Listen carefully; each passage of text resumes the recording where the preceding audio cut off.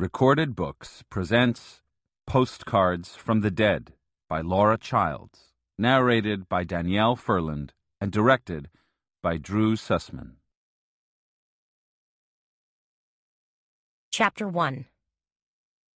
A dazzling night filled with gigantic floats, silver beads, dizzying lights, fire-twirling flambeaux, and a crowd that was fueled by too much Dixie beer and Southern comfort. This Wednesday evening, the Loomis Cruise Parade rolled through New Orleans' historic French Quarter, pumping out all the brazenness and utter abandon they could muster.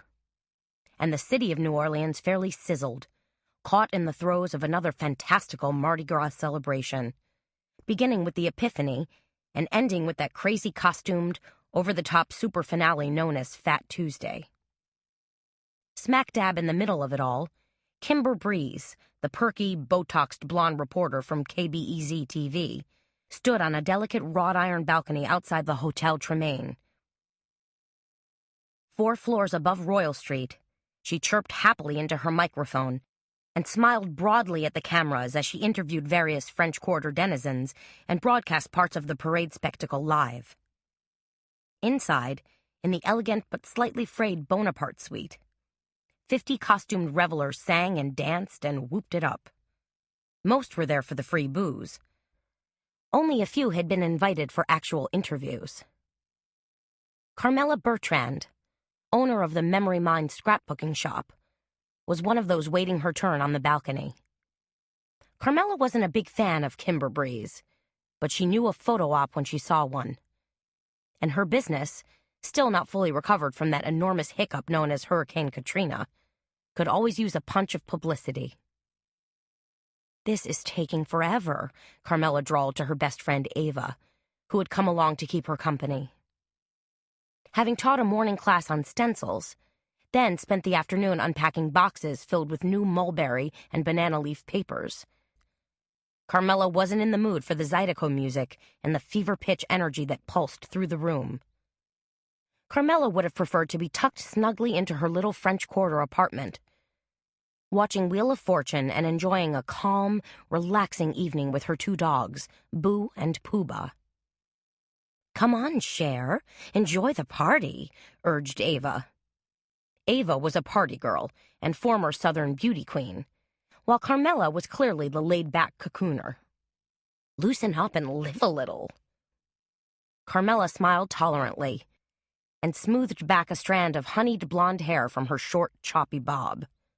Not quite 30, Carmela was lithe and youthful-looking, with eyes the same flat blue-gray as the Gulf of Mexico, and lush lashes that tipped up slightly at the ends. Though her peaches and cream complexion rarely saw the need for makeup, she did enjoy the natural hydration properties of Louisiana's industrial-strength humidity. Carmela was also the one who favored more classic, conservative, clothing in colors of navy, cream, and camel, while Ava, always willing to push the envelope as far as humanly possible, loved to dress in black leather pants and tight, low-cut tops. "Tonight's a school night," Carmela joked.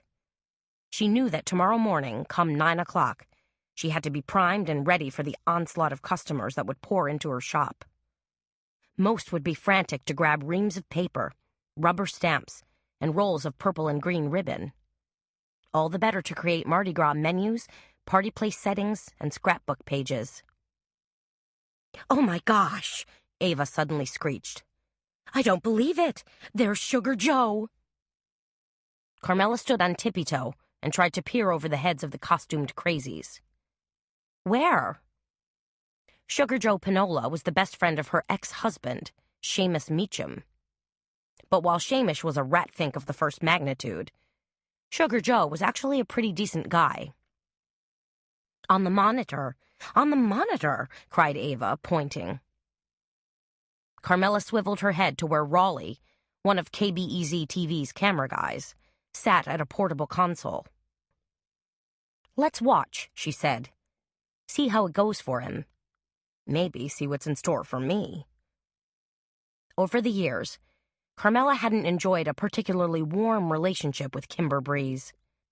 Truth be told, whenever they'd had dealings with each other, Kimber had pretty much tried to sandbag her. But Carmela didn't hold with harboring old hurts and grudges. After all, what good did it do to hang on to them? Nothing, really.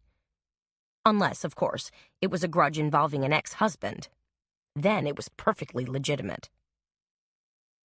Threading their way through the rambunctious crowd, Carmela and Ava eased up to Raleigh and his equipment. Raleigh, who was middle-aged and favored khakis and t-shirts, seemed to have a perpetual hunch from lugging around battery packs, cables, and camera gear, and trailing after Kimber, and listening to her shrill, domineering voice. "How come you're not out there with Kimber?" Carmela asked him. "No room," said Raleigh, as his fingers worked the dials. "That balcony is a tight squeeze for even two people. So I've got one camera locked on Kimber, another one on the parade below, and one running in here." He waved a hand. "Which means besides being a cameraman, I get to play floor director tonight."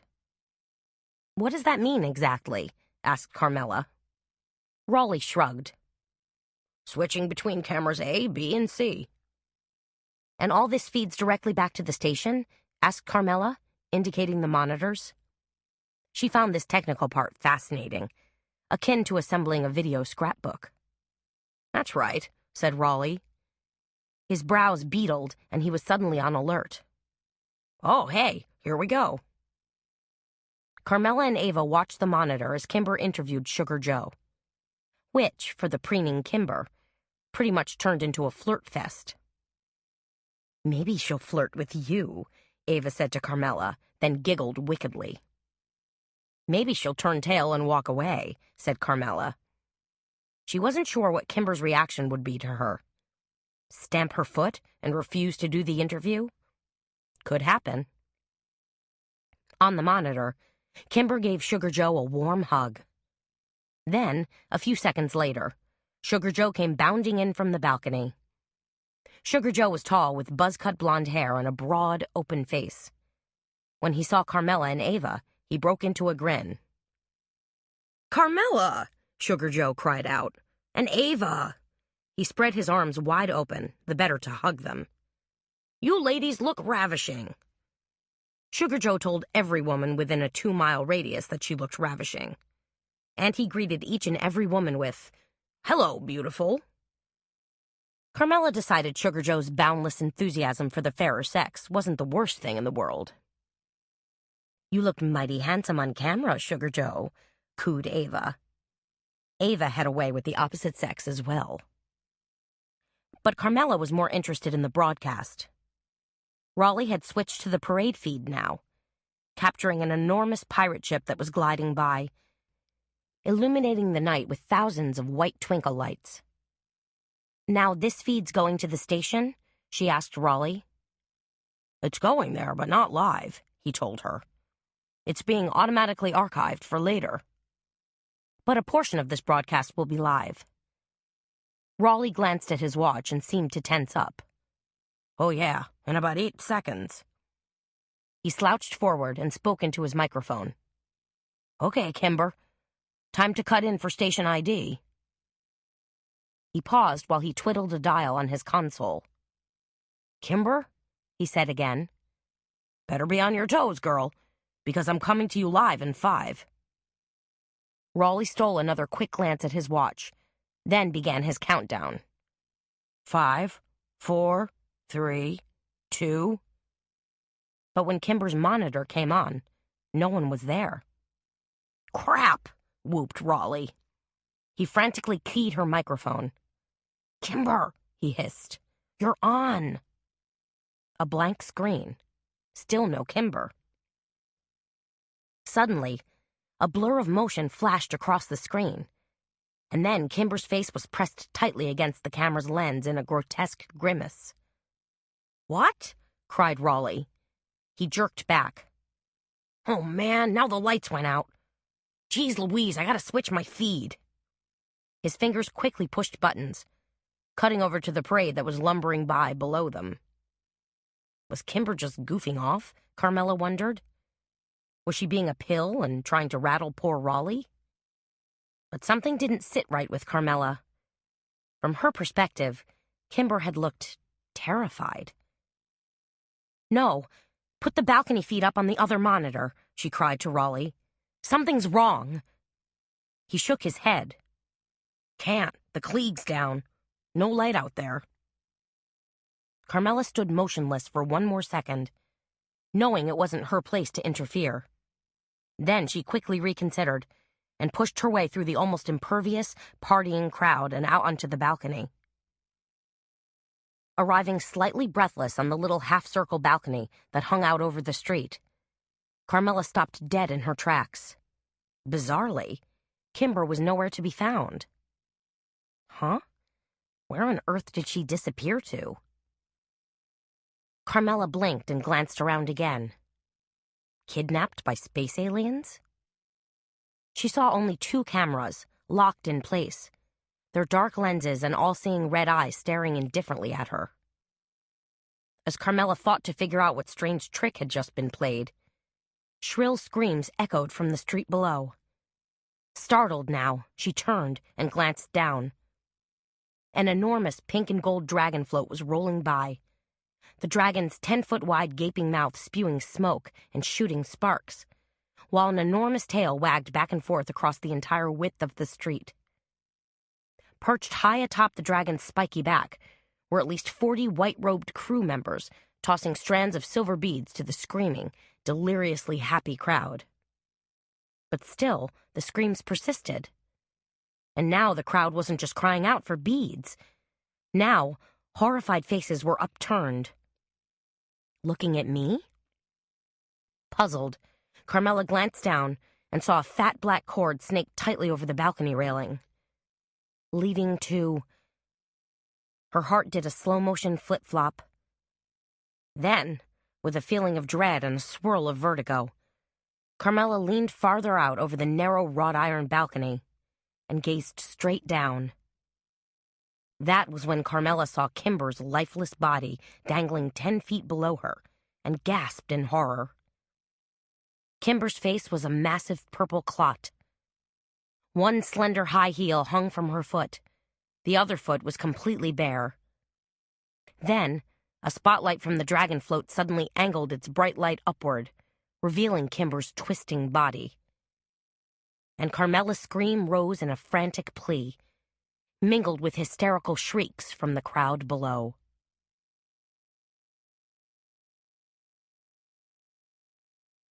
Chapter 2.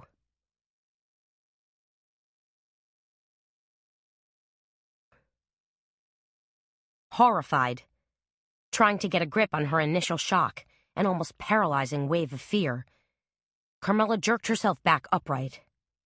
Was that really Kimber Breeze dangling from a black cord? Yes, it was. Oh, dear Lord, yes, it was. With her face all purple, and her body so limp it looked practically devoid of bones. Hot gorge rose in the back of Carmela's throat and then receded. Gasping, she sucked in great gluts of air, fighting her overwhelming nausea and trying hard to clear her brain. She knew she had to summon help, immediately. Squaring her shoulders, Carmela prepared to step back into the suite and sound the alarm. As she did, she glanced hastily right, then left, and saw that the nearby balconies practically kissed up against the very one she was standing on. Could someone, presumably Kimber's killer, have escaped onto one of those rounded balconies? Of course they could have. Tilting her head back, Carmela gazed upward and saw a metal fire escape, really just a rickety ladder, bolted to the exterior of the Hotel Tremaine. It led, presumably, to the rooftop. Another escape route? It could be. Unless the killer had somehow slipped back into the suite, where the revelers continued to drink and dance and shout greetings to each other. A nightmarish scene, Carmela decided. Almost akin to some sort of twisted, locked-room mystery. Then, the party screeched to a halt as 2 security guards crashed into the suite at the exact moment Carmela stepped in from the balcony. And, like a black poison tide gliding in atop the waves, the shocking news of Kimber's demise suddenly spread throughout the room. And that was when the worst possible thing that could ever happen happened. Panic struck, and the crowd began to scatter. A costumed Punicello slipped out the door. A vampire and a skeleton slithered after him. 2 Chinese opera characters followed in their wake. Then, a stream of showgirls and top-hatted gents that included Sugar Joe. "No!" Carmela cried. She pushed her way over to one of the security guards, an older man with a lined face, a cap of white hair, and a walrus mustache. "We've got to keep everyone here," she told him, as people continued to dash past them. "These people are either witnesses or suspects." But it was an impossible task, like herding cats. People pushed their way toward the double doors, then oozed their way down the various stairways and elevators, even as the fire department arrived outside, red lights flashing and sirens blatting, to raise their ladder up to where poor Kimber still dangled. And 5 minutes after that, when a contingent of police finally arrived in the Bonaparte suite, only a handful of people were left. "This is preposterous," fumed Detective Bobby Gallant. "There were 50 people in this room, and now there are 6? Gallant was relatively young for a detective. With a dark complexion and swirl of dark hair, dressed in a black leather jacket and chinos. He was usually cool and unflappable, but tonight he bristled with fury. "We tried to keep them here," Carmela told him, "but it was impossible. Everyone kind of panicked." She knew Gallant fairly well, knew that he was a credible, careful detective who had solved more than his share of homicides. "What about you 2? Gallant barked at the security guards. "What were you guys doing?" The hangdog expressions on the guards' faces pretty much said it all. They were rent-a-cops through and through. No street experience, no expertise in crowd control, and they'd certainly never dealt with a homicide, not even close. "They tried," said Carmela, coming to their defense. "They really did. But everyone got scared and bolted." Gallant turned his attention to Raleigh, who sat crumpled and dejected before his monitors and console. "I sincerely hope you have a guest list," he said. Raleigh looked sick. "Just a list of the people Kimber was supposed to interview." Gallant shook his head, as if a swarm of angry bees were buzzing around him. "It's a start." He pointed a finger at one of the uniformed officers who had accompanied him. "Gary, you talk to everyone who's still here and try to get them to remember exactly who was present in the room." "Everyone was in costume," said Ava. "Some of them even wore masks." Even though Ava pretended to be indifferent, Carmela could tell she was shaken by Kimber's death. "Peachy," sighed Gallant. "Makes our job that much harder." "What about the cameras that were recording?" asked Carmela. "Maybe something there?" Gallant lifted an eyebrow. "That might help." "Raleigh?" said Carmela. Raleigh nodded. "Sure, I guess." He moved woodenly, as if in a trance. Gallant looked around the room, then back toward the balcony. "What kind of crazy crap was going on here, anyway?" "Maybe a better question," said Carmela, "is who headed in for Kimber Breeze?" Gallant focused on her. "Seriously? From what I understand, the woman was amazingly popular. Then again, TV personalities generally are." "But Kimber had her detractors, too," said Carmela. "You included?" said a rich baritone voice behind her. Carmela whirled about swiftly and found Detective Edgar Babcock gazing at her. He was, of course, her sweetie and personal cuddle bunny. Aside from that, Babcock was tall, lanky, and handsome. His ginger-colored hair was cropped short and neat, and his blue eyes were constant pinpricks of intensity. Amazingly, he was always well-dressed. A cop with a curious taste for designer duds. "Detective!" Carmela cried out. She would have much rather flung her arms around Babcock's neck and delivered a huge kiss, but he had rushed here for a murder investigation. So she had to show some decorum. "What have we got?" Babcock asked Gallant. "Victim hung over the balcony," said Gallant. "Rubber cord around her neck." "Witnesses?" asked Babcock. Now he switched his gaze to Carmela. "None," said Carmela. "At least, I don't think so." "None that we know of," said Gallant. "Yet."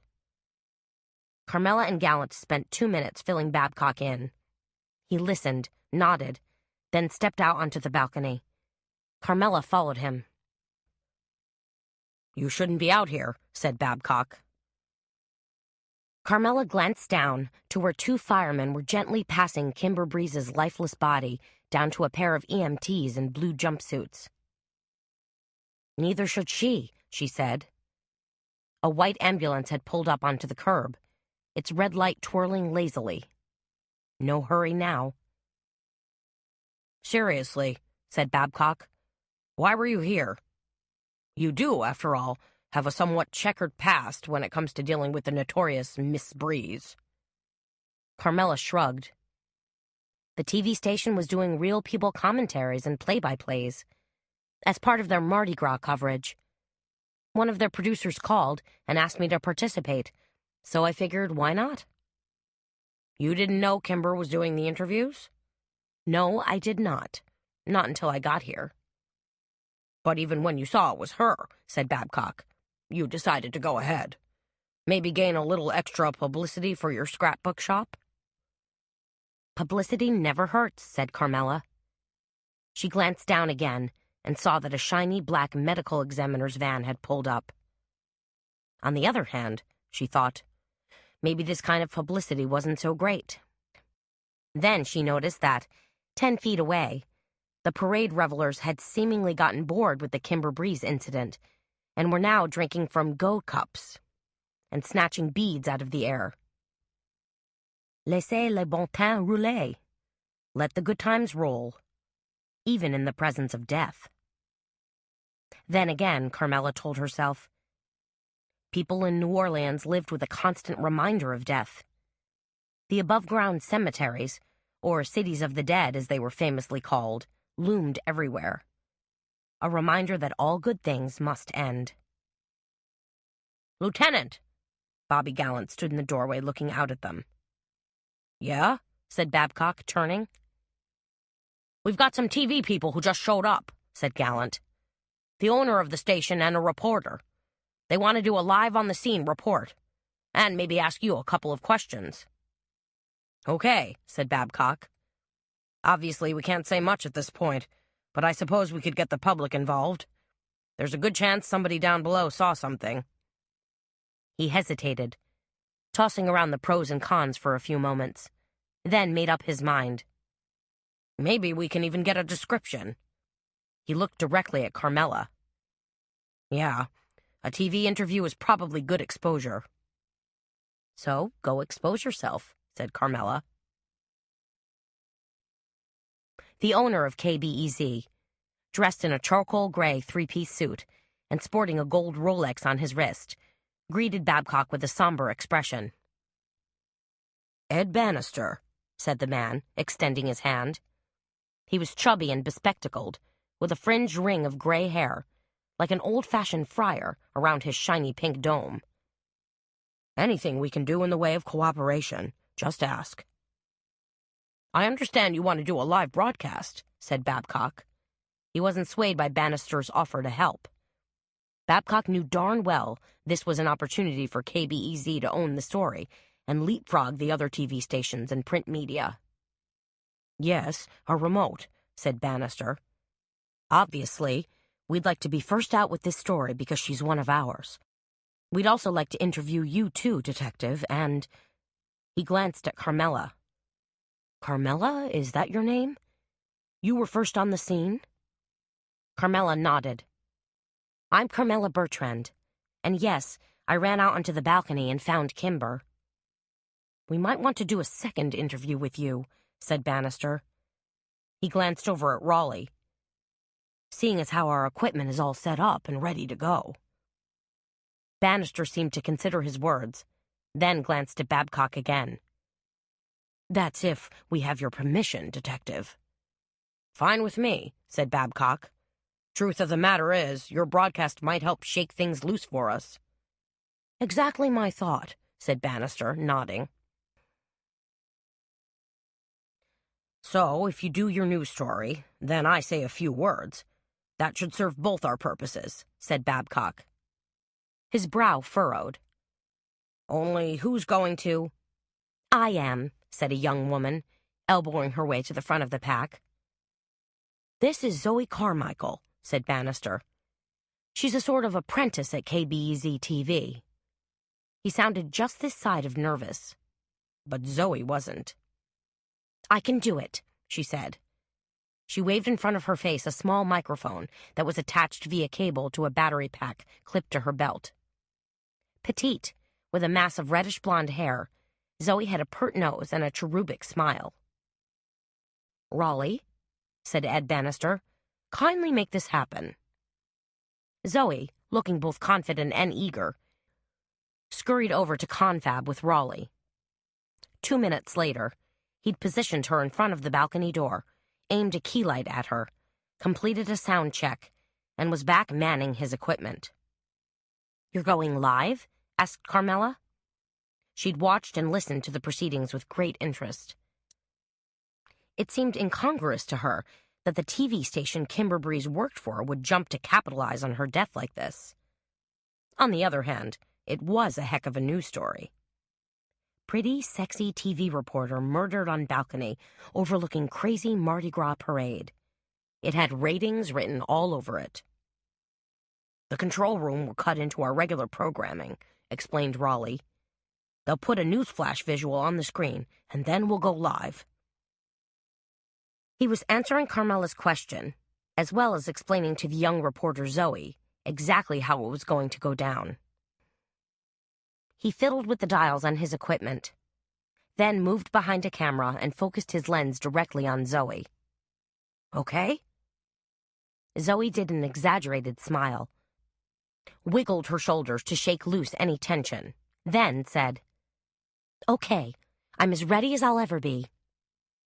Raleigh pulled on a headset, listened to the instructions from the control room back at the station, then began his countdown. And 5, said Raleigh, splaying out his fingers. 4, 3. He counted down silently until one finger pointed at Zoe. This is a KBEZ TV news alert, said Zoe. We're coming to you live from the Bonaparte suite at the Hotel Tremaine, where, just moments ago, a brutal murder took place on the balcony behind me. Sadly, the victim was our own reporter, Kimber Breeze. Zoe allowed for a dramatic pause, then seemed to adopt an even more somber tone of voice. While doing a broadcast from this 4th-floor balcony, Kimber Breeze was apparently strangled by an unknown assailant. With a makeshift noose wrapped around her neck, Miss Breeze plunged to her death. Zoe tilted her head, as if considering this. Obviously, the police suspect foul play. Raleigh gestured to Babcock, who stepped in next to Zoe. Raleigh pulled back on his camera lens and, suddenly, a 2-shot appeared on the monitor. Zoe asked a few quick questions, which Babcock handled effectively, and then Raleigh moved the camera back in for a close-up of Zoe. We at KBEZ TV are as stunned and shocked as you are, said Zoe. If you know anything at all, please contact our tip line at the bottom of the screen. And rest assured, we'll continue to bring you up-to-the-minute news on any and all developments. She paused. This is Zoe Carmichael, coming to you live for KBEZ TV. Good, said Bannister after a few seconds. Excellent. His mood seemed to have improved. Zoe beamed. As Detectives Babcock and Gallant conferred with Bannister once again, Carmela sidled over to Zoe. You were very composed, she told her, considering the circumstances. Thank you, said Zoe. She looked thrilled, and energized by her turn in front of the camera. You've been a reporter at KBEZ for how long? Asked Carmela. Actually, I've been Kimber's assistant for almost 3 years. Tonight was the first time I've ever been allowed to do a live report. This was your first? Said Carmela. She was surprised and impressed with Zoe's poise and composure. On the rare occasions she'd had to do public speaking, she usually downed a Xanax. I was working down the block when I got the call, said Zoe, doing the odd bit of generic footage and commentary on the parade. She rolled her eyes, as if they'd ever use it. Plus, they put me with a C-team cameraman, a guy who seems to delight in cutting off the top of my head. Do you think you'll stay on this story? Carmela asked, curious about this young go-getter. I hope so, said Zoe. Of course, it's up to Mr. Bannister, the station owner. But if I do good? She tilted her chin up, and her eyes fairly sparkled.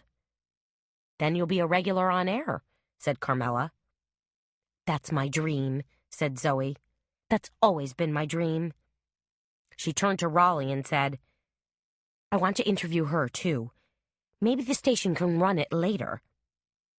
Zoe smiled at Carmela. Okay with you? I suppose, said Carmela, as Ava gave a thumbs up. So Raleigh adjusted the lights again, and Zoe and Carmela stood facing the camera. When Zoe received the high sign, she smiled at Carmela and said, We're talking to Carmela Bertrand, owner of Memory Mind Scrapbook Shop here in the French Quarter. I understand you were a witness? No, said Carmela. I was actually standing inside. Then how? Zoe began and trailed off. I noticed some movement on the monitor, said Carmela, and that's when I stepped out into the balcony to see what was happening. And you found Kimber Breeze, said Zoe. Hanged. Yes, apparently so, said Carmela. What happened next? Asked Zoe. Carmela hesitated. Should she tell Zoe that she immediately checked out the adjacent balconies and fire escape? That she'd already inadvertently launched her own amateur brand of investigation? No, that probably wasn't a good idea. I immediately sounded the alarm, said Carmela. I suppose I was in a mild state of shock, or panic. Zoe asked a couple more questions that Carmela neatly sidestepped, and then the interview concluded. Okay, thanks, said Zoe. She didn't sound particularly enthused. There might be something we can pull out of that. Great, said Carmela. She took a deep breath. Together, they wandered back out into the balcony. So this is where it took place, said Zoe. I would have liked to shoot the police interview out here, but Mr. Bannister cautioned me not to be too specific. I guess he's saving the actual locale stuff for our 10 o'clock news. Zoe said it so casually, Carmela was a little taken aback. Then again, maybe if you were a newsperson covering a daily dose of murders, kidnappings, drownings, and robberies, you got a little impervious to it all. For your own self-protection and peace of mind. Or maybe they just became an endless litany of sad stories. Do you think, began Carmela. The rest of her words were drowned out by high-pitched shouts. A man, angry and obviously in pain, was making a huge fuss at the door of the suite. Gallant rushed to meet him, and a frantic scene suddenly developed out in the hallway. Let me through! Let me through! Cried a man. His face was blanched white, and he was waving his arms furiously as the security guards sought to restrain him. What on earth? Said Carmela, peering inside. Then she saw him determinedly force his way past the security guard, even as he brushed at his tears. Oh my gosh, said Zoe in a hushed tone. Do you know who that is? Asked Carmela. That's Davis Durrell, said Zoe. The hotshot money manager? Said Carmela. She'd heard of Durrell. Who hadn't? Durrell had been touted as some kind of financial wunderkind. And, over the last several months, he had racked up serious press in the business section of the Times-Picayune. Zoe nodded. He's also Kimber's boyfriend.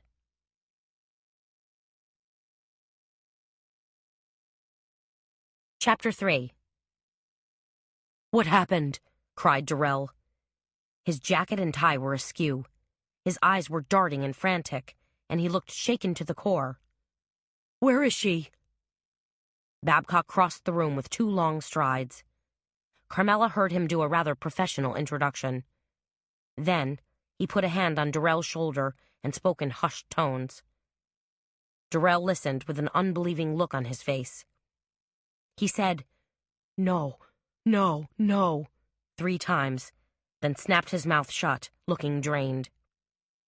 Babcock spoke some more, and then Darrell shook his head in utter confusion and clenched his jaw, as if trying to nullify Kimber's death through sheer force of will. Trembling, still listening to Babcock, Darrell finally dropped his head into his hands.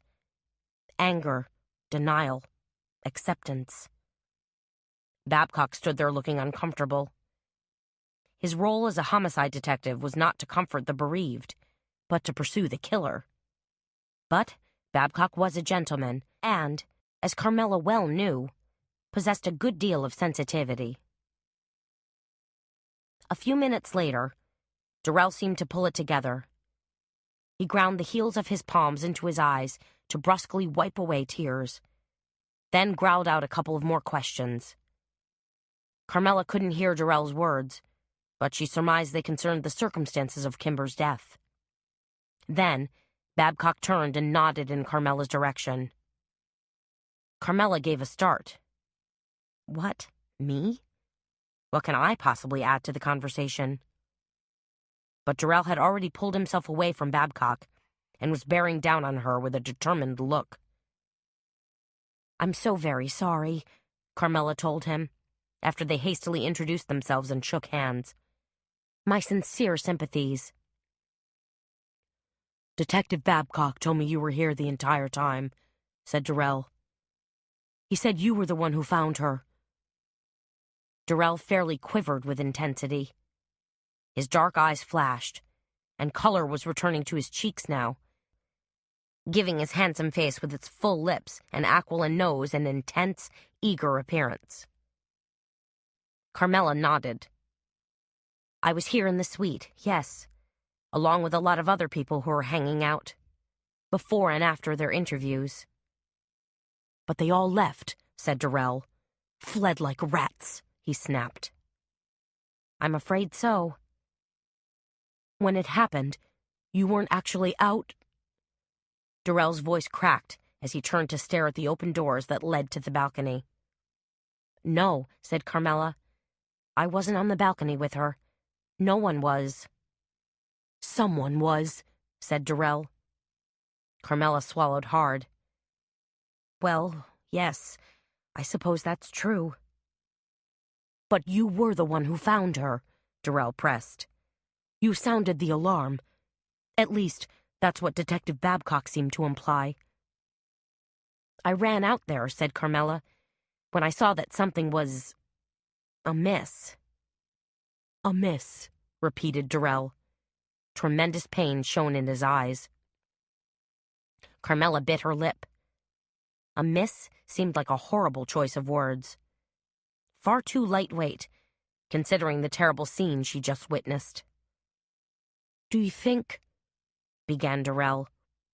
He licked his lips and fought to keep from falling apart. "Do you think she suffered?" His voice was an anguished whisper. Carmela thought about Kimber's purple puffed face, her body twisting helplessly, the lifeless pose, the dangling shoe, and did what she thought was best, lied through her teeth. "No, I don't think she suffered." 20 minutes later, the crime scene investigators arrived with cameras and lights and gear stowed in black leather cases, and Carmela and Ava were pretty much hustled out of the suite. But not before Babcock asked Carmela a few more questions. "Do you know him?" Babcock inclined his head toward Kimber's boyfriend. "Darrell?" "I've never met him before," said Carmela. Why? You just seemed friendly toward him. No, she said. That was compassion. Sympathy. The same as I'd show to anyone who'd just suffered a traumatic loss. Carmela thought for a moment. His question seemed strange. Why do you ask? Was Babcock jealous, she wondered? Was there a little green monster perched on his shoulder? Or did he see Durrell as a suspect? No reason, said Babcock. His eyes slid over to Durrell again. But you know him, said Carmela, don't you? This isn't your first meeting. Something was going on, only she didn't know what. I know him only by reputation, said Babcock. He stepped away as Ava shuffled up, clutching a drink in her hand. That poor man, said Ava, indicating Durrell. You can just feel his pain. It's visceral. What a mess, said Carmela. She meant it as a blanket comment, referring to Kimber's murder, the mob that had fled, the bombshell broadcast, and any evidence the police were left to sort through. Ava nudged Carmela with her shoulder. Come on, Cher. Let's blow this pop stand. Let's head over to Mumbo Gumbo and get something to eat. Maybe a nice stiff drink, too. Do us both a world of good. I don't think I could swallow a single bite, said Carmela. Still fresh in her memory was the image of Kimber's purple face. Then you can have a little chuglet of wine, urged Ava. As for me, I can always manage to choke something down, especially when it's shrimp jambalaya or crab étouffée. You do have the ability to eat through any crisis, said Carmela. But what I can't figure out is how you stay so skinny. Nerves, said Ava. I'm just a bundle of frazzled nerves. You seem pretty relaxed to me. I hide it well, said Ava, grabbing Carmela's hand and giving a tug. But just as Carmela and Ava stepped out into the hallway, Raleigh came charging after them. Hang on, said Raleigh. He gave a furtive glance to make sure nobody was watching. I want to give you something. He pulled a small black square out of his pocket and slipped it into Carmela's hand. What's this? Carmela asked. It looked like a cartridge of some kind. A CF card, said Raleigh. Compact flash. You know, a memory card. It's the digital recording I made of all the people milling around. Before, you know, the murder. You don't by any chance have a recording of what happened on the balcony, do you? Asked Ava. Raleigh shook his head. Afraid not. He still looked shaken as he turned his attention back to Carmela. I don't know if I captured anything important or not, but I wanted you to have a copy, just in case. Why me? Asked Carmela. Raleigh pursed his lips. Because you're good at what you do. Scrapbooking? Said Ava, puzzled. Raleigh lasered his eyes on Carmela. No, investigating. He drew a deep breath, then said, This may come as a surprise to you, but Kimber admired you, in a grudging sort of way. What are you talking about? Said Carmela. Kimber didn't like you, Raleigh continued. Not in the conventional sense, but she thought you were plenty smart. Really? Said Carmela. His words pretty much dumbfounded her. Kimber had always projected an attitude of disdain. And now Raleigh was telling her that, underneath it all, there'd been grudging admiration? This was almost too much to absorb. Something did not compute. The video, said Raleigh, pointing at the digital card. I'd appreciate it if you'd take a look at it. The police have a copy? Said Carmela.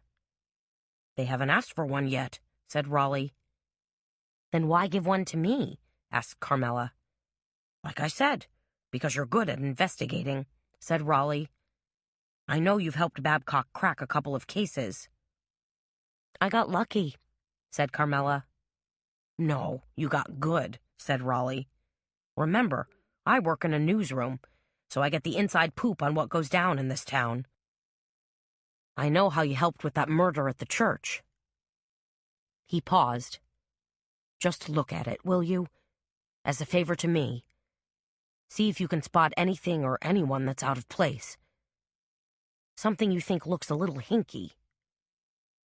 I can't play this, said Carmela, turning the card over. I don't have your kind of equipment. Then come by the station tomorrow, said Raleigh. I'll transfer it to a DVD. Carmela thought for a long moment. Okay, I guess I can do that. Mumbo Gumbo was a cozy little restaurant located in the old Westminster Gallery space. Crumbling brick crept halfway up the interior walls, and then the ensuing smooth walls were painted a cream and gold harlequin pattern. A large bar, the color of a ripe eggplant, dominated a side wall. Above the bar, glass shelves displayed hundreds of sparkling bottles. Heavy wooden tables with black leather club chairs were snugged next to antique oak barrels that held glass and brass lamps. Large bumper car booths were arranged in the back. Potted palms and slowly spinning wicker ceiling fans added to the slightly exotic atmosphere of the place.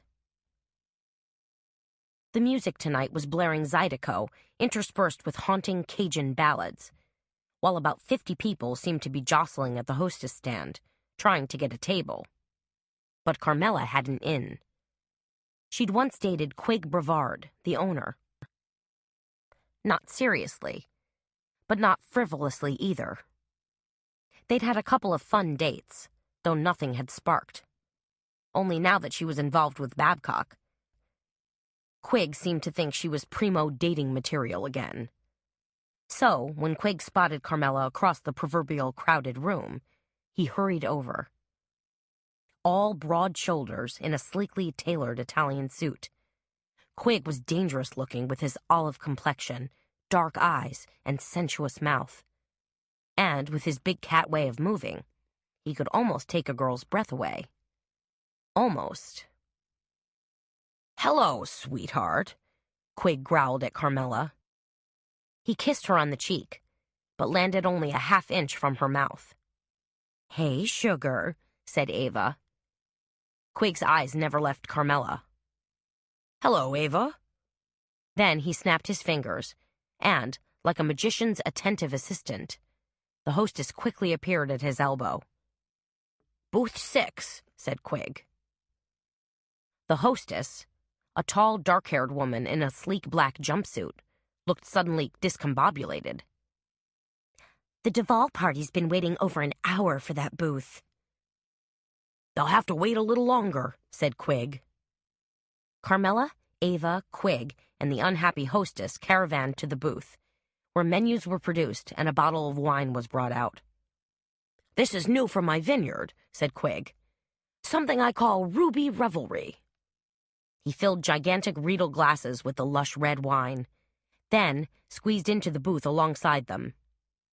Quig was your basic obsessive-compulsive enophile, dying to know what they thought of his new St. Tammany vintage. Ava immediately took a gulp and pronounced it superb. Carmela took a demure sip and smiled. Appeased, confident in the quality of his new wine, Quig leaned back and said, "What trouble have you two been in tonight?" Carmela sighed and said, "Oh, not much. We just witnessed a murder." Quig's dark brows arched. "Seriously? Who? Where?"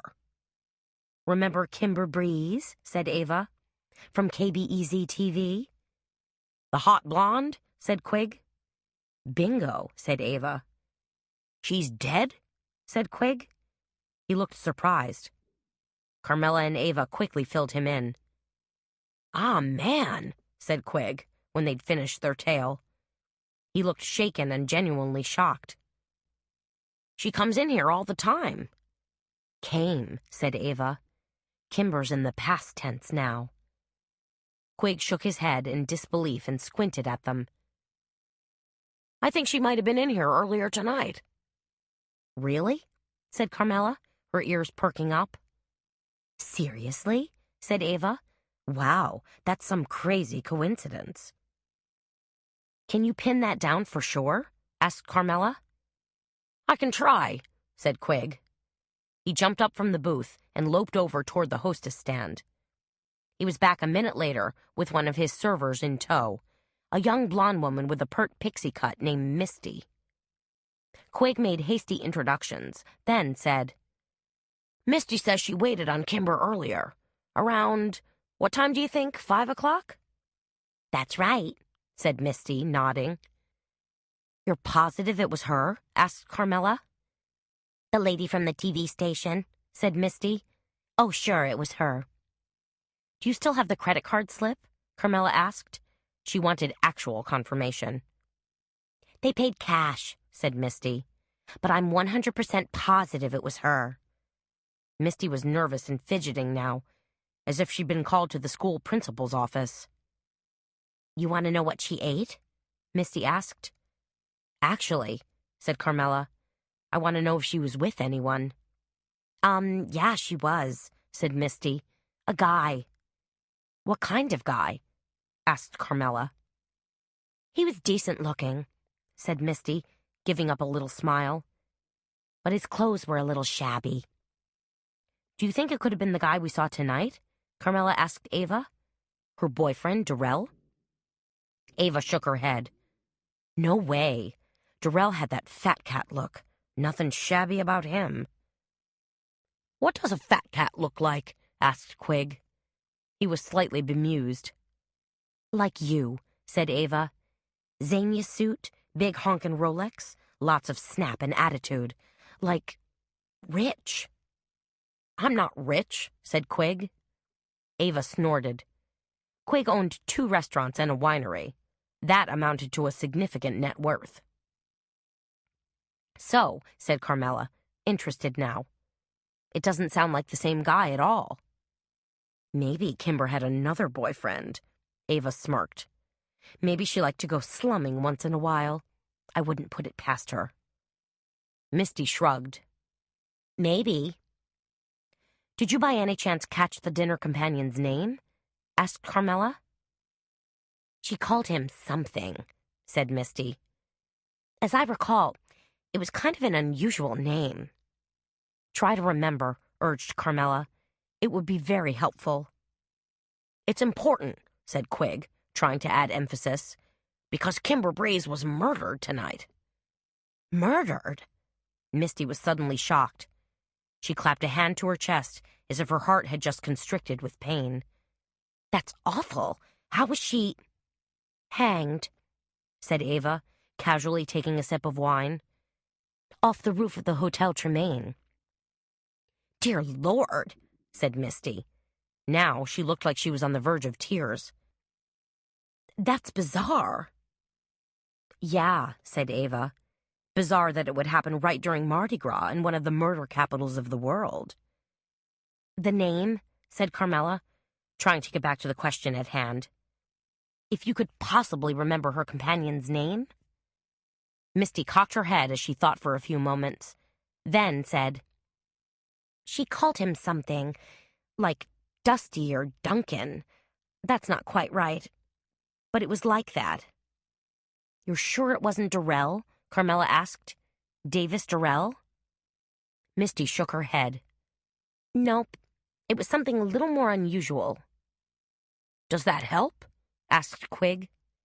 Maybe, said Carmela. I think so. Have some food, said Quig. It's on me. Order whatever you want. He handed them 2 multi-page accordion menus that Carmela had designed for him a couple of years ago, back when they'd been dating. Or not dating. Ava didn't waste any time in perusing the menu. I still can't believe all the gumbo variations, she exclaimed. Quig's got a thing for gumbo, agreed Carmela. Indeed, the menu listed chicken andouille gumbo, seafood okra gumbo, crab and oyster gumbo, and even lobster gumbo. Of course, there were also traditional New Orleans dishes, such as crawfish pie, red beans and rice, alligator piquant, and chicken jambalaya. Ava ordered seafood okra gumbo, while Carmela opted for a crab étouffée. And when the food arrived, along with a complimentary stuffed artichoke appetizer, Carmela found that she was, indeed, hungry. "See," said Ava as she gobbled her gumbo. "I knew you could eat a little something."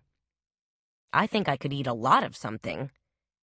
"Good for you," said Ava, patting Carmela's hand. "Here, have some more wine." Ava topped off Carmela's glass as well as her own. Then she said, "Are you going to stop by the TV station tomorrow and pick up that DVD?" "I suppose," said Carmela. She knew that Babcock would hate it if she got involved. Then again, that line had already been blurred. Like it or not, she'd been pulled into the murder by dint of just being there. "We'll take a look," Ava said, giving a wink, "and see what we can see." "Even though we don't know what we're looking for," said Carmela. "You'll figure something out," Ava said knowingly. "You always do."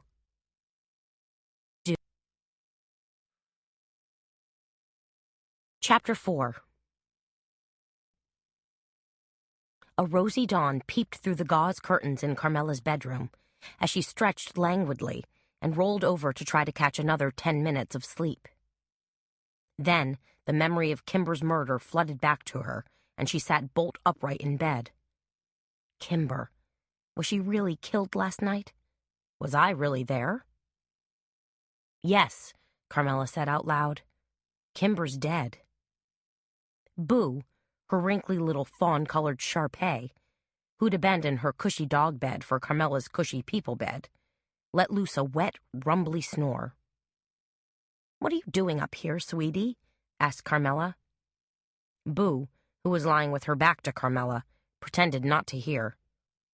"I know you can hear me," said Carmela.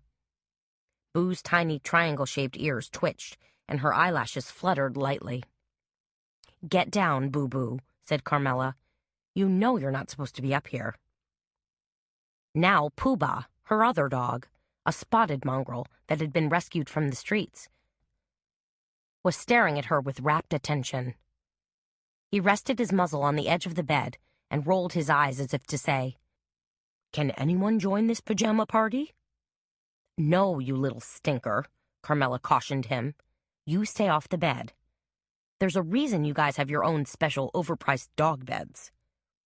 Carmela swung around and slid her legs out from under the covers, then brushed the soles of her bare feet across the white flocati rug.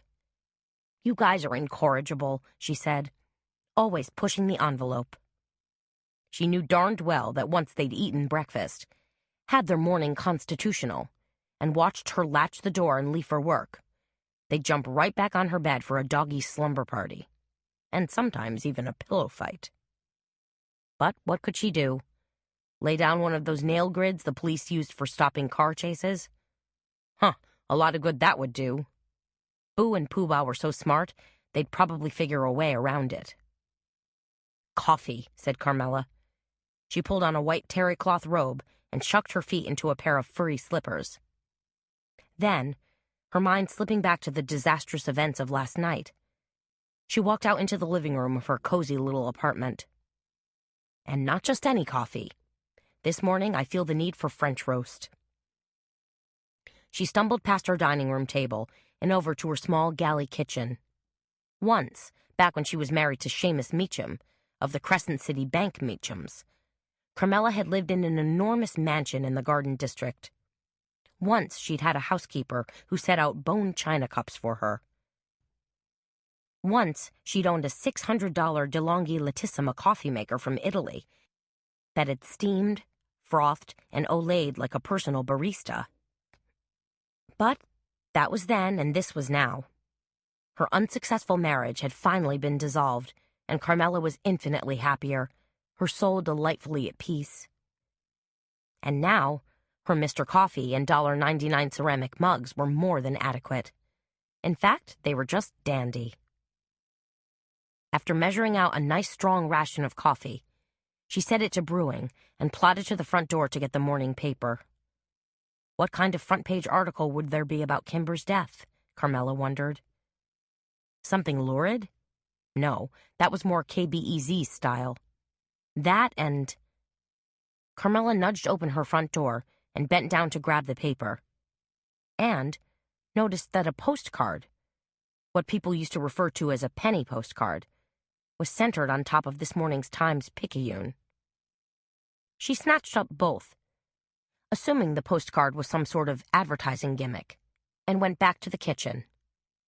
A few years ago, just before she'd opened Memory Mine, Carmela had worked for a small design firm where she'd created print ads and newspaper inserts for Splendide baked goods, and before that, package labels for Bayou Bob's chunked-up chili. So she was more than familiar with the constant churn of advertising clutter. Slapping everything on the counter, Carmela reached for her coffee mug, and suddenly stopped dead. Because a glance at the postcard revealed that it wasn't an advertising postcard at all. It was a picture postcard of a cemetery. Huh? She blinked in disbelief, picked the card up, and stared at it. It was sepia-toned with delicately scalloped edges, like something from an earlier era. The photograph, she was pretty sure it was a photo, depicted whitewashed tombstones against a tangle of black wrought iron fence. Turning it over, Carmela felt her heart do a sickening flip-flop. Because there was writing, too. A scrawl of black ink that looked like it had been written today, just this morning. It read, "Why didn't you help me?" And it was signed Kimber. 5 seconds later, Carmela was on the phone to Ava. "This isn't your idea of a joke, is it?" she asked. Ava lived directly across the courtyard in a funky second-floor studio apartment, directly above her juju voodoo shop. Ava yawned into the phone. "What are you talking about?" Another yawn followed. "Oh, geez. Feels like I've got the entire Gobi Desert stuck in my eyes. Awful. How many glasses of wine did I have last night?" "Do you remember? 'Cause I sure don't." Carmela's voice carried no trace of sleepiness anymore. "I just found a very creepy postcard stuck to my morning paper." What?" Clearly, Ava had just rolled out of bed. "And the postcard is signed Kimber Breeze," said Carmela. "Well, actually just Kimber." There was dead air for a few seconds, and then Ava said, "Seriously? Give me a minute, I'm coming over." 2 minutes later, Ava came flouncing across the courtyard, wearing a full-length red peignoir trimmed in purple marabou. "You look like a refugee from Madame Kitty's old-time bordello," said Carmela. She had to smile in spite of herself. In spite of the ugly postcard that had left her feeling more than a little shaken. "Can I help it if I'm a gal with a taste for the exotic and the louche?" said Ava.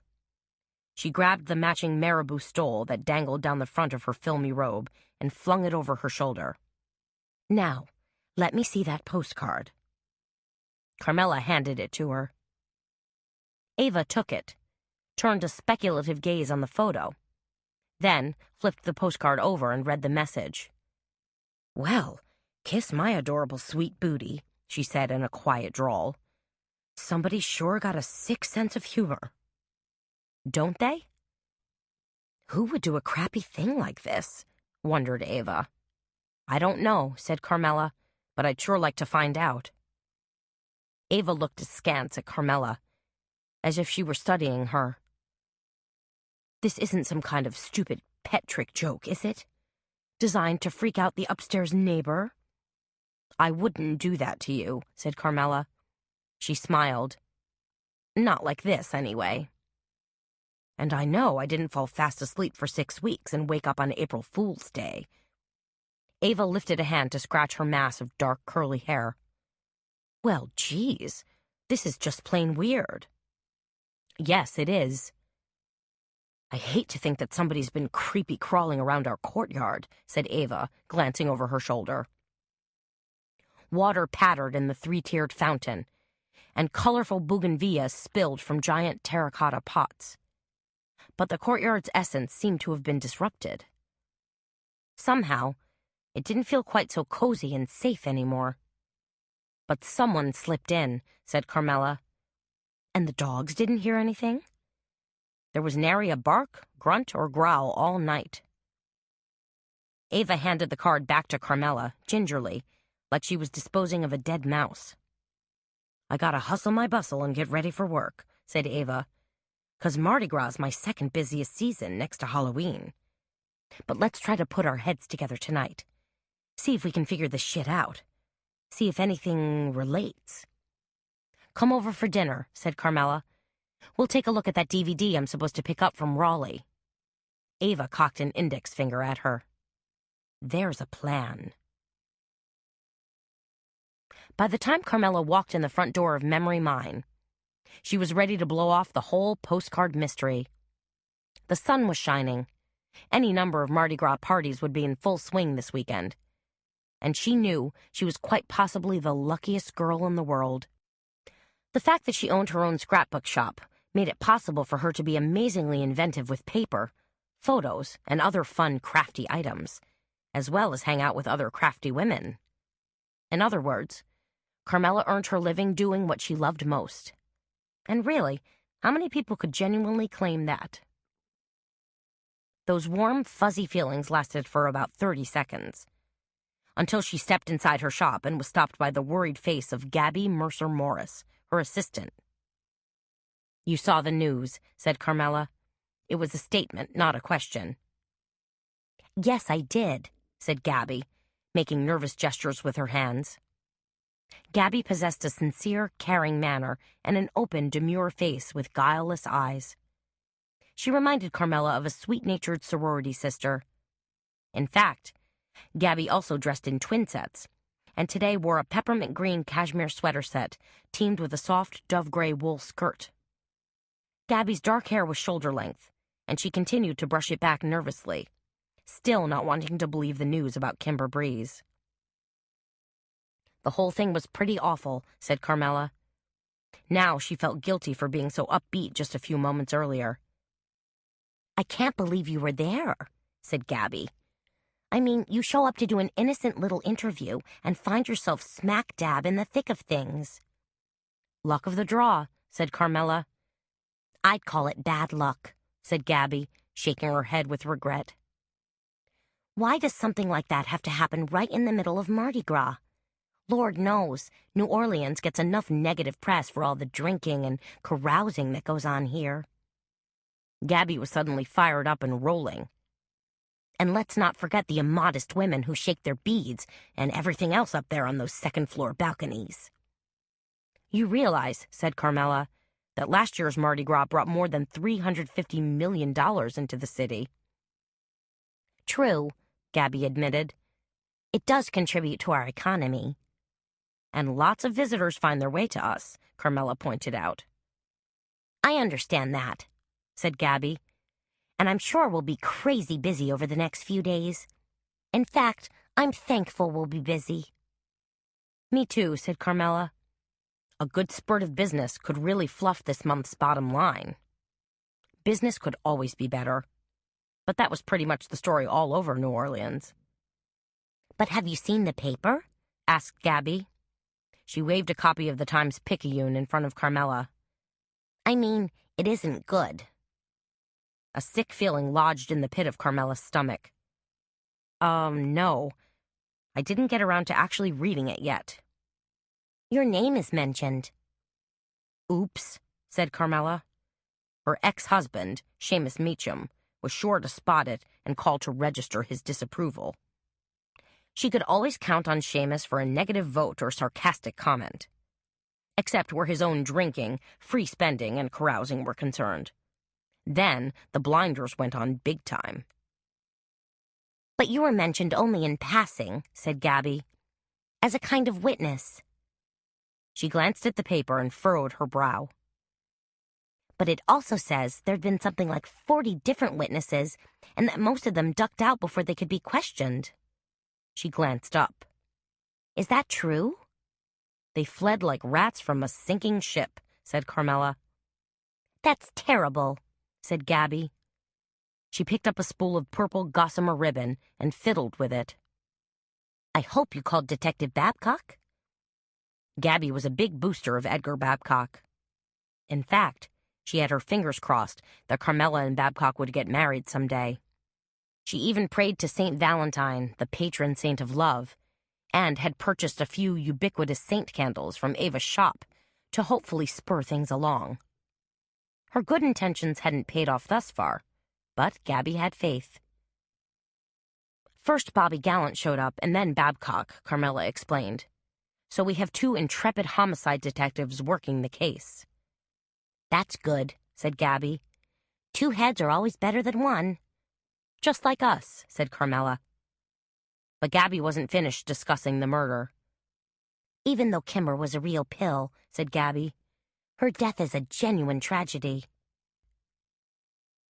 Carmela grabbed a pack of silk flowers and slid it open with her thumbnail. "I guess," she said.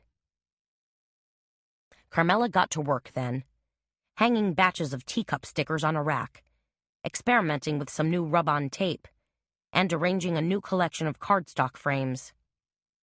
Since Memory Mine was located in an old brick building in the French Quarter, the shop itself boasted tons of charm. Longer than it was wide, the shop featured high ceilings, planked wooden floors, lovely arched front windows, and brick walls. On the longest brick wall, Carmela had placed wire paper racks that held thousands of sheets of paper. Because, no secret here, Carmela was a paper addict. She loved mulberry paper with its infusion of fibers, as well as linen-like Egyptian papyrus and the botanical vellums that were embedded with real flower petals.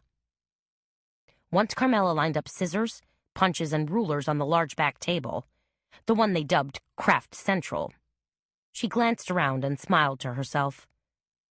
This is what it was all about, of course. Owning your own business so you could be supreme allied commander in charge of your own destiny. Like lots of women, Carmela didn't aspire to be the crazed CEO of a Fortune 500 company, giving orders, hiring and firing, dashing about the country and eating airline food. But she did relish being an entrepreneur.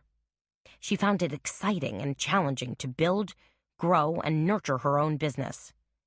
And if financial rewards blossomed along the way, then so much the better. "Carmela," called Gabby. "Telephone, it's Babcock." Carmela dashed into her little office at the back of the shop and snatched up the receiver. "What?" she said. "And a warm hello to you, too," said Babcock. "Oh, sorry," said Carmela. "I thought maybe you were calling with news." She eased herself into her purple leather chair and spun slowly from side to side. "Even if I did have news," said Babcock, "I wouldn't be confiding in you." "You see," said Carmela, "that's so not right. Especially when I have some inside information for you."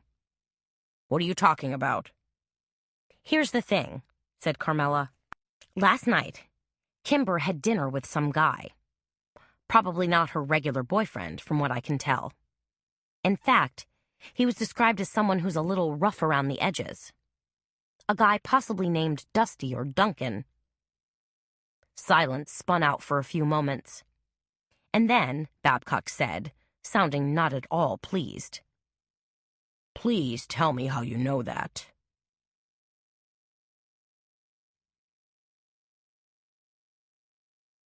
Chapter 5. Carmela took a deep gulp of air, then said, "Okay, the thing is, Ava and I had dinner at Mumbo Gumbo last night and found out about this from Quig. You know, the owner?" Babcock made a rude sound into the phone. He was well aware that Carmela had dated Quig a couple of times. "Anyway," said Carmela, "Ava and I just happened to speak with Quig as well as the waitress who served Kimber Breeze and her dinner companion." "Excuse me, you just happened to find this out?" said Babcock. He didn't sound pleased. "It sounds more like you were investigating." "I wouldn't do that." "Of course you would," said Babcock. "You realize, Carmela, just because someone is hanged, stabbed, or bludgeoned to death in New Orleans It isn't necessary for you to drop whatever you're doing and try to solve the crime. I don't do that. Maybe it just feels like you do, said Babcock. He made a blowing noise that sounded like the exhalation of a baby whale. Okay, sorry. Just that I'm being yanked in a million different directions right now. Plus, there's a floater we just pulled from the Mississippi that's possibly connected to a drug cartel. And now, this Kimber Breeze thing has been dropped in my lap. Kimber's murder made serious headlines, huh? Said Carmela. The Times-Picayune had it front page, above the fold.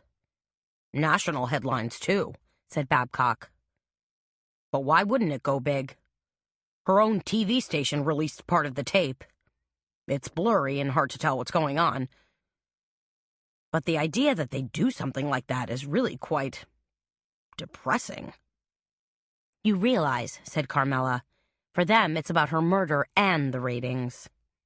Understood, said Babcock. But now the mayor has taken a personal interest in getting this case resolved as fast as possible. At least, that's what has been made very clear to me. Because this is a high-profile case? That, and because Ed Bannister, the station owner, is a major contributor to the mayor's campaign. Ouch, said Carmela. Politics rears its ugly head. It usually does, said Babcock. And, by the way, how well do you know Joe Panola? Sugar Joe? Said Carmela. That's right. He was there last night, though he scrammed with the rest of the lowlifes. He's a good guy, said Carmela. I have 2 witnesses who place him at the murder scene. There were 40 people at that murder scene, Carmela exclaimed. But apparently this Sugar Joe character was the last person to see Kimber Breeze alive. Sugar Joe's not a killer, said Carmela. He's I don't know. He's like an heir to a big sugar plantation. The Evangeline Sugar Corporation based in Lafayette, said Babcock. It sounded like he was reading from his notes. Joe Panola is also a friend of your ex-husband. So what? That would give you a strong reason to come to Mr. Panola's defense, wouldn't it? Absolutely not, said Carmela, getting a little hot. And, by the way, have you checked out the Hotel Tremaine yet? Do you know who rented the rooms on either side of the Bonaparte suite? Does that fire escape lead to the roof? And is there an easy exit onto another building? You're too much, said Babcock. These are just normal questions, said Carmela. Really just observations. Normal for you, maybe. So, you did check to see if these could be exit points? Everything's been looked into, said Babcock. And? That's confidential information. Tell me something, said Carmela.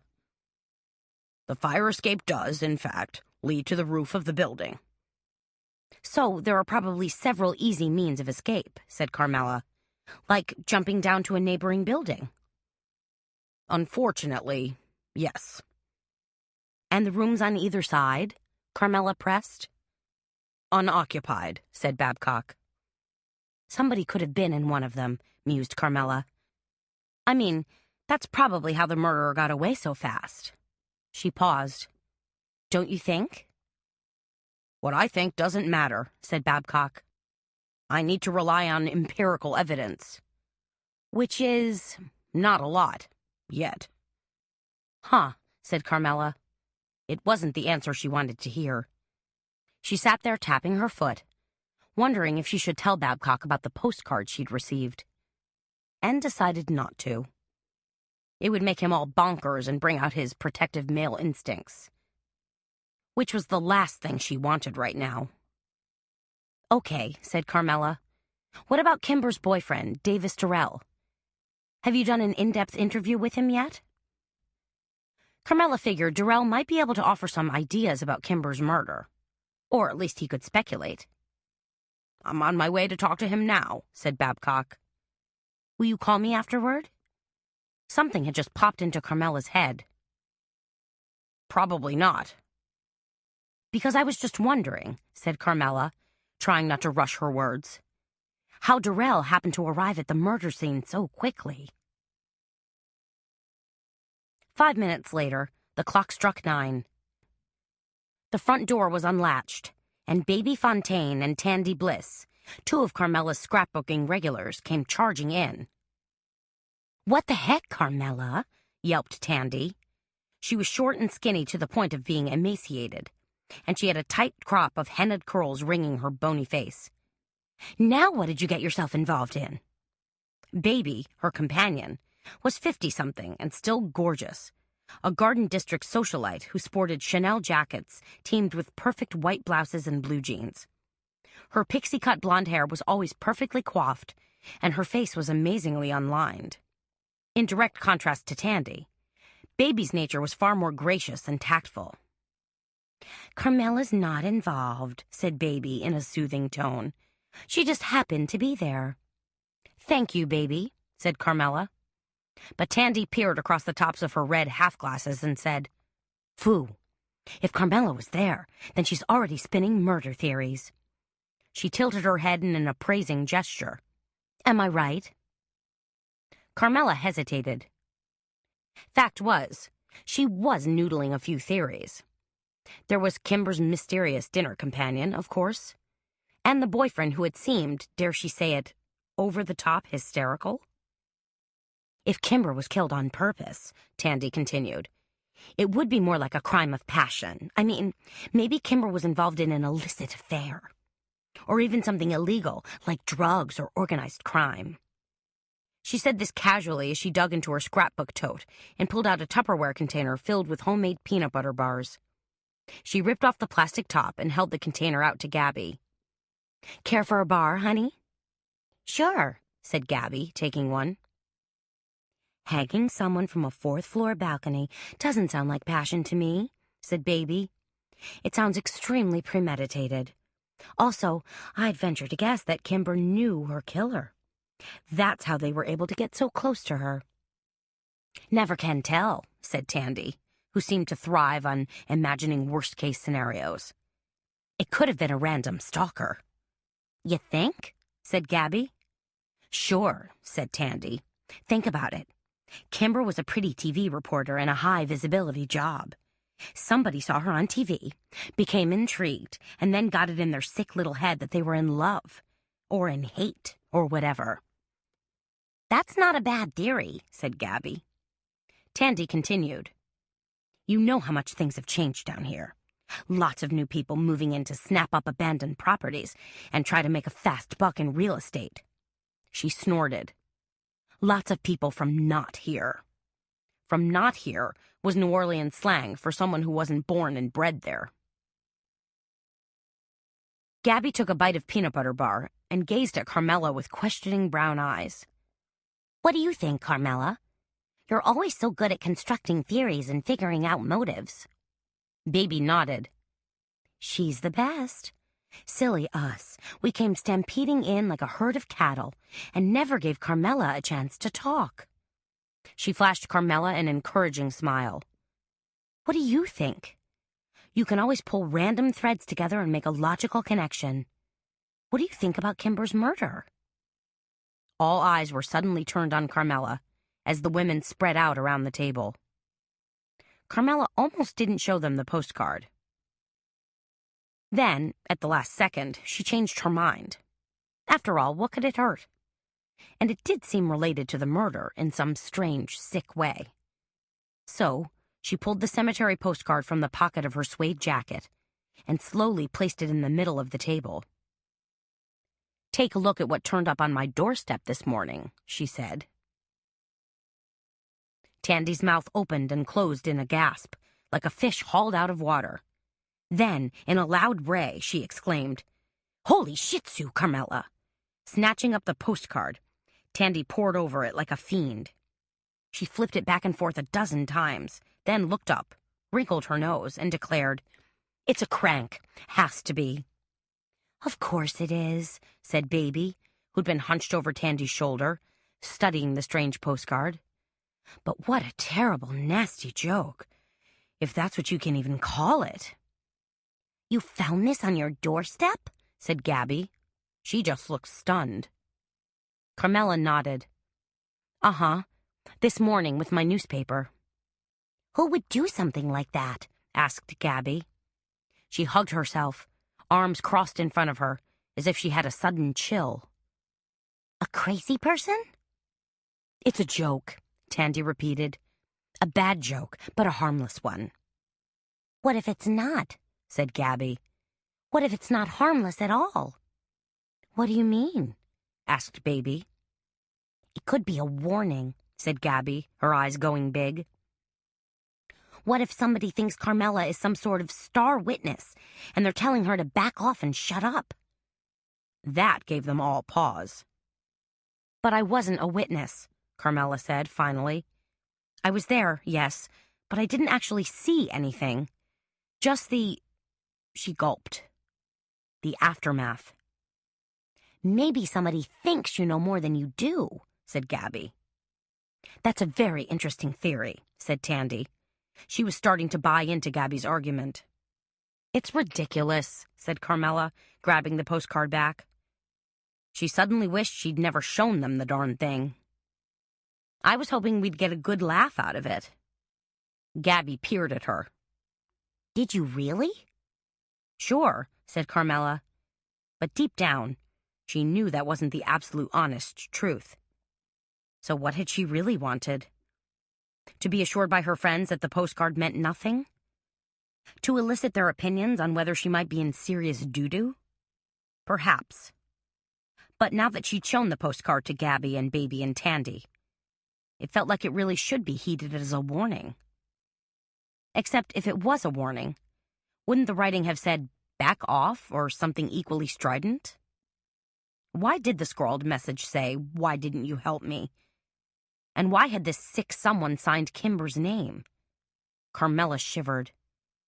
And for the first time, she felt an inexplicable creepy sensation, like someone had just walked across her grave. Did you tell Babcock about the postcard? Asked Gabby. No, I did not, said Carmela. And I don't want you to either. It's probably nothing, and he's got enough to worry about right now. Luckily, Baby stepped in to lighten the tension that hung in the air like sticky strands of Spanish moss.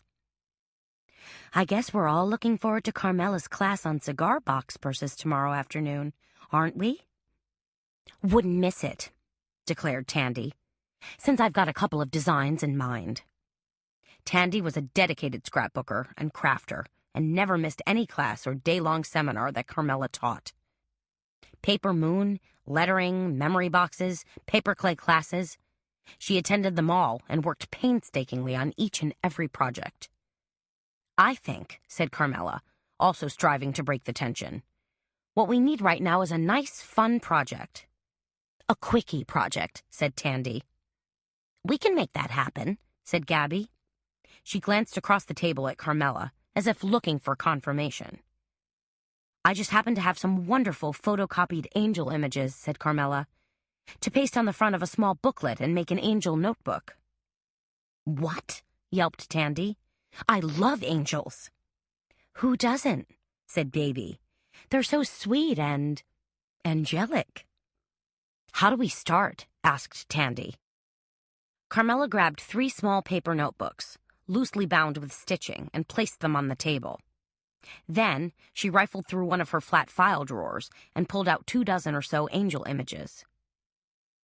First, you need to choose your angel, Carmela told them.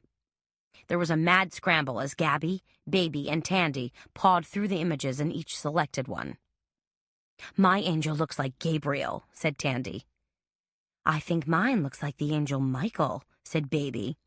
I think he's my favorite. He leads the Lord's armies against the devil. So what now? Asked Tandy. Take your angel image, said Carmela, and scout around the shop for some paper that picks up the same colors. Most of the angels are sort of ethereal looking, so I suggest you look at our pink and mauve mulberry papers, as well as our purple and gold lokta from Nepal. Then what? Said Baby. Add a little paint? Asked Gabby. Carmela nodded. Yes, but first you're going to cut your angel image into a circle, and back it with a slightly larger circle, using cardstock in gold or black to really make it pop. Once that's done, you want to select a little gold charm or embellishment to go at the top and bottom of your image. "We have some wonderful new floral embellishments," said Gabby. "Lilies and vases and vines." "Those would work perfectly," said Carmela. "Okay, so you glue mulberry paper onto your cover, add your circular angel image with charms, then do a little enhancing with paint." "Enhancing how?" asked Baby. "Drizzle on some strands of gold paint," said Carmela, "sort of Jackson Pollock style. Or use a sponge and just dab some paint on and smear it gently, so the effect is slightly cloud-like." "Love it," said Tandy. She was suddenly up and out of her chair, scouting for paper. "And we're off and running," grinned Carmela. "Aren't you going to make one too?" asked Baby. "I'm going to hide in my office and try to finish my own project," said Carmela. "What if we get stuck?" asked Baby. "Gabby will keep an eye out, or you can holler for me," said Carmela. She smiled at Baby. "Really, you'll be fine." 2 minutes later, tucked into her office at the back of the shop, Carmela turned on her computer and brought up an image of an ad layout she'd been working on. She was ready, finally and for sure, to put her Garden District home on the market. She knew Seamus would blow a gasket, to say nothing of his nasty big sister Glory, but the home was hers fair and square. It had been part of her divorce settlement, and now it was hers to do with as she wanted. Rip it down, turn it into a bawdy burlesque house, or sell it. Selling seemed like the best option. The layout she'd blocked out so far was good. Her headline said, "Garden District Greek Revival." And farther down the page, she'd put a short bulleted list of the home's features. Grand facade with double galleries, magnificent gardens, 8 bedrooms, 5 bathrooms, 2 parlors, white elephant. She smiled, then carefully deleted that last point. She really did want to sell the place, after all. She'd also left room in her layout for 3 good photos. 1 exterior shot for sure, and probably 2 interior shots. Carmela had already scheduled her ad to appear in the next issue of New Orleans Home. Now all she had to do was schedule a photo shoot. Her good friend Jekyll Hardy had already recommended a top-notch interior photographer, so that was settled. Now, if Jekyll would show up to help art direct the shoot, all would be right with the world. Grabbing her phone, Carmela punched in Jekyll's number. She listened for a couple of seconds, and then it went to voicemail. "Call me," she said, "about the shots of the house. Thanks. Oh, it's Carmela." She stretched an arm up and grabbed a sample cigar box purse off a shelf. The sides were covered in a peach-colored paper, then collaged with images of hearts, flowers, and butterflies. As a focal point, she'd glued an inexpensive cameo on one side. The bamboo handles had been painted with gold paint and wrapped with peach chiffon. She'd carried it once to a chamber orchestra concert, and at least a dozen people had asked where she'd bought it. So, a grand success. Carmela knew her customers were going to have a ball using their imaginations to make their own cigar box purses. The purses were a fun amalgamation of scrapping, collage, and graphic design. She thought about how to kick off her upcoming class, decided she pretty much had it figured out, then leaned back in her chair and let her mind wander. Back to the murder, of course, which got her wondering if there was anything worth seeing on the DVD that Raleigh so urgently wanted her to look at. And she thought about the man, Dusty or Duncan or whoever, that Kimber had eaten dinner with last evening. Might Kimber's assistant know who he was? Maybe. What was that assistant's name again? Zoe, Carmela murmured to herself. Her name was Zoe. Chapter 6. Carmela pushed her way through the double-glass doors into the lobby of KBEZ-TV. It was sleek, done mostly in white laminates and super contemporary in design, like the deck of the Starship Enterprise. In contrast, a slate-gray receptionist desk loomed like a 21st century Stonehenge. Hung on the wall behind the desk was an enormous piece of contemporary art. Done in moody blues and purples, the oil painting depicted two slavering dogs amid some sort of wreckage. To Carmela, it looked like two unlucky creatures who'd barely survived a nuclear holocaust.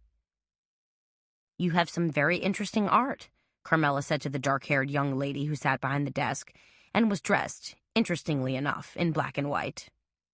"Who's the artist?" "Sullivan Finch," said the receptionist. "He's very hot right now. Art Now magazine hailed him as the new Damien Hirst." "What would you call a piece like that?" asked Carmela, gesturing to the dog painting. "Besides depressing." The receptionist assumed a serious look. "According to his brochure, Mr. Finch specializes in post-apocalyptic and dystopian subject matter." "Now there's a line of mumbo-jumbo." "No kidding," said Carmela. "And he's from here?" "He hails from Slidell, but he has a studio in the Faubourg Marigny." The Faubourg Marigny was an up-and-coming bohemian neighborhood filled with rehabbed buildings and directly adjacent to the French Quarter. In recent years, it had become a mecca for new restaurants, bars, and galleries. "Cool," said Carmela. She didn't know what else to say. The Finch painting was so dreary. The receptionist smiled, revealing a bit of coral lipstick on her teeth. "I have a brochure if you'd like. In fact, Mr. Finch has an upcoming opening." Carmela accepted the brochure out of pure politeness. "And whom may I buzz for you?" asked the receptionist. Raleigh," said Carmela. "He's expecting you?" asked the receptionist. "Should be," said Carmela. "I'm Carmela Bertrand. I did an interview last night with him and Zoe." "Oh my gosh," exclaimed the receptionist. "You were—" "I was there," said Carmela, "at the Hotel Tremaine." "Must have been awful," said the woman, giving a little shudder. "Trust me," said Carmela, "it wasn't good." The receptionist pushed a couple of buttons and spoke into her headset. "Carmela Bertrand to—" "Yes, all right." She looked up with a somber expression, as if she were having a difficult time processing Kimber's death. "Raleigh will be right out." 2 minutes later, Raleigh appeared in the lobby. He crooked an index finger and said, "Glad you can make it. Come on back." Carmela followed Raleigh down a white corridor hung with more strange paintings. They took a hard left, and she suddenly found herself in a dark room filled with an acre of consoles festooned with blipping lights and dials, and an overhead green screen. "This is your office?" Carmela asked. "This is where you put it all together?" "Editing suite," said Raleigh. "I don't have an office. Only the bigwigs have offices." "So where do you hang out?"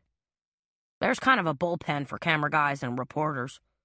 Think shared desks, burned coffee, and stale air." "I always figured this business was glamorous," said Carmela, realizing that TV, like so many other industries, existed behind a thin veneer of bewitchery. "So, you made a DVD?" Raleigh grabbed a silver disc and handed it to her. "Thanks." Carmela smiled warmly at him, since he looked like he was still in a blue funk. "I appreciate your doing this," said Raleigh. "I haven't done anything yet," said Carmela. Raleigh made a grimace. "I know lots of folks thought Kimber was a real pain, but we got along just fine." Carmela wanted to say, "That's because you were one of her minions and followed her every move with a camera, because you always made her look good." But she didn't say it. Raleigh was feeling bad enough. There was no reason to take a cheap shot and make matters worse. "I'm sorry for your loss," said Carmela. Raleigh seemed to be taking Kimber's death exceedingly hard. "Thanks. You coming to the funeral? I hear it's planned for Saturday." "Well, maybe," said Carmela. "It's going to be a big deal," said Raleigh. "Mr. Bannister is personally supervising all the details." Kind of him, said Carmela. Perhaps because he's afraid of a wrongful death lawsuit? Carmela turned to leave, then said, I'd like to have a quick word with Zoe. Do you know, is she here right now?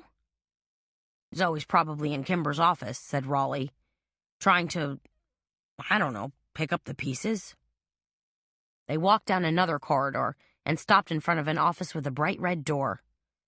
The plexiglass sign to the left of the door read Kimber Breeze. Raleigh gave a perfunctory knock and pushed the door open. Zoe was standing next to a credenza, sorting through a stack of papers. The office was spacious and open, with a large blonde-colored wooden desk, potted bamboo plants, colorful posters on the wall, and a bunch of photos that all prominently featured Kimber. Oh, hey, said Zoe when she recognized Carmela. What are you doing here? Carmela made a vague gesture. Just finishing up a spot of business. She turned to Raleigh and said, Thanks so much. I'll be sure to let you know. Raleigh gave a sad nod and loped back down the corridor. Got a minute? Carmela asked as she slipped into the office. Sure, said Zoe. You were meeting with Raleigh? I was, said Carmela, and that was all she was going to reveal. I suppose there's lots going on with the investigation, said Zoe. The girl looked bright, chipper, and ready to conquer the world. Carmela nodded. I'm afraid there is. You seemed like you were pretty close to that detective last night. Zoe tilted her head. The cute one who seemed to be in charge? Are you two dating? Zoe had a way of turning an impertinent question into chatty banter. Carmela figured that was probably the sign of a good reporter. Lieutenant Babcock, said Carmela. And we are dating, have been for a while. That's great, said Zoe. Because then you'll have an inside track on the investigation, won't you? She smiled and gestured toward a coffee pot that sat on a window ledge. Can I offer you a cup of coffee? Actually, said Carmela, I was wondering if I could ask you a couple of questions. Sure, said Zoe. She walked around Kimber's desk and settled into her chair. Do you know anyone named Dusty or Duncan? He would have been quite close to Kimber. Carmela slid into the chair across from her. Zoe peered at her. Are you sure you don't mean Jarrell, Kimber's boyfriend? No, said Carmela. I think there was someone else in Kimber's life who had a name similar to that. Someone she had dinner with last night, just before she went to the Hotel Tremaine. Zoe stared at her. Then her face clouded. Oh, man. What? Said Carmela, instantly on alert. Could it have been Dingus? Carmela frowned. Maybe. Why? Who's Dingus? He's her kid brother. Kimber has a brother? This was news to Carmela. Then again, she didn't know all that much about Kimber Breeze, other than the fact that Kimber had been mean-spirited and always seemed to be jostling for a news scoop. Well, I guess Dingus is just his nickname. His real name is Billy. He lives somewhere southwest of here. I think maybe near Terrio. Zoe lowered her voice. Nobody knows this, and Kimber kept it under extremely tight wraps. But she actually came from very humble beginnings. I'm guessing now, but I think she grew up dirt poor, even though she always puts on airs like crazy. So, how do you know about her brother? Through bits and snatches of stuff I picked up over the last couple of years. Plus, he called here a few days ago. I didn't hear the whole conversation because Kimber was forever shooing me away. But from the way things sounded, I think he was asking her for money. Really? Said Carmela. This was a new development. A ne'er-do-well brother asking his wildly successful sister to float a loan? From what I could gather, said Zoe, Kimber's brother was fairly desperate. He was afraid his farm might be foreclosed on. Do you know, said Carmela, did Kimber help him? Zoe shrugged.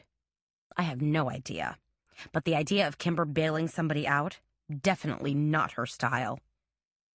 Even her own brother? Zoe shrugged.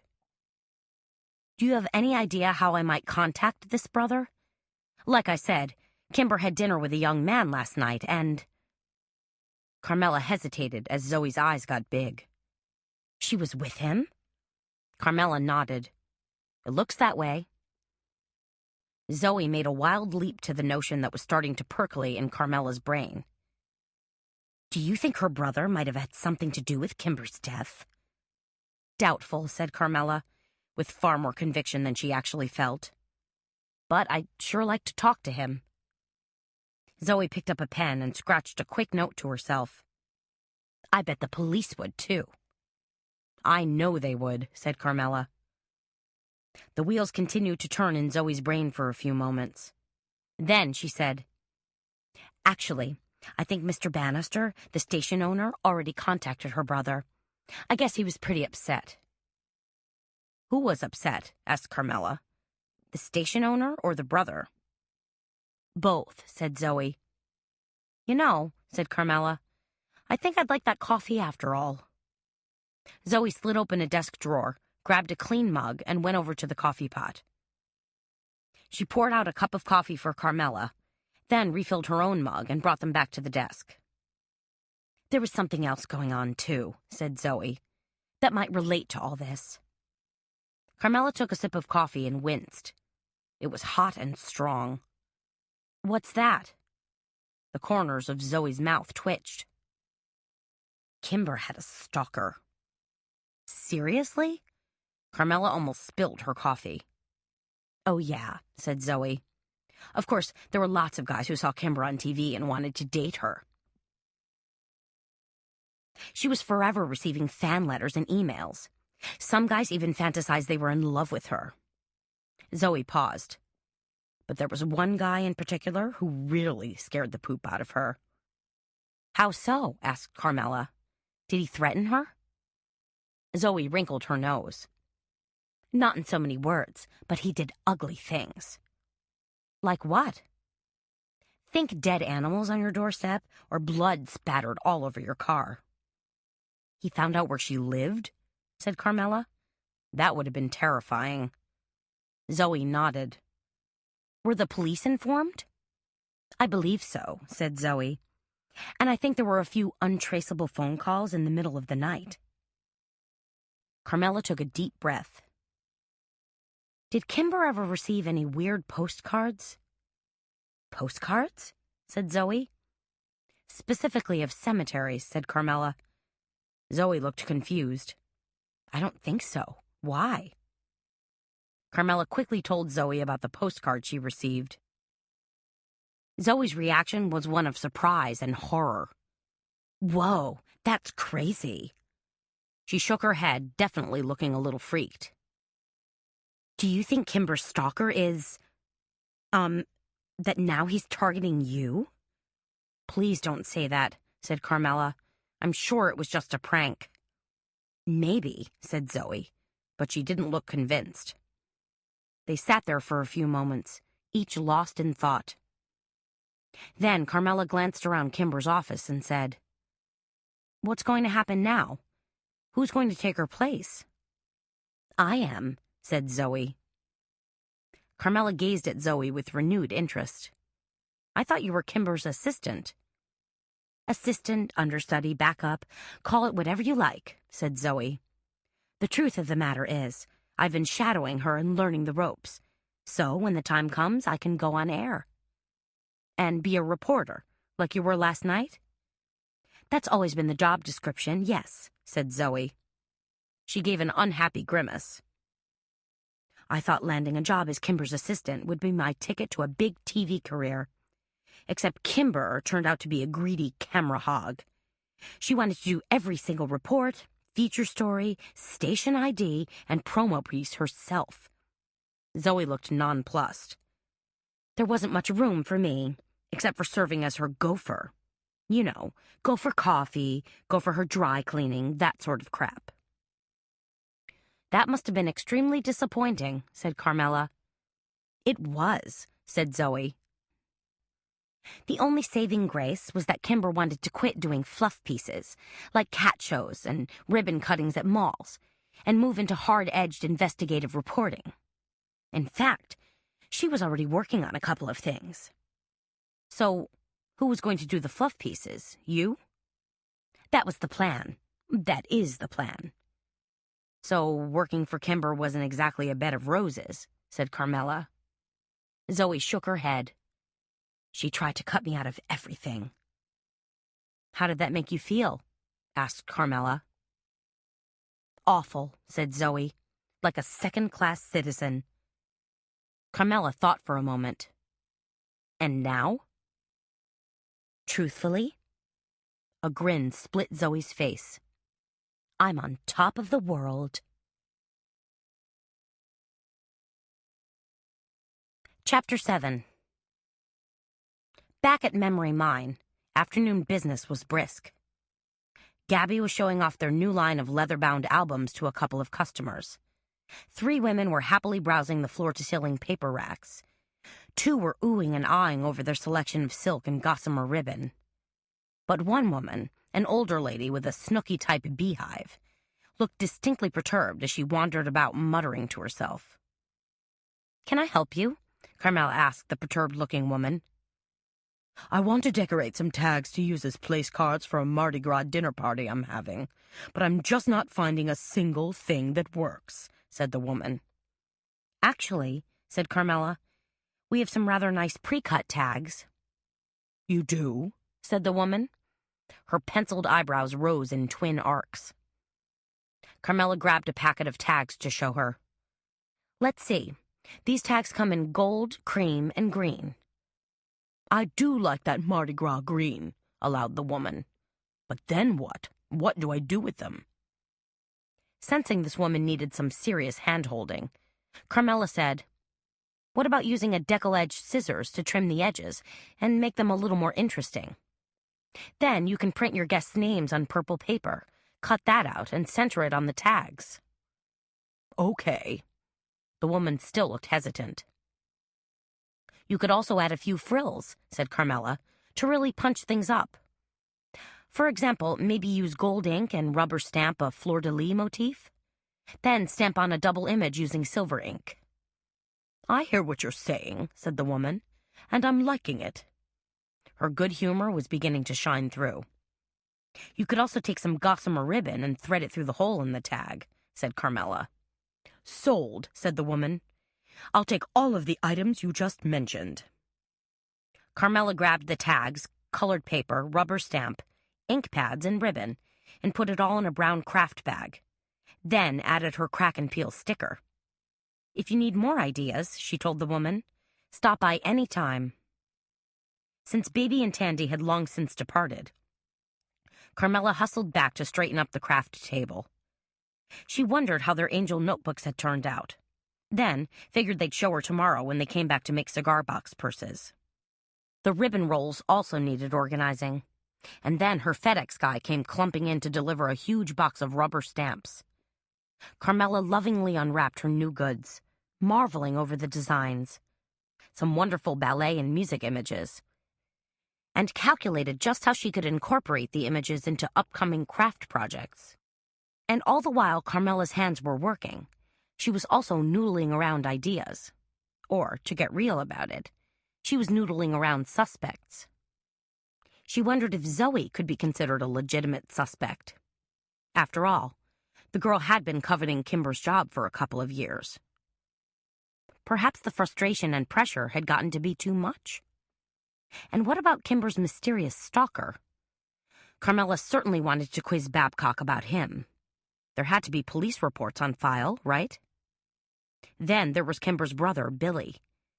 Where exactly did he figure in all of this? Had Kimber lent him money, or had she turned him down cold? If she turned him down, and the brother had been angry and upset, had he hung around? Or did he hot-foot it back to... Where was he from? Somewhere out near Terrio. And what about Davis Durrell? Was he a suspect, or just a sad bystander?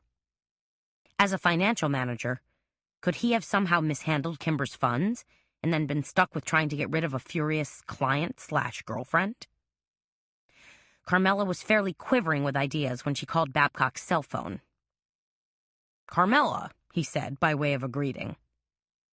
Hey, she said, trying to be upbeat and cheery without sounding wheedling. I'm just checking in. You're calling because I interviewed Darrell this morning, said Babcock. He was no fool. He had her number for sure. Well, yes, I wondered how that went. Darrell seemed subdued, emotionally exhausted. Pretty much what you'd expect. Not upset? Asked Carmela. I'd say he was that, too. Did Darrell offer any ideas? Nothing in particular, said Babcock. He talked about Kimber being a high-profile celebrity, which he thought placed an inevitable target on her back. Kimber was a celebrity? Carmela found that moniker a little preposterous. Babcock heard the skepticism in her voice. A minor celebrity, okay? Carmela thought back to her conversation with Zoe and decided to mention the stalker.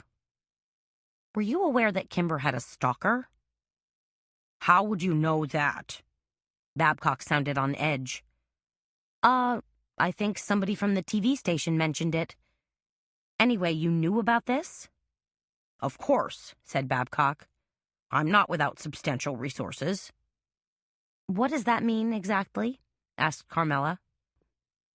It means I walked down the hall and asked someone in records if there were any arrests or reports concerning Kimber Breeze. And that's when the stalker thing came up? Yes, obviously. Well, nothing, said Babcock. The last stalker report was something like 18 months ago. There hasn't been an incident since. Carmela thought about that. I wonder why not. Could be anything, said Babcock, sounding unconcerned. The stalker might be obsessed with someone else. He might have conquered his compulsivity with medication, or he could even be incarcerated. Geez, said Carmela. Everything you just mentioned, it all sounds very creepy. The nature of police work, said Babcock, is to deal with unsettling people and situations. You realize, my dear, a homicide investigation isn't about exciting car chases, flashing lights, TV interviews, and receiving the thanks of a grateful city. I know that, said Carmela. It's just... She stopped mid-sentence. Do you know, was Darrell's relationship with Kimber purely girlfriend-boyfriend? Or did he manage her money, too? I asked him about that, said Babcock. He said they were a couple only. So, she wasn't his client? Not unless he's lying. And I have no reason to believe that he is. What about Kimber's brother? Said Carmela. Billy... LaForge, said Babcock. Billy LaForge. Have you found out anything about him? Gallant drove out to his farm this morning, but the brother wasn't at home. When Gallant spoke with a neighbor, a guy who worked as a kind of occasional hired hand, the man said he hadn't seen Billy for a few days. You think the brother's on the run? No, because I know Ed Bannister at KBEZ talked to him about funeral arrangements. We just haven't connected yet, but we will. Carmela digested all that Babcock had told her. It seemed like the investigation was going nowhere fast. Okay, she said. What about Zoe, that young TV reporter you talked to last night? Now Babcock sounded tired. What about her? She's been waiting in the wings for a long time. Waiting for what? Asked Babcock. Do we have a bad connection? Asked Carmela. Or are you just being obtuse? Excuse me? Zoe Carmichael's been waiting to step into Kimber's job, Carmela said in a rush. Waiting to jump into her 4-inch stilettos and leap onto the TV screen. Zoe's been counting the hours. How would you know that? Asked Babcock. Because I just talked to her. Carmela, you are meddling. Carmela played dumb. Can I help it if I just find things out? You're going above and beyond just finding things out. You're on the hunt. And it's exciting. She was bursting to say that, but didn't. Instead, Carmela said, Apologies, I'll pull back. I promise. Why do I not believe you? Said Babcock. as the connection went dead. Carmela spun her chair around in a lazy circle, thinking about Kimber's murder and her list of sort of suspects, and wondered who she could talk to next. The person I really want to talk to is Darrell, but that's not going to happen. She spun around again, catching quick images of a Jasper Johns print, the Eiffel Tower, ballet dancers, and old maps that were tacked on her office wall. All there to hopefully inspire a megawatt brainstorm. Why can't I talk to Darrell? Because I would need a very good excuse or reason. Carmela was enjoying this little conversation with herself. So make one up. 2 minutes later, Carmela had an appointment with Davis Darrell for first thing tomorrow morning. She told his secretary, a nice, older-sounding woman named Mavis, that she wanted to drop by for a couple of minutes to personally offer her condolences. Mavis, trusting soul, had bought it. Happy now, Carmela sauntered out into her shop. "Need some help?" she asked Gabby, who was standing at the cash register ringing up a customer. Gabby shook her head. All seemed under control. In fact, they were edging toward closing time. So there probably wouldn't be... Another customer? The front door opened, and a waft of cool air whooshed in, shepherding in a tall man in a long, dark coat. He was lantern-jawed, with a long, horsey face and piercing eyes that peered out from beneath bushy gray eyebrows. The man glanced around with what felt like a hint of merriment, spotted Carmela staring at him, and immediately stuck out a bony hand. "Marcus Joubert," he said, smiling and revealing large, almost pointed teeth. "Your new neighbor." "Oh my gosh," said Carmela, shaking off a strange feeling of unease and stepping forward to shake his hand. "You opened the new shop next door. You're the proprietor of..." "Oddities," said Joubert. "It's nice to finally meet you," said Carmela. "I'm sorry I haven't been over to formally welcome you to the neighborhood. It's been so crazy here, and Joubert flapped a hand to dispel her concern. "Don't be silly. Of course you're busy. It's Mardi Gras." He gave a wolfish grin. "But I think when you find time to visit, you'll find I've orchestrated a rather unusual shop." "I've heard rumbles to that effect," said Carmela, "hence the name Oddities." Joubert nodded. "But I understand, Miss Bertrand, that you sometimes deal in strange things, too." Carmela wasn't following him. "Excuse me?" "This morning's Times-Picayune said you witnessed a rather gruesome murder." Joubert seemed to take a strange satisfaction in mentioning Kimber's murder. Carmela thought it a little odd, but reminded herself there were lots of crime groupies. Babcock had told her all about it. There were people who were forensics freaks as well as cop wannabes who followed all the action on police scanners and radios. "I wasn't really a witness," she told him. "I was just sort of there, along with quite a few other people." "Still," said Joubert, "the French Quarter has a well-deserved reputation for strange goings-on. Where else does one find voodoo shops, strip clubs, absinthe bars, haunted hotels, and shops filled with priceless antiques nestled shoulder to shoulder?" "Point well taken," said Carmela. "I guess we're just a patchwork of craziness." Joubert reached into his coat pocket and pulled out a small black envelope. "An invitation to my open house," he told her. "This Saturday evening." "Thank you," said Carmela, accepting the envelope. Joubert gave a thin smile, then lifted his hat and tipped it at Carmela. "I'd love it if you could come." He glanced over at Gabby. "You too, ma'am." "We'll certainly try," said Carmela, following him to the door and then waving goodbye. When the door had closed behind him, Gabby said in a low voice, "He makes me nervous." "Seriously?" said Carmela, even though she'd felt a little tickled, too. "I think he's just an odd duck who forgot to mail his invitations." "Have you seen what's on display in his front window?" "I haven't really had time to look," Carmela admitted. "Well, when you do," said Gabby, I'd love to hear your reaction. Carmela spent 10 more minutes straightening up memory mine. Then she turned off her computer, latched the back door, and bid goodnight to Gabby, who waved a hurried goodbye as she slipped out the front door. Alone now, Carmela moved to the front counter, enjoying the peace and quiet that came with the close of the day. Grabbing a pen, she quickly scrawled out a grocery list. Ava was coming over for dinner tonight, and she wanted to fix a nice pot of shrimp and tomato stew. And if she could find fresh pecans at Mason's Market, she might even whip up a tin of her strawberry pecan biscuits. And what else?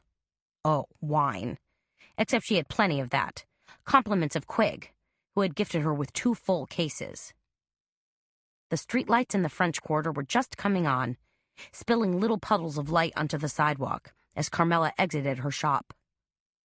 Across the street, Glissant's Courtyard restaurant looked cozy and enticing, with small white lights twinkling in the palmetto trees that fronted the restaurant.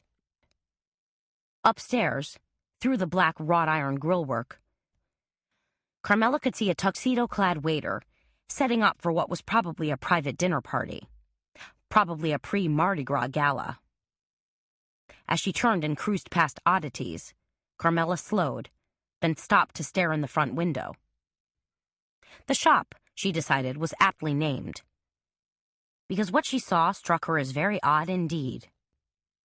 There was a strange arrangement that featured a stuffed capuchin monkey, antique medical devices of indeterminate usage, old black and white photos of conjoined twins, an apparatus that looked suspiciously like a thumbscrew, and any number of bleached white animal skulls and bones.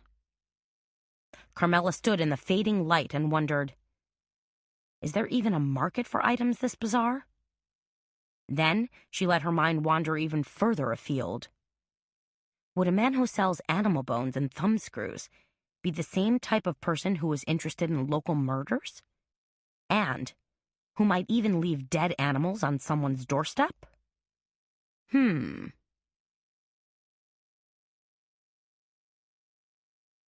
Chapter 8. Shrimp, tomatoes, brown sugar, and cream bubbled enticingly in a large pot, and a tin of muffins baked in Carmela's oven, all exuding rich smells and promises. Carmela pulled dishes from her cupboard, while Ava lounged at the dining room table, firmly ensconced with a glass of wine. Boo and Pooh-Bah lay at her feet, seemingly fascinated with their dear Aunt Ava. "When are you going to get these saggy-bottom chairs recaned, Cher?" Ava asked. "I feel like I'm getting pulled down into a sinkhole." "I know," said Carmela. "I never seem to get around to that." She had picked up a wonderful pecan dining room set in the scratch-and-dent room of a Royal Street antique shop. Only problem was, the chair seats sagged like old army hammocks. Probably, she decided, the end result of all the rich étouffée, soft-shell crab, stuffed artichokes, and other New Orleans butter and cream-rich delicacies that had been consumed by the chair's previous owners. "Still," said Ava, "I gotta hand it to you. Your apartment looks fantastic." Carmela's one-bedroom garden apartment was a tour de force. Posh and elegant from dozens of forays through French Quarter antique shops, the living room was furnished with a brocade fainting couch, marble coffee table, and squishy leather chaise with ottoman. An ornate gilded mirror hung on one wall, while lengths of handmade wrought iron that had once graced an antebellum mansion hung on the opposite red brick wall. The wrought iron made a perfect shelf for her bronze dog statues and collection of antique children's books. "Is that painting new?" asked Ava. She pointed to a moody oil painting of a red brick Creole cottage. "Got it last week," said Carmela, "at Dulcimer Antiques." "You do have impeccable taste," said Ava. "Which you always call white bread Republican." Carmela laughed as she ladled her stew into yellow fiesta-ware bowls. "It's just that your style's decidedly classic," said Ava. "What with all the Aubusson carpets, oil paintings, and antique stuff, while my personal preference veers toward fringe, feathers, and frou-frou." Ava's apartment over Juju Voodoo always looked like a novelty shop had exploded. The walls were painted a lush peach, her window trim edged with gilt paint, and her chairs and sofas covered with furry leopard and zebra throws. Her lampshades were trimmed with feathers, and her idea of artwork included leftover voodoo masks from her shop. The effect was basically Marilyn Monroe meets Marilyn Manson. Carmela carried their bowls to the table and set them on woven rattan placemats she'd laid out earlier. I'll tell you, I felt like an oldie but goodie this afternoon when I talked to that reporter Zoe. She's like 24 years old, but she's got the business savvy of someone who's 44. She seemed like a real go-getter, said Ava. She spooned up a helping of shrimp and tomato stew and blew softly on it. She's a Sharpie, said Carmela. Talking to her was like watching an updated version of that old black and white movie All About Eve. Heard of it, said Ava, but never seen it. Oh, you'd like it, said Carmela. Betty Davis plays an aging Broadway star, while her mousy little assistant, played by Ann Baxter, plots to take over her life and starring roles. And then it actually happens. The mousy little girl elbows Betty Davis into oblivion and ends up a big star. Huh, said Ava. That does sound kind of creepy. She swallowed another spoonful of stew and said, Dang, this is good, and just the right amount of garlic. What really gave me goosebumps, Carmela continued, was the look on Zoe's face when she talked about being on top of the world, now that Kimber was gone and she was going to take her place. Ava glanced up sharply. You think Zoe might have wanted Kimber out of the way? I know she did, said Carmela. It was her heart's desire. Yeah, but did Zoe literally push Kimber out of the way? Said Ava, like off that balcony. With a cord wound around her neck, said Carmela. Can't forget the cord, agreed Ava. Carmela hesitated. I hate to point a finger at Zoe, because there isn't a single shred of evidence. On the other hand, the girl certainly had motive. Still, said Ava, she's just a kid.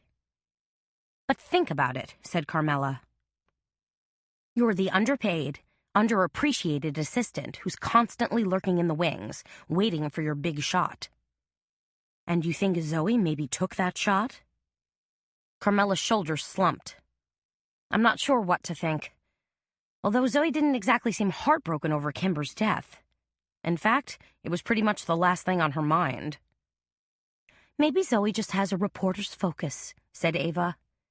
I think they have to train themselves to block out emotions. She grinned.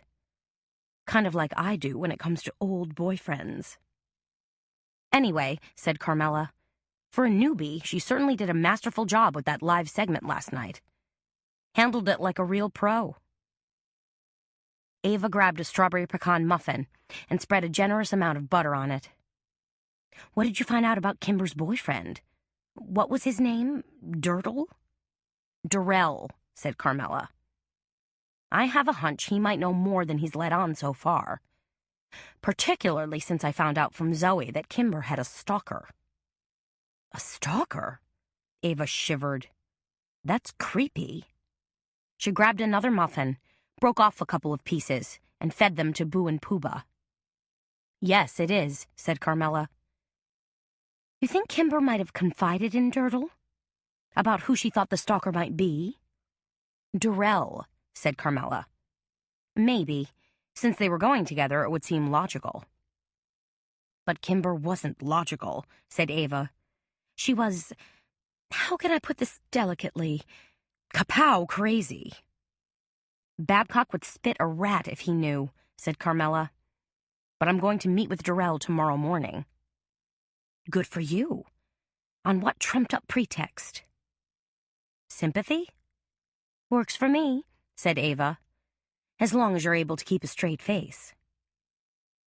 Carmela poured out another 2 fingers of wine for each of them.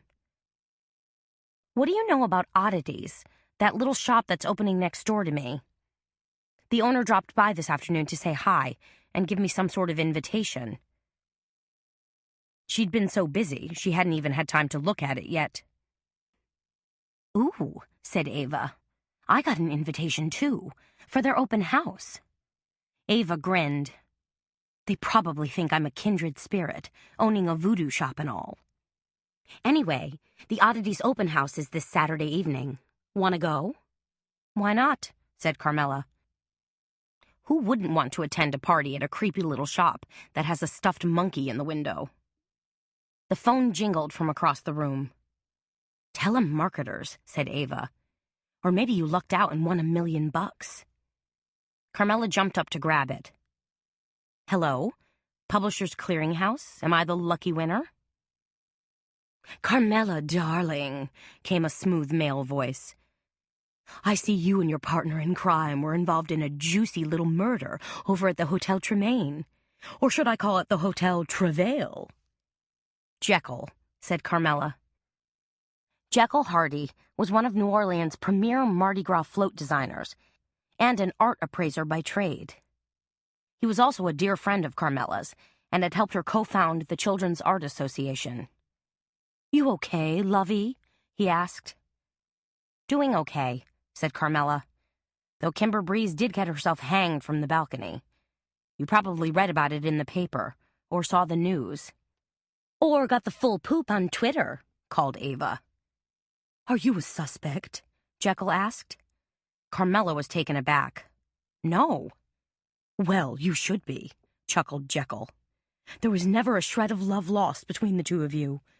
Whenever you and Kimber were in the same vicinity, you acted like a couple of hissing wombats. You forget I'm not the murdering type, said Carmela. I'm a pussycat. She is, Ava yelled at the phone. You're the wacko in the group. Tell Ava she's the light of my life, said Jekyll. Carmela dropped the phone. Jekyll says you're a crazy biatch. Ava flapped a hand. Yeah. So, I got your message, said Jekyll. And the photographer is available Saturday morning. Shall I go ahead and set it up? Carmela thought for a minute. Kimber's funeral was also scheduled for Saturday morning.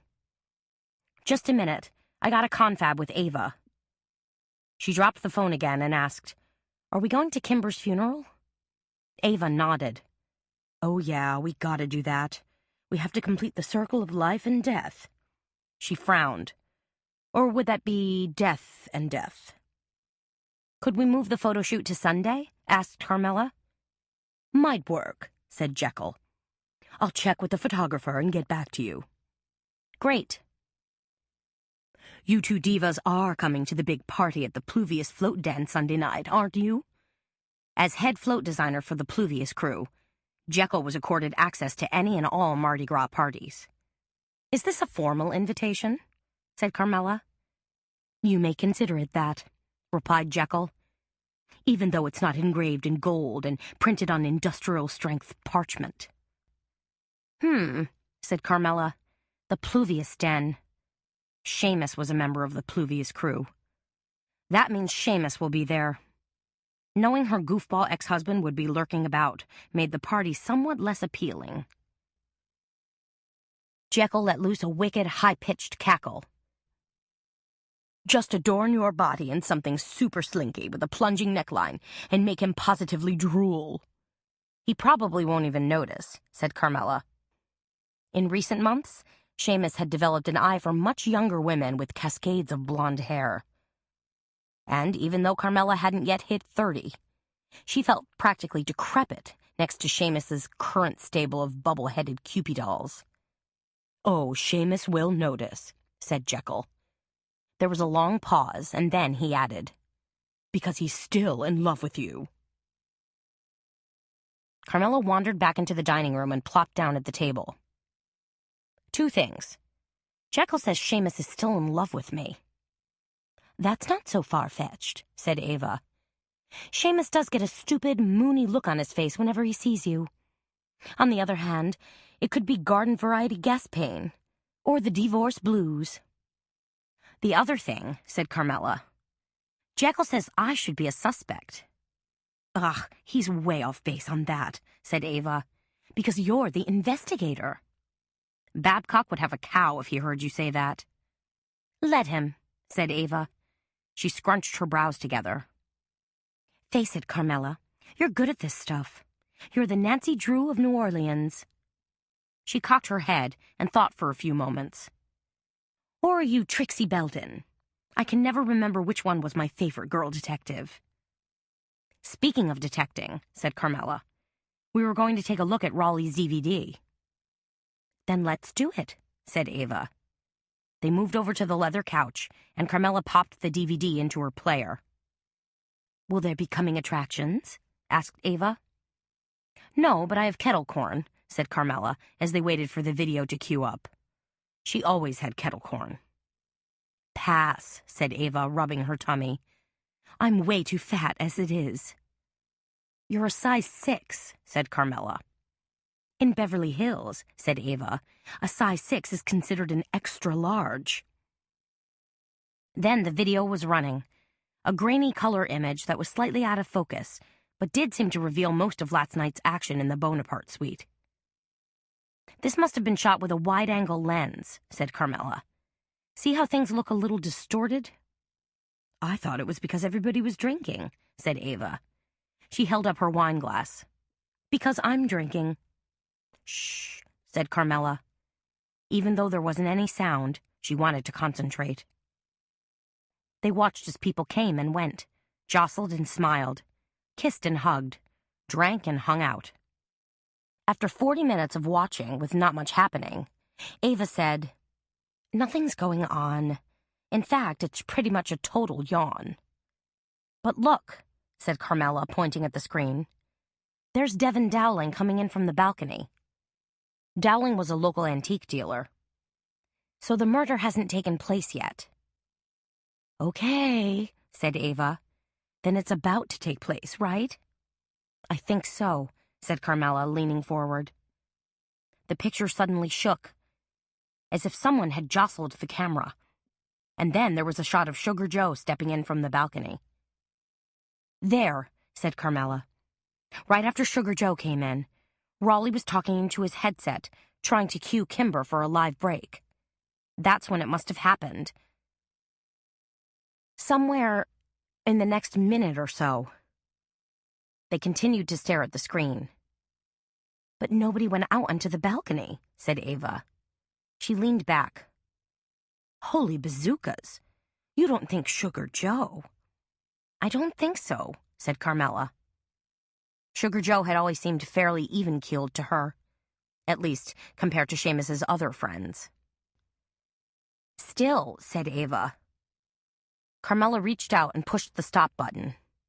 She rewound for a couple of seconds and hit play. What? Said Ava. Did you see something I didn't? Watch the upper left-hand corner of the screen, said Carmela. You see that man dressed in a white clown costume? Okay, said Ava. You see where he's standing? He's right near the entrance to the balcony. And then, after those two vampires go by, he's not there anymore. Ava stared harder. Uh-huh. It's just possible, said Carmela. That guy could be the killer. Ava looked shocked. You're telling me the goofball clown did it? Carmela sat back. I don't know. It all happened so fast. They replayed it again. Then Carmela put it on slow-mo. The clown is standing there, and then he's not, said Carmela. That has to mean something. Maybe it means he stepped out to take a whiz, said Ava. At any rate, said Carmela, it would be interesting to know who was wearing a white clown costume last night. Send in the clowns, said Ava, taking another sip of wine.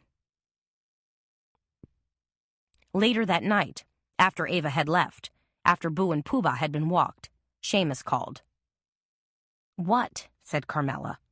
She'd brushed her teeth and was tired and ready for a good night's sleep. Now Seamus's unwelcome hysteria had suddenly invaded her quiet space. It's about the murder last night, said Seamus. First I find out that Sugar Joe, my best friend in the entire world, is the suspect. Then I find out you were actually there. Carmela yawned. Tell me about it. This is a crazy town, he screeched. Of course it is, said Carmela, taking a deep breath and trying to remain calm. And now, if you don't mind, I'm going to turn out the light and... You've got to help make this right, implored Seamus. Talk to that Dudley do-right boyfriend of yours and tell him he's looking at the wrong guy. I can't do that. Sure you can, said Seamus. Just tell him. Just vouch for old Sugar Joe.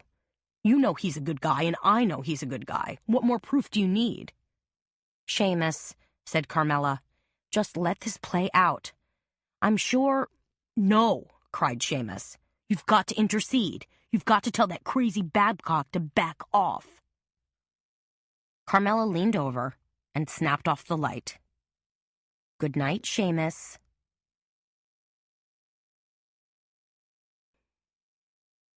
Chapter 9. Friday morning dawned cool and crisp. Shards of gray clouds hovered above the lazy curl of Mississippi River, but didn't look particularly substantive. A gentle breeze, a pop of sun, and they'd be gone, swooshed away in a moment, which meant another great Mardi Gras day.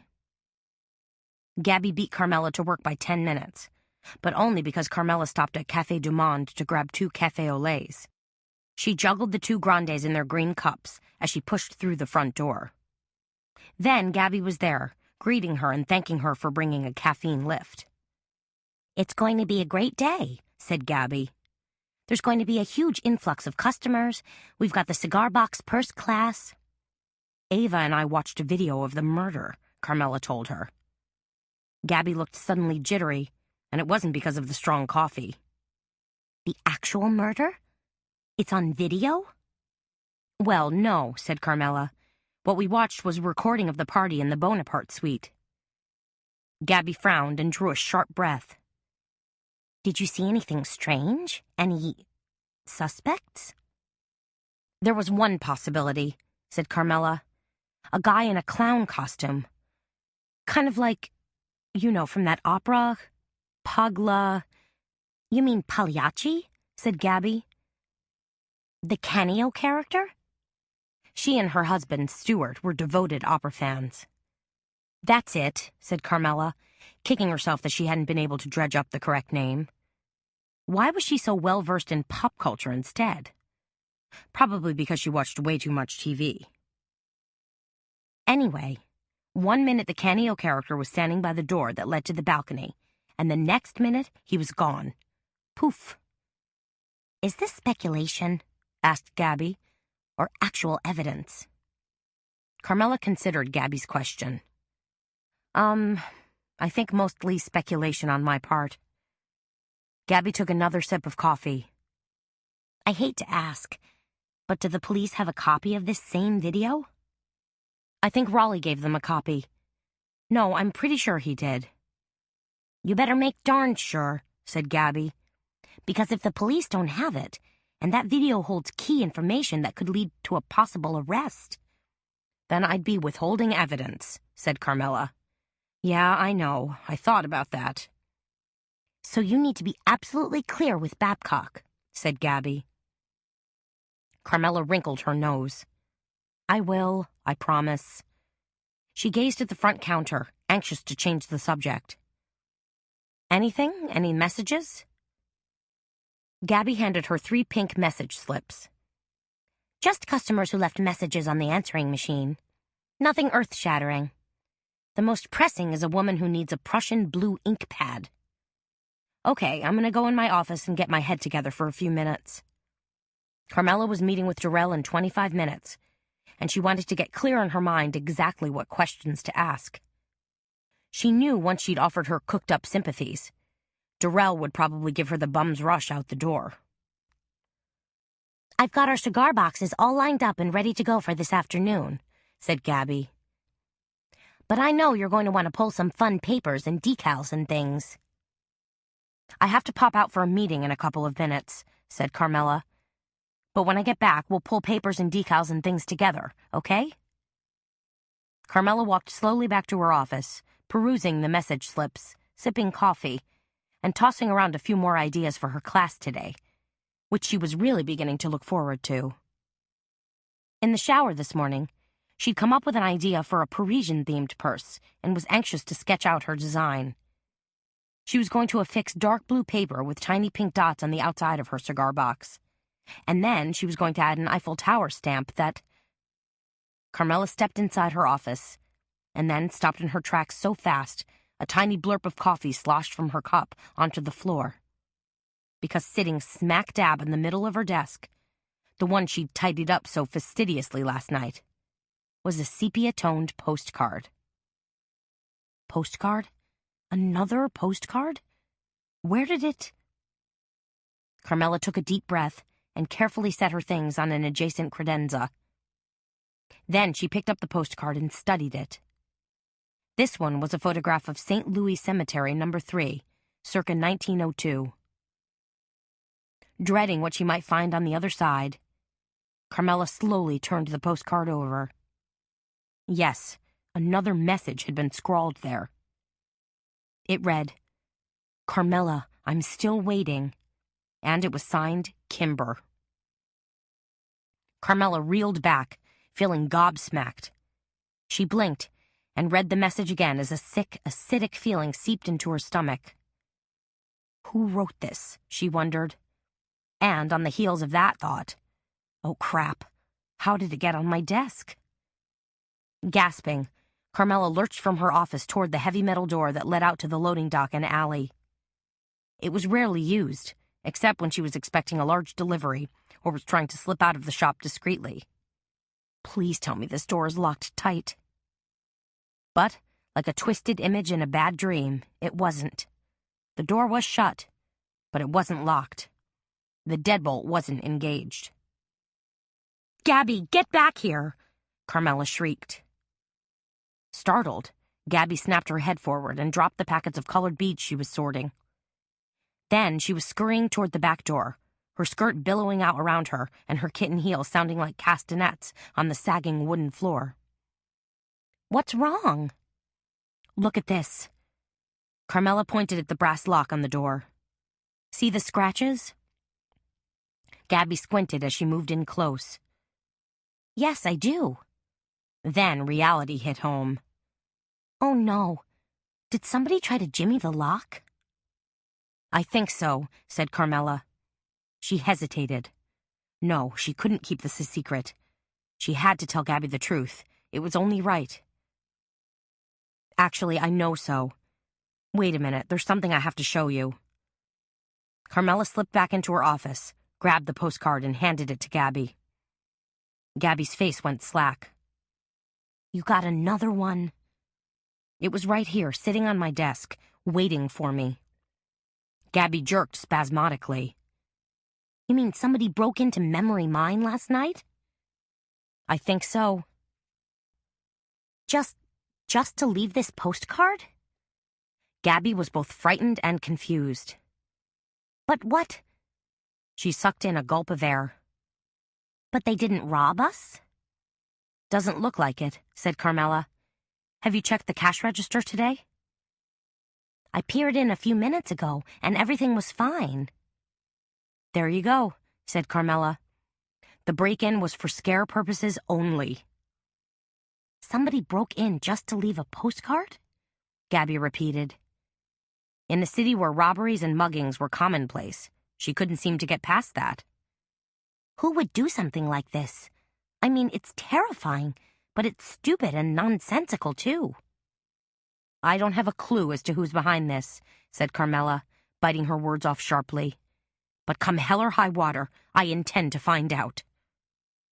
But Gabby was suddenly thinking more rationally. "You have to call Babcock." Carmela balked. "I really don't want to do that." "We're talking about breaking and entering," Gabby pointed out. "I think that's technically a felony.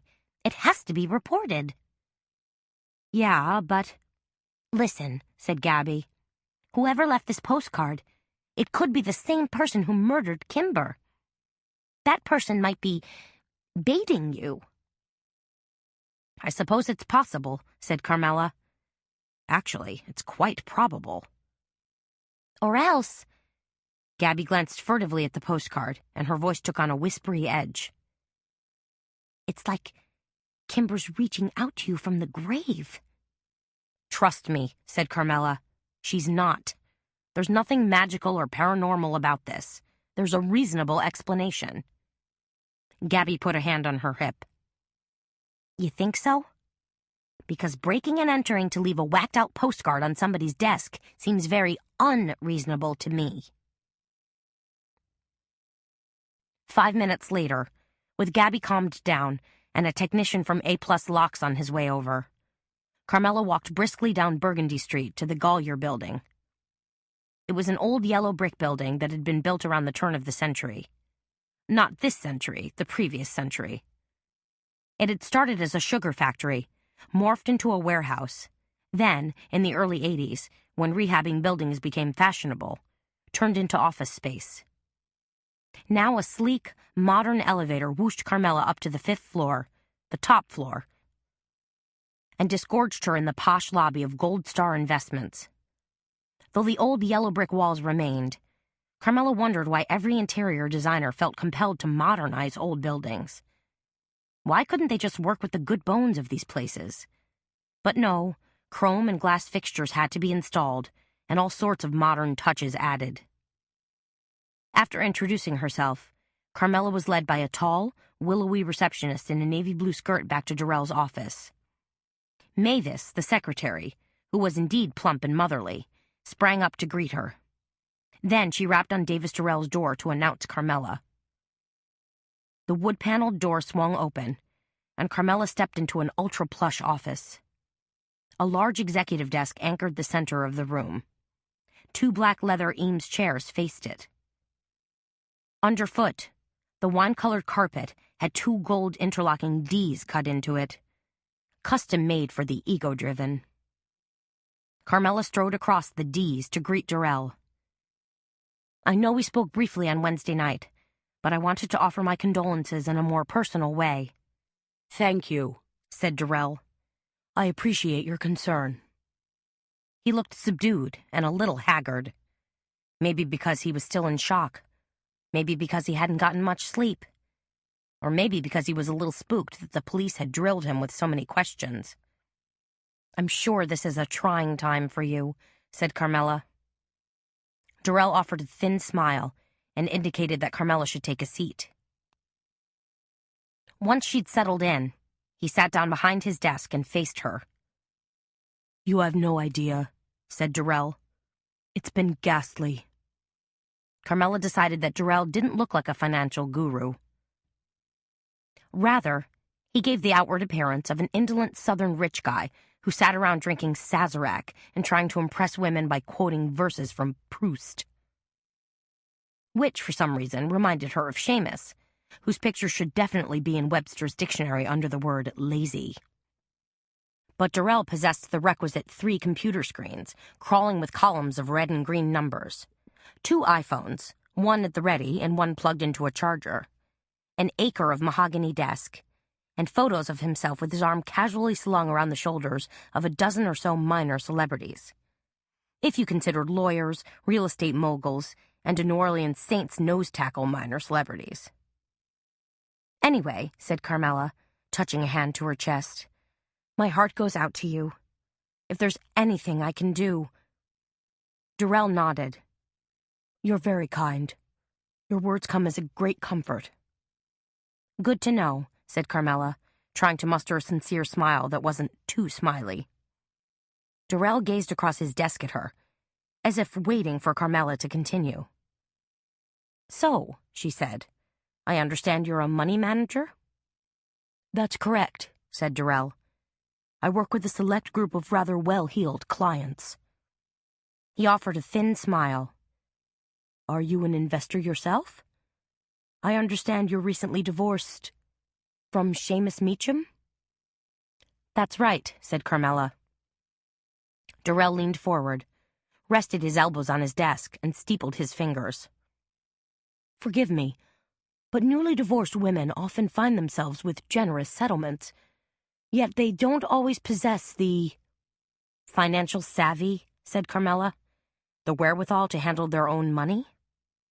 Warning bells were suddenly clanging in her head. Granted, she'd come here under false pretenses. But now Durrell had suddenly spun the tables on her and was giving her a soft-sell pitch. Durrell gave a helpless shrug, as if acknowledging the fact that not all women were financial geniuses. I'm managing just fine, Carmela said, deciding the man was pretty much pond scum. In fact, I very much enjoy business. Do you now?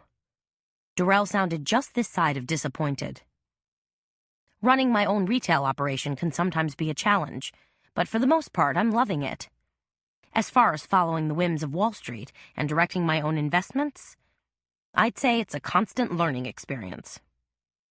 I'm sure Seamus must have been a great help, said Durrell. You know what? Said Carmela. Seamus was no help at all. His family may own Crescent City Bank, but Seamus doesn't exactly have a degree in high finance from Wharton. Fact was, Seamus could barely balance his own checkbook and had made it through Tulane by the seat of his pants and lots of help from his frat rat buddies. Oh dear, said Durrell, feigning interest. It sounds like you and Seamus have a somewhat hostile relationship. Not really, said Carmela. Now that we're out of each other's hair, we get along better than ever. Yeah, right. Sure we do. Durrell let loose a throaty chuckle. Relationships. Which gave Carmela the conversational entree she'd been hoping for. How long had you and Kimber been dating? She asked. Durrell leaned back in his chair as if he had to think about that. Oh, maybe 6 months. I take it you were planning to get married? Durrell gave a far-off smile. We talked about it. So, yes, I suppose our relationship would have eventually progressed to that point. To Carmela, his answer sounded more like lawyer speak than the words of a lover. On the other hand, neither of them seemed like till-death-do-us-part commitment types. But how did she know what true feelings were hidden deep within someone's heart? Do you know how the police investigation is going? Asked Carmela. Progressing, I'm told. But such strange circumstances, said Carmela. She decided it was time to lob a hardball question at Durrell. Can you think of any reason why someone would have targeted Kimber? No idea, said Durrell. Although my own theory is that someone had her in their sights because she was such a big deal here. You think? Absolutely, said Durrell. She had men swooning over her and women wanting to look like her. As you know, Kimber was extremely high profile. She was constantly being invited to walk in fashion shows, judge talent contests, and offer her personal opinion on just about everything. She was a big fish in a small pond, said Carmela. She wondered if that was the reason Durrell had dated Kimber. Had it given him access to people with money? Or had the two of them enjoyed a genuine relationship? She is greatly missed, said Durrell. He composed his face into a sad expression, though Carmela thought he looked slightly more watchful than sad. What about the investigative reporting Kimber was doing for the station? Asked Carmela. Do you think she could have uncovered something that led her to being targeted? In other words, had she poked her nose into a hornet's nest and gotten stung? A flicker of surprise showed on Durrell's face, as if Carmela had caught him off guard. Kimber liked to throw herself into every project 150%. But as far as this investigative reporting, Carmela continued, do you know what she was working on? Durrell reached out, touched his index finger to a fat Mont Blanc pen that sat on his desk, and carefully aligned it with a red leather notebook. No idea. Chapter 10. Juju Voodoo boasted a high-gloss red front door where fat, bouncy black letters spelled out Juju Voodoo. A multi-paned front window held a neon sign that glowed bright red and cool blue, illustrating an open palm with its basic head, heart, and lifelines. A wooden shake roof, slightly reminiscent of a Hansel and Gretel cottage, dipped down in front. Ava? Carmela called, as she pushed her way into the dark interior, and was immediately greeted by flickering red votive candles and the fragrant aromas of sandalwood and patchouli oil. Juju Voodoo was, of course, the premier voodoo shop in New Orleans. If you had your heart set on a life-size, death-size, jangling skeleton, Ava could hook you up. Same went for voodoo dolls, evil eye necklaces, love charms wrapped in netting and lace, saint candles, incense, shrunken heads, and necklaces hung with carved teeth and bones. Inventory was key here, and Ava prided herself on having the perfect juju magic for whatever ailed you. Of course, most of the love charms were really herbs and spices, and the rest were fun tourist souvenirs. But Ava did a land office business and even offered a reading room in back where, should you wish to commune with spirits from the great beyond, you could enjoy a tarot card reading, the I Ching, an astrology chart, or any other popular form of divination.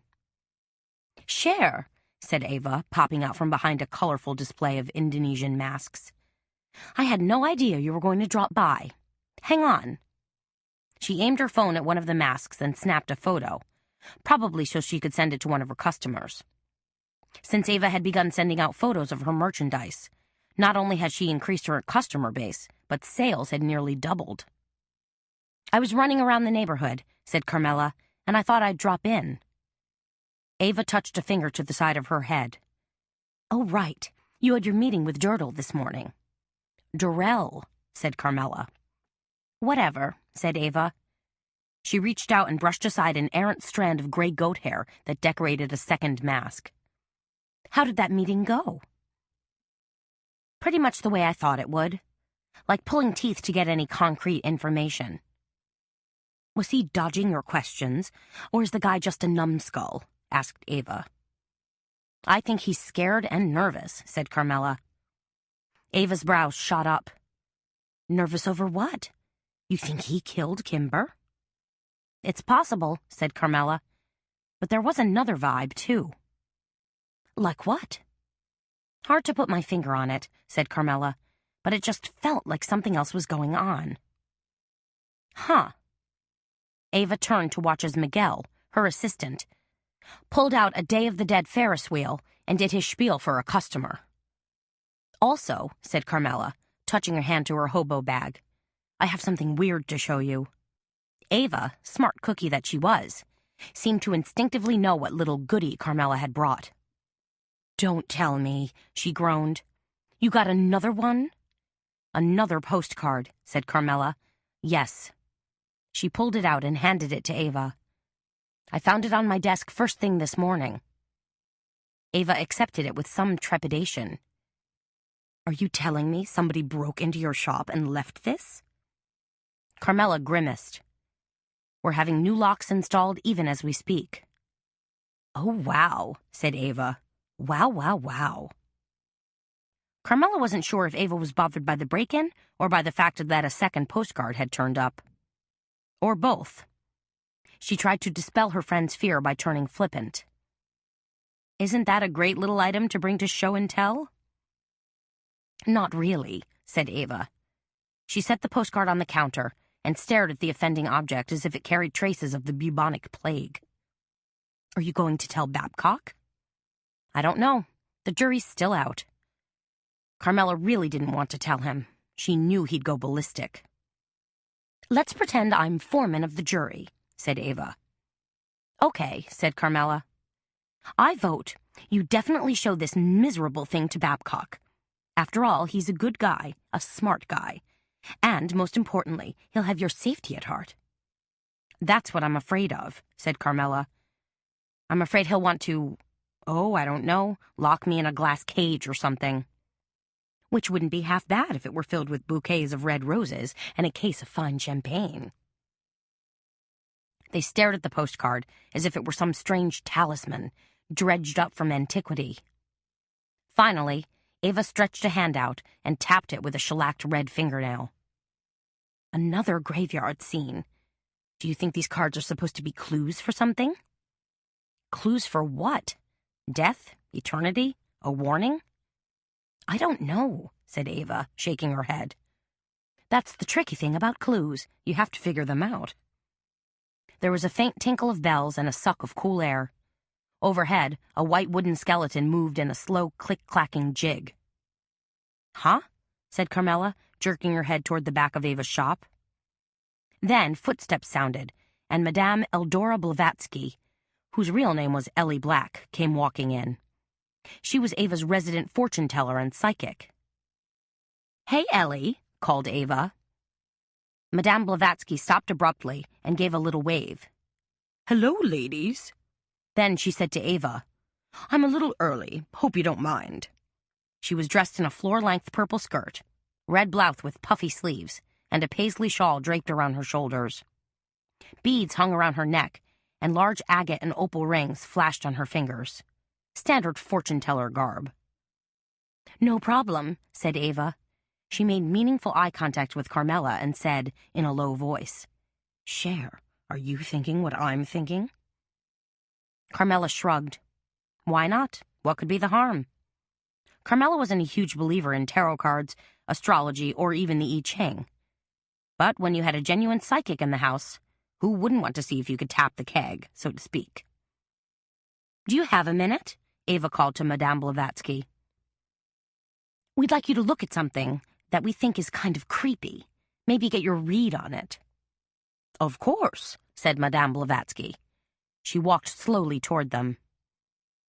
Carmela handed her postcard number 1, then postcard number 2. Madame Blavatsky studied the postcards, then gazed directly at Carmela. "These came to you?" "Yes," said Carmela.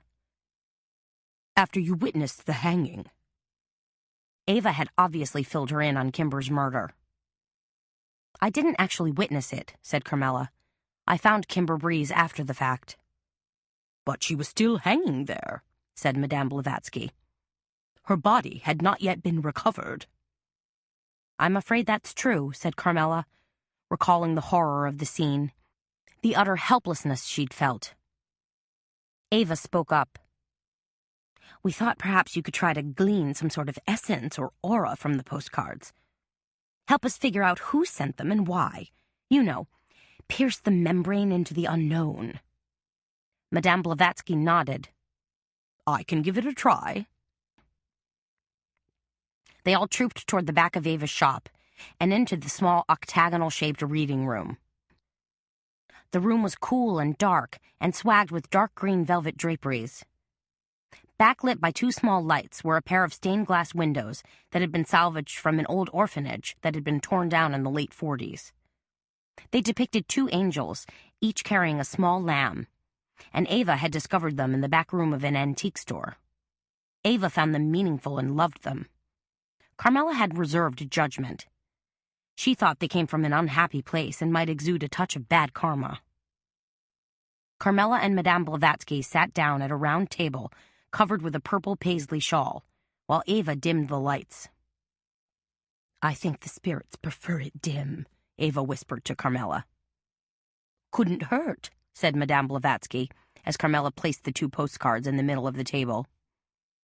They sat for a few minutes, Madame Blavatsky with her eyes closed, and Carmela and Ava eyeing Madame Blavatsky, who seemed to be either focusing intensely or grabbing a quick catnap. Then, her eyes suddenly flew open, and she spat out one word. "Trickery." "Pardon?" said Carmela. Had she heard the woman correctly? "You mean someone's playing a trick on Carmela?" said Ava. "Well, we kind of knew." "No," said Madame Blavatsky. "It's not that simple. I'm picking up another energy field, something that's black and amorphous. Probably because it deals with deceit, deception, or illusion." Now Ava's eyes widened, and she grabbed Carmela's hand. "Well, that doesn't sound good." "Do you know who's doing the deceiving?" asked Carmela, feeling a prickle of unease. "Can you see anything more?" "I'm sorry," said Madame Blavatsky, "but that part is rather unclear. You see—" Carmela and Ava leaned forward. Madame Blavatsky drew a decisive breath. "There are multiple deceptions." "Can you elaborate?" Ava asked. Madame Blavatsky focused on Carmela. "I'm also getting strange images concerning the murder the other night." "Really?" said Carmela. "Do you get any feeling about the crime scene itself? The balcony?" Madame Blavatsky's eyes closed again. "Small. A very tight space." "That's it," said Ava. But I'm seeing an image from a different vantage point, said Madame Blavatsky. Are you looking up? Asked Carmela, from where the parade was happening below. Madame Blavatsky shook her head. No, it seems to be a more level perspective. Maybe those adjoining balconies, Carmela wondered. And on the heels of that, doggone, maybe I should stop by the Hotel Tremaine and take another look. Madame Blavatsky's eyes popped open, and she let loose a long sigh. Did that help? Any of it? You know, said Carmela, I think it might. On her way down Dauphine Street, Carmela pulled out her cell phone and called Raleigh. Hey, she said when she finally got him on the line. I took a look at that DVD you gave me. Yeah? Said Raleigh. What did you think? The only thing that really jumped out at me, said Carmela, was the clown. Huh, said Raleigh. That struck me as strange, too. He's there 1 second, said Carmela, then gone the next. Anyway, I found it a little creepy. You think I should give a copy of that video to the police? I think you pretty much have to, said Carmela. Okay, said Raleigh. Thanks. Listen, said Carmela, were you always teamed up with Kimber? As her cameraman? The last few months, anyway. Including those investigative reports she just started working on? That's right, said Raleigh. Without betraying any confidences, can you tell me a little about those reports? We hadn't shot much footage yet, said Raleigh. Maybe like 5 minutes of B-roll. What's B-roll? Just crap you stick in to pad a story. Location shots, stuff that helps to establish where you are or what you're talking about. So, you're saying that Kimber was still basically in the research stage. There was a full 10 seconds of dead air, and then Raleigh said, I can tell you a little about what I know, which isn't all that much. One investigation centered on a big-shot real estate developer named Whitney Geiger. Kimber had stumbled on some evidence that he might be running some kind of mortgage fraud scam. Well, shoot, said Carmela, sounding a little disappointed. Everybody and his brother's doing that these days. Was there anything else? Yeah, said Raleigh. The other thing Kimber was working on had something to do with a drug dealer. Kimber was moving a little more cautiously on that one. What kind of drugs? Cocaine, I think. Dangerous, said Carmela. Do you know who she was talking to? In other words, did Raleigh know who the drug dealer was? If Kimber had actually made contact? I have no idea. So you don't know if Kimber made any inroads? Not that I know of, said Raleigh. He cleared his throat and said, Wait a minute. Are you thinking Kimber might have been murdered by a drug dealer? I don't know what to think, said Carmela, but I suppose it's possible.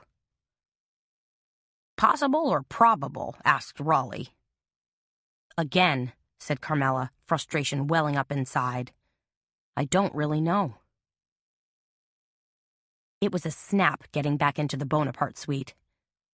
Carmela just told the harried desk clerk at the Hotel Tremaine that she was with KBEZ-TV and needed to double-check to ensure that none of their equipment had been left behind. The desk clerk, who was in the middle of checking 2 couples in, just nodded and slid the key across the counter to her. Once Carmela entered the suite, she looked around cautiously. It was an oversized hospitality suite, done in a sort of 30s style in colors of celadon green and faded plum. The first room, a very large sitting room, consisted of 2 sofas, 6 matching easy chairs, a dining room table and chairs that could easily accommodate 16 people, plus a long oak credenza that had doubled as a bar when she was here 2 nights ago. Walking across an acre of carpet, Carmela stepped into the adjacent bedroom. It, too, was large, comfortable, and plush, done in the same green and plum shades, with a bathroom en suite. The entire place had obviously been carefully cleaned and straightened, since a collection of hotel placards was now scattered about. Room service menus, instructions for ordering in-room movies, ads for limousine services, like that. Walking back into the sitting room, Carmela glanced at the filmy draperies. She knew what lay beyond them. The balcony. Drawing a deep breath, she pushed the draperies aside, cranked the door open, and stepped outside. Sunshine sparkled down, and a cool breeze whispered gently. From this fourth-floor perch, the bird's-eye view of the French Quarter was dazzling. Blocks spread out below filled with green and blue Creole cottages, yellow brick buildings, rooftops of gray slate, and narrow cobblestone streets.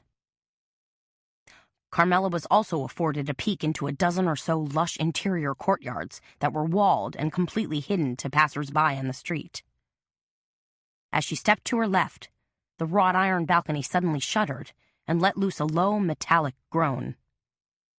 Carmela's heart skipped a beat. Was this thing secure? Was it ready? How the heck old was it anyway? But Carmela didn't retreat. She stood her ground, grasped the railing, and quickly inspected the balconies to either side.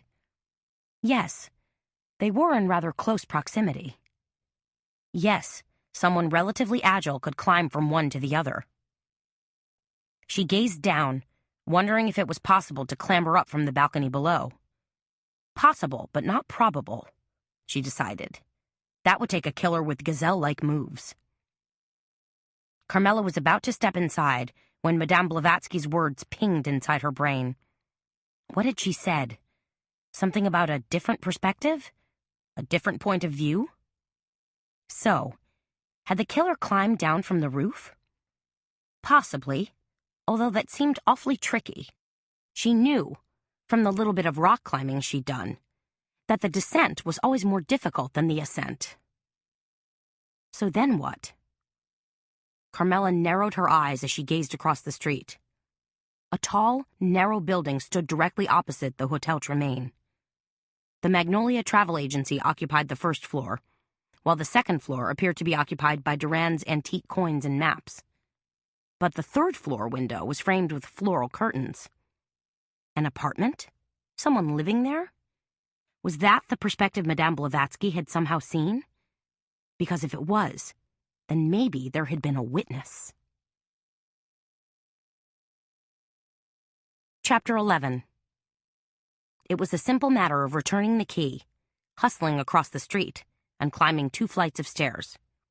There appeared to be 2 apartments, one that fronted the street and one that faced the alley. Carmela knocked on the door of the street-side apartment and held her breath. Seconds ticked by. She knocked again, this time a little more insistently. Then she heard a woman's voice. She seemed to be saying, "I'm coming, I'm coming." A latch rattled, then the door opened. A woman's face appeared in the 3-inch space where a chain stretched across. "Yes?" said the woman.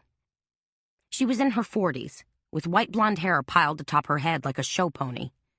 A red silk kimono was wrapped around her. "Excuse me," said Carmela. "I don't mean to bother you, but I was wondering if I could ask you a couple of questions." The woman gave a slow blink. "About what?" Carmela took a deep breath. "A friend of mine was killed 2 nights ago, on the balcony across the way." Concern flickered on the woman's face, and she said, "A tragedy. I saw some of it."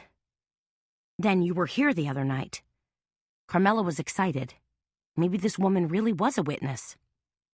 "I was here, and I already talked to the police," said the woman. Carmela's heart sank. Probably nothing here if the police had already questioned her. The woman reached up and unhooked the chain. "Come in. I'm sorry about your friend." Carmela walked into an apartment that was painted Pepto-Bismol pink and had a matching Pepto-pink rug and sofa pillows, as well as a hyperactive Jack Russell Terrier. "That yappy little furball is Jacques," said the woman. "I'm Tabitha. Tabby." "Nice to meet you, Tabby," said Carmela. "I'm Carmela Bertrand." She made a vague gesture. "I own the Memory Mine scrapbook store, a couple of blocks over on Governor Nichols Street." "Oh, sure," said Tabby. "I've seen your place." "So, the New Orleans police have already interviewed you," said Carmela. "Not really interviewed," said Tabby, "but they stopped by. That night, in fact. I think they were canvassing the entire neighborhood. Hard to do with the parade rolling by. Almost impossible, said Tabby. But I think since I lived directly across from the hotel, well, they thought I might have seen the murder. Did you? No. Like I told them, I was watching the parade. So you saw nothing that happened on the balcony? Asked Carmela. I saw the lights, said Tabby. They were there all night. But as far as seeing that anchorwoman strangled, no, I saw nothing like that. Maybe you didn't see anyone, said Carmela. I mean, not an actual person. But at any time, did you have a strange feeling or get a sense that something might be wrong? Tabby's brows pressed together. Then she waved a hand. Maybe. But you're going to think it's really stupid. No, I won't, said Carmela. Tell me, please, what you thought you might have seen. Not really seen, said Tabby. It was more, I suppose you'd call it a fleeting impression. Yes. It didn't even occur to me until the next morning, after I'd talked to the police. Carmela ducked her head, as if offering encouragement. Your impression? The woman gave a wry grin. You're going to think I'm seriously strange. No, I won't, said Carmela. I promise I won't. Just before the police and fire trucks roared up, I glanced across the street and, for some reason, thought about a soul or spirit. She looked thoughtful for a minute, then added, You know, like a ghost. Why a ghost? Asked Carmela. Because the one thing that stuck in my memory of whatever I caught sight of, said Tabby, is that it was white and silky. Just like a clown costume, Carmela thought to herself as she dashed down the street. Just like the clown costume she and Ava had seen on that video. The question was, how could she follow up? How do you go out and track down a clown? Gabby looked more than a little frantic by the time Carmela lurched into memory mine. Her normally pale complexion was flushed bright pink, and she was dashing about the shop, pulling albums off the shelf and digging through a basket of stencils. Oh, good gracious, Gabby exclaimed when she saw Carmela. I was afraid you wouldn't make it back in time. Carmela glanced at her watch. We've got an hour and a half before the class starts. That's plenty of time. Gabby exhaled slowly. I guess. She still looked unsure. As if she couldn't just shut off her nervous energy like she was turning off a back burner. The shop's been super busy, and then 2 more people called to ask if they could join this afternoon's class. I hope you told them yes. Of course I did, said Gabby. I figure we can always use the business. We'll take it any way we can get it, said Carmela. Classes, sales of paper, rubber stamps, and beads, or working after hours to design custom scrapbooks. But right now, why don't I man the front counter while you hustle over to the deli and grab us a couple of po' boys? Gabby gave a slow blink. You want lunch? Sure, don't you? We need to fortify ourselves. It's going to be a hectic afternoon. Well, okay, if you think we've got time. There's time, said Carmela. There's always time. While Gabby dashed out, Carmela quickly pulled things together for her afternoon class. She grabbed a stack of paper, a bunch of ribbon, a few packages of charms, and some decals, and stacked it all in the middle of the craft table. Then she waited on a couple of people who needed green and purple paper, helped a woman find some butterfly paper as well as butterfly motifs, and took a phone order from a good customer who lived up in Natchitoches, a picturesque little town where the movie Steel Magnolias had been filmed. And by the time Gabby came back with the po' boys, Carmela had worked up an appetite by helping yet another 6 customers. We're really jumping today, said Gabby as she handed Carmela her sandwich. Works for me, said Carmela. You want to take your lunch break first?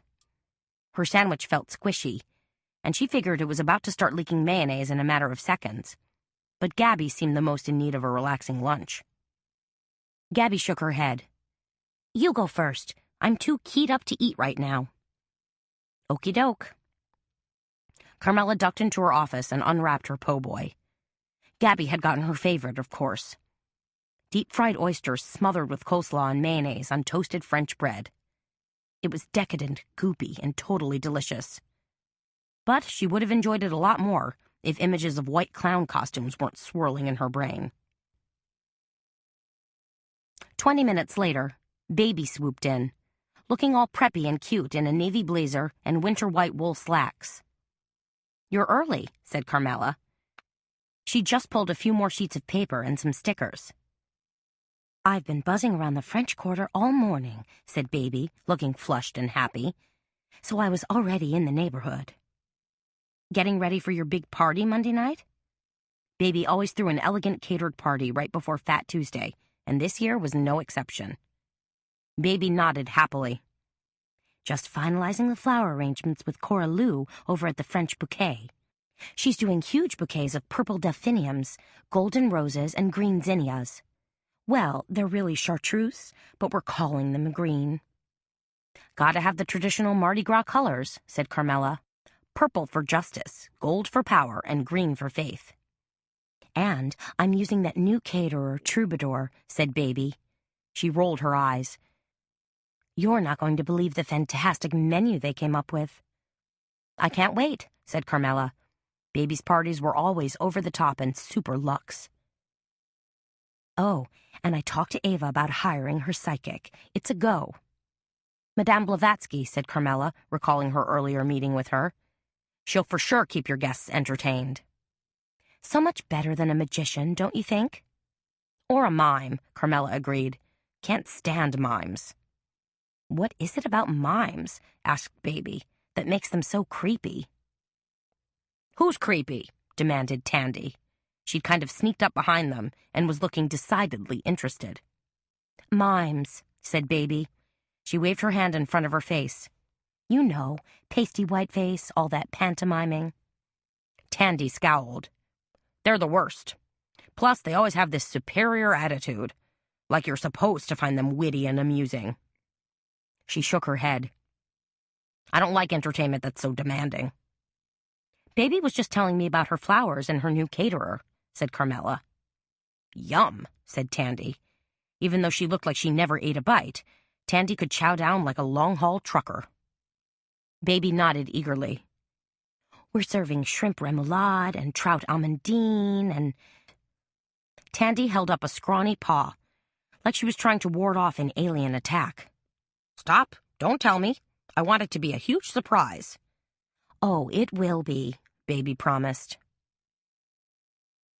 10 minutes later, the rest of the crafters showed up, and Carmela got seriously busy. Baby, Tandy, and 7 other women crowded around the craft table, anxious to get started. Sitting in front of each of them was a natural birchwood cigar box with brass fittings and a bamboo handle. "These are so cute," said Baby, caressing the unfinished wood. "Adorable," said one of the women. "They're almost too pretty to touch." "But we're going to make them even more gorgeous," Carmela told her group. "In fact, we're going to give them a real Parisian flair." "Sounds very Coco Chanel," said Tandy, peering over her half-glasses. "They can be," said Carmela, "but first we start with a little paint job."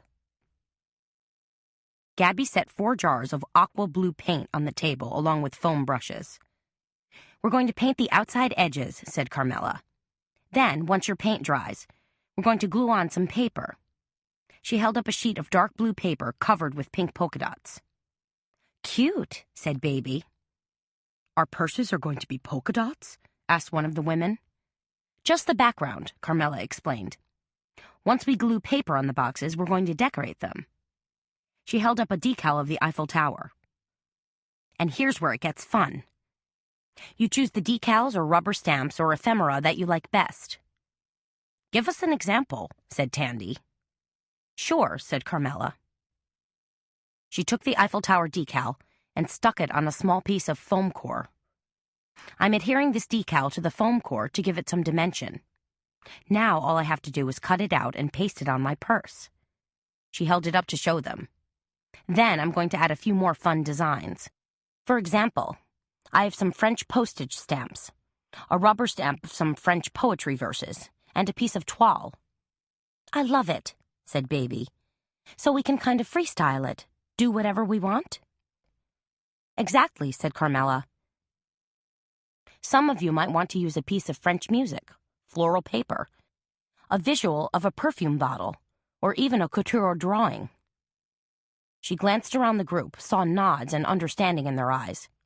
"It's up to you, whatever you prefer." Gabby edged closer to the table.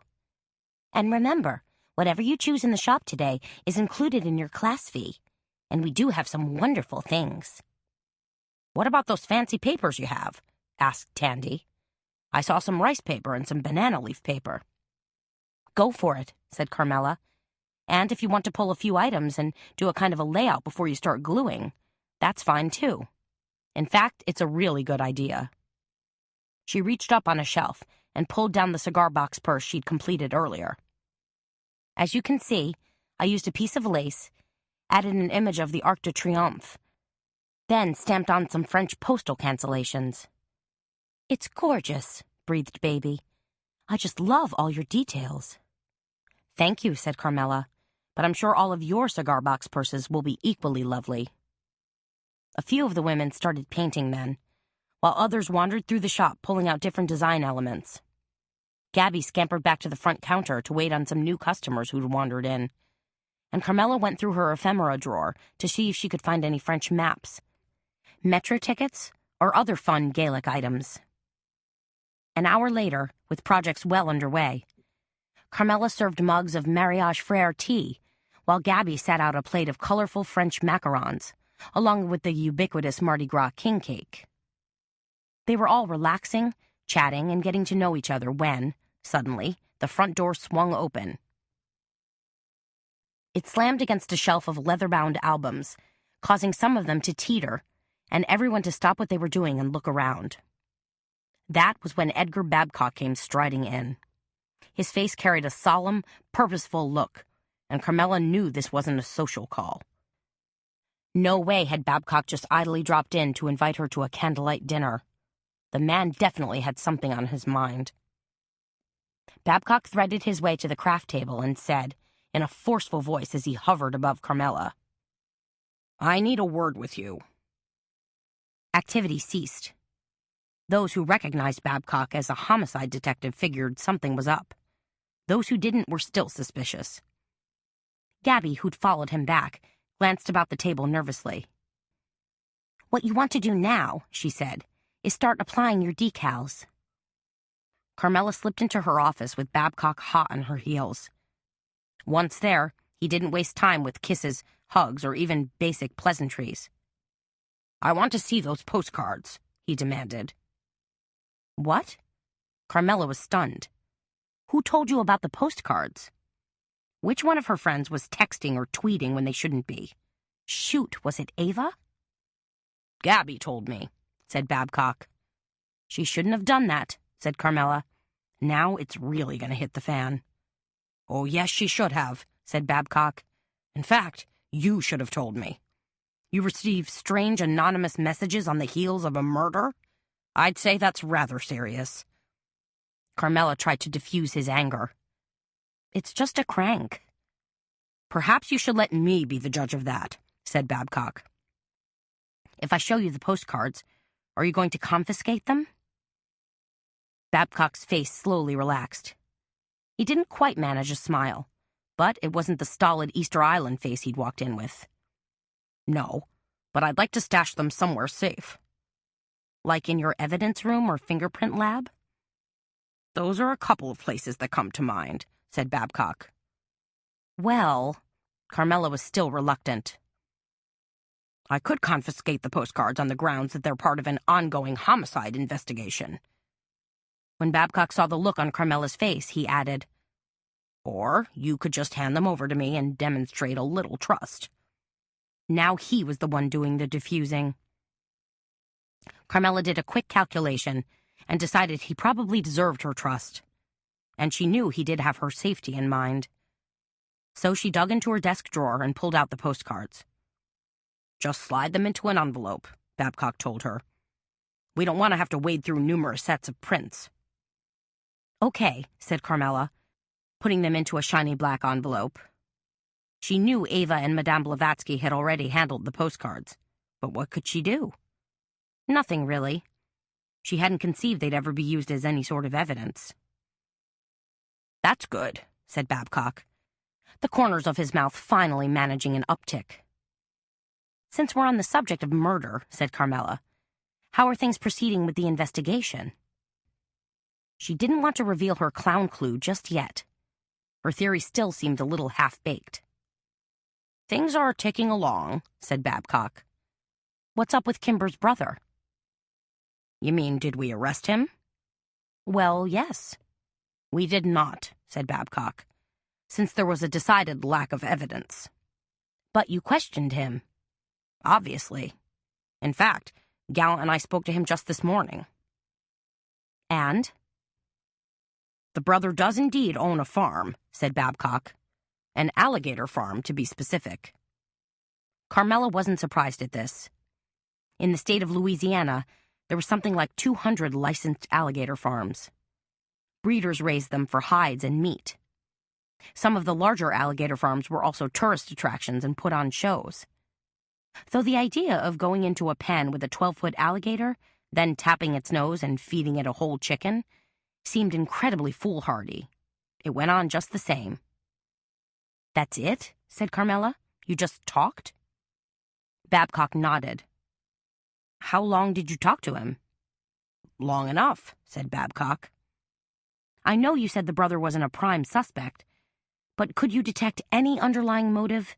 asked Carmela. "Anything that might make him a suspect?" She wanted to cut to the chase. Babcock looked like he wasn't going to reveal anything more, and then he said, "His farm is being foreclosed on." "Ah," said Carmela. "So he was desperate for money. Is desperate." Babcock's brows knit together as he gazed at her.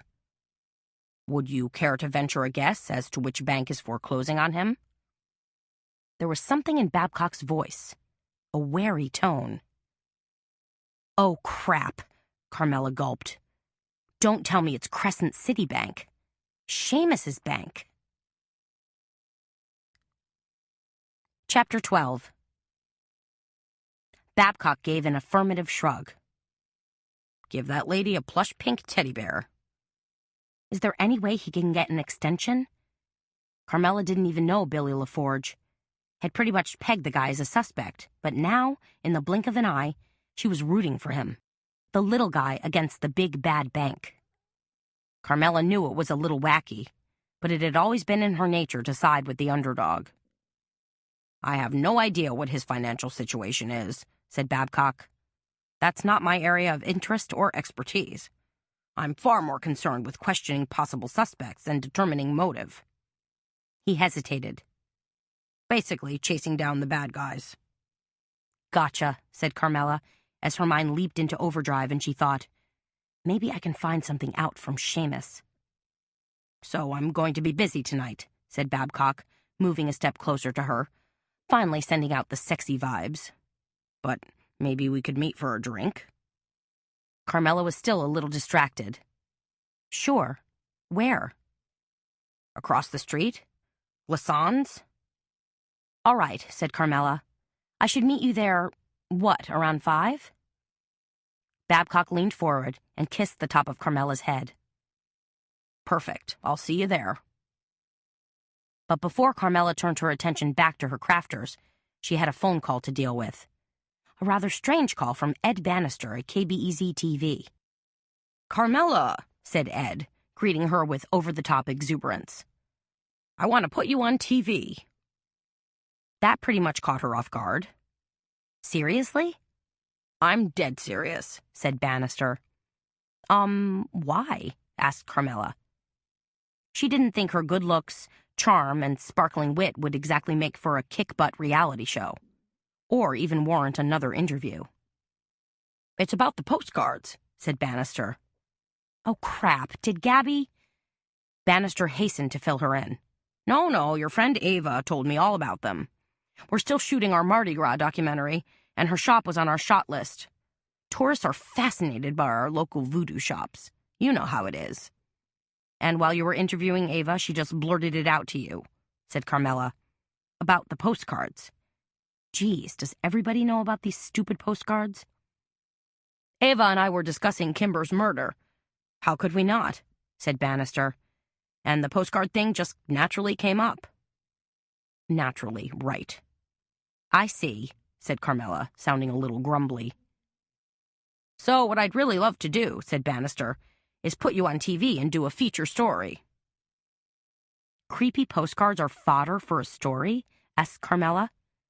Somehow she didn't quite see it that way. They were certainly a curiosity, but an actual story?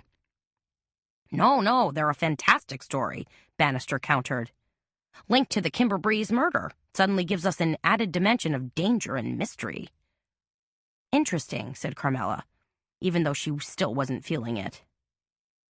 Plus, said Bannister, his voice intensifying, it's possible a story on TV might even lure in the killer. There was a moment of silence as they both chewed on this idea.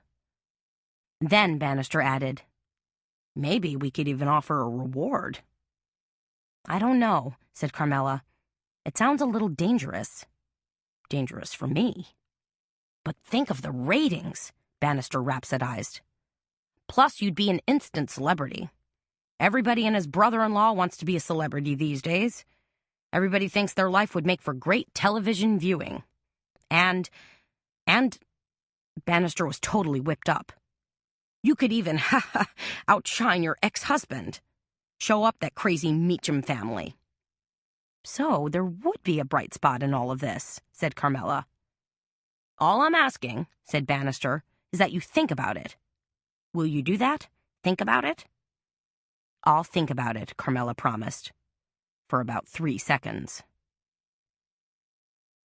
When Carmela finally made it back to the craft table, she was thrilled at how terrific the cigar box purses looked. Tandy had opted for a French menu design, while another crafter had woven strands of raffia into a bird nest, then affixed it to the side of her bag and added a tiny, feathered bluebird. You didn't need me, Carmela laughed. Are you kidding? Said Baby. You were the inspiration for this entire class. The springboard, added Tandy. No, said Carmela. You guys just let your imaginations rip, and that's what it's all about. So, good work. Pleased, Carmela wandered up to the front counter where Gabby was tallying the day's receipts. You told Babcock, she said, but not in an accusatory manner. About the postcards. I'm sorry, said Gabby, looking nervous, but I was terrified for you. I had this horrible vision in my head that the same maniac who hung Kimber Breeze from that balcony would come after you.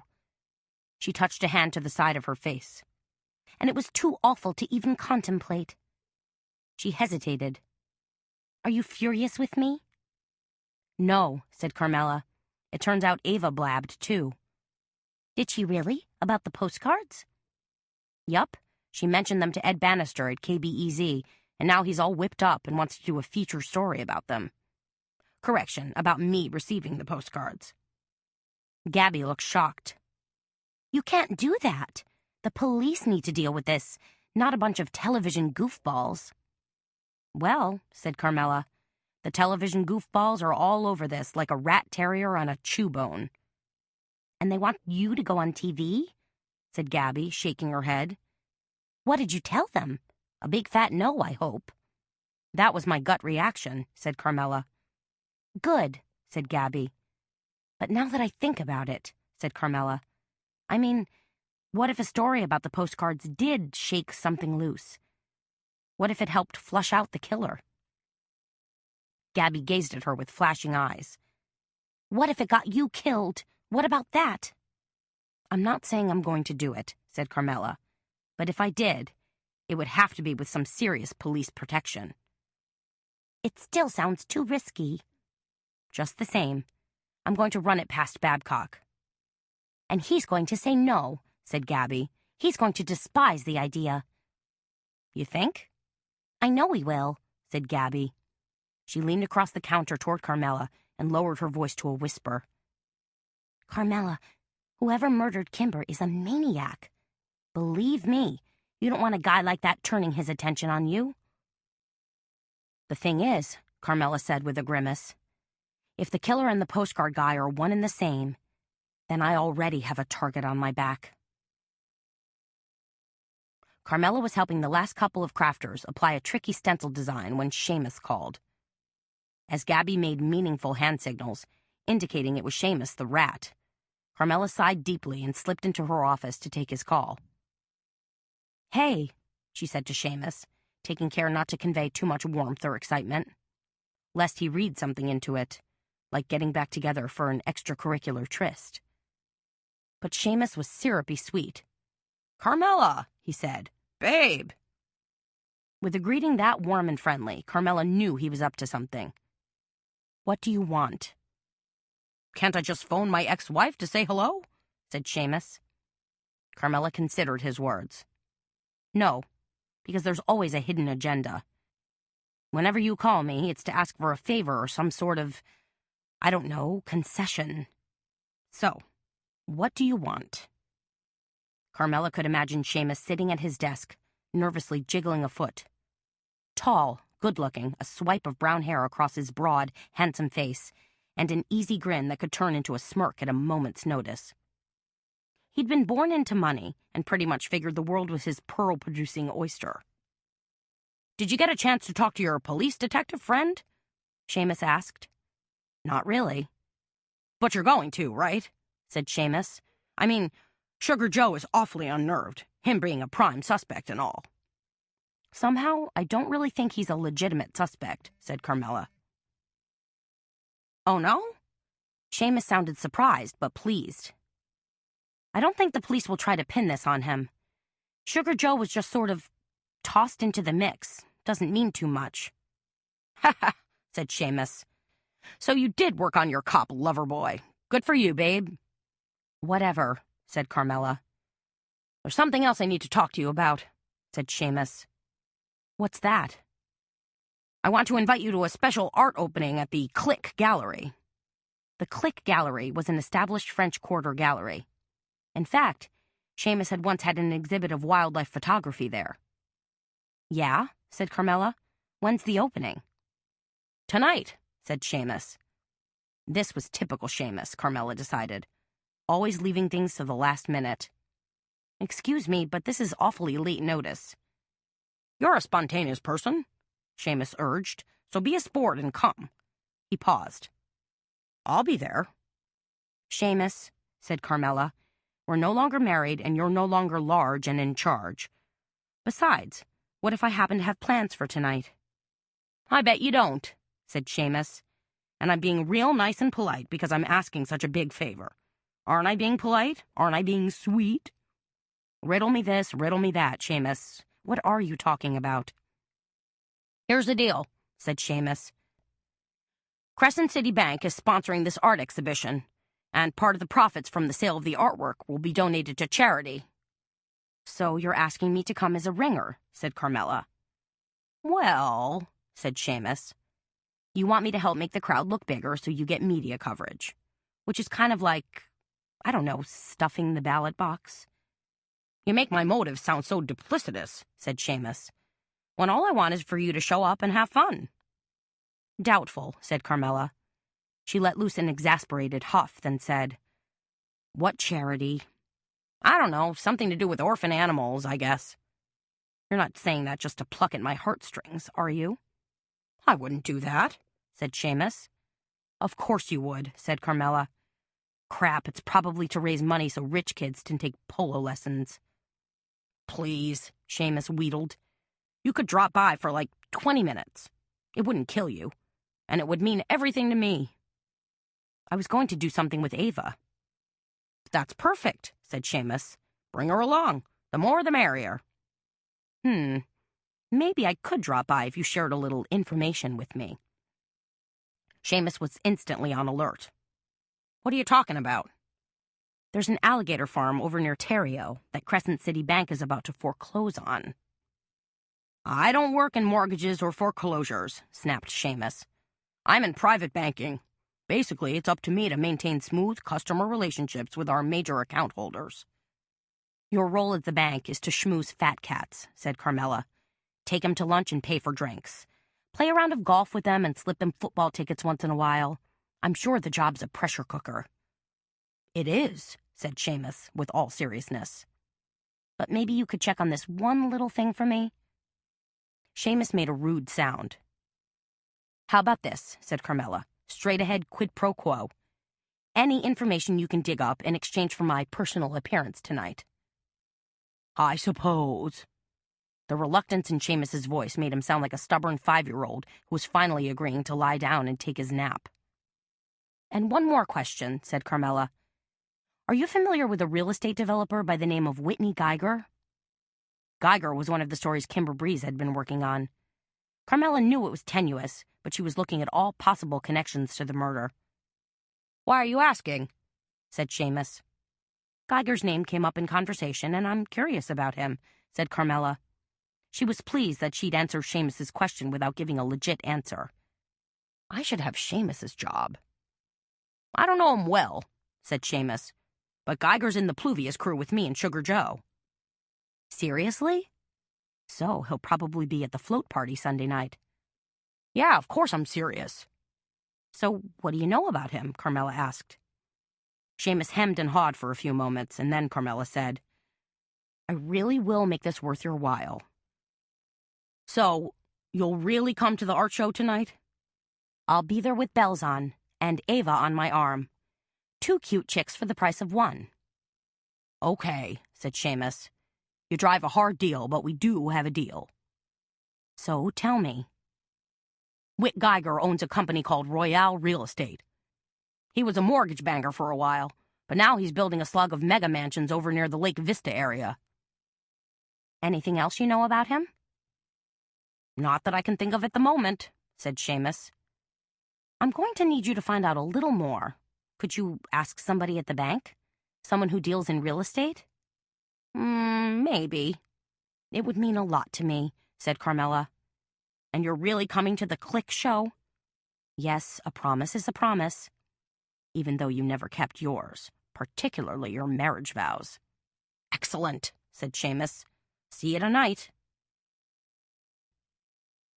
Once Carmela had called Ava and put her on red alert for the Click gallery show. She hustled her buns across the street to meet Babcock.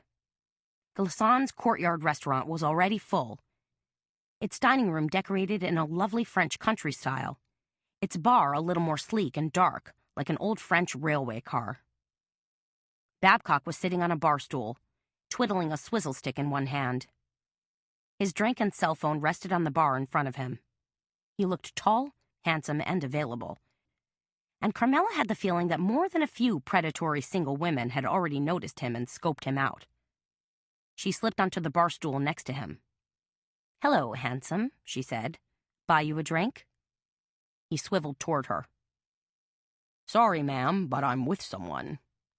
Then he grinned and leaned forward to give her a kiss. In fact, I'm with you. He kissed her again, and they snuggled closer, touching and bumping shoulders. What would you like to drink? Just a Diet Coke, said Carmela. I'm rushing off to the Click gallery tonight. Where they'll undoubtedly be well stocked with cheap white wine, said Babcock. The art gallery's stock in trade. Probably brought in from New Jersey in tanker trucks. She waited as Babcock ordered her Diet Coke and then got another ginger ale for himself. Then she said, I've got something I want to run by you. Shoot, said Babcock. It turns out everybody and his brother-in-law knows about those stupid postcards I got, said Carmela, including the people at KBEZ-TV. Babcock frowned. Who spilled the beans? Ava. Ah, she can be quite the motor mouth. Anyway, said Carmela, Ed Bannister asked if I'd be willing to let them do a story about the postcards. A sort of TV sidebar. You know, something that's peripherally related to the murder. Even as she spelled it out, it sounded like a terrible idea. So, what do you think? Good idea? Not so good? It's a terrible idea, Babcock sputtered. So, what do you really think? Carmela asked. I'm radically opposed to the idea, said Babcock, because there's no earthly reason to believe the postcards are in any way related to Kimber's murder. Carmela raised an eyebrow. Oh, no? Then why does the sender always ask why I didn't help Kimber? And why are the cards signed with her name? Because some creep thinks it's funny, that's why, said Babcock. And you don't think the two are related? There isn't a shred of evidence to suggest they are, said Babcock. Okay, said Carmela. I guess that settles that. She took a sip of Diet Coke and said, Is Sugar Joe a real suspect? Joe Panola? Said Babcock. Not really. He doesn't have any priors, nor does it appear he had a motive. Unless, of course, something pops up on our radar screen. Good, said Carmela. Excellent. Then what about Whit Geiger? What about Whit Geiger? Kimber was doing some sort of investigative report on him, said Carmela. Let me guess, said Babcock. So now you're investigating him. It could lead to something, said Carmela. And it could lead to nothing. Babcock leaned forward and rested his elbows on the bar. I received a rather interesting tape this afternoon. Or rather, DVD. Oh? Carmela took another quick gulp of Diet Coke. From Raleigh, the cameraman. His finger poked out and spun his cell phone around. Uh-huh, said Carmela, watching the slice of silver spin like a top. Lots of information locked up in there, she thought. Babcock narrowed his eyes. You know exactly which DVD I'm referring to, don't you? He was no fool. He knew she was tight with Raleigh. Maybe. A video of the party that was going on in the Bonaparte suite? Anything interesting on it? Asked Carmela. Possibly, said Babcock. Oh, crap.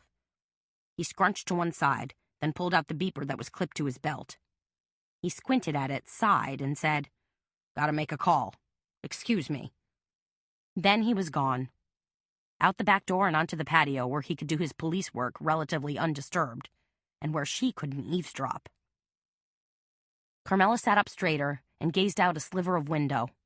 Yup, he was out there all right, pacing back and forth. She wondered what was going on. A new development in the case? When Babcock returned, she asked him, So, what's up? He made a face. Just this drug thing I'm working on. There's a whole roster of new street drugs out there. Spice, K2, Ivory Wave, you name it. And we can't seem to get a handle on the crew that's behind them. Tough, said Carmela. New Orleans, being a port city, meant ships were coming in from everywhere. The Caribbean, South America, Asia. Those drugs are bad news, said Babcock. He hesitated for a moment, then said, Did you know the TV station might try to offer some kind of reward? Carmela gazed at him. For information leading to? Exactly, said Babcock. He eyed her. I'm guessing they figured you wouldn't consent to an interview, so they cooked up the reward. There really is a reward? When did this happen? We got the call a couple of hours ago, said Babcock. Maybe offering a reward is a good idea, said Carmela. Better than me going out on a limb. And maybe we'll get 1,000,000 calls from everybody who's either dead broke or paranoid, said Babcock. No, I basically hate the idea of a reward. It ties up critical manpower and the information rarely pans out. You've always got me, Carmela joked. I'll help out. Babcock held up a hand. Please, don't do any more than you already have. I'm just saying. Babcock slid off his bar stool and circled his arms around her. I just want you to stay safe, okay? Okay, said Carmela. Okay to her meant, okay, I hear you. Not, okay, I'll stay in the background. I'll be back in 2 shakes, Babcock told her. I have to run out and have a word with Gallant.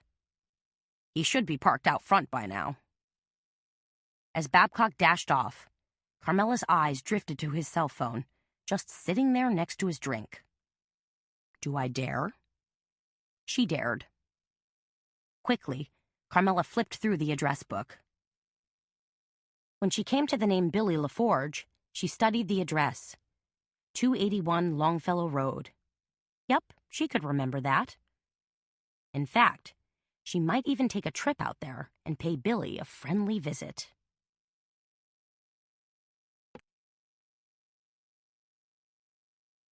Chapter 13.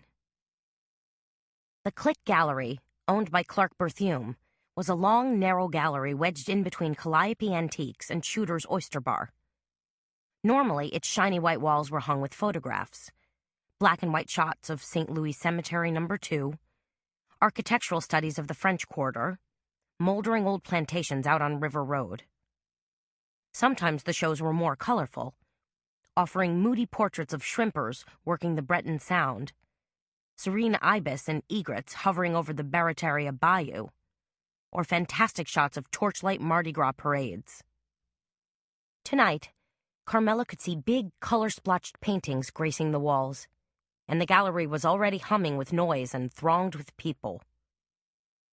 "Looks like their opening reception is a huge success," said Ava as they stood in the doorway. Somewhere beyond the jostle of beautiful people was a DJ spinning music. Carmela thought it might be a mashup of Lady Gaga's Marry the Night and Katy Perry's Firework. "It's a success only if they sell paintings," said Carmela.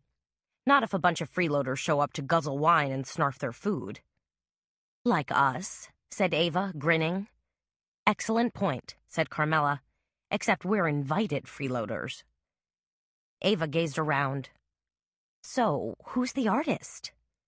"Probably someone who does landscape paintings or sentimental stuff," said Carmela. "That's what they usually—" As her eyes searched around, they landed on a large poster balanced against a wooden easel. "Whoa, was I ever off base? It's Sullivan Finch." Ava eyed the poster. "You know this artist?" "Sort of. I happened to see one of his pieces when I stopped by KBEZ-TV yesterday. It was hanging in their lobby." "So you like this guy's work?" said Ava. Carmela held up a hand and made a seesawing motion. "Maybe a little too quirky for my taste." "Really?" said Ava, pushing forward. "Now I'm intrigued." But as Ava disappeared into the crowd, Carmela's way was blocked by Seamus, who seemed to lurch out of nowhere to corner her. "You came!" Seamus cried. He leaned forward to give her a big, sloppy kiss, but Carmela managed to turn her head just in the nick of time. A damp ear was infinitely better than a wet cheek. "Are you drunk?" Carmela hissed. Seamus had that off-balance stance that only serious drunks and sea captains seemed to share. "Been drinking a little," Seamus admitted. He held up his drink to show her, and in the process sloshed a few drops of amber liquid on the floor. "Oops." He let loose a giggle. "This is how you act at a charity event," said Carmela, "where you probably have to glad-hand clients?" Seamus peered over the rim of his glass at her. "Huh?" "Never mind," said Carmela. "I'm not your babysitter anymore." She glanced past him and saw the broad-shouldered Sugar Joe elbowing his way toward them. "Carmela!" exclaimed Sugar Joe. He looped an arm around her and gave her a warm squeeze. "You're looking absolutely gorgeous. Did you come here tonight just to break my little old heart?" Sugar Joe might be a terrible flirt, but he was harmless. "I'm here because Seamus got down on his hands and knees and begged me to come," said Carmela. Seamus nodded. "I thought you might add a little class to this event." He took a quick sip of his drink. "And you know what else?" He winked at Sugar Joe. "I think I got Carmela to call off the Doberman Pinschers." Sugar Joe grinned from ear to ear, as if this were the best news he'd ever heard. "You convinced your detective boyfriend that I'm not a suspect?" Carmela shrugged. Maybe. She had no intention of talking to Babcock, but what these two didn't know wouldn't hurt them. "What'd I tell you?" cried Seamus. "Carmela's got clout with the NOPD." He looked infinitely pleased, as if he'd just soloed Everest or pulled off some equally heroic feat. "You gave the cops what for?" proclaimed Sugar Joe. "Wow, how can I thank you?" Carmela poked a finger into Seamus's chest. "For starters, make sure this doofus gets home safely. Don't let him drive." "I won't," Sugar Joe promised. "You're my goodest, bestest friend," Seamus slurred to Sugar Joe. And maybe your only friend, thought Carmela. Listen, she said to Seamus. Did you find out anything more about Whitney Geiger? Now Seamus looked indifferent. Only that his company, Royale Real Estate, is incorporated in Florida. I wonder why Florida, said Carmela. Gotta be the favorable tax laws, said Seamus. Carmela knew that Seamus despised paying taxes and tried to claim every possible deduction and write-off he could find. Then again, he'd written off their marriage, hadn't he? Tax reasons, said Carmela. Okay, but can you dig a little deeper? Seamus looked pained. Do it for Carmela, urged Sugar Joe. We owe her big time. Okay, said Seamus. Seamus! An ungodly, piercing voice suddenly rose above the din of conversation and music. Carmela took a step back and saw Glory Meacham, Seamus's older sister, elbowing her way through the crowd straight toward their cozy little group. Glory was a half-head taller than Seamus, with a helmet of gray hair. She was an indeterminate age, though Carmela figured she was mid-50s and had beady, wonky eyes that didn't always work in tandem. Tonight, she wore her usual shapeless black dress and sensible squatty heels. Seamus? Glory snapped again. We're supposed to present the check now. Your presence is required. Nice to see you too, Glory, said Carmela. Glory turned and gave her the flat-eyed stare of a rattlesnake. Carmela, what are you doing here? Glory had always hated Carmela.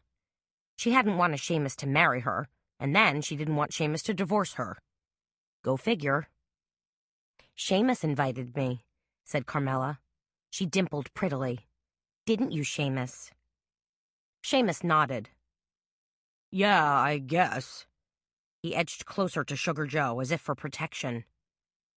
Since you're still able to stand, Carmela said to Seamus, you'd better go play big-time donor and present your check. You certainly don't want to keep the crowd waiting. Glory held up her almost empty glass and wiggled it in the air. Get me a bourbon first, Seamus, she said, before you do anything else. Sure thing, said Seamus, shuffling away. 2 minutes later, Carmela caught up with Ava. She was chatting with two men who were grinning at Ava as if they just hit the hottie patati jackpot. Carmela, cried Ava, I want you to meet my two new friends. She pointed at a dark-haired guy. Arnett, then indicated a blonde guy, and Earl. I'm Arnett, said the blonde guy.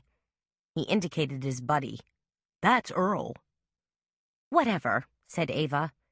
And this is Carmela. They chatted together for a few moments. Then Carmela touched Ava on the arm. Can I talk to you for a minute? Excuse us, Ava said to the two men. And if you gentlemen want to fetch us a couple more glasses of champagne, we surely wouldn't mind. Maybe we should take off, Carmela said once they were alone.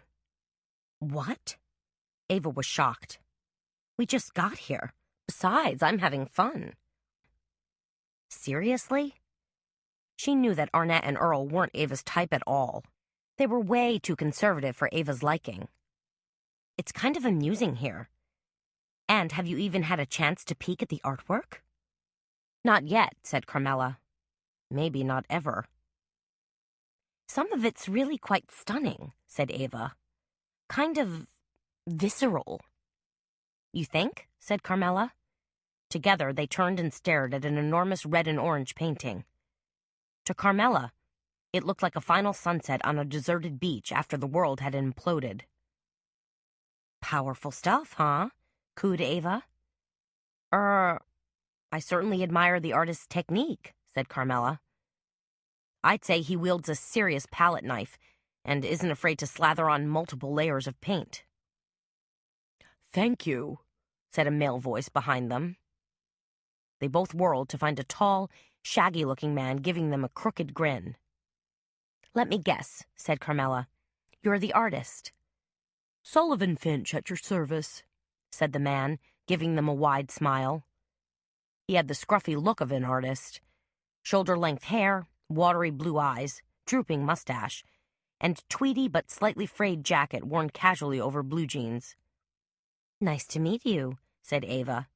She touched a finger to her chest. "Ava?" She pointed toward Carmela. "And this is Carmela." "How absolutely grand," said Finch. He looked like a hippie, but affected the bored manner and tone of a smartass, erudite Ivy Leaguer. "Now, if either of you would care to put a red dot on one of my paintings, I'd be indebted for life." "A red... Oh," said Ava. "You mean buy one?" "Only if you can't bear to live without it," said Finch. He made a fluttering gesture with his hands. "I only want my paintings going to loving homes, where they'll be appreciated and cherished forever." "Forever's a long time," said Carmela. This guy was too much. "Then how about until the paintings take a nice leap in value?" said Finch. "Now you're talking," said Ava. She wiggled her hips as they moved along to the next painting. "A dog," she said. This painting was a smaller, slightly derivative version of the piece Carmela had seen at KBEZ-TV. "Fun," said Carmela. "Fun?" said Finch. He cocked his head like an inquisitive magpie. Carmela gave him a look dripping with sincerity. "Your work is meant to be interpreted as a dystopian fantasy, right? So it's going to be a little loose and, dare I say it, cheeky?" Was she good or what? All she had to do was spout a snatch of copy from his brochure. Finch's face lit up like a neon sign. "Thank you, dear girl. So few people actually understand the gestalt of my work. Tell me, are you an artist yourself?" "Carmela's a designer," said Ava. "Plus, she owns a scrapbooking shop." "Then you have studied art," said Finch. "Guilty as charged," said Carmela. "Design major." "I can always tell," said Finch, as they edged their way to the next painting.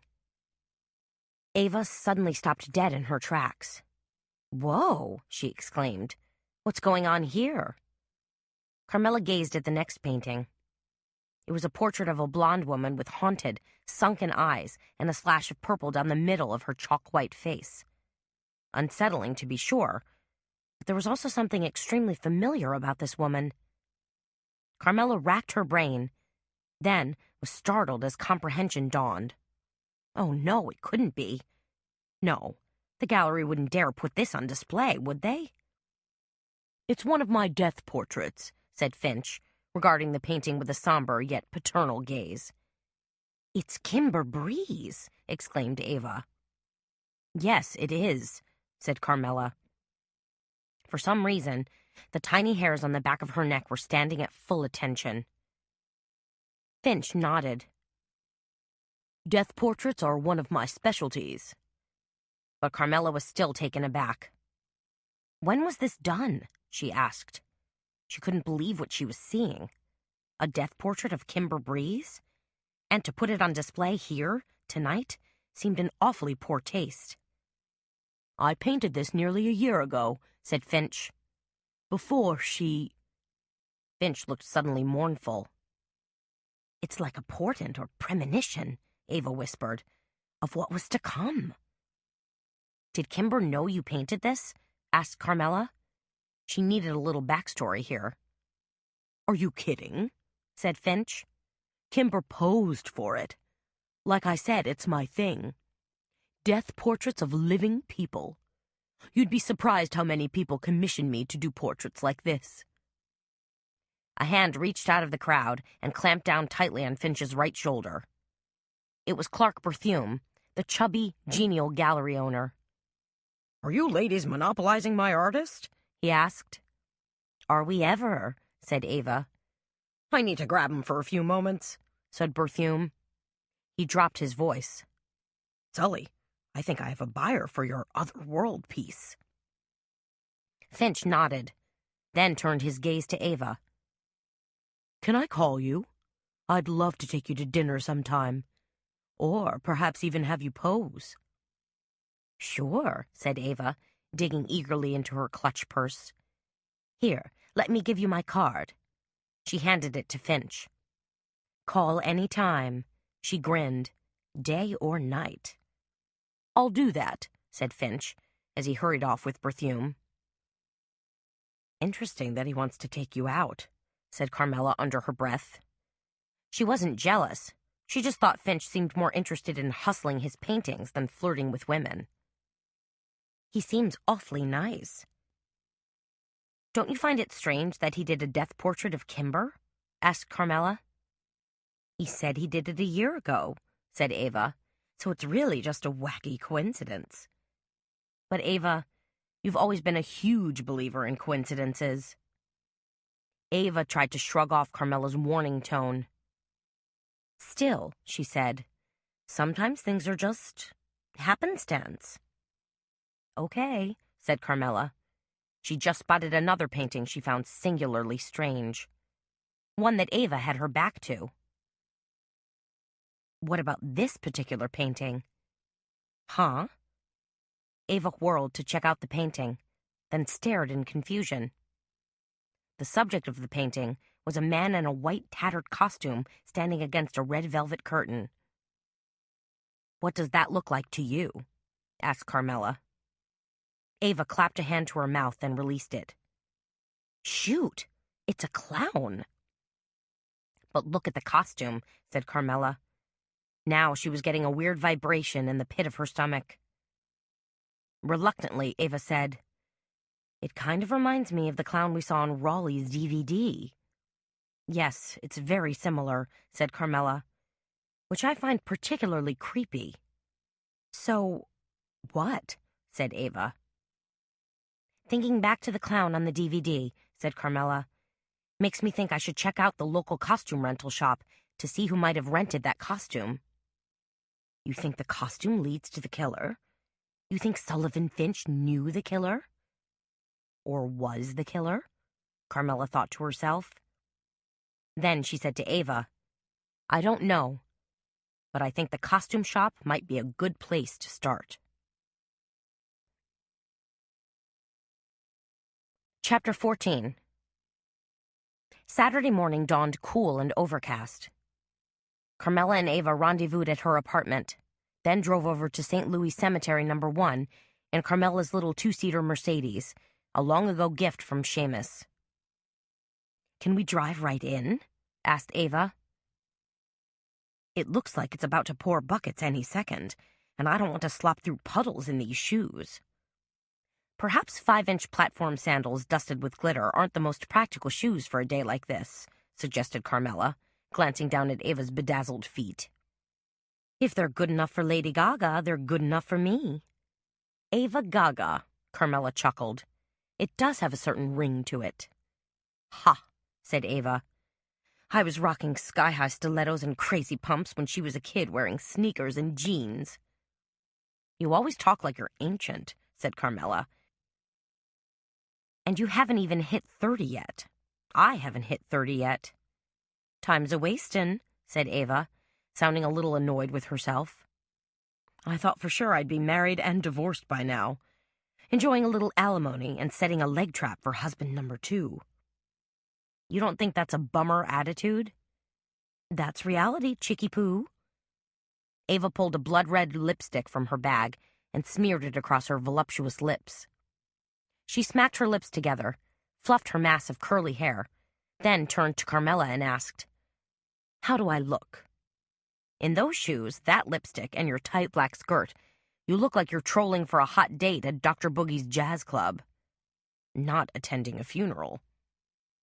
"Exactly the look I was aiming for," said Ava happily. Carmela drove through the stone gates of the cemetery, passing under a scroll of antique wrought iron. Then she slowed as a uniformed police officer stepped out and waved her down. She lowered her window and said, "Problem?" "You here for the funeral?" he asked. Looking bored, sounding bored. "That's right." "Which one?" "Kimber Breeze," said Carmela. "You and everybody else," wheezed the officer. "Ah, we've been asked to keep the looky-loos away." I was told to meet up with Detective Babcock here, said Carmela. He's with the Robbery Homicide Division. We're, Ava leaned over. She's being coy. Carmela and the officer in question are officially an item. Okay, said the officer. Whatever. He stepped back and waved them through. Go ahead. That was so helpful, said Carmela as she tromped on the gas pedal. You're welcome, said Ava. Besides, we don't want to miss the festivities.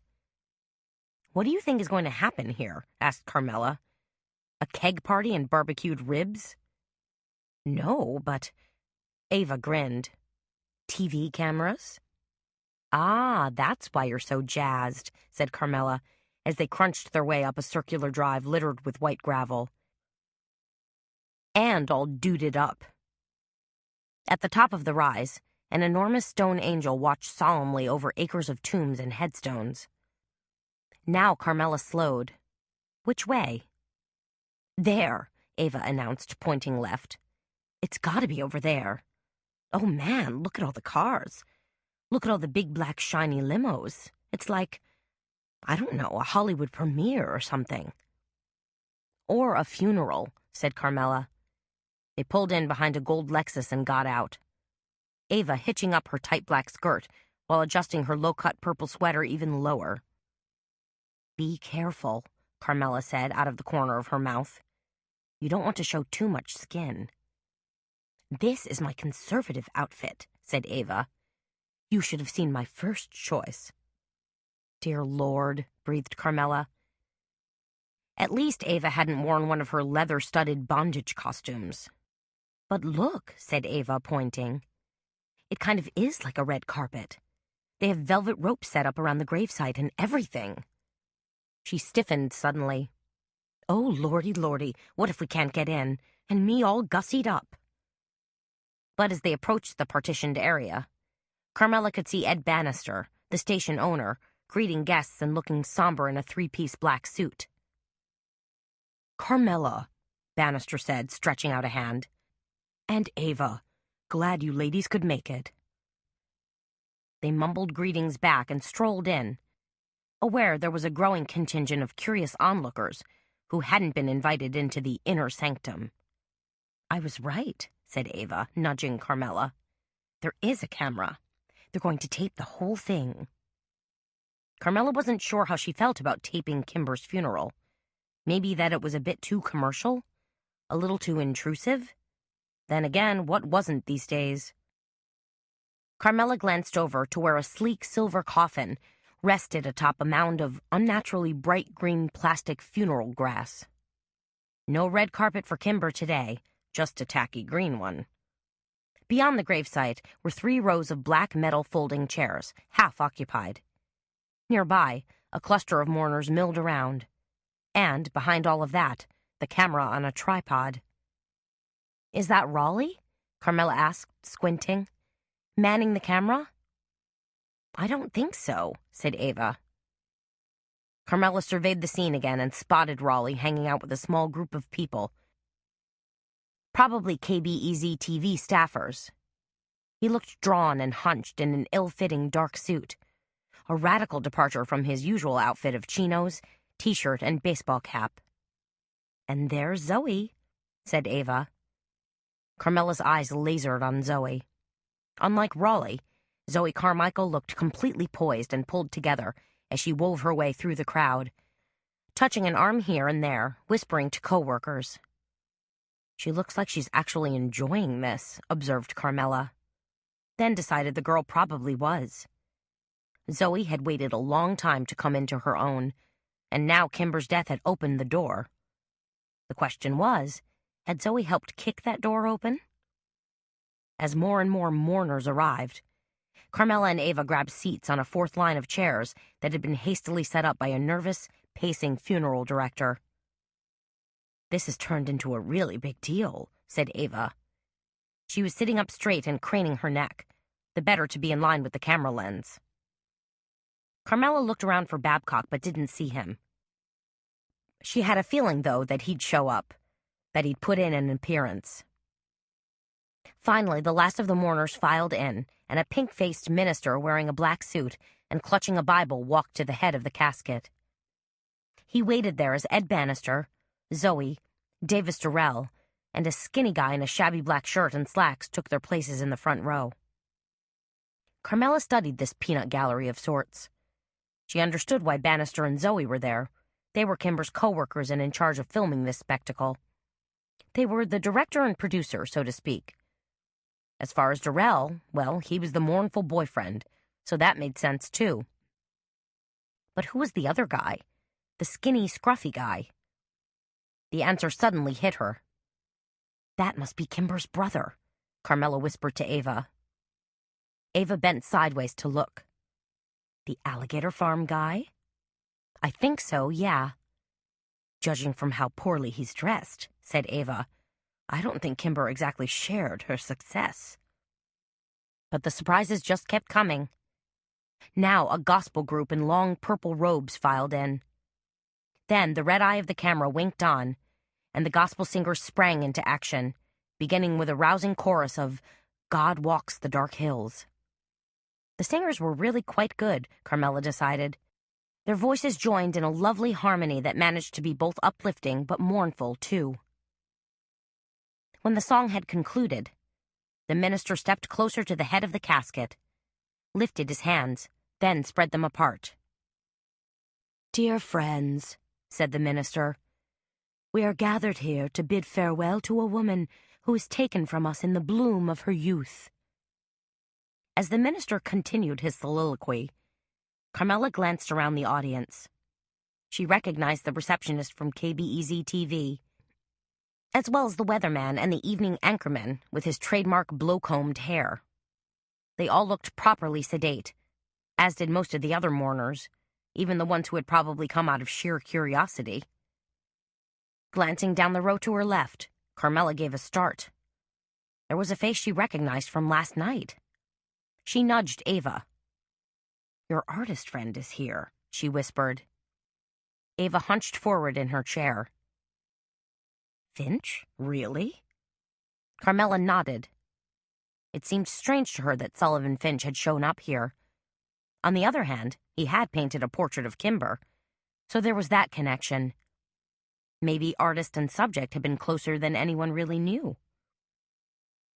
The mousy smile on Ava's face told Carmela that Ava would be hot-footing her way to Sullivan Finch as soon as this service was concluded. Ava was clearly interested, which worried Carmela a little. She let her mind veer off course a bit and hoped that a death portrait wasn't a dire portent of things to come. No, that wouldn't happen, would it? Couldn't. Not to Ava, anyway. As Carmela ruminated, Ed Bannister stood up and gave his heartfelt tribute to Kimber. His voice shook when he talked about her devotion to the station and her superior work ethic. Really? Carmela thought. She'd never thought of Kimber as a particularly hard-working journalist. Had always thought she was in it purely for the glamour and TV FaceTime. Bannister's hands trembled when he concluded his eulogy. Then he reached out and gently touched her coffin with his fingertips, bidding Kimber a tearful farewell. Just as the thin rain began to filter down, the gospel singers kicked it into high gear again with a rousing rendition of The Old Country Church.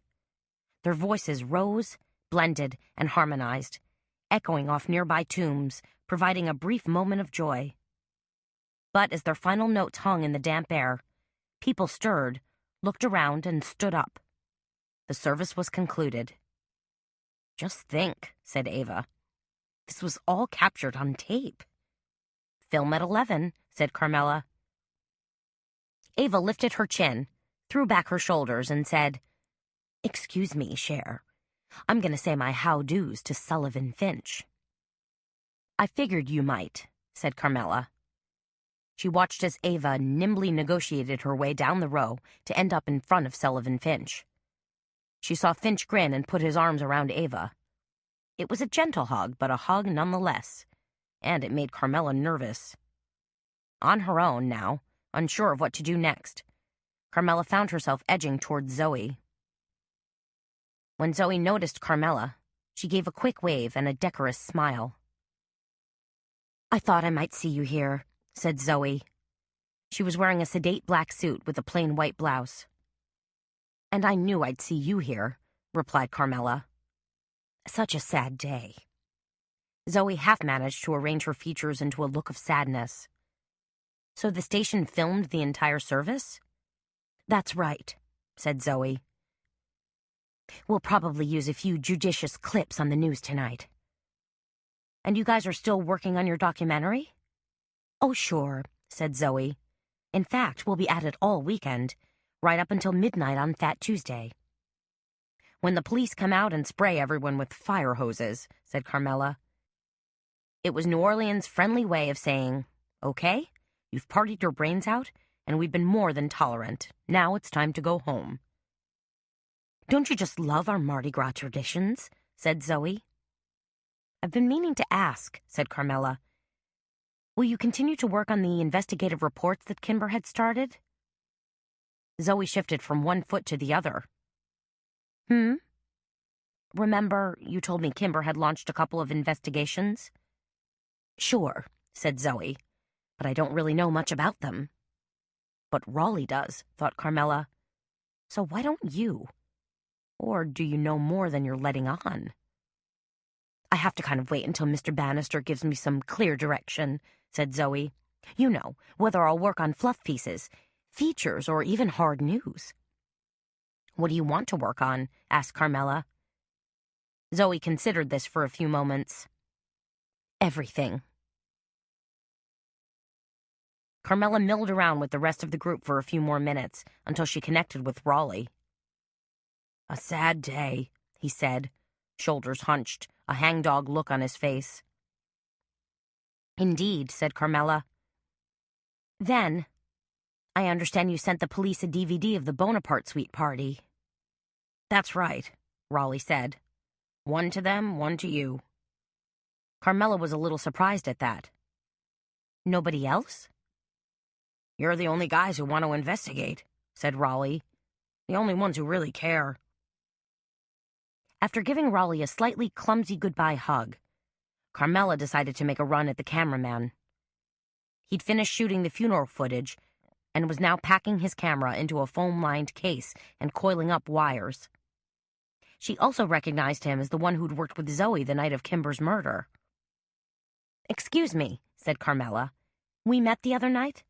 At the Hotel Tremaine? They hadn't been formally introduced, but he might remember her. The cameraman, a skinny guy with curly brown hair, gazed at her for a second, then snapped his fingers. You were one of the witnesses. You went out on the balcony and... That's right, said Carmela. She licked her lips and plunged ahead. I understand you were working with Zoe that night? The cameraman nodded. Uh-huh, shooting the Loomis parade. So you and Zoe were together the entire evening? I mean, up until the time you were called to the Hotel Tremaine? Yeah, I guess. Then he shrugged. Well, not exactly the whole time. Zoe had to do her thing, go off in the crowd, scout out people to interview, try to come up with some meaningful storylines. So Zoe could have slipped away, thought Carmela. And, if she was really quick and really determined, she could have killed Kimber. Will you continue to work with Zoe? Carmela asked him. The guy made a face. Geez, I hope not. And went back to packing his equipment. Ava was suddenly plucking at Carmela's sleeve. Guess what? Excitement shone on her face. What? Said Carmela. I've got a date with Sully. Now you're calling him Sully? You do work fast, lady. Better believe it, said Ava, giving a wink. So, you two are going out. When? I invited Sully to Baby's party, said Ava. She hesitated. You don't think she'll mind, do you? Baby loves extra guests, but I'm not so thrilled. Ava peered at Carmela. You look like you just ate a sour pickle. It's that apparent? Yeah, said Ava. You don't like Sully, do you? I don't know Sully. But you've got your pretty pink thong in a twist, all because of that clown painting last night. And that death portrait. Those paintings kind of freaked you out. Yes, they did. And for your information, said Carmela, glancing around, I don't wear thongs. Not my style. She'd caught a glimpse of Kimber's brother out of the corner of her eye. Now she was wondering where he'd gone. She wanted to meet him and offer her condolences. And maybe ask a few questions, too. What happened to Billy LaForge? Carmela said to Ava. Ava looked around. I don't know. Doggone, I wanted to talk to him. Now who's pushing the envelope? Carmela considered this. Me, I guess. She searched the crowd again, looking for LaForge. What had been a large group had dwindled down to about 36 people. But LaForge was still nowhere to be seen. Had he dashed off as soon as it was over? Probably. Carmela thought about the address she'd cribbed from Babcock's cell phone. Was it worth going out there? Try to converse with LaForge on his own turf? Well, why not? What did she have to lose? After all, this whole case was really quite fascinating. Would you be willing to take a ride out to Terrio with me? Carmela asked. Ava stared blankly at her. Pourquoi? I was able to, obtain LaForge's address from Babcock. And I'd kind of like to corner the guy at home, where he might be more relaxed and amenable to talking to me. You think he's going to confess to murdering his sister? Asked Ava. No, but we might be able to get some idea as to his state of mind, said Carmela. You know, is he sad? Is he angry? Is he indifferent? Ava considered this. So, a fishing expedition. Well, yes. I suppose I could ride along, sure. Miguel's at the store today, and so is Tally. She looked suddenly hopeful. If we're driving out that way, maybe we could stop for lunch at the Blue Tick? The Blue Tick was one of Ava's favorite roadhouses. A place that served killer andouille sausage with sauce piquante. I think lunch could be arranged. Excellent, said Ava. I'm just going to run over and say bye-bye to Sully, okay? Bye-bye away, said Carmela. Her eyes had landed on Davis Durrell, who was shaking hands with Ed Bannister. Then Durrell walked slowly over to Kimber's coffin, placed his hands flat against it, and bowed his head. She wondered whether Durrell was feeling sadness, relief, or guilt, or all of the above, or none of the above. Then, like a signal to end his show of grief, Durrell's phone jangled, and he whipped it out of his pocket and hastily held it to his ear. Carmela could see Durrell's mouth moving, but couldn't hear his words, though she sincerely wanted to. So, did she dare? She dared. Edging closer to Durrell, Carmela dodged around Kimber's casket and tiptoed across the hideous funeral grass. Then, using a large white marble sarcophagus for cover, Carmela moved stealthily closer to Durrell. He was speaking loudly now and sounding almost argumentative. Hassling with a client? Or someone else?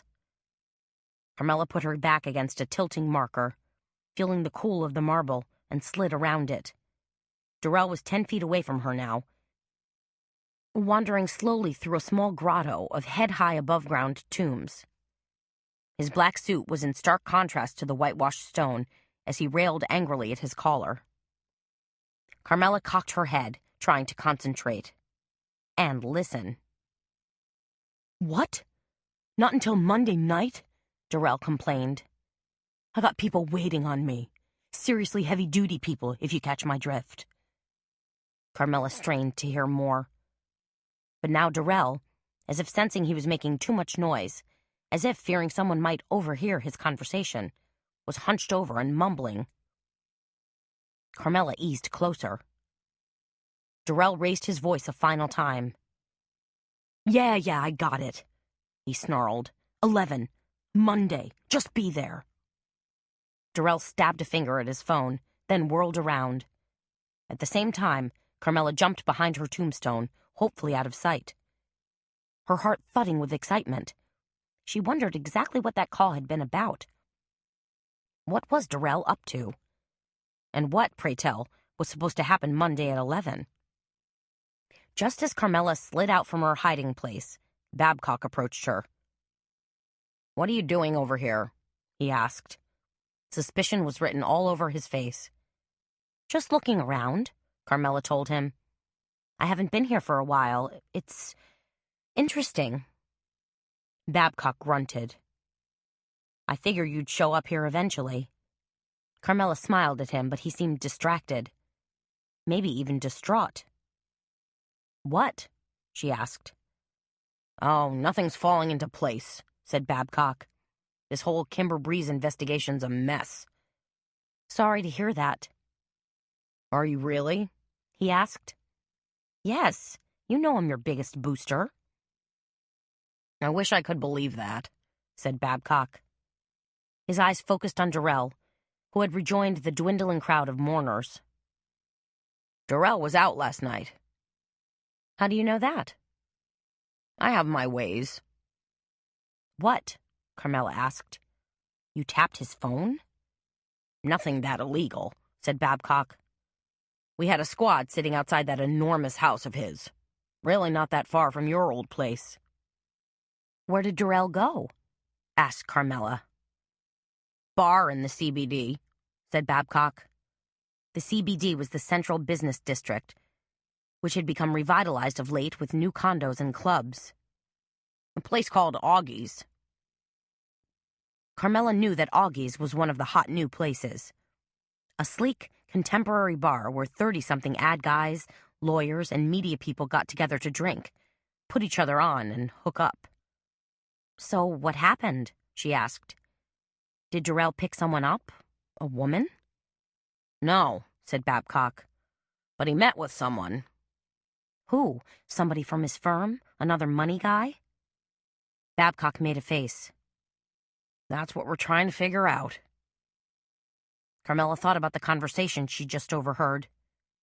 Should she tell Babcock about it? Tell him that Darrell was supposed to connect with someone? Or just let it go for now?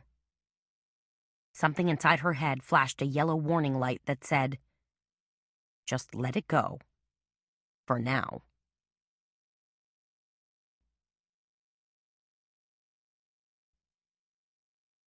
Chapter 15. "I've got the burps," said Ava. They were in Carmela's car, speeding south along Highway 315. They just passed through Homa and were coming up on Terrio. Just as Ava had hoped, they'd stopped at the Blue Tick, a roadhouse that served gumbo, po' boys, and red beans and rice, and had themselves a proper lunch. Carmela had ordered crawfish cakes topped with spicy aioli. Ava had thrown caution to the wind and ordered andouille sausage smothered in onions, okra, and green peppers, and a bowl of turtle soup for a chaser. Now she was paying the price. "You gonna be okay?" asked Carmela. "I think I need an entire jar of Pepsid AC," said Ava. She was holding her stomach and grimacing every couple of seconds. Ava cupped a hand in front of her mouth. "Plus, I've got dragon breath from all that spicy food." "I'm sure the alligators will be highly offended," said Carmela. "No, they won't," said Ava, "because we're not going to get that close." She hesitated. "Are we?" "We just want to talk to Kimber's brother," said Carmela, "not to check out the actual farm." "What do you suppose they do on an alligator farm?" asked Ava. Carmela was trying to drive and read the directions on her cell phone, though she'd be the first to admit she wasn't the most skilled multitasker. "I suppose they raise baby alligators into big ones and then sell them." "For meat?" "And hides," said Carmela. "Alligators crazy popular right now. You go into any fancy store, and they've got all these cool-looking alligator bags and shoes." "In great colors," said Ava, "though I suppose those skins are dyed." "No," said Carmela. "I think there really are genetically engineered purple and red alligators." "Purple?" Ava burped again, then grinned. "Oh, you!" I think if we turn onto Country Road 6, we'll coast right in, said Carmela. Or at least come close. In theory. She hung a left onto a narrow blacktop road that took her through large fields of sugarcane, then dipped and curved its way through stands of pine and oak. After 8 miles, she turned onto Longfellow Road, a humpy-bumpy dirt road that jangled their fillings as well as their nerves. This is awful, Ava complained. My stomach finally settled down, and now it's getting all twittery and nervous again. Hang tight, said Carmela. They spun around a sharp curve, and suddenly, a silvered wooden sign peeped out from a copse of ragged bamboo. It read LaForge Alligator Farm. Dear Lord, said Ava. This is it? Are we here? Carmela took her foot off the gas and let her car coast to a stop. I think so. Across an acre of green, she could see blue glints of water. Slightly off to their right was a small wooden house built on stilts. Next to that was a tumble-down structure that could be a barn or garage. Hard to tell from this distance. In front of all that was a maze of dilapidated wooden and wire fencing. Now what? Said Ava. Carmela tilted her head back and squinted.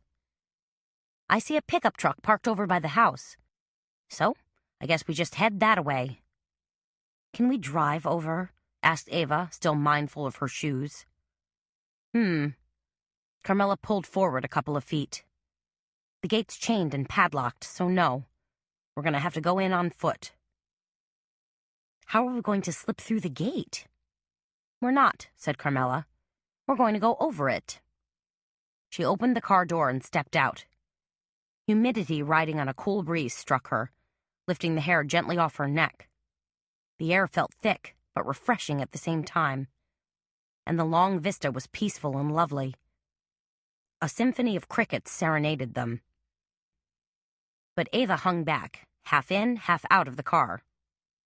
You think we'll be okay? Carmela was anxious to get going.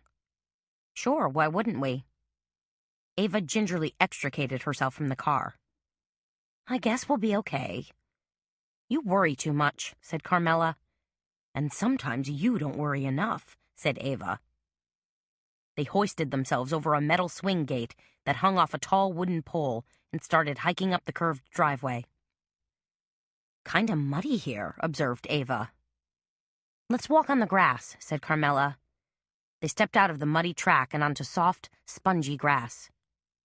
Better. I still don't see any alligators, said Ava. And you don't want to, said Carmela.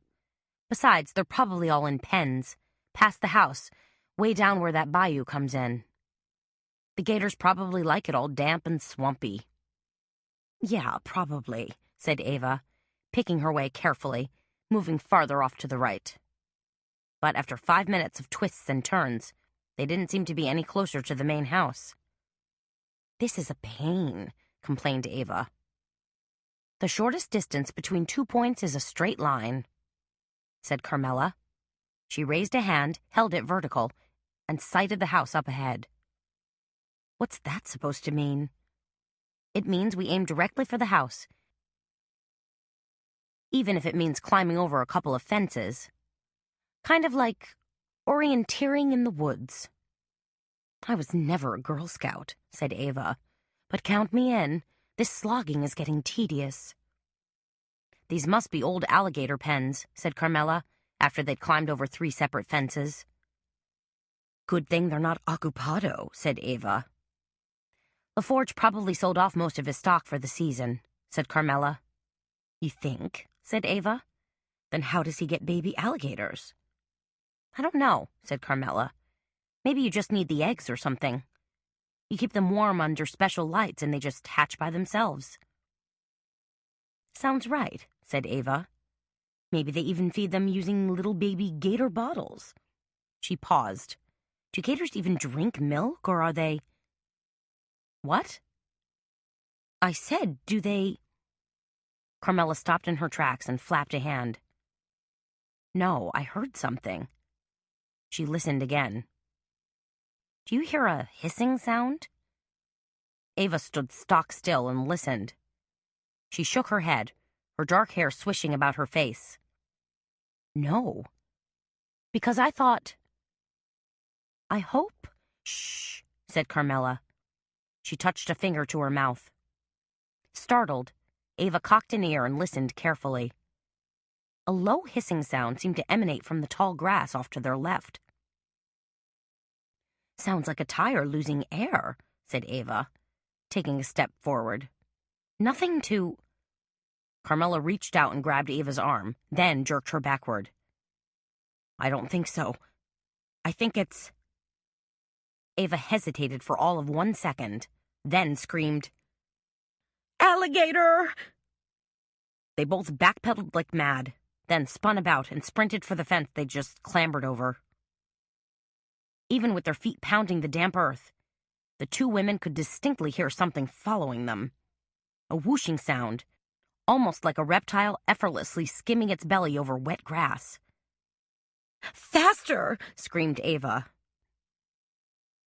Her longer legs had put her a step ahead of Carmela. Carmela watched Ava leap up and over the fence, and then, 1 step from the fence herself, she managed a quick glance over her shoulder and wished she hadn't. A 10-foot-long alligator, its mouth wide open, rows of jagged teeth sparkling, was slithering toward her.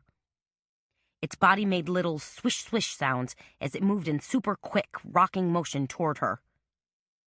Hurry! Screamed Ava, as Carmela made a flying leap onto the fence. Then, Carmela was scrambling up the wooden fence, which was reinforced at the bottom with metal screen. Just as Carmela cleared the top rail, she ventured another look back. There was a rushing sound as the alligator leaped, propelling itself almost 4 feet into the air, and then there was a tremendously loud snap as his jaws clapped together. Holy buckets! Cried Ava. She was standing on the other side of the fence, breathing hard, clutching her side. That monster almost had us. Almost had us for lunch, cried Carmela. She stood rigid with fear, still panting from her exertion, while the alligator gazed at them with a placid look, then languidly spun around and slithered off. Next time I buy a pair of alligator shoes, said Ava, I'm gonna hope they were cut from that critter's hide. I want some serious revenge. What are you doing over there? Called an angry voice. Carmela and Ava looked around and finally spotted a skinny man who was now hustling over toward them. Dressed in olive-drab coveralls and wearing black, knee-high rubber boots, he had dark hair that hung lank about his angry, dark face. This guy was dressed in work clothes, but Carmela was pretty sure it was the same guy who'd attended Kimber's funeral this morning. Is that him? Ava asked in a low voice. Kimber's brother? I think so, said Carmela. Looks like the same guy. He had a hound with him, a dog with a brown spotted coat and gray muzzle. Old dog, Carmela thought. The dog looked sorrowful, as if it knew this was all a big mistake. Billy LaForge tromped over to them and glared. Are you girls crazy? He screamed at the top of his lungs. This is private property. Can't you read the signs? This is an alligator farm. You don't just stroll through these pens. That's pure crazy. Sorry, said Carmela, feeling thoroughly chastised.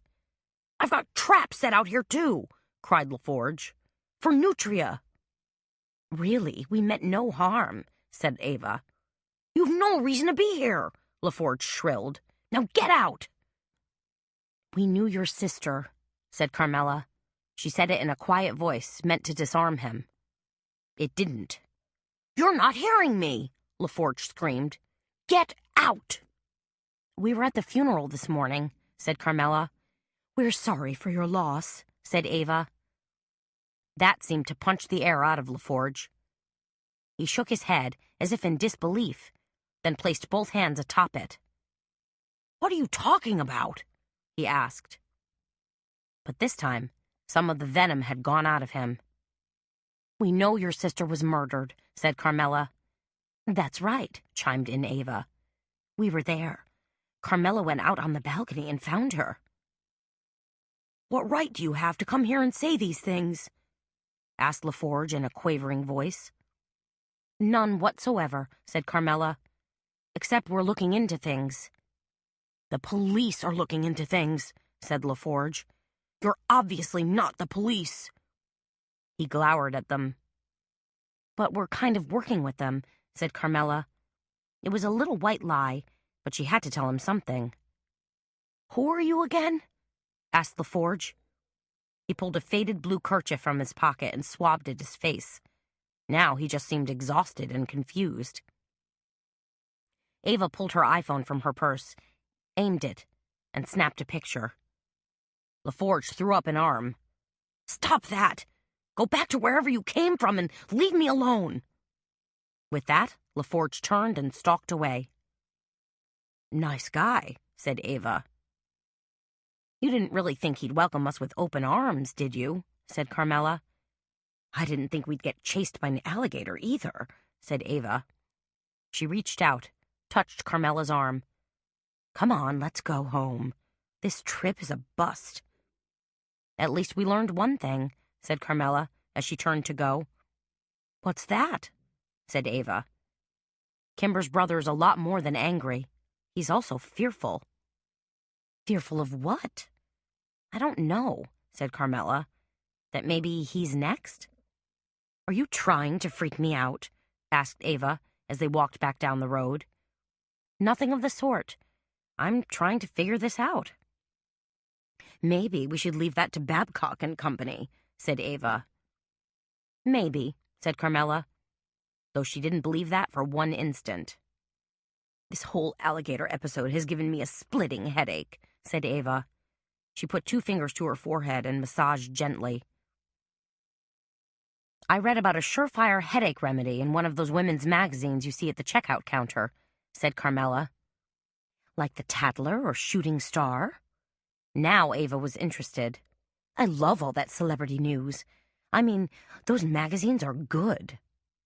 What you do, said Carmela, is cut a lime in half, then rub it against your forehead. The sugar or enzymes or whatever supposedly make the throbbing go away.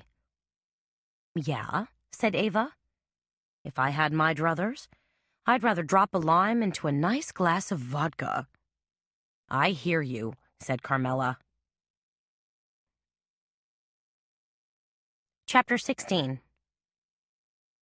The interior of Grand Folly Costume Shop glowed like a theater marquee as overhead pinpoint spotlights bounced and reflected off racks of glitzy, glamorous costumes.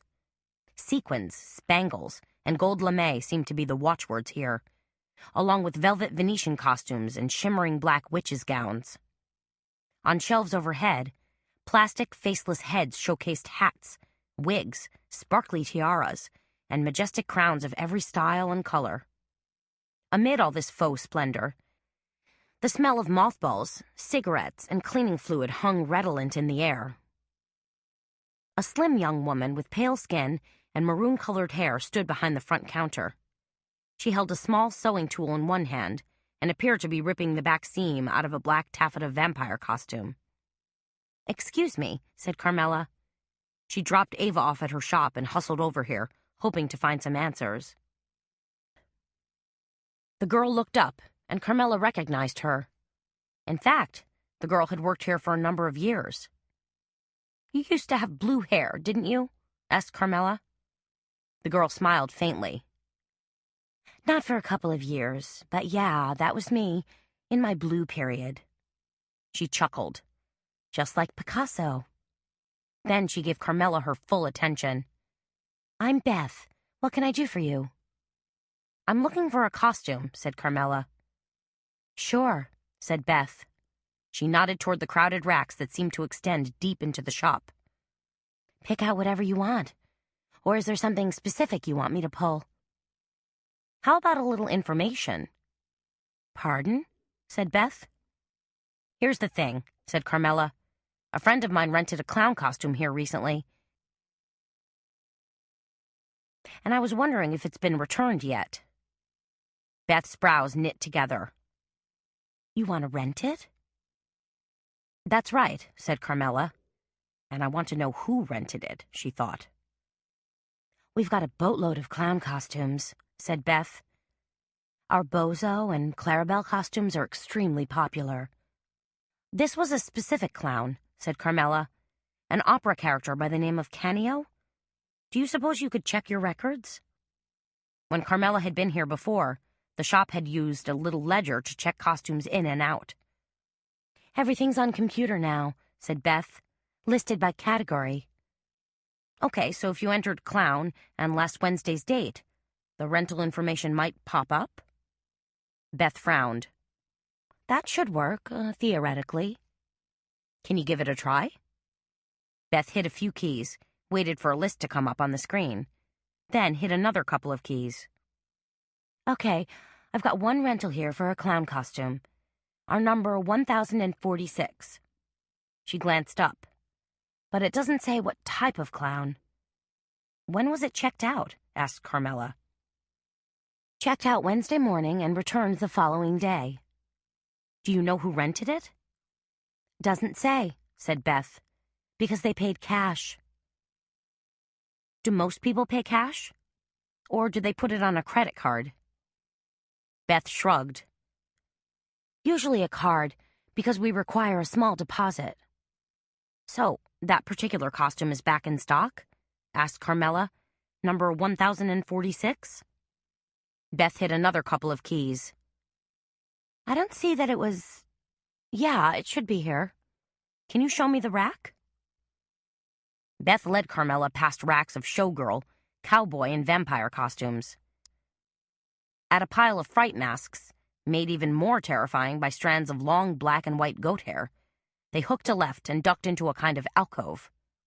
Leering clown masks and floppy clown gloves hung on the walls. Oversized clown shoes littered the floor. An enormous rolling rack of clown costumes was jammed against the wall. The costumes look kind of creepy this way, said Carmela. Like any minute they might become animated. Clowns always scared me as a kid, said Beth, giving a little shudder. Maybe they still do. Anyway, she backed away. Just holler if you need help with anything. Thanks. And if you need any last-minute costumes, said Beth. We're going to be open until midnight every night up until Fat Tuesday. Carmela pawed through the rack for a few minutes until she found the Canio costume. It hung on its hanger, looking limp and inert. Grabbing the hanger, Carmela hooked it onto the rack, then spread out the costume. Was it the same one? It sure looked the same. White with pom-poms down the front, gathered at the wrists, and voluminous enough, Carmela thought, to hide any figure, large or small. So who had worn this costume? Had it been stashed in Zoe's tote bag? Or had someone shucked into it while hidden in a nearby room or convenient broom closet? Maybe Durrell or Sullivan Finch, or even Billy LaForge. And what about Joubert, who gave her the creeps and seemed so interested in all things horrifically odd? Or Whitney Geiger, whom she was still trying to track down. Lots of suspects, not much information. Carmela reached up and pulled down the mask.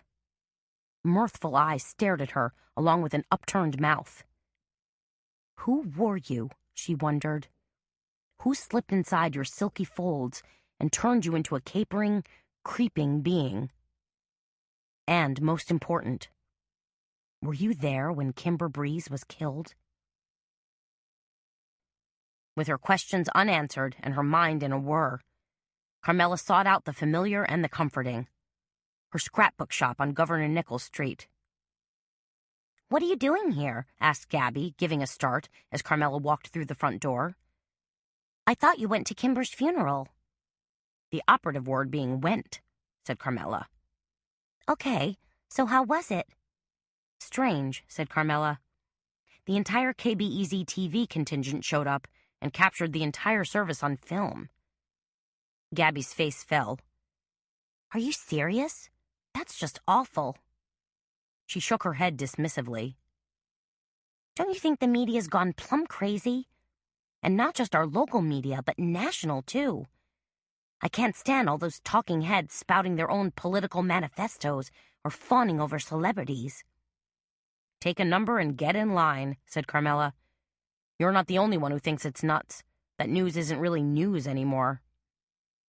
She glanced toward the back of the shop, where two women were working away on scrapbook pages. "Have we been busy?" "Not too much," said Gabby.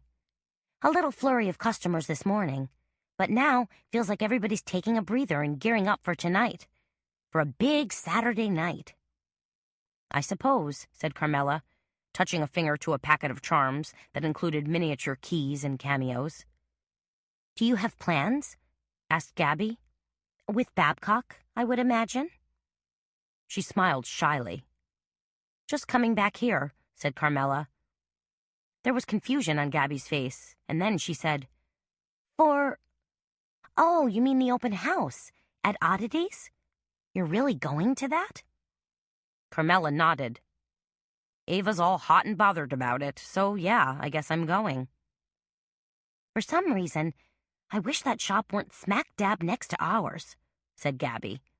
"It's just way too creepy for my taste." "You mean creepy Joubert," said Carmela. "You get a bad feeling from him." "Yes, I do," said Gabby. "You know me, I'm pretty easygoing and amenable. And I don't usually take an instant dislike to someone, but that guy gives me the willies." "Interesting," said Carmela. Gabby was a fairly decent judge of people. If she'd detected an odd vibration, there just might be something there. "Please be careful tonight," said Gabby. "Don't worry," said Carmela. "It's an open house. The joint will probably be mobbed, and we're only staying for a short time." "Doesn't matter," said Gabby. "Just take care." "This is like déjà vu all over again," Carmela joked. Just when she thought she'd escaped the weird vibes of the costume shop, Ava had brought over an armload of outfits for them to try on. "Look at this one, Cher," said Ava, excited to the point of being practically breathless. "Midnight blue velvet with a va-va-voom neckline. I think it's the inner you." "You realize," said Carmela, "this isn't a costume party tonight. It's merely an open house." "But we're going to Oddities, which means we really should dress the part. Then we should be contemplating dead squirrel hides and fingerbone earrings," said Carmela, "instead of glamour gowns." "You're no fun," grumped Ava. "You're just not getting into this." She dug through her mountain of dresses, pulled out a different one, and held it up for inspection. Maybe this yellow taffeta number?" Carmela gazed at the poofy sleeves, flouncy skirt, and black trim on a yellow bodice. Maybe a trifle too saloon girl? But Ava wasn't about to give up. "Try to pep it up, Cher. After all, it's Mardi Gras, our most favorite time of year, and we are gonna party. Perhaps if I put something on, you might catch a wee bit of spark?" "Do that," said Carmela, feeling bad that Ava was trying so hard. "And I'll go get us each a glass of wine." Happy to distance herself from the costume caravan for a short while, Carmela went to her kitchen and poured out 2 glasses of Merlot. While she really had very little interest in attending the Oddities open house, she did have a passing curiosity about Joubert, the owner. For some reason, he'd tweaked her inner early warning radar, and he'd for sure raised Gabby's hackles. "Oh, Cher," Ava called from the other room. "Come take a look at this." Carmela padded back into her bedroom, followed by Boo and Pooh-Bah. The dogs were regarding this costume activity with great suspicion. Then again, dogs weren't big on dressing up. In fact, whenever Carmela saw dogs sporting little coats and sweaters, they always looked embarrassed, as if they knew, deep down, that the grand creator of canines had never intended for them to wear Gucci or Burberry. "What do you think?" asked Ava. She stood before the mirror in a floor-length black crepe dress with a V-cut ruffled bodice. She'd added a black leather lace-up corset to accentuate her narrow waist and ample derriere. "You look like you just stepped out of the Hunchback of Notre Dame," Carmela chuckled. When Ava frowned, she added, "You know, the character Esmeralda." "Think of a better analogy," Ava replied in a slightly frosty tone. Carmela didn't miss a beat. "You look like Morgana, the gorgeous witch in Camelot." This time, Ava smiled broadly. Much better.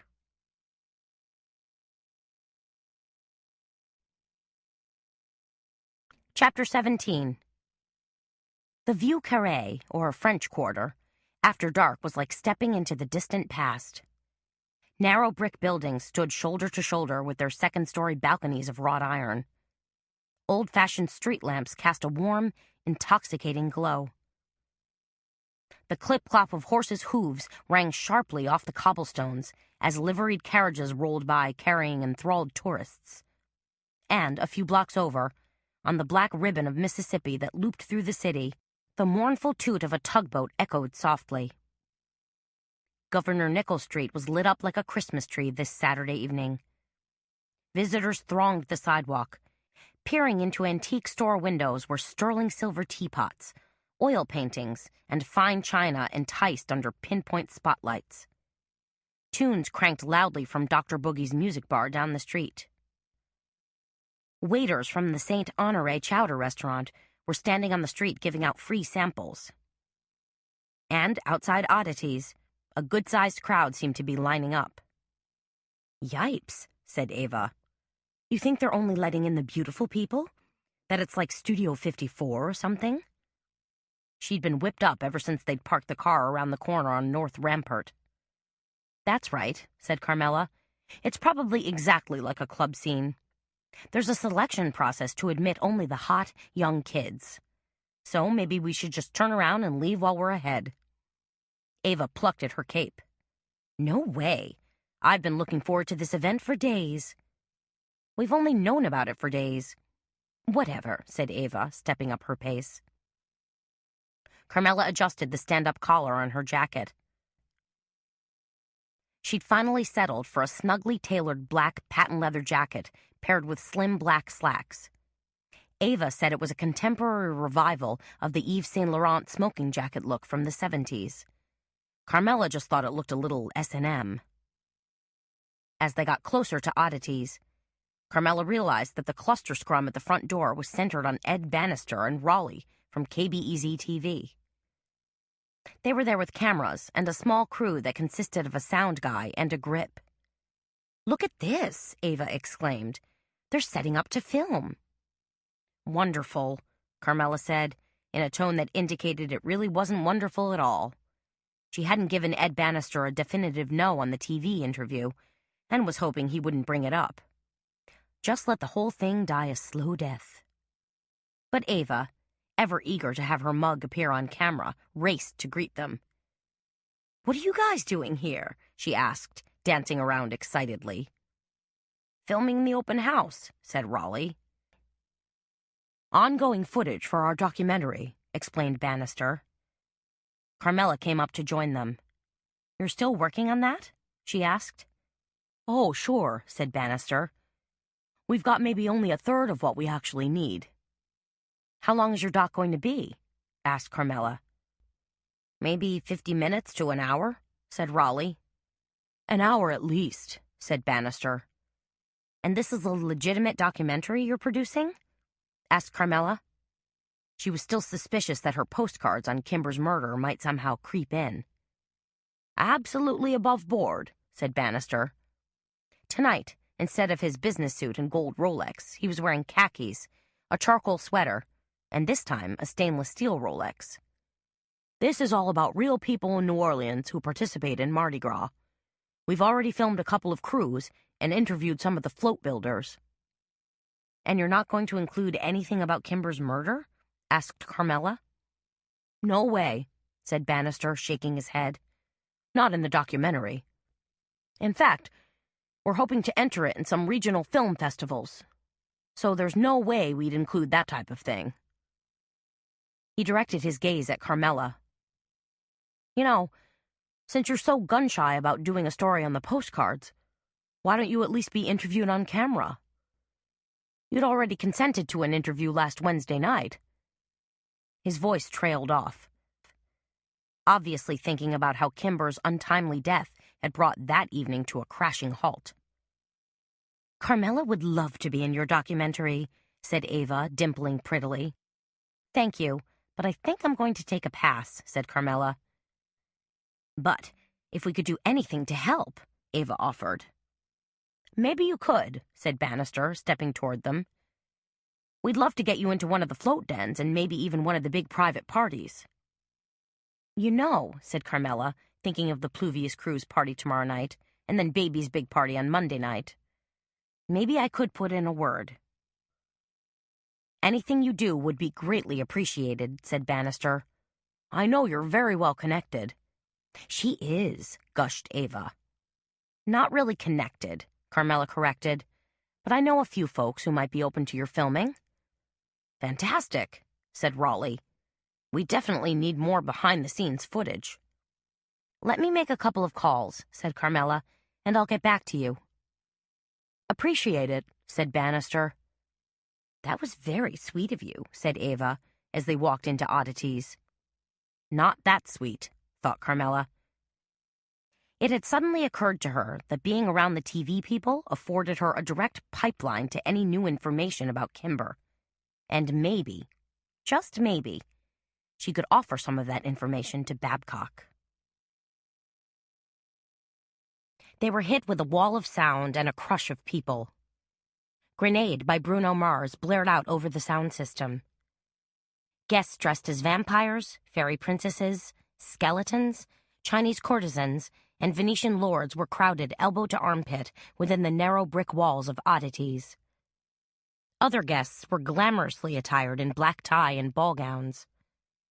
Carmela figured that most of the guests, especially those costumed and finely garbed, had stopped by on their way to fantastical Mardi Gras balls. Some guests, like her and Ava, had dressed up just because it was Mardi Gras, and the New Orleans tradition pretty much dictated you wear a costume. This is some place, huh? Said Ava. She gaped at the glass cases filled with strange curiosities. Look over there. I see some human skulls and an old butterfly collection. Did you catch the Egyptian mummy? Asked Carmela. A painted wooden sarcophagus leaned against the wall. She wondered if a real, bandaged mummy slumbered inside. And, if they burned tannin leaves at midnight, would the creature suddenly come lurching out? Carmela shook her head to clear it. Strange thoughts had been swirling in her brain for the past couple of days. Too strange, she told herself. Share, said Ava. Have a drink. A tall, ethereal-looking waiter in a shiny black tuxedo held out a tray of drinks. Ava had already helped herself to a goblet filled with a lethal-looking red potion. A green gummy worm curled over the side of her glass. What are these? Carmela asked as she took one. Cosmopolitan, said the waiter. He gave a sickly grin and said, Enjoy. Carmela took a sip. The drink was strong, slightly sweet, and when she swallowed, it warmed her gullet thoroughly. Good, she rasped to Ava. But Ava was suddenly enchanted by a stuffed monkey. What is that thing? She asked. Carmela gazed at the slightly dusty little creature who was locked forever in a comical pose, wearing a red velvet jacket and cap. I don't know. Maybe a spider monkey or a capuchin?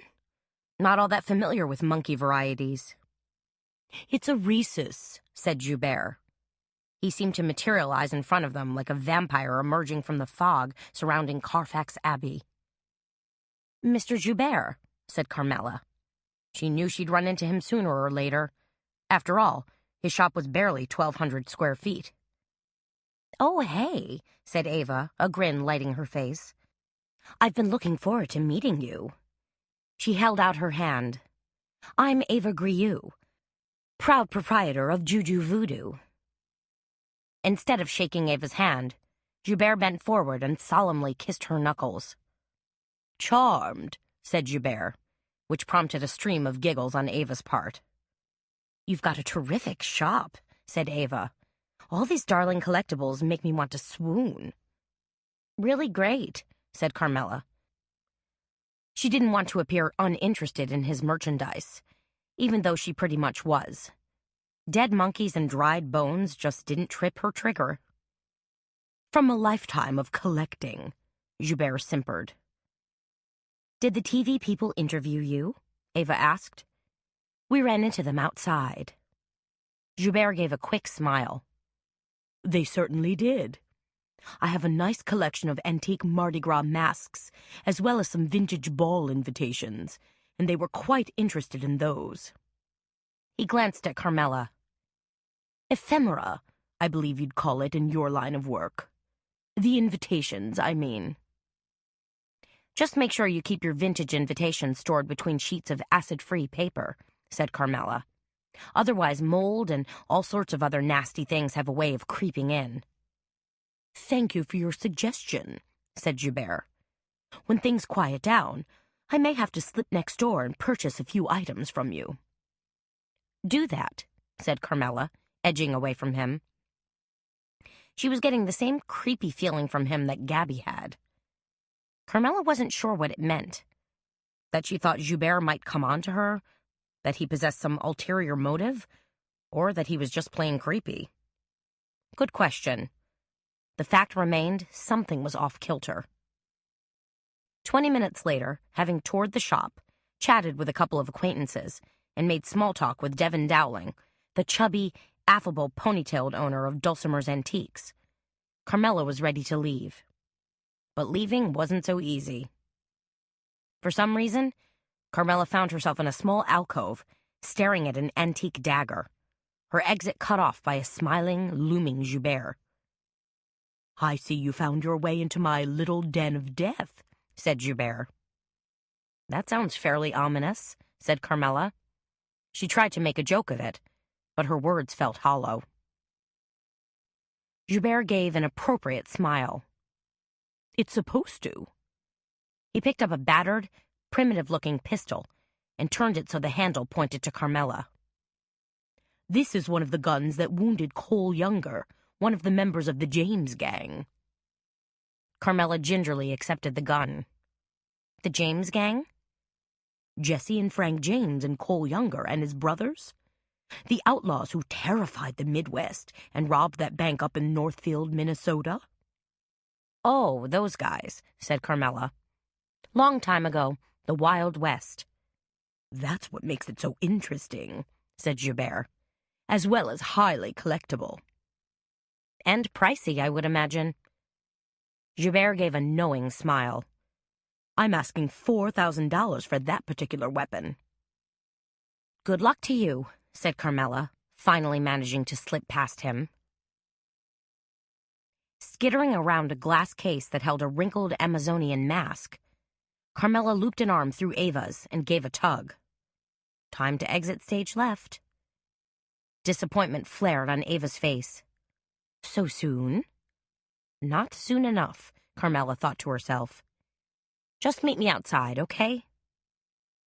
The cool air that greeted Carmela was a welcome relief after the warmth and press of bodies inside. Plus, there'd been some strange aroma in the air. Incense, maybe? Or some type of scented candle? Whatever aroma had wafted through the shop, it had been strong and pungent and almost headache-inducing. Carmela! Ed Bannister was suddenly at her elbow. Hey, she said. I understand you're looking into things. He cleared his throat and dropped his voice. Concerning, Kimber's murder? How do you know that? She asked. She gazed over at Raleigh, who had his camera pointed at a woman in an expensive-looking red suit. She was extremely animated and talking loudly about the fancy Mardi Gras brunch she was throwing for her friends tomorrow. Oh, Raleigh told you? Bannister nodded. He mentioned it, and I think what you're doing is a good thing, a smart thing. Especially since you have an in with one of the investigators. I haven't come up with a single piece of usable information yet, she told him. He looked thoughtful. Yes, but maybe you're the one who'll cast a fresh pair of eyes on this tragedy. Maybe, as an outsider without any predilections, you'll spot something the police won't, or haven't. Maybe. But Carmela wasn't all that convinced she would figure things out. Anyway, said Bannister, as Ava swooped over to join them. Good luck. I was having so much fun, Ava whooped. And what a place! Did you see that life-sized Day of the Dead skeleton playing a guitar? I'd kill to have him serenading in my shop. Make Joubert an offer, said Carmela, as she and Ava ambled slowly down the street. Because I don't think the existing inventory is going to exactly fly off the shelves. But it's such neat stuff, said Ava. It's unusual, agreed Carmela. I'll grant you that. I got an idea, said Ava. Let's stop by Mumbo Gumbo. I bet the joint is rocking. We're going to be partying our brains out tomorrow night, as well as Monday and Tuesday, so let's not, said Carmela. Besides, I'm ready to throw in the towel. She glanced around.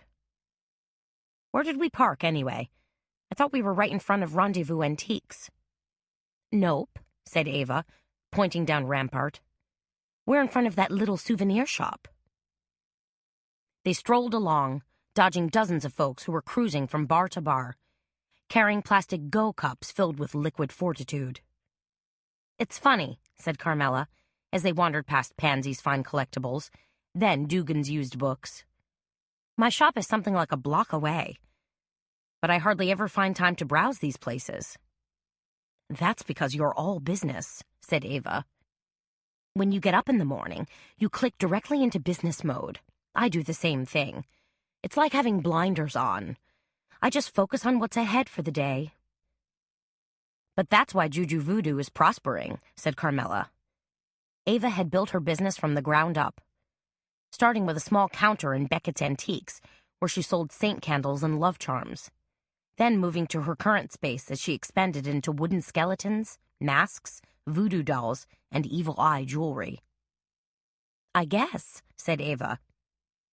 She stopped abruptly and stared into the window of a souvenir shop. I just wish these other shops didn't try to cut into my business. She pointed to a display of small voodoo dolls sitting in the window. With their blank faces and rudimentary outlines, they looked like white cotton gingerbread cookies. Look at this. Voodoo dolls from some awful factory city in China. They're pure crap.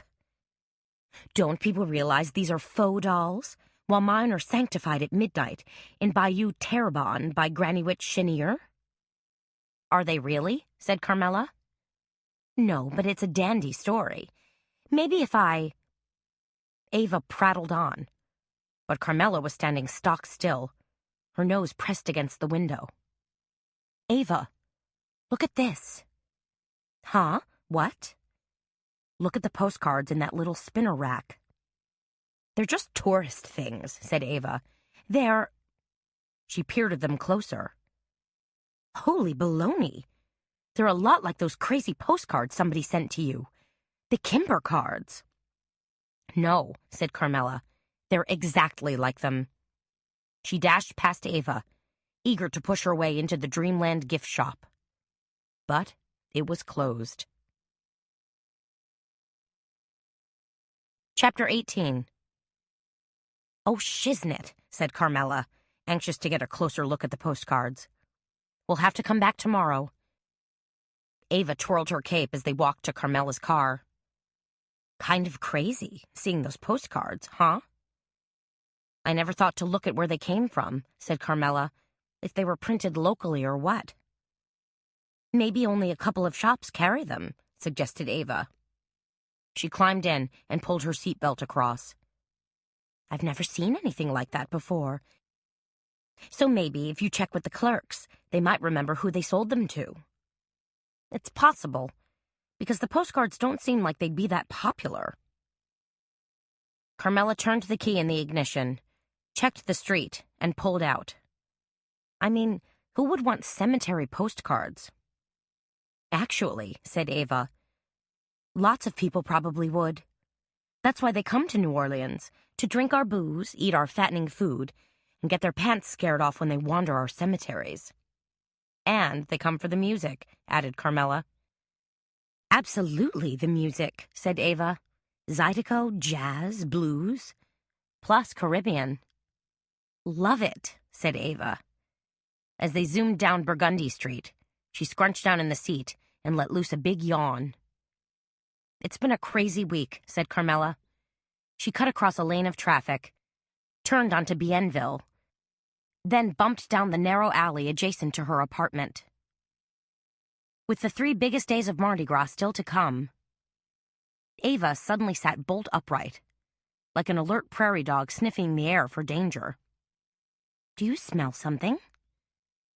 Carmela coasted into her garage, and they both scrambled out of the car.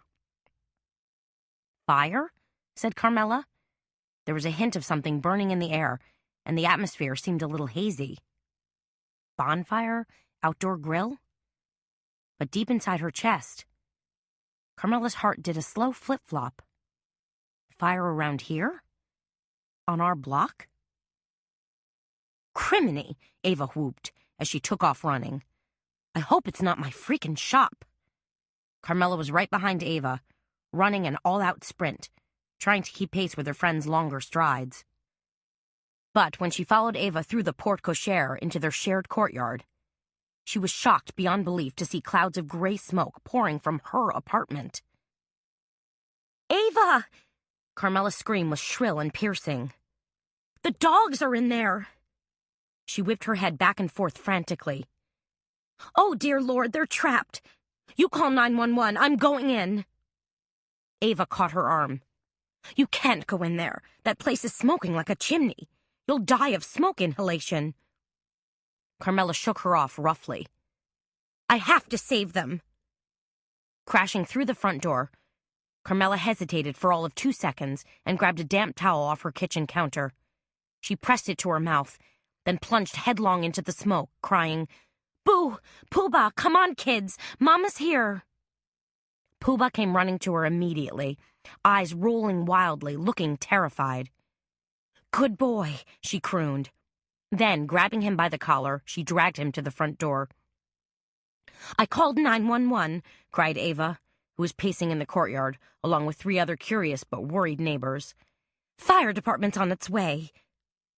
Carmela handed Pooh-Bah off to Ava.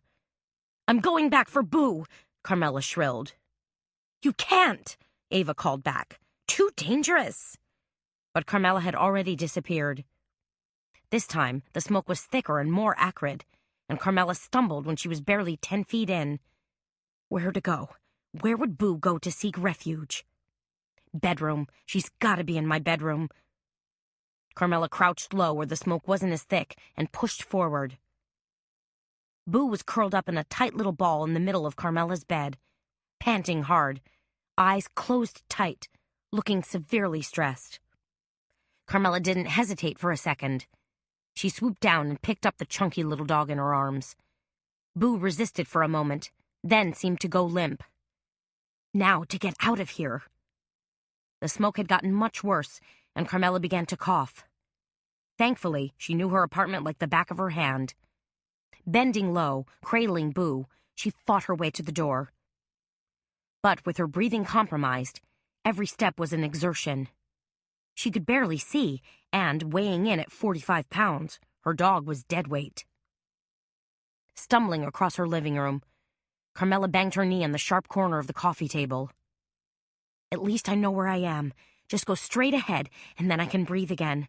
We can both breathe again." A half-dozen steps from the door, still carrying Boo, Carmela inadvertently drew a deep breath and felt her lungs fill with noxious fumes. "Not now, not when I'm this close." Carmela faltered. Her eyes burned, her shoulders ached, and she suddenly felt lightheaded and stupid. But as her eyes still searched for what she hoped was the doorway, Carmela dropped to her knees. Panic suddenly filled her brain like a wildfire gone rampant. Now what? Can I crawl and drag Boo at the same time? Do I save myself and leave her? Her dog was motionless now. Passed out? Overcome with smoke? No, I can't leave her behind. That's not an option. Carmela gritted her teeth and fought hard to pull herself to her feet. Her knees felt like lead. She barely made it. But finally she was up. Just one step at a time. Carmela took one faltering step and knew she was a goner. Her head was spinning. She was about to pass out. She let loose a growl of anger and frustration. If she could only see... Suddenly, out of the darkness, a hand appeared. Then a complete arm stretched out to her. She batted at it frantically, not knowing who it was, what it was. Then a dark, shadowy figure wearing an enormous coat and respirator appeared in the swirl of darkness and smoke and wrapped a strong arm around her. Still hanging on to Boo, she was suddenly grabbed, steadied, and yanked outside. Into blessed, breathable, fresh, cool air.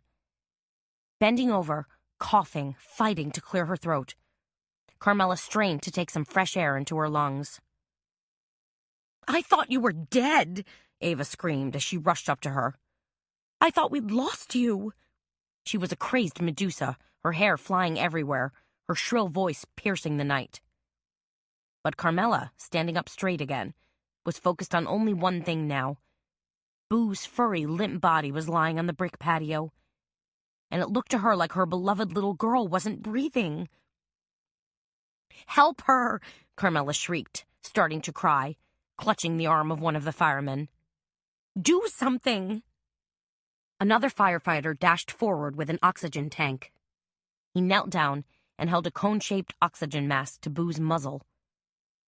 Tears streamed down Carmela's face. "Please, oh please," she cried.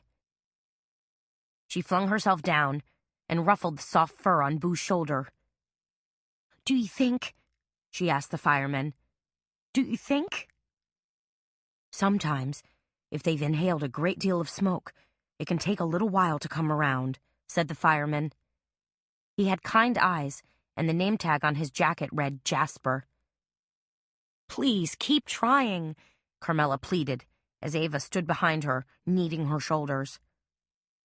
Another firefighter came over to watch. Carmela saw only his boots. "I don't know," said the owner of the boots. "He's trying to tell me there's no chance," Carmela thought to herself. "That it's hopeless, that she's already—" Boo's eyes suddenly fluttered. "Hey now," said the fireman, Jasper, who was holding the oxygen mask to the dog's muzzle. Suddenly, Boo's eyes flew open, and she let loose a long, wet snort. Then her chest began to move up and down in a rhythmic manner.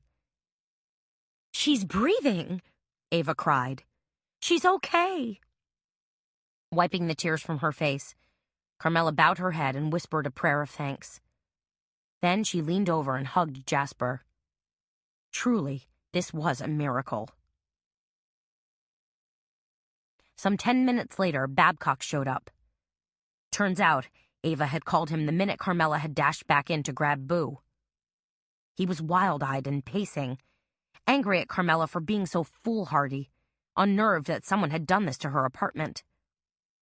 Babcock conferred with the fireman, even as he kept a constant eye on Carmela, who was huddled across the courtyard with Ava and the dogs.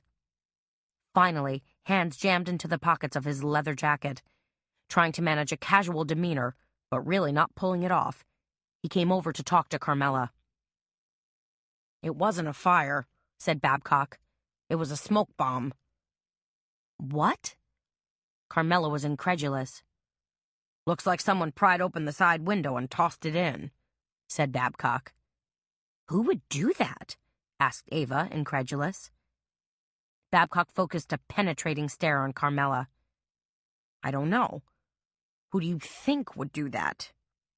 Carmela just shook her head. "Maybe a better question," said Babcock, "is why would someone do that?"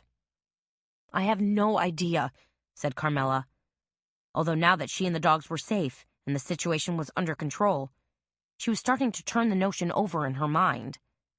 A random act? Or was this quite deliberate? But Babcock wasn't finished. "Perhaps someone who wants to send you a message? Someone who thinks you're involved in something you shouldn't be?" His words were sharp and biting. "Don't threaten her like that," said Ava, suddenly assuming a defensive posture. Babcock pulled his hands from his pockets and spread them apart. "Who's threatening?" "You know exactly what I mean," said Ava. "And if you've got a bone to pick with Carmela, this isn't the time or the place. Look at our girl." Ava reached over and tried to rub a smudge from Carmela's cheek. "She's been through hell," so she doesn't need you harassing and haranguing her." Babcock's eyes blazed, and he looked like he was about to explode. Then he wrestled control of his raw emotions and said, "Fine, we'll talk about this later." "You got that right," said Ava. Babcock sighed and said, "She can stay with you for the time being?" Ava was still bristling. "She's sure not going to stay with you." Carmela held up a hand. "I'm okay," she said to Ava. To Babcock, she said, "We will talk about this, but not tonight, okay?" Her eyes sought out his, then went to Boo. "Okay," said Babcock. "You ladies need help with anything?" "Just back off," said Ava, as one of the firemen came over to talk to them. "If you have to," said the firefighter, giving Carmela an encouraging smile, "you can go inside for a couple of minutes. We've got your place all opened up, and a lot of the smoke has pretty much gone. Some of your stuff's still going to smell smoky, though." Carmela got to her feet. "I'm going in," she said. "I want to get a few things." "Just for a couple of minutes," Babcock warned. Carmela crossed the courtyard and stepped tentatively into her apartment. Just as the firemen had said, a lot of smoke had cleared out. It was bizarre, she thought, that just 20 minutes ago she'd been fighting for her life. And now the danger had passed. Just like that. Strange how things could turn on a dime. After surveying some of the fire and water damage, Carmela took 3 minutes to grab some clothes, toiletries, and her laptop computer. As an afterthought, she grabbed the DVD that Raleigh had given her. You never know. When she emerged, Babcock was talking to a couple of firemen again. He said, "Earl here says it's not such a big cleanup job after all." The fireman who'd resuscitated Boo said to her, "My brother-in-law owns a company that specializes in water and smoke damage recovery. If you want, we could probably get him to go in tomorrow." Ava came up to join the group. "Go for it, Cher." "What would they do?" Carmela asked. The fireman considered this. "Just suck out whatever smoke was left and set up a bunch of ion machines. Clean the carpets and upholstery if they need it. Your place should be good as new in a couple of days." "I think," said Carmela, "I think that's a good idea." "Just leave your house key with Detective Babcock here," said the fireman, "so he can lock up. Then my brother-in-law can pick up the key from him in the morning." Carmela blushed furiously as she said in a small voice, "He already has one." Chapter 19. A tiny ray of sunlight streamed through a crack in the purple velvet drapes, hitting Carmela directly in the eye. For a moment, she wasn't sure where she was. Then the chaos and craziness of last night came rushing back to her, and all the pieces fell into place. She was at Ava's place. She rolled over in bed, aware of sore back muscles, and called, "Boo? Pooh-Bah?" There was a wet snort, and then Boo was standing next to the bed, looking alert and almost puppyish, ready to lick her face. "Sweet girl," said Carmela, reaching out to stroke her soft fur, touching her dog to reassure herself that Boo was okay. Another snort came from across the room. "You're awake already?" called Ava. "Yeah," said Carmela, "checking on the kids." "What time is it?" asked a groggy Ava. Carmela blinked at her watch. "Just 7. "Ah, the crack of dawn." A long pause. "How are you feeling?" "Okay." Carmela rolled over, stretched, and gave her answer a second thought. Actually, she wasn't okay. She felt violated, a little scared, and increasingly angry. Some moron, some idiot, had dared to invade her precious home. No matter that it was a rented home, it was her safe place, her little sanctuary from the rest of the world. Anger rolled over her like molten lava.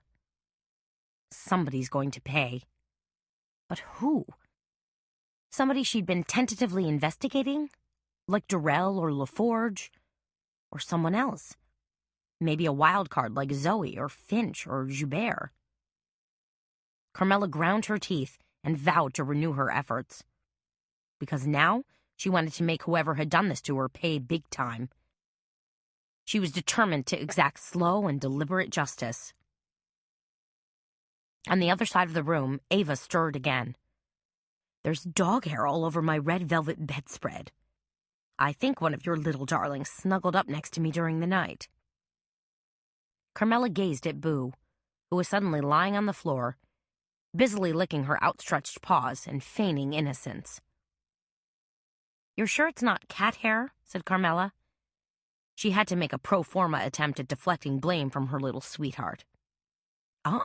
Said Ava. "Isis always sleeps in the closet.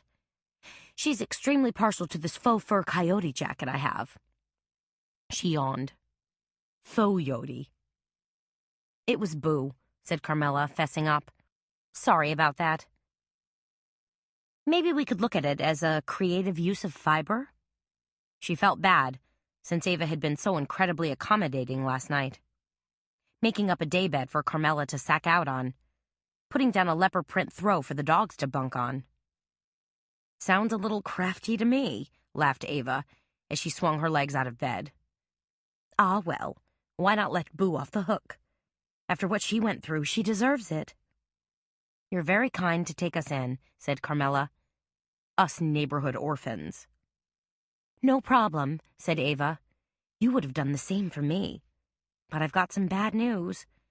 You guys are probably expecting a tasty, eye-opening breakfast, and you're not going to get any."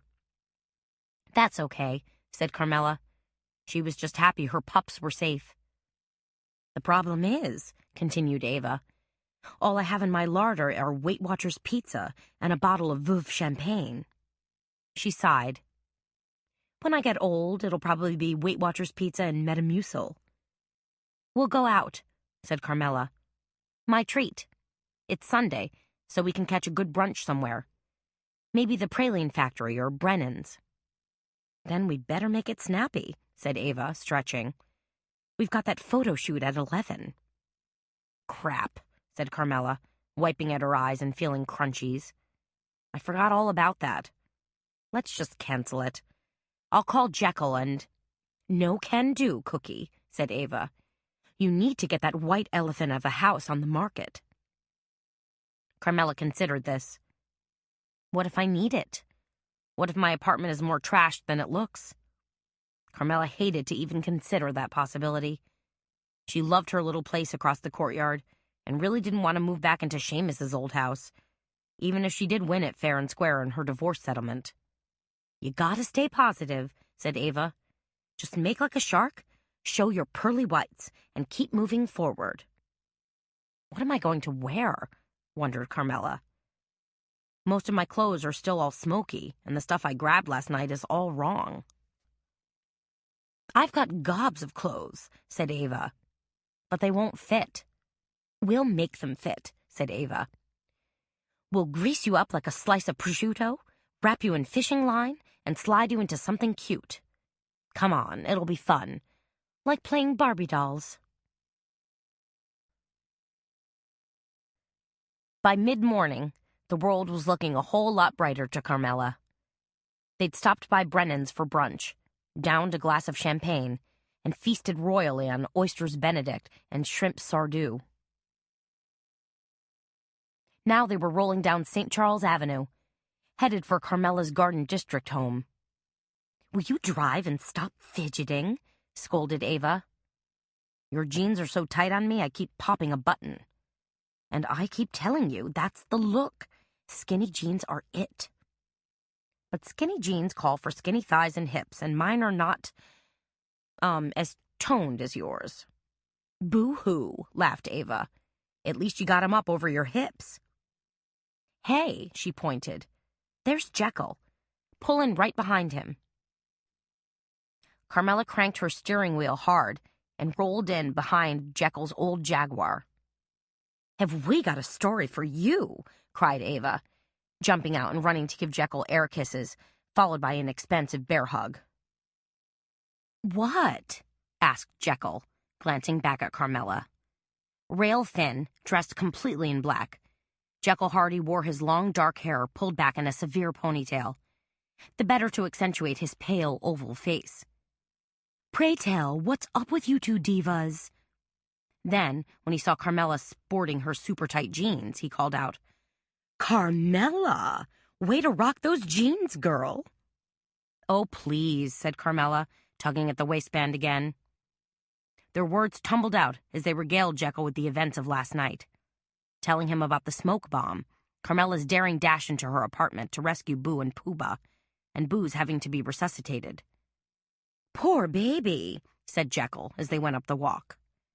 "Poor baby me or poor baby Boo?" asked Carmela. "Both of you," said Jekyll, reaching out an arm and pulling Carmela close to him. "Sounds like you've been through the ringer." "I called 911, said Ava, not to be left out. "And I'm sure you were wonderfully succinct and to the point," said Jekyll. "I'm sure the emergency dispatcher awarded you top priority." "I'm positive they did," said Ava, pleased. "This place amazes me," said Jekyll as they stood in the living room, taking in the marble fireplace, cove ceilings, and oriental rugs. "Are you quite positive you want to put it on the market?" "That was always my intention," said Carmela. "I knew I couldn't pry any real cash money out of Seamus, so this house was the next best thing. I planned to sell it and invest any and all proceeds."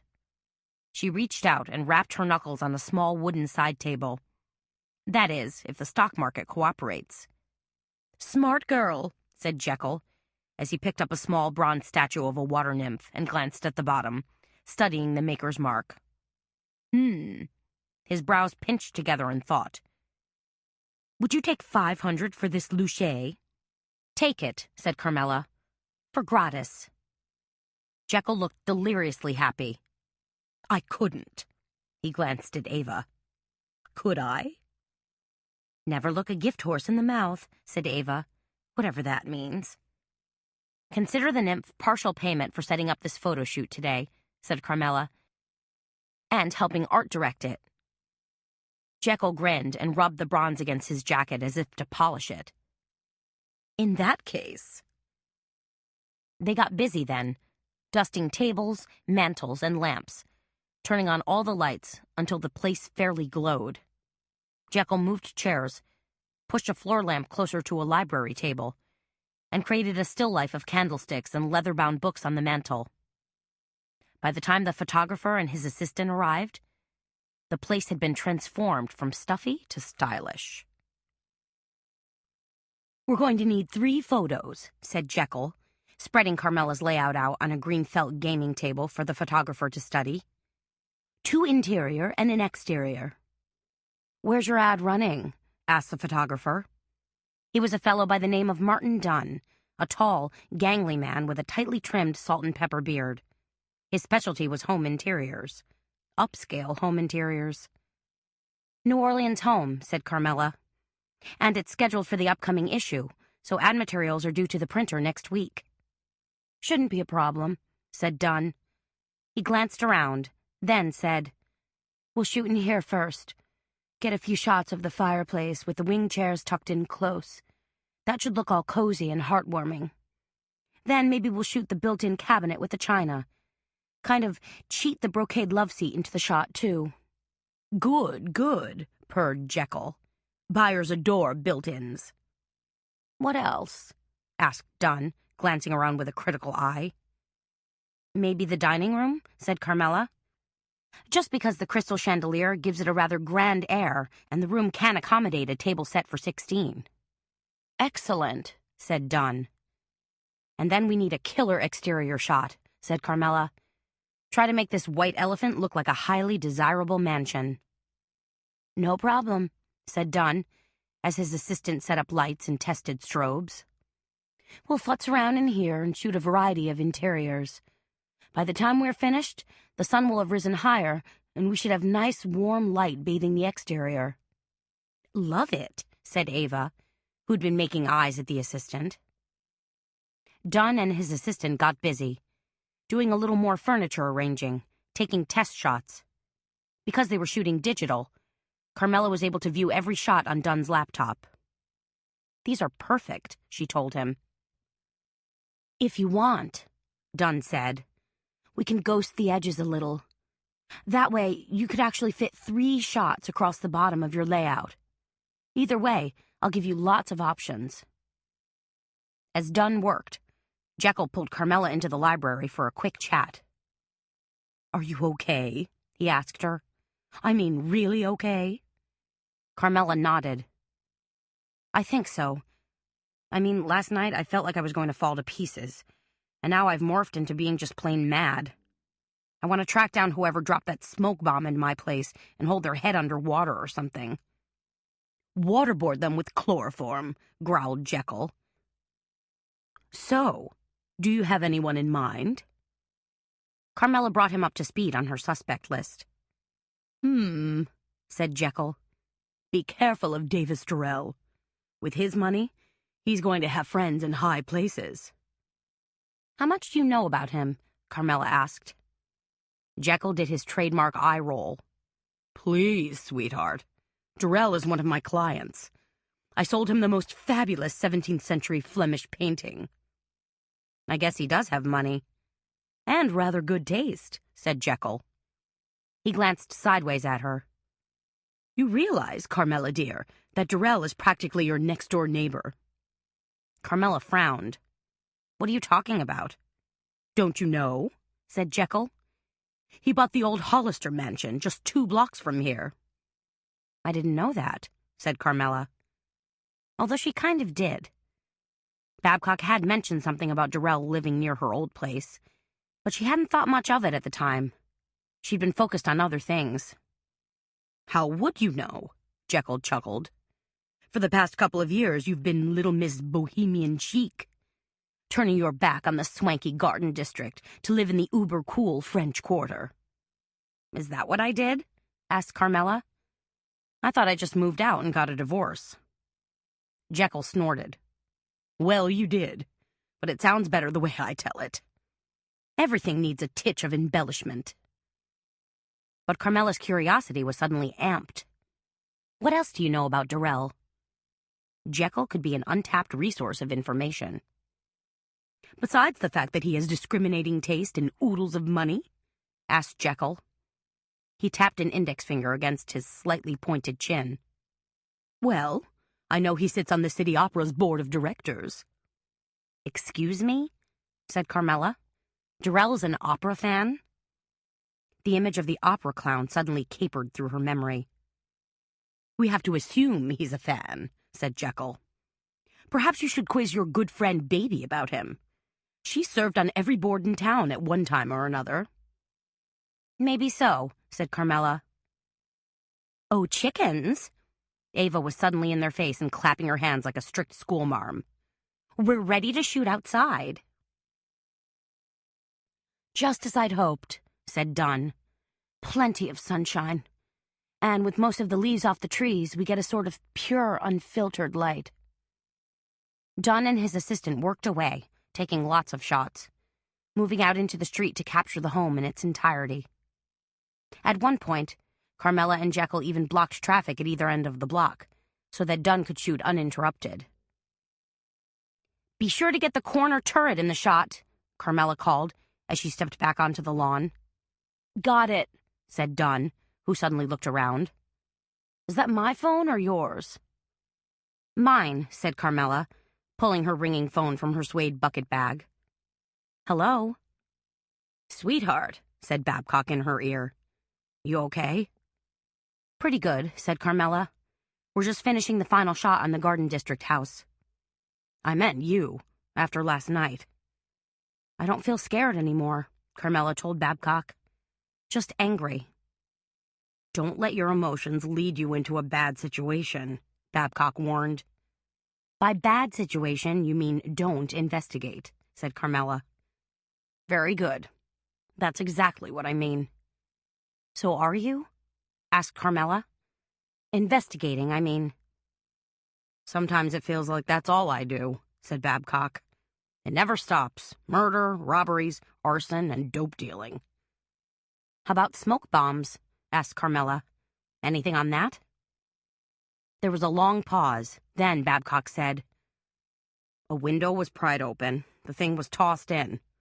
That's not a whole lot to go on. Which means nothing's going to happen, said Carmela, suddenly feeling a little bereft. And Boo had practically died last night. I'll try, said Babcock.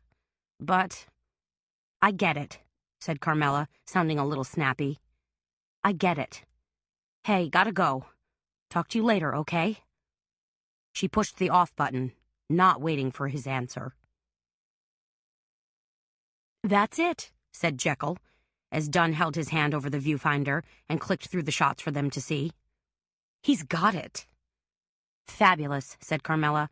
She touched Dunn's arm. Thank you so much. Too bad you have to sell this old place, said Dunn, a little wistfully. It really is gorgeous. Carmela gazed at the home she'd moved into when she was first married.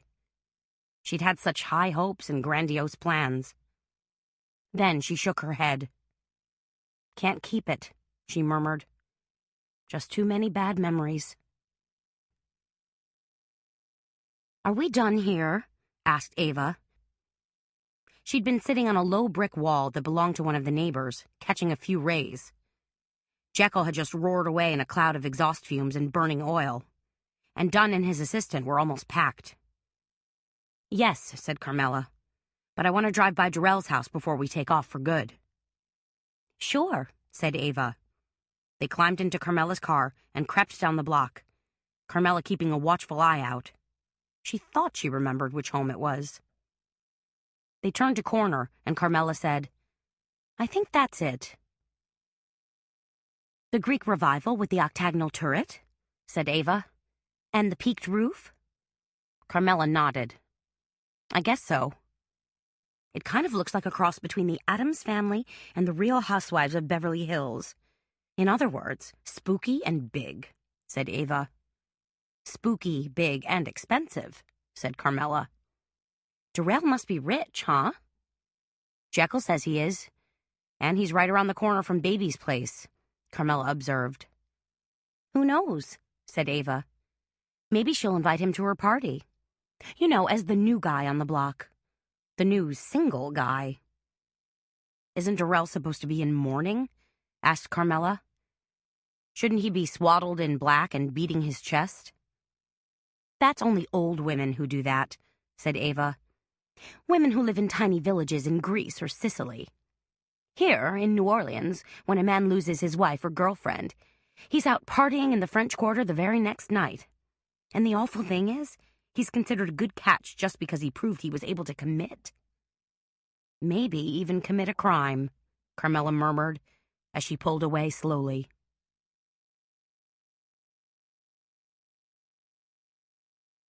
Chapter 20.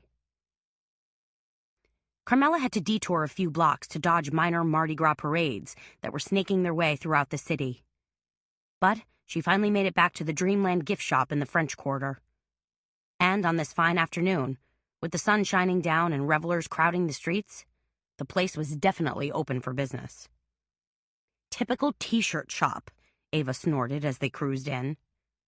Too many darn t-shirt shops in the French Quarter, if you ask me, popping up like noxious mushrooms. The shop was a mashup of t-shirts, Mardi Gras beads, colorful masks adorned with feathers, and boxes of pralines, as well as posters, pennants, foil balloons, and ashtrays, all emblazoned with Mardi Gras images or some sort of New Orleans logo. Carmela grabbed the 3 cemetery postcards that were left in the spinner rack and carried them to the counter. She waited while the clerk rang up 2 young men who were buying multiple strands of oversized purple and gold beads. When the clerk had given the men their change, Carmela laid the postcards out flat on the counter and said, "Do you sell many of these?" The clerk, a young woman with spiky black hair, eyes rimmed in kohl, and a pierced nose and eyebrow, nodded and said, "Oh yeah, quite a few. Tourists seem to get a kick out of them." These seem to be the last of the cemetery cards. Do you know, are they printed or distributed by a local company? Geez, said the clerk, wrinkling her nose. I don't know. I just work here part-time. Okay, said Carmela, as another customer came up behind her. I'm going to take these. 3 for $2, said the clerk. She popped the cards into a brown paper bag and handed them to Carmela. What'd you find out? Asked Ava. She was prowling the shop, still grousing over the imported voodoo dolls. Zip, said Carmela. But maybe we can track down the printer or something. Maybe the postcards are done locally. Maybe there'll be some clue. Do you think I could send this company a cease and desist? Asked Ava. She tapped a finger against the voodoo doll kit she'd been in such a snit over last night. Still was. What do you mean? Said Carmela. File suit against the Chinese manufacturer? Ava nodded. On what grounds? Unfair business practices, said Ava. Nice try, counselor, said Carmela. Except I think you might need a couple more episodes of Judge Judy under your belt before you venture into the realm of international law. Whatever, grumped Ava. But as they were leaving, the clerk caught Carmela's eye and called out to her. You know, said the girl, if you want more of those postcards, you can buy them at our other shop. Carmela stopped in her tracks. You have another shop? Where's that? Asked Ava. Just a few blocks over, said the clerk. In the Faubourg Marigny. Interesting, said Carmela as they left the shop. What's up? Asked Ava. Maybe let's just go check out that other shop. They hopped in the car and had to make yet another detour because of a marching band and a pod of food trucks selling everything from po' boys to fried alligator. But 10 minutes later, they pulled up in front of Dreamland 2. So they have another shop, said Ava. So what? Carmela studied the street. The shop's in the same block as Davis Durrell's office. Yeah? Ava was curious now. Yup, his office is 3 doors down from here, in the Gallier building. Which means Durrell could have ankled down here and bought himself a stack of those postcards, said Ava. And then hand-delivered them to me, said Carmela. But why would he do that? Asked Ava. I don't know, said Carmela. To warn me off the investigation? To show how clever he is? Because he's diabolical? Take your pick. Is he? Asked Ava. Diabolical, I mean? I don't know, said Carmela. But I'd sure like to find out. Carmela had just paid for her purchase, 6 more cemetery postcards, 2 of which were different from the one she already had, when her cell phone blipped. She looked at the caller ID and pursed her lips.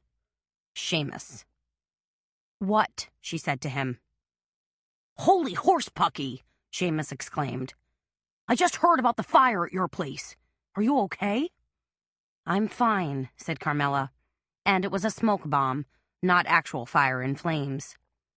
What about the dogs? Asked Seamus. How are my precious little babies? They were a little shaken up, Carmela admitted. She didn't want to tell Seamus how bad the smoke had really been, or that Boo had passed out and needed to be revived. It would freak Seamus out too much. He'd probably get a court order that accused her of being an unfit pet mother. I gotta tell you, said Seamus. I went totally bonkers when I heard about the fire. Carmela didn't say anything. Seamus went totally bonkers if they served him Johnny Walker Red instead of Bushmills. Where are my little darlings now? He asked. They're with me, staying at Ava's. Doesn't she have a cat? Seamus spit out the word like he was referring to a venomous reptile. Yes, she does, you know that. And Boo and Pooh-Bah get along famously with Isis. They all play together and love each other. I'm not buying it, said Seamus. Boo is extremely sensitive to cat dander. If her allergies kick in, I'll never forgive myself. She's fine, said Carmela. No sneezing or anything. No, said Seamus. I think it would be better if I came over and got them. Yeah, that's it. I want the dogs to stay with me. They need to be with their daddy after experiencing such a terrible trauma. No way, said Carmela. You're going to be partying your brains out over the next couple of days and won't even be home. She knew how crazy Seamus got during Mardi Gras.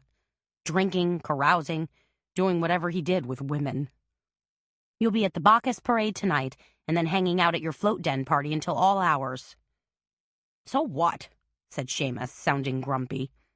You're running around trying to solve a murder. Touché, thought Carmela. Seamus, the dogs will be just fine at Ava's. But once Mardi Gras is over, once Fat Tuesday has come and gone, then you can have them for a couple of days, okay? You do have, parental visitation rights. There was a slight hesitation, and then Seamus said, Okay, I guess. More hesitation. So, you're going to be there later tonight? At the Pluvius Den? I've been invited, yes. I suspected as much. So maybe I'll see you there. Maybe. What was that all about? Asked Ava, as Carmela dumped her phone into her purse. Seamus is all wound up about the dogs, said Carmela. He wanted to come over and get them. I hope you told him no way. I did. Good. Because we got some stuff to figure out, said Ava. Important stuff. Like what? What fabulous thing are you going to cook for dinner tonight? And what are we going to wear to the Pluvius Den party to make everybody's eyeballs fall out of their heads? These are the things that matter, said Carmela. Dang straight, said Ava. They jumped back into Carmela's car and zipped up to Riley's Market. It was a neighborhood fixture that carried a general array of groceries, as well as luxe staples such as artisan cheese, beluga caviar, and truffle oil. The front part was an open-air fruit market displaying mounds of oranges, apples, lemons, and limes. And, as Carmela grabbed a shopping cart, she also picked out a nice bunch of grapes. Pushing the cart inside, being trailed by Ava, who looked slightly bewildered by all the groceries, she grabbed a package of chicken breasts, a carton of eggs, a box of crackers, and a jar of honey. She figured she could manage her honey crunch chicken tonight without too much effort in Ava's bare-bones kitchenette. Halfway through their foray, Ava abandoned the shopping expedition and wandered down the candy aisle, where she picked up some Goo Goo clusters, a couple of pralines, and a package of marshmallow top hats. When they returned to Ava's apartment, Carmela was happy to see the fire and smoke restoration team across the way, working on her apartment. She dumped the grocery bags on the counter and ran downstairs to check how the cleanup was going. Hey, she said to a man in gray overalls who was holding a clipboard and scratching notes. How's it going? Any problems? The man turned his head and peered at her from beneath beetled brows. You the homeowner? Renter, yeah. Piece of cake, said the guy. He stuck out his hand. Ralph Bagley, proprietor of Bagley's Restoration Services. Nice to make your acquaintance. Considering the circumstances, that is. Carmela, she said. Those smoke bombs are a heck of a thing, said Bagley. They look like Armageddon if you're stuck in the middle of one, but they clear out pretty quick. Carmela pointed toward her apartment. Does it still stink to high heaven in there? Some, said Ralph. But we set up 4 ion machines, so any residual odor should dissipate in a couple of days. Then your place will be as good as new. Excellent, said Carmela. The landlord came by before, said Ralph. I think he's nervous you're going to sue or something. Good, said Carmela. Thank you. Ava ghosted through the kitchen for the 3rd time in 20 minutes. She said. That chicken smells dang good. It's just something I throw together, said Carmela. Very quick and easy to prep, seeing as how we're going out again tonight. They were planning to hit the Bacchus parade, and then mosey on over to the party at the Pluvius Den. But Ava was overjoyed at the prospect of chowing down on Carmela's chicken. Thanks so much for cooking a real dinner, she chortled. It's like having Wolfgang Puck drop in for a visit. I'm not sure Wolfgang would deign to bake his chicken in a crumpled pie tin, said Carmela. But it's what you had, and I'm happy to accept the compliment. Ava dipped a finger in the honey jar for a taste. So good. I can hardly wait. She really didn't have to wait. Just 20 minutes later, the oven timer dinged, and the honey crunch chicken was done. Carmela plated the golden brown chicken atop 2 small green salads. Ava popped the cork on her champagne, and they sat down at Ava's rickety table to eat. 2 dogs and a cat lined up to carefully observe. So, did you take another look at those postcards? Ava asked between bites. Carmela nodded. They were printed by a company called Devou Printing. Local? That's what I'm guessing, said Carmela. What are you hoping to find out if you do locate this printer? Carmela shrugged. Not sure. Maybe distribution or quantities, that type of thing. Or did they do a print run for a specific group or organization? Maybe even a church. That's smart, said Ava, pointing a fork at her. You're good at figuring this stuff out. I wish, said Carmela, as her cell phone tinkled from the counter. She got up, slid her chair back, and grabbed the phone. Yeah? She expected the caller to be Babcock or Seamus. Your apartment caught fire? Came Gabby's agonized wail. Are you okay? I'm fine, said Carmela. But how did you know? Out of the side of her mouth, she said, Gabby, to Ava. It was on the news, said Gabby. Let me guess, said Carmela. KBEZ TV. That's right, said Gabby. There was a pause. Carmela, where are you now? Eating chicken at Ava's, said Carmela. Then we're going to the Bacchus parade, and we'll probably hit the Pluvius float den. You don't sound very worried, said Gabby, who did. You should have seen me last night, said Carmela. I was a basket case. But the cleanup guys were just here, and it all seems to be shaking out okay. Wow, said Gabby. You're really fine? The dogs are okay? Hanging in there, said Carmela. So for gosh sakes, stop worrying about us, okay? I'll try, said Gabby. But it's difficult, after all the weird things that have happened. Force yourself, said Carmela. And we'll maybe even see you tonight. The Bacchus parade was often singled out as the rowdiest of all the big Mardi Gras parades. Here was the thinking. Revelers had all day Sunday with not much to do but drink. Then the Bacchus parade, appropriately named for the god of wine, rolled out Sunday evening, and people suddenly went bonkers. By the time Carmela and Ava took up a spot on the corner of Napoleon Avenue and St. Charles Street, it wasn't completely crazy yet, but a current of electricity rippled through the air. Packed shoulder to shoulder, eager to catch a first glimpse of what was always a spectacular parade, the parade-goers looked like happy refugees from Party City. They sported gold Mardi Gras crowns, king cake earrings, and pendants, glitter top hats, and crazy masks. Some even wore costumes. Many regulars who knew the drill had constructed elaborate viewing stands, stepladders with platforms that held 2 and even 3 people.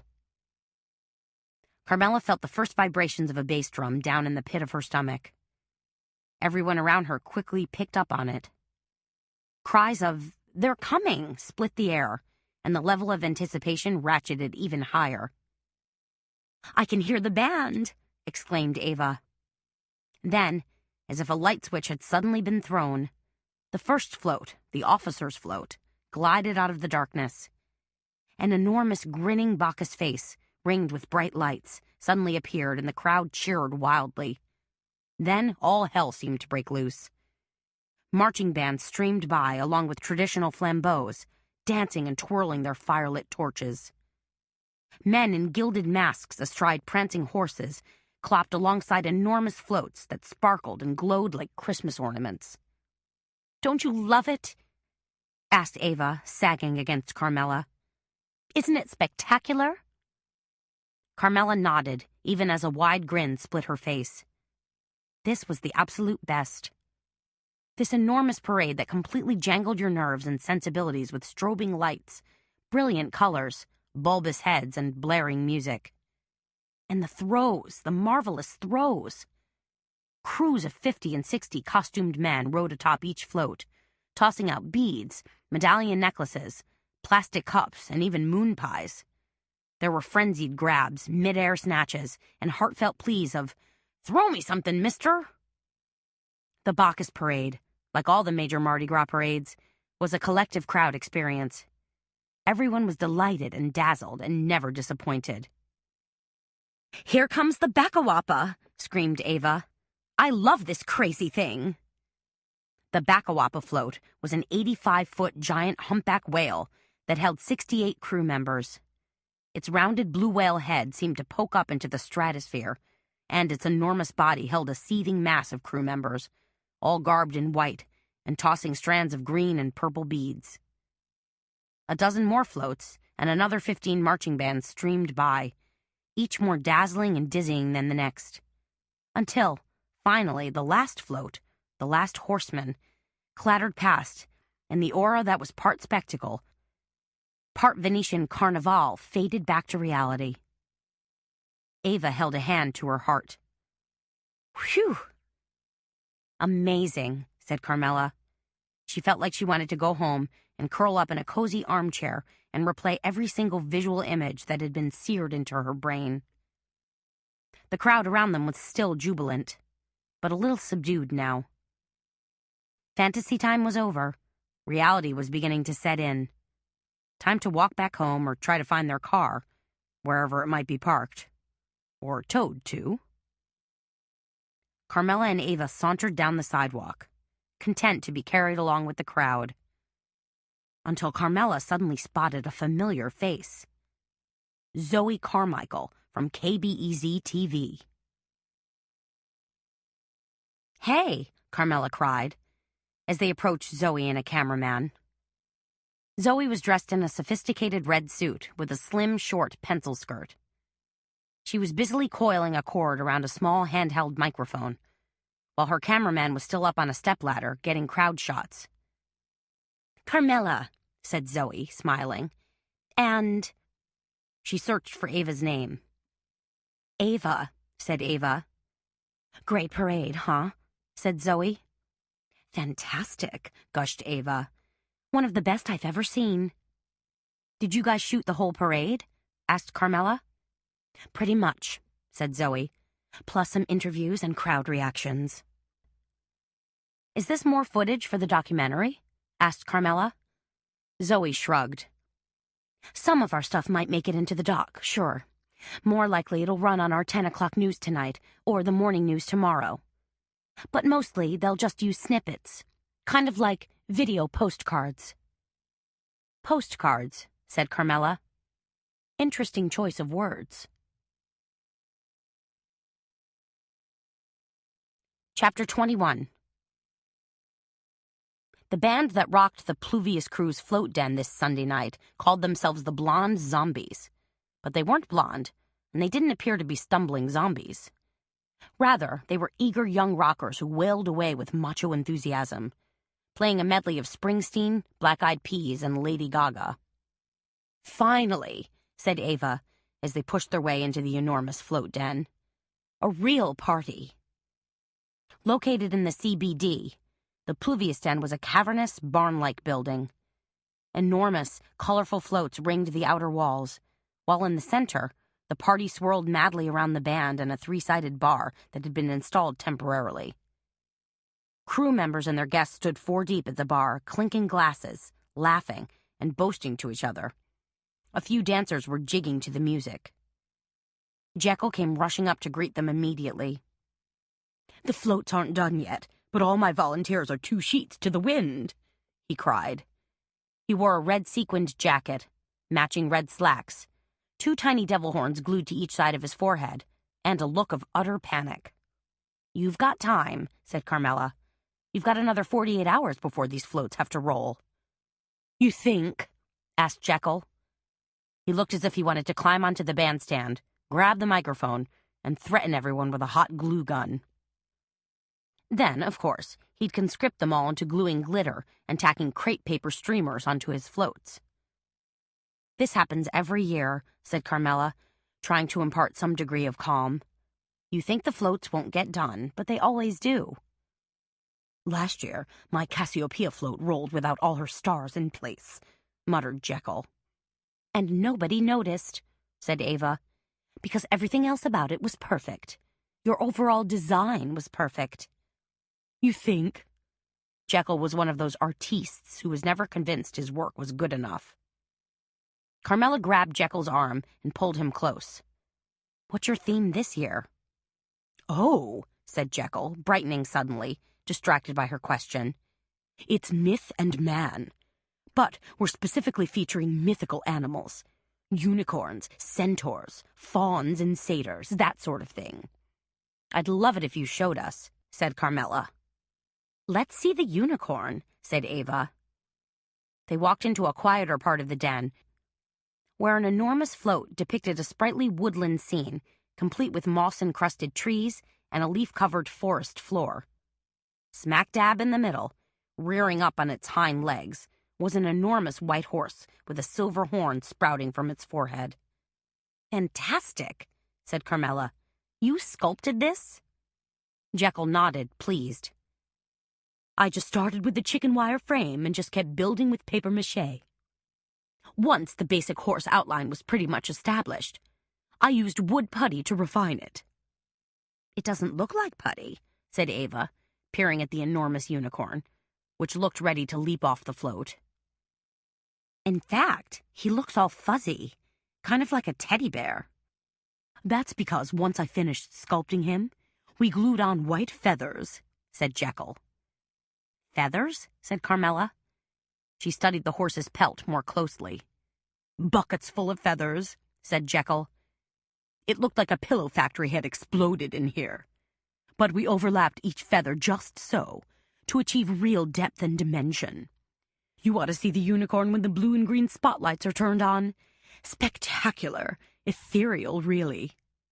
It looks great now, said Carmela. They strolled back to where the party was happening.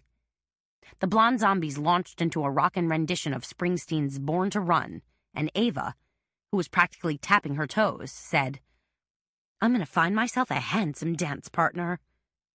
Go for it, said Carmela.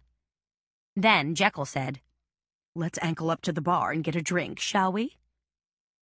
They pushed their way through the crowd and up to the bar, where 3 bartenders were working frantically. When one finally glanced up, Carmela said, Could we get 2 glasses of red wine, please? The bartender shook his head. No wine, just a beat of blue, wild turkey, Jack Daniels, and some really rot-gut whiskey. 2 Jack and Coke, then, said Carmela, glancing at Jekyll, who nodded. As the bartender hurriedly fixed their drinks, Carmela said, Seamus must be in charge of the bar this year. Those are all his faves. At which point, a familiar baritone voice broke in with, Did I just hear my name taken in vain? Carmela spun around. Seamus. Seamus Allen Meacham beamed down at her. Hey, babe, he said. Long time no see. Dressed in black slacks and a tailored black button-down shirt, he had an impossibly young woman in a gold sequined dress hanging on one arm. Carmela grabbed her drink, took a fortifying sip, and said, Did you forget? We just saw each other 2 nights ago. Seamus rocked back on his heels and looked surprised. We did? Carmela cast a glance at his young date in her sparkly dress and 6-inch platforms and said, Sure, at the Click Gallery, remember? Seamus let loose an annoying chuckle. Ha! I guess you're right, babe. It just seems like a long time. And your frantic call yesterday, Carmela reminded him. Seamus frowned through his alcohol haze. It was all coming back to him now. Oh, yeah, about the... I'm Jekyll Hardy, said Jekyll, sticking his hand out to greet Seamus's date. And this is Carmela Bertrand. Carmela pounced on Jekyll's deft change of subject. She leaned toward the girl and said, And you are... Tinsley Wyatt, said the girl, in a high, squeaky voice. She peered at Carmela, wrinkled her perfectly unlined brow, and said, Wait a minute. You're Carmela? That means you're... The ex-Mrs. Meacham, Carmela filled in. Yup, that's me. Nice to meet you, Tinsley. Having a good time? Carmela's grin was wide and cheesy. Inside, she felt the tiniest little pang. Seamus was dating a girl who was barely in her 20s. Barely legal. But Tinsley seemed utterly thrilled to be here. This is fantastic, she cooed. I've never ever been to a float den before. I feel like such an insider. That fluttery feeling should last for about 2 more minutes, Jekyll said in a caustic tone.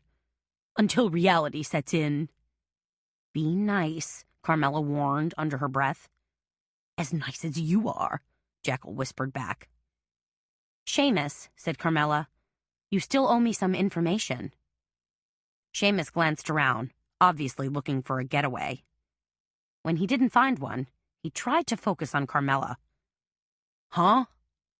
About Whit Geiger, said Carmela, snapping her fingers under his nose. Remember? He's here tonight, said Seamus. You should talk to him yourself. Really, said Carmela. This was opportune news. She quickly slid in between Seamus and Tinsley and grabbed Seamus's arm. Be a gentleman and introduce me, will you? Jekyll, who always had Carmela's back, smiled at Tinsley and said, How would you like to see a unicorn float close up? Would I ever? Whooped Tinsley, who suddenly skittered over and attached herself to Jekyll.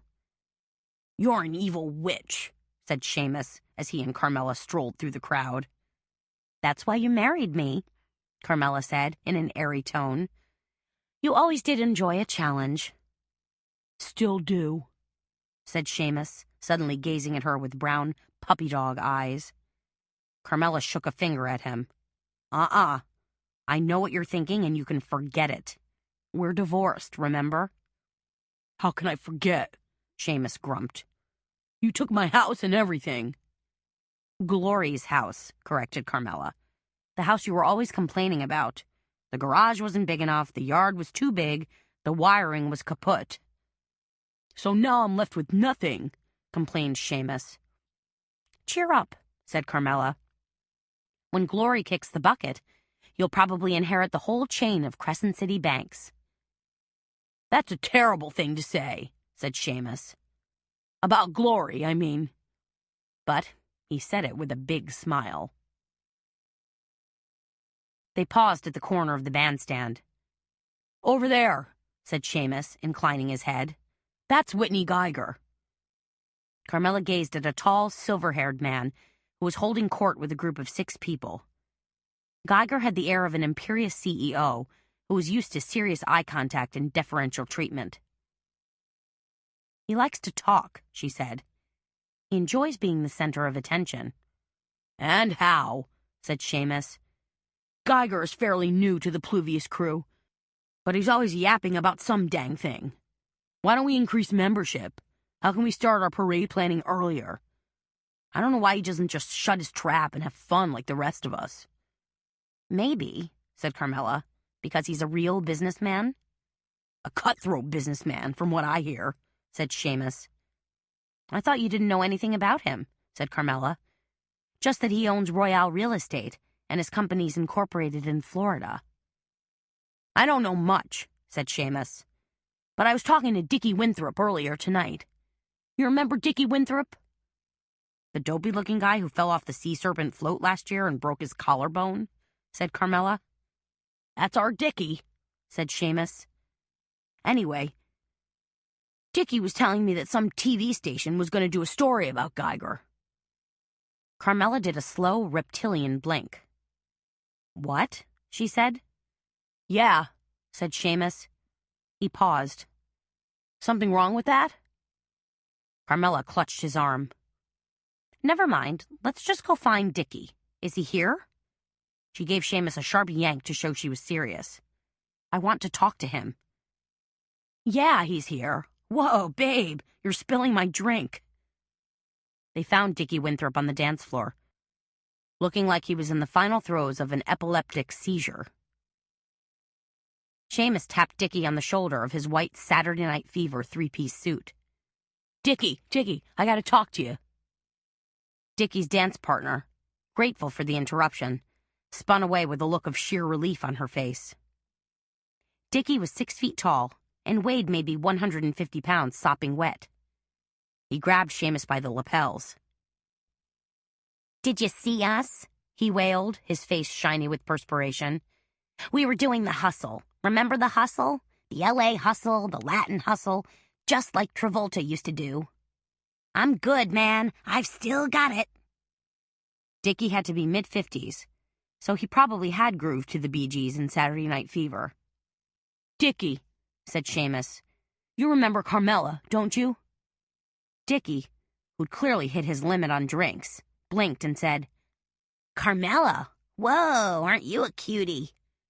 And to Seamus, this chick's your date? I'm his ex, said Carmela, an edge to her voice. Don't you remember, Dickie? You were at our wedding.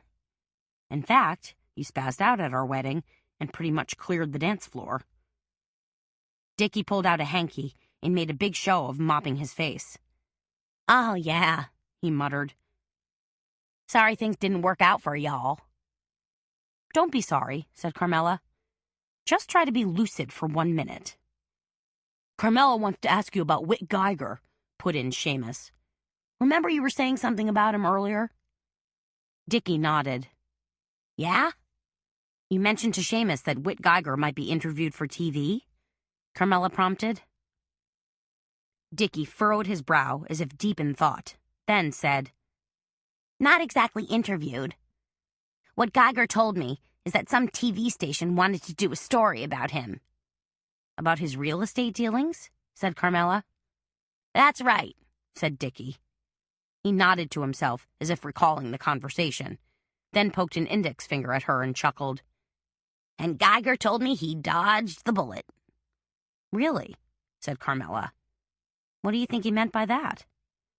She tried to line up her thoughts. What exactly did Geiger tell you? Dickie fixed her with a soggy smile. Remember that crazy broad who got killed a few days ago? The one who got hung during the parade? Kimber Breeze, said Carmela, trying to quell the flutter that had started up in the pit of her stomach. That's the one, said Dickie. What about her? Asked Carmela. Pulling information out of Dickie was like pulling taffy. Sticky and lugubrious. Plus, he kept drifting off course. Dickie glanced over his shoulder, as if the CIA might be monitoring his every word. Geiger told me she was planning to do an expose on him, he said in a scratchy whisper. An expose about what? Asked Carmela, determined to get an answer. Dickie shrugged. I don't know exactly, but I got the feeling it was something to do with real estate.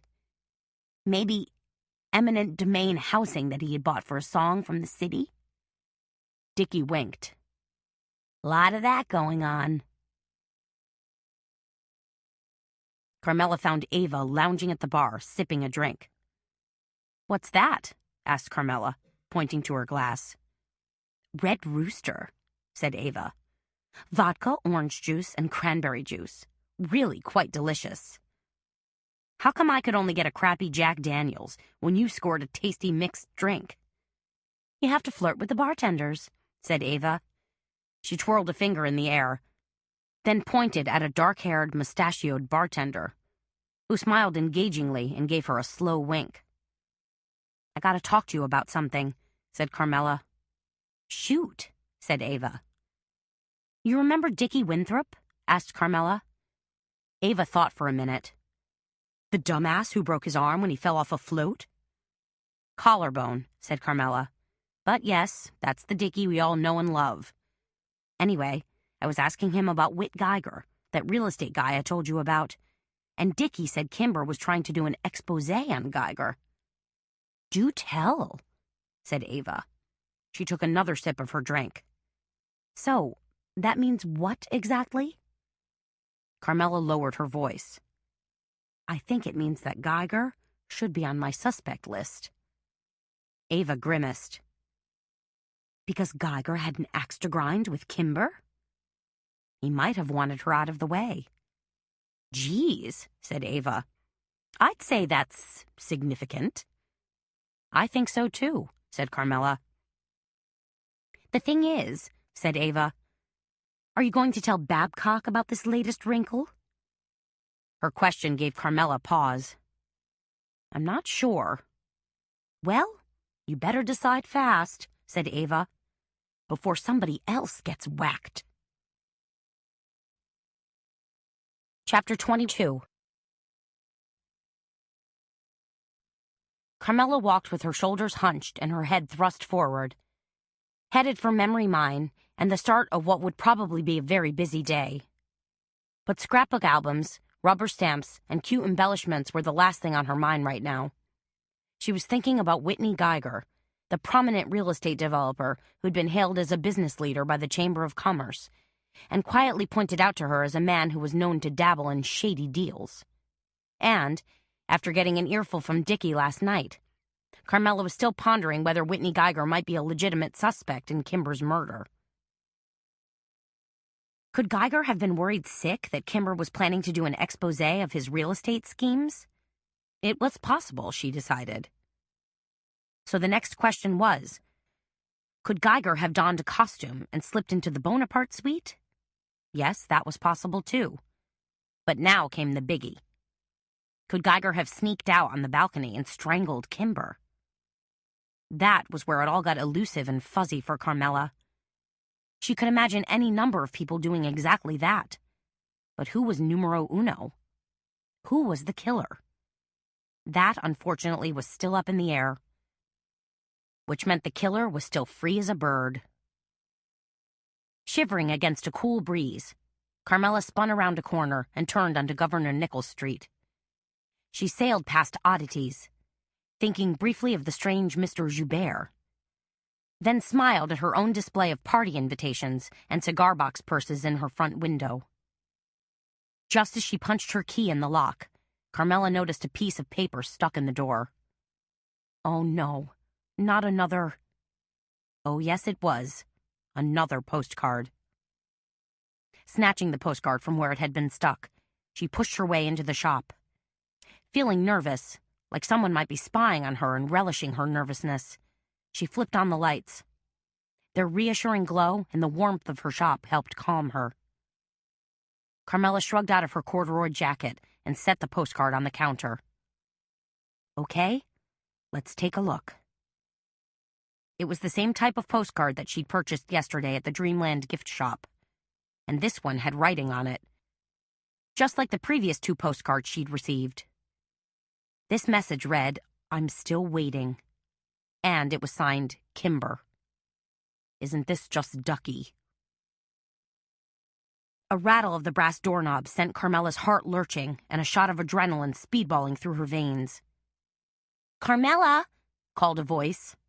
Then Gabby's smiling face appeared. Carmela stood rooted to the spot, unable to answer, looking more than a little stunned. Sorry we didn't make it last night, said Gabby. Stuart had to...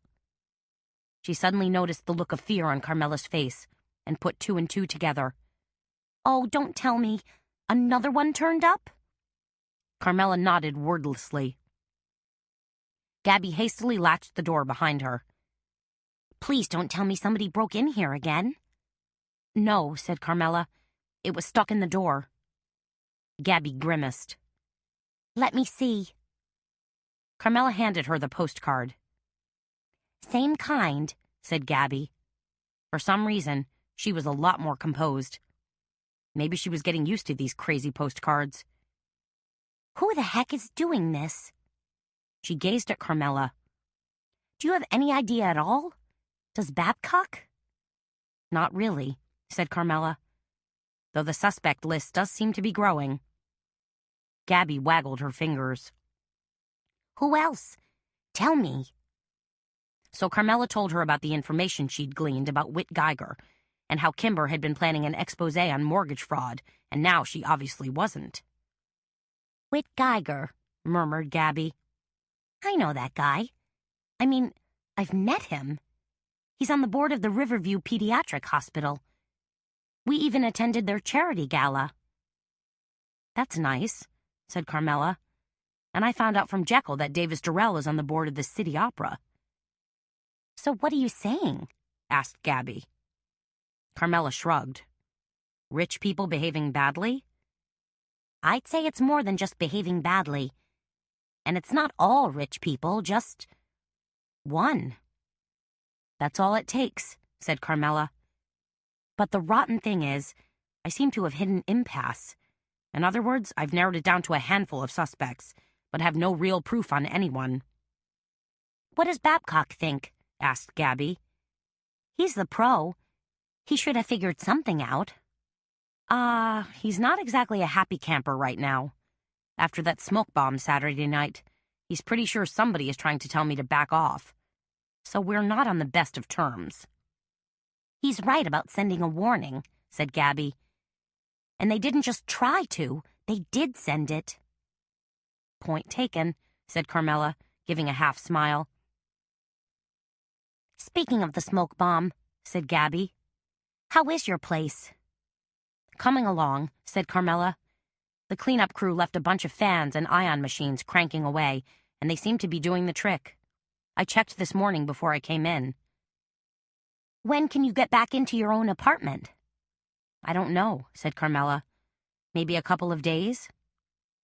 Gabby took off her coat, then said, This situation is getting serious. You must be onto something.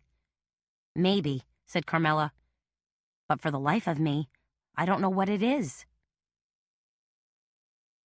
By 9 o'clock, Carmela had Tate Mackey on the line.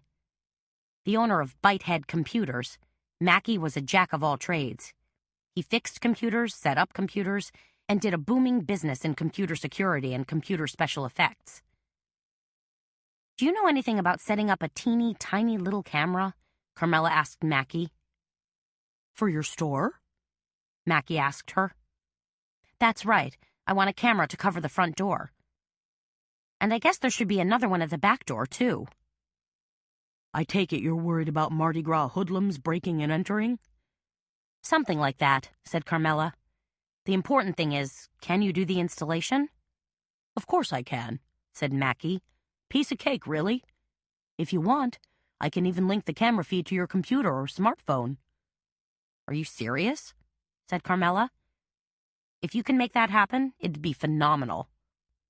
Technology, said Mackey. You gotta love it.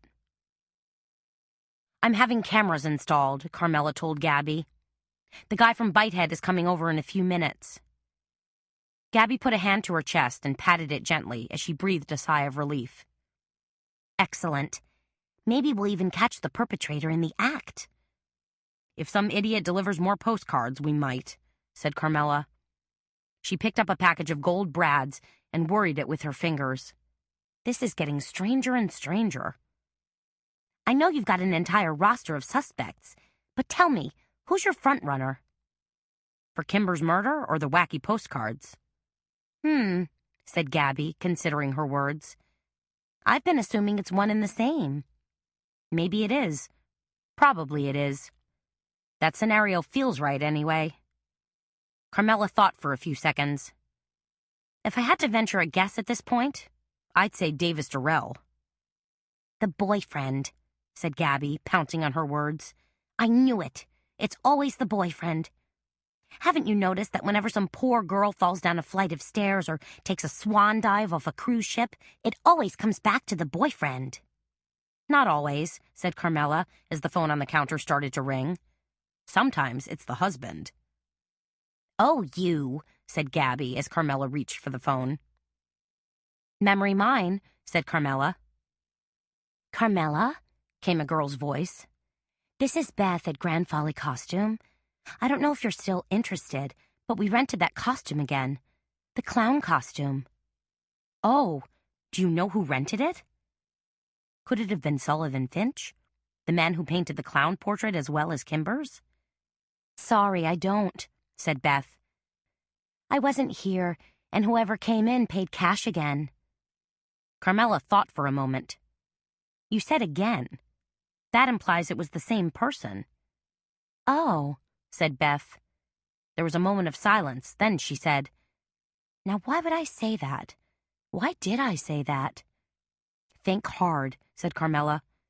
"Was there a reason? There had to be a reason."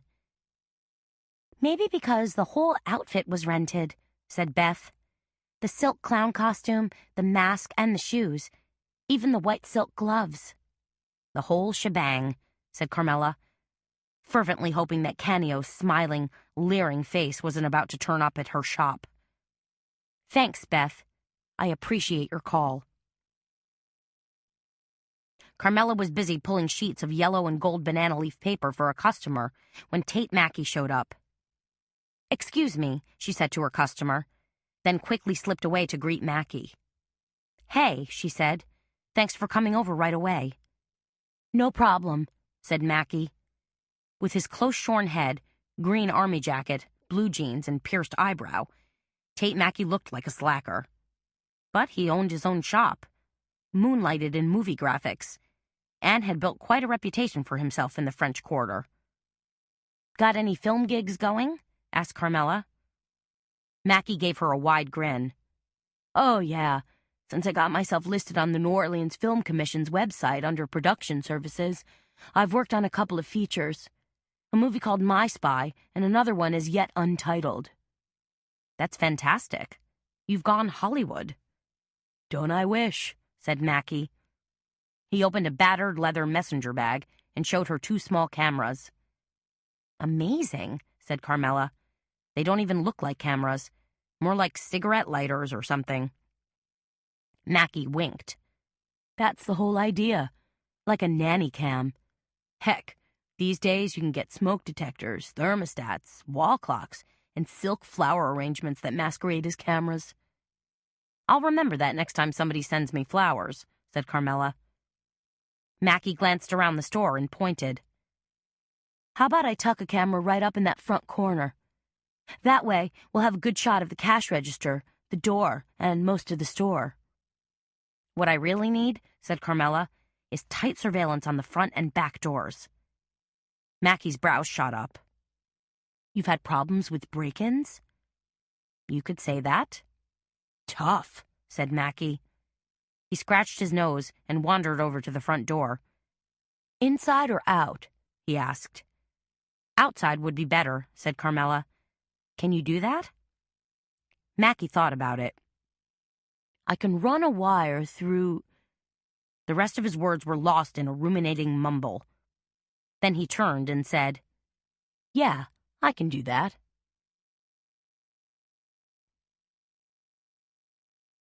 While Tate Mackey was working on the camera installations, Carmela pulled Gabby aside. "I don't want to freak you out or anything," said Carmela, "but I wanted you to see these." She pulled the cemetery postcards out of their flat brown bag. Gabby was freaked. Don't tell me you've been holding out on me, She squealed, her eyes suddenly the size of saucers. Don't tell me you received a whole raft of these cards. "No, no," said Carmela, quickly trying to put Gabby at ease. "I bought these. 3 from Dreamland Gifts down the street. 6 more from their other shop over in the Faubourg Marigny." Really? said Gabby. She peered at the cards, as if they possessed magical properties. Black magic. You think that's where your mysterious pen pal purchased his cards? "I don't know, but I think so. That's what I'm trying to figure out." Gabby frowned. How are you going to do that? "I'm going to start with the printer and hope I get lucky." But when Carmela finally got hold of DeVoe Printing, they weren't much help. "We're not doing that line anymore," said the woman who answered the phone. "Because it wasn't selling, or—" The woman cut her off. "Because we just change designs every couple of years. We have tons of images archived already, stuff that's in the public domain. Plus, photographers are always trying to peddle new stuff to us." "I see," said Carmela. "So, do you think you'll be doing more cemetery images?" "I don't see why not," said the woman. "They've always been perennial bestsellers." "Just not that same line, and not for a while," said Carmela.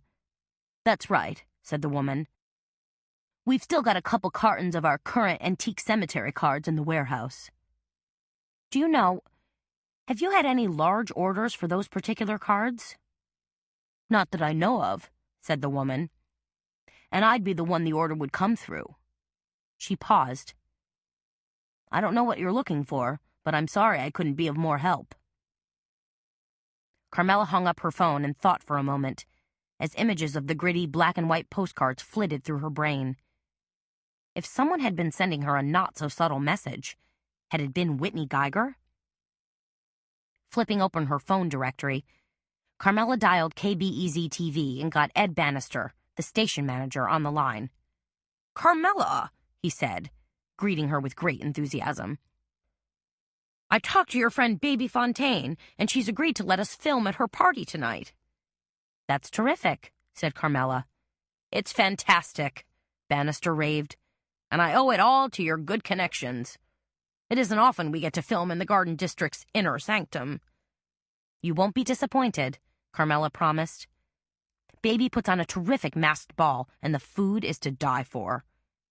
She paused, then said, "I have a question for you that may or may not be related to Kimber's murder." "Okay," said Bannister. "I was wondering," said Carmela, "if you guys are still doing that investigative report on Whit Geiger?" There was silence for a moment. Then Bannister said, "On who?" "Whitney Geiger," said Carmela. "The Royale real estate guy who built a slug of mega mansions over in Lake Vista." When there was more silence, Carmela added, "Apparently, Kimber was working on some kind of exposé?"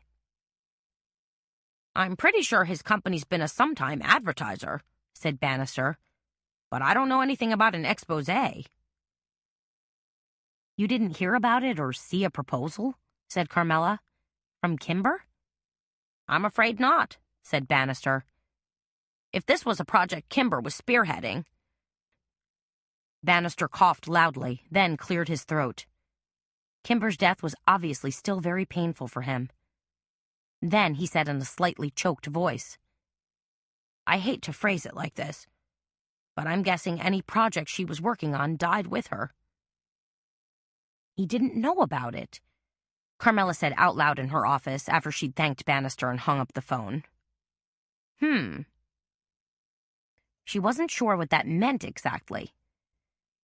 That Kimber had been doing this exposé on the down low? That Kimber didn't run every project past her boss? Or that Kimber hadn't even gotten a toehold on the project yet? Carmela figured there might be one way to find out. "Raleigh," she said, "can you hear me?" She'd called Raleigh on his cell phone and gotten him immediately, though the connection felt tenuous. "Who's this?" he asked. His voice crackled out from a din of background noise and musical notes. "It's Carmela," she said. "Oh, hey, what's up?" "Where are you?" she asked. "Over in Gretna. The Somerset Marching Band is just setting up. They're going to march across the bridge to a concert in Waldenburg Park and wind up as part of tonight's Proteus Parade. Lucky me, I get to document the whole thing." "Listen," said Carmela, "I was wondering, is there any way I could get a look at the footage you shot on Whit Geiger?" "There isn't any footage," said Raleigh. "The story never got that far. It was all research on Kimber's part." "Research," said Carmela. She was disappointed there wasn't anything tangible. Footage that might have shown a twitchy Whit Geiger. A man who had a possible motive to put a decisive end to Kimber's story. And to the indomitable Kimber. So what happened to the research? To Kimber's notes and things? "I don't know," said Raleigh. "It's probably all still in her office. Zoe's office now." "Is Zoe with you today?" "Of course she's with me. You don't think they're giving her the plum assignments yet, do you?" "Can you put Zoe on the line?" said Carmela. "No can do," said Raleigh. "I don't even know where she is right now. Maybe hiding behind a bass drum?" Chapter 23. "Carmela." Tate Mackey hovered in her office doorway. "You're all set. I've got the cameras tucked away where nobody can see them." She straightened in her chair. Unless somebody's looking for them. Then you're dealing with a different kind of thief, said Mackie. Someone who possesses a high degree of sophistication when it comes to breaking and entering, not just some goofball off the street. They went to inspect the cameras, and then Mackie spent another 5 minutes showing Carmela how to pull up the images on her smartphone. "This is very cool," said Carmela. "Hey," said Mackie, "it's what I got." Carmela, wondering if her little video leg trap would catch the postcard perpetrator, wandered back into her shop and realized that Memory Mine was suddenly busy. 2 women were looking at leather-bound albums. Another customer was selecting rolls of colorful ribbon, and, wait a minute, was that Tandy standing at the counter? Sure it was. "I can't believe you came in today," said Carmela, hustling up to greet her friend. "Hey, you," said Tandy, whirling about and quickly administering a series of elaborate air kisses. Wearing a red sweater that matched her curly red hair, she looked skinny as ever. "I was just telling Gabby that I can't believe you guys are open today." "Strange as it sounds," said Carmela. "The day before Fat Tuesday often turns out to be one of our biggest days." It sure does, agreed Gabby. Everybody seems to be in a blind panic over having enough paper and cards and ribbon. "There you go," said Tandy. "I guess that explains why I'm here, too." She lowered her voice and aimed a concerned look at Carmela. "Gabby tells me your apartment got smoke-bombed." She rolled her eyes. "Must have been awful." "There were a few panic-filled moments, yes," said Carmela. "Were there ever?" Tandy frowned. Who would do such a horrible thing? And, more importantly, why? "Babcock thinks it might be the same person who killed Kimber Breeze," said Carmela. "He thinks the killer was sending me a warning." "Scary," said Tandy. "What do you think?" "Not sure," said Carmela. "Yes, you are," said Tandy. "I bet you know exactly why you were targeted." Carmela shrugged. "I guess so. I mean, I suppose Babcock might be right." "Which tells me you're trying to solve this Kimber Breeze murder," said Tandy. She looked both skeptical and curious. "I know you and Ava were there, but—" "I'm just kind of muddling things around," said Carmela. "At least that's what it's been so far." "You know what?" said Tandy, waving a bird-like hand. "I'll bet you do come up with something. You've got a heck of a knack for this kind of stuff. Remember poor Burl in St. Tristan's Church? You were the one who figured it all out." "I got lucky on that one. But this Kimber Breeze case is totally different," Carmela explained, as she followed Tandy back to the craft table. Tandy dropped her plaid tote bag onto the floor. "I bet you figured out some suspects, huh?" "A few," Carmela admitted. "And you're going to be careful, right?" said Tandy, peering at her through red-rimmed half-glasses. "Not take any silly chances?" "I'll try not to," said Carmela. "Good girl," said Tandy. She dug into her tote bag and pulled out scissors, paper, rubber stamps, and finally a plastic container. "I brought you some homemade biscuits to help you keep up your strength." She popped off the top. "Sweet potato biscuits." "Thanks," said Carmela, selecting a golden brown biscuit and taking a bite. Delicious." "Thought you might like 'em," said Tandy. "Now I've got a crazy question for you." She put her hands on her skinny hips. "Have you ever done a dog scrapbook?" "Not a crazy question at all," said Carmela, as she popped the remaining bit of sweet biscuit in her mouth. "Because the answer is yes." Tandy nodded. "I thought you might have." She pulled out a packet of photos. "Here's the thing. We've got tons of photos of Buster, and I've never so much as scrapped a single page on the little guy."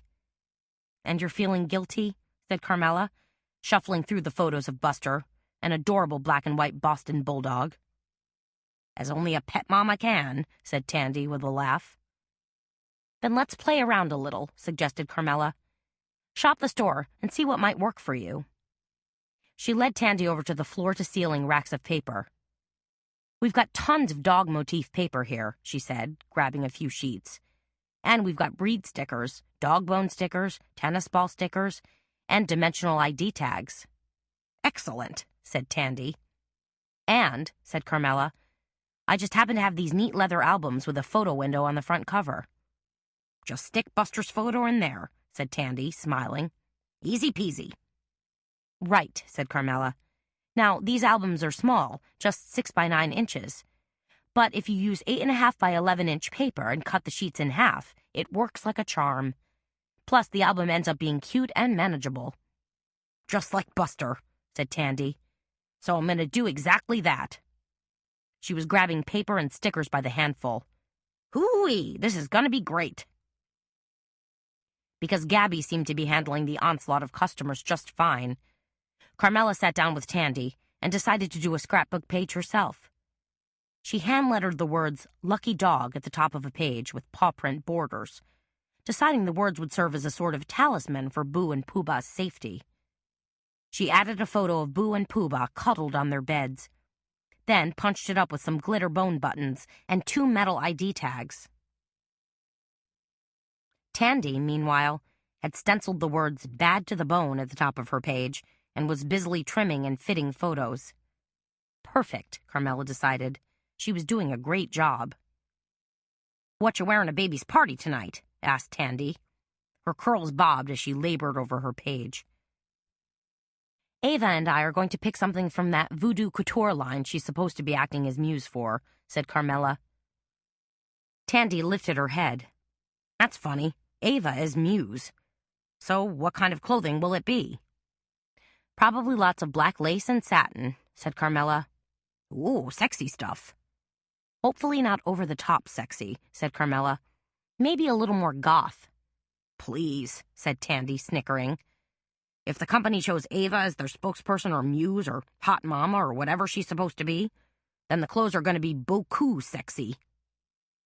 Carmela, Gabby called from the front counter. She waggled the phone, indicating she had a call. Carmela dashed into her office. Carmela here. Meet me at the Café du Monde in 10 minutes, okay? It was Babcock, sounding harried. You okay? Asked Carmela. She hated to see him frantic and chasing his tail, like he had been for the past week. Hanging in there, he said. I just need a serious infusion of caffeine. And I'd like to see you, talk to you. Okay, then, said Carmela. I'll be there. The Café du Monde was a French Quarter fixture, an open-air cafe with green and white striped awnings. But the real selling point, besides the great French Quarter views and serenading street musicians, was the rich chicory coffee and sweet beignets. Ah, those beignets. 3 to an order, nestled in a tiny little cardboard container. There wasn't a tastier, sweeter, more lethal donut to be found. Beignets were, literally, delectable little gut bombs drenched in powdered sugar. To eat one was to love one, and to love one was to be hooked. Carmela was the first to arrive, so she hastened to the counter and grabbed 2 cups of coffee and an order of beignets. By the time she threaded her way to an empty table, she could see Babcock approaching. Dressed in an Etro sport coat and James Purse slacks, he looked debonair, au courant, and all those other good things. Except for the slight bulge under his left arm, where his service revolver was holstered in a custom leather harness. He could have been a male model taking a break from a magazine shoot. You look good, Carmela told him when he got to her table. She'd noticed 2 blonde women at a nearby table noticing him, too. Mine, she wanted to tell them. Hands off. So do you, he said. Settling into a chair, he leaned over and gave her a quick kiss. Too quick, she said. Again? Gladly. This time, his kiss was a little more lingering, and Carmela noticed that the 2 blondes had suddenly lost interest. Good. What's up? She asked him. He pointed toward the steaming coffees. Is one of those for me? Your jolt of caffeine, she said, then indicated the beignets. And a sugar hit, too. There's a problem, said Babcock. Concerning? The party tonight. Don't tell me you can't come. I can't come, said Babcock. Oh, rats. Carmela grabbed one of the beignets and took a bite, cognizant she'd just given herself a powdered sugar mustache. She wiggled her nose, trying to wipe it away surreptitiously. Correction, said Babcock. I can attend baby's party for a short while, and then my presence is required elsewhere. Care to share what that elsewhere is? Asked Carmela. She shoved the remaining beignets toward Babcock. There was no reason she should pack on the pudge and Babcock should remain trim. Not really, said Babcock. Does this have anything to do with Kimber's murder? Nope. Babcock grabbed one of the proffered beignets and took a bite. Good, he said. With his mouth full, it sounded like, go. Does it have to do with the smoke bomb at my place? Carmela asked. Babcock eyed her with amusement. What is this, 20 questions? He finished chewing, then said, Okay, this is strictly confidential. Of course. Remember that drug thing I told you about? The cartel? Sure. Carmela had a vague memory of him mentioning something about illegal drugs coming in from South America. That's what I'm working on. Isn't that more DEA territory? Not when it's in my territory, said Babcock. So a stakeout? A drug bust? Nothing that exciting or dangerous, I'm afraid. It's more like checking out supposedly suspicious activity. Okay, so I'll meet you at the party, said Carmela. That's no problem. Just be sure to wear a costume. I'll be the one dressed as a homicide detective. You know, thick-soled church's shoes, holstered gun, khaki slacks, suspicious air about him. I'd say it's going to be practically impossible to pick you out from all the witches and warlocks, Carmela quipped, but I'll try my best. Babcock eyed her. Have you been staying out of trouble? His question caught her off guard. What? Babcock's mood shifted in an instant, and he pounced like a hungry alley cat. Since they were sitting in fairly neutral territory, Carmela decided she could probably tell Babcock about the third postcard that had arrived this morning. Better here than at her office, where he might hunker down and stay forever. Or his office, where he could browbeat her to pieces and bring in police reinforcements. Another postcard came this morning, Carmela said. Babcock didn't look happy. Your place or at Ava's? At Memory Mine. It was stuck in the door. Aw, man, said Babcock, rubbing his chin. I hate this weird shit. Believe me, so do I, said Carmela. Either you have a very strange admirer, or you ticked off somebody but good. Really, said Carmela. I didn't mean to. Babcock leaned back in his chair and gazed at her intently. Carmela, I think you did.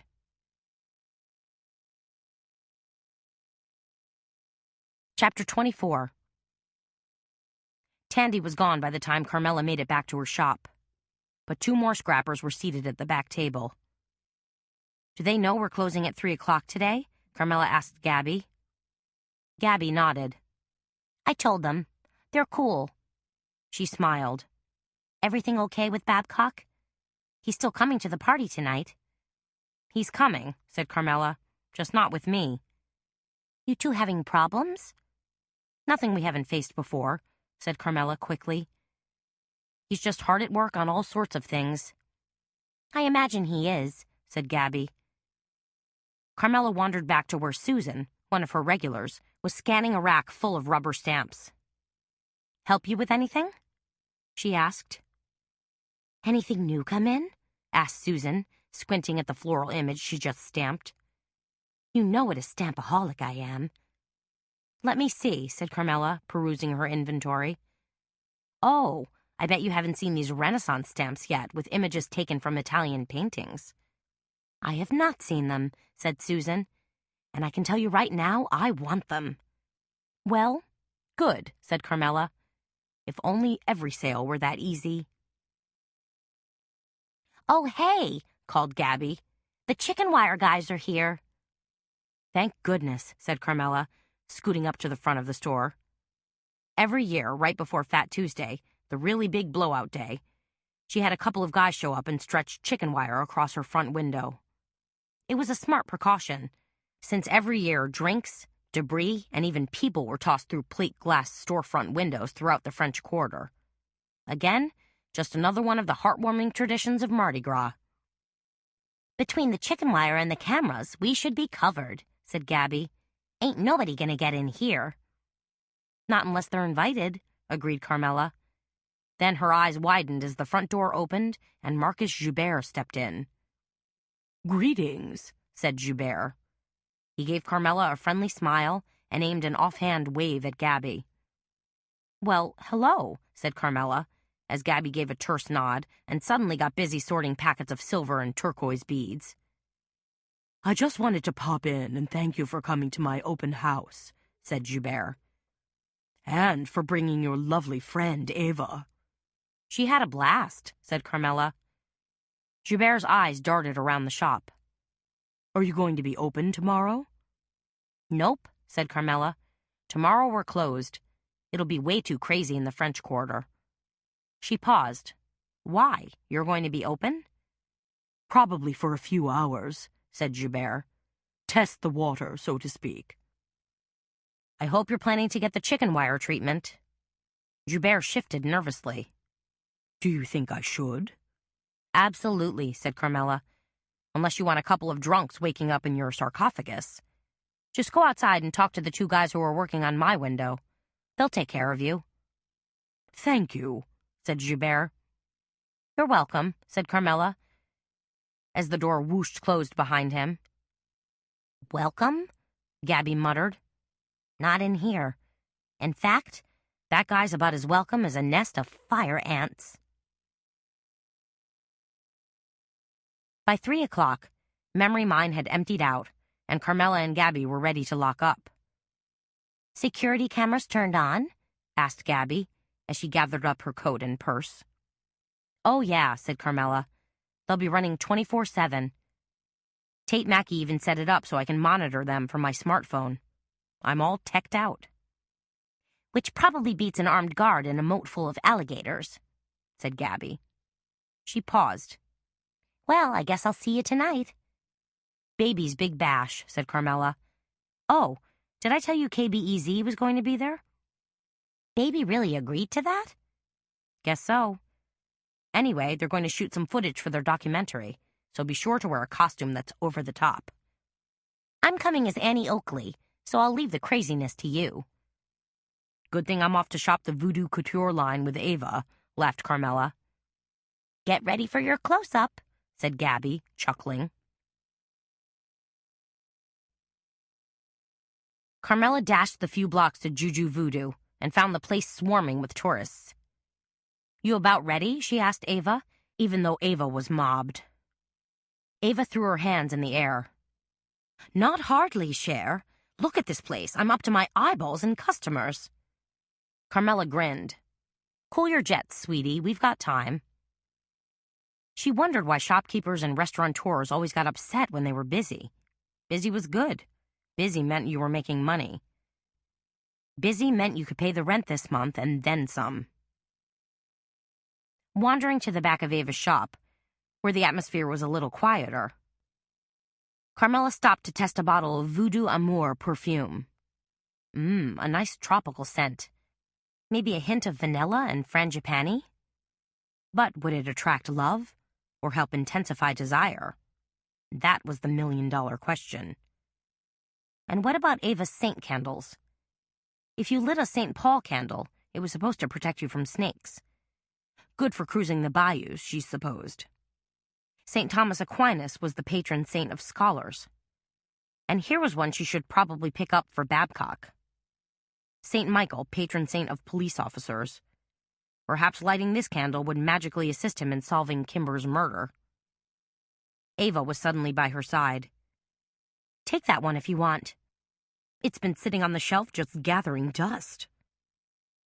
What if it's lost its juju? Asked Carmela. It's magic.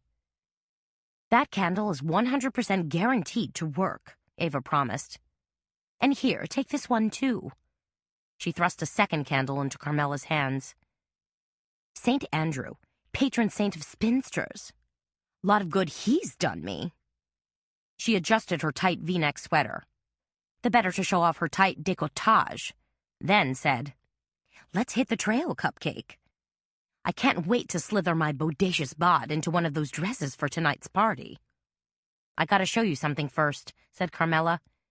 She pulled out her phone, jumped on the internet, and pulled up the website Tate Mackey had shown her. Entered her password and bingo. Whoa, said Ava.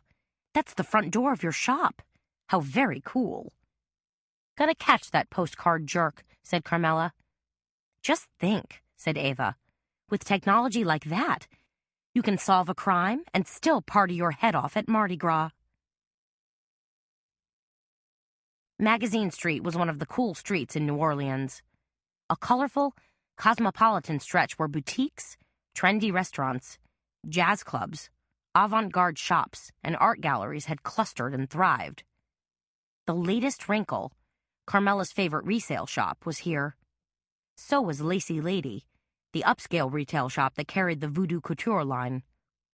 There it is, Ava squealed. Lacy Lady. I can feel a pulsing vibe already. I think that's my transmission, said Carmela, as she nosed her aging sports car into an empty parking spot on the street. I just want to look like $1,000,000 tonight, Ava sang out as she jumped from the car and sprinted for the door. And I just want to keep a low profile, sighed Carmela. Then you didn't come to the right place, called Ava. Lacy Lady was a sparkling little jewel box of a shop. There were stacks of J-brand and True Religion jeans, racks of Cosabella lingerie, hand-painted silk scarves, trays of enormous statement rings by Yves Saint Laurent, bangles by Stella McCartney, skinny T-shirts, racks of elegant evening gowns, a display of neon-colored faux furs, and an old-fashioned dressing table that held long leather gloves, strands of opera pearls, and enormous vintage brooches. Tasty, tasty, murmured Ava. A slinky black peignoir paired with black velvet cage boots had caught her eye. Ooh, and there's Sally. Hey, girl, how you doing? Ava, said Sally Barnes, exchanging air kisses. And Carmela, welcome. Sally was the boutique's manager, a skinny blonde who always wore impossibly skinny jeans, sky-high Manolos, and what Carmela had come to think of as slightly skanky tops. I hope you've got some good stuff for us, gushed Ava. Not to worry, said Sally. I've already gone through the new voodoo couture line and pulled a few pieces. An edit, said Carmela, thankful that someone else, someone with more fashion savvy than she, was making decisions. But Ava, being Ava, just laughed and said, I only want to try on the super sexy stuff, the va-va-voom pieces. We like to think all our clothes are inherently sexy, said Sally tactfully. It's how a woman carries them off, how she lets her inner self shine through. That's the true test. Well put, said Carmela. However, said Sally, I do have one piece in particular that's rather special. Let's have a look, said Ava. Sally ran practiced fingers through a metal rack jammed full of clothes. This dress, she said, pulling out a full-length strapless gown. It's called Gothique Lady.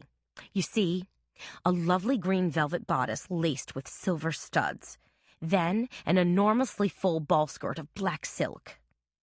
That's it, declared Ava. That's my dress. You want to try it on?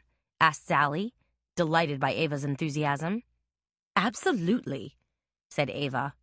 In one fluid motion, she grabbed the dress and zipped into a dressing room. Sally, still amused, gazed at Carmela. Now you. Gulp, said Carmela. Don't want to be such a spectacle? Asked Sally. If we can tone it down a little, that'd be good, agreed Carmela. Sally went back to her rack. Maybe... No, too revealing. She continued her search. But how about this? She pulled out a long black velvet dress with a sweetheart neckline and long sleeves edged with ruffles of black lace. "I'll give it a try," said Carmela. But when Carmela and Ava both came out of their dressing rooms, Ava started laughing hysterically. "You look like a goth version of Betsy Ross," howled Ava. "The long sleeves, the ruffles." "She looks great," said Sally through clenched lips. Carmela put her hands on her hips and gazed in the mirror. She did look like somebody who'd stepped out of the Revolutionary War era, or someone of that ilk who was in mourning. But hey, the dress covered what it was supposed to cover and, wonder of wonders, made her waist look teeny tiny, which was always a good thing. "I like it," said Carmela. After all, she was wearing it for one night only, and she'd be attending a masked ball where everyone would be dressed a little goofy. "Maybe she needs a headpiece?" suggested Ava. Sally swept in and pinned a swoop of black feather atop Carmela's head. "You think?" said Carmela. "Oh, much better," said Ava. Carmela couldn't tell if Ava was serious or putting her on. "You guys don't think the feather's too big bird?" "It's great," said Sally. "Really?" Said Ava, not to be left out. "Maybe I need a headpiece?" Sally, ever resourceful, pinned a short black veil on Ava. "Oh my gosh," said Ava. "Now I look like the corpse bride." "That's a good thing?" asked Carmela. "From the Tim Burton film," gushed Ava. "One of my all-time faves." "Guess I missed that one," murmured Carmela. "All we need to do is add a few pieces of jewelry," said Sally, "and I'd say you ladies are good to go." "Are we ever?" said Ava. "What are we supposed to be again?" asked Carmela. "What kind of costumes are we wearing?" "Dunno," said Ava. "Gothic rich bitch? Eurotrash witch? Wacky fashionista? Take your pick." "Ah," said Carmela. "Now I get it." Ava flounced her way over to the three-way mirror again and smiled at her thrice-reflected image. "You think I need jewelry?" "Why stop now?" said Carmela. "Maybe a necklace of jet-black beads and a huge statement ring?" "Sure," said Carmela. "Maybe even a tiara and a scepter. Who knows? You could end up knighting someone." "I love that," said Ava. While Sally was up front selecting jewelry, Carmela said to Ava, "The costume shop called earlier today. That canny-o clown costume's been rented again." Ava's finely plucked brows rose in twin arcs. "Do they know who rented it?" "Unfortunately, no," said Carmela. She hesitated, then said, "But I sure hope—" "No, I shouldn't say that." "What?" said Ava. "I hope your friend Sullivan Finch doesn't turn up wearing it." Ava looked suddenly unhappy. "Ah, geez, why would you say that?" "You know, his painting the other night." "You have a very dark and suspicious mind," said Ava. "I can have, yes. And right now I'm trying to be extra cautious." "Mark my words," said Ava. "When Sully shows up tonight, he'll be looking fine." She held up an index finger. "But I do share your concern, especially after seeing that sneaky little clown on video. So we better keep an eye out for that costume." "With something like 800,000 visitors plus the entire population of New Orleans celebrating Mardi Gras," said Carmela, "it's going to be like searching for a needle in a haystack." "Still," said Ava, "you never can tell."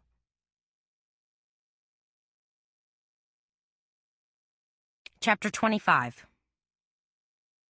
If the French Quarter was the crown jewel of New Orleans, then the Garden District was its lush sister. Elegant, old world, and opulent, but decaying just enough so that it possessed a mysterious Miss Havisham quality. Here, authors such as Truman Capote and Anne Rice had fallen under its spell, inhaled its rarefied air, and penned their magic. Here, block after block of elegant mansions were tucked amid whispers of foliage and private gardens, all of which harked back to an earlier, more graceful era when carriages, mint juleps on silver trays, and liveried help reigned supreme. Tonight, however, most Garden District homes glistened like fancy baubles. Lights, action, party. The night air sizzled with electricity. And Baby Fontaine's palatial home seemed to be at the nexus of it all. Lights blazed in every one of the tall, elegant windows. Music floated up into the blue-black sky, and a steady stream of eager guests poured up the front walk, eager to dance, carouse, and tip back drinks. "How do I look?" asked Ava. She was poised on the curb, adjusting her bodice and fluffing her hair. Basically preening. "You're a knockout," said Carmela. "How about me?" She plucked at a ruffled sleeve. "Like you should be sewing stars on a flag," said Ava. "That bad?" "Not bad, Cher. Just different. If you want to make Seamus jealous, it's totally the wrong outfit." "Who said anything about making Seamus jealous?" squawked Carmela. Then she did a double take. "Wait a minute. Who says Seamus is even going to be there tonight?" Ava looked suddenly nervous. Like she'd let the proverbial cat out of the bag. "Well, he is. He and that whacked-out sister of his. Baby told me so herself." Carmela wasn't thrilled. "That's all I need. Seamus and Babcock in the same room." Ava clutched her hands together and struck a dramatic pose. "I think it could pan out to be a very romantic, old-fashioned moment. They could fight a duel over you." Carmela snorted. "They'll probably just ignore me." "Never happen," said Ava, "'cause even with that dress, you still look dang cute." "Oh, put on your mask," said Carmela. She'd cut eye holes into thin strips of fine black lace, so all they had to do was tie them on. Instant mask. "I hate to cover my face," said Ava, "since I'm wearing purple eye glitter and went to the trouble of gluing on 2 sets of false eyelashes." "Here," said Carmela. "Take my mask. It's got bigger eye holes." "Well, I declare," said Del Fontaine, Baby's handsome husband, as he greeted them at the front door. "It's Madame Goth and, He peered at Carmela, trying to figure out her costume. "A lovely character straight out of Barry Lyndon." "Works for me," said Carmela. "Delighted you could make it," said Del, taking her hand. A prominent attorney, he was dressed as a Chinese emperor, complete with long brocade robe. "Oh, sweetheart," he drawled to Baby. "Do come and greet our lovely guests." Baby, dressed in a diaphanous white toga with quivering gold fairy wings on her back, flew across the palatial marble-floored entry to greet them. She embraced them with hugs and cooed greetings, even as she admired their costumes. "Ava," she cried, "you look so netherworld. And Carmela, you're a—" She cocked her head. "A lovely black moth." "That's me," said Carmela.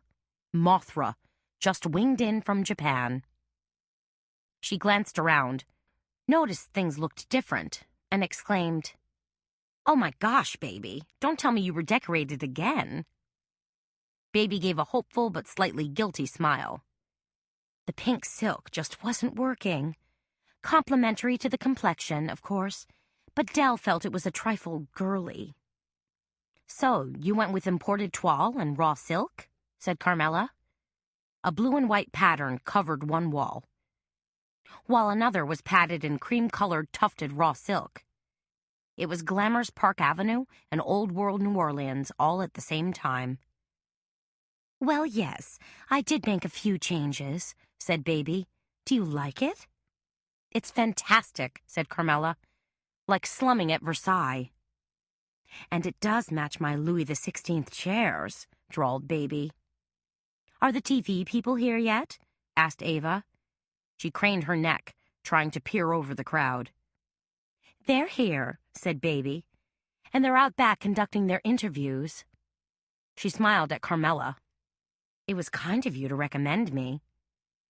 Au contraire, said Carmela. It was kind of you to invite them. Most people wouldn't want a TV crew tromping through their home. It's just 3 more people, said Baby. And what's 3 more guests when the list already tops 300?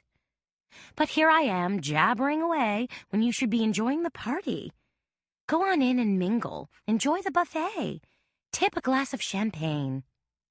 Exactly what I was thinking, said Ava, grabbing Carmela's hand and tugging her into the fray of guests. Do you know where you're going? Carmela asked, as they pushed their way through a crowded parlor into a packed living room. Ethereal strands of purple and green fluttered from the chandelier. 100 gold candles flickered on the mantel above the fireplace. A man in a Charlie Chaplin costume tipped his hat at them. A werewolf snarled. Bar, said Ava. Gotta be around here someplace. She paused. Ooh, a waiter bearing champagne on a silver tray. Even better. They rocked to a stop in front of a white-coated waiter wearing a Blue Man mask and grabbed their drinks. Then they raised fluted glasses of champagne in a toast to each other.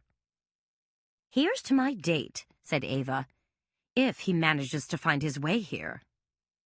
Ditto that, said Carmela, wondering if Babcock would find time to put in an appearance. Why is it, asked Ava, that 2 hot, highly desirable chicks have to make a grand entrance all by our lonesome? Because the guys we're dating are workaholics, said Carmela. Can an artist be a workaholic? Asked Ava. I thought they just laid around all day in a dusty garret, smoking stinky French cigarettes and drinking cheap Chianti, dabbling paint when the mood struck. I think artists are a lot more into marketing these days, said Carmela.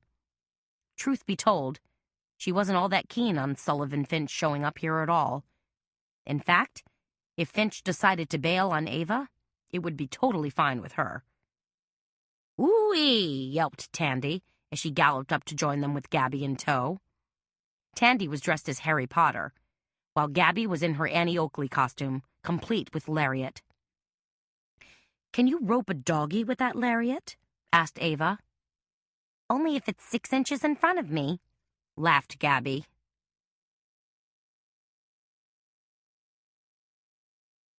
Carmela and Ava found Ed Bannister, Raleigh, and Zoe out in Baby's gazebo, a tall glass and wrought iron structure that always reminded Carmela of a human terrarium.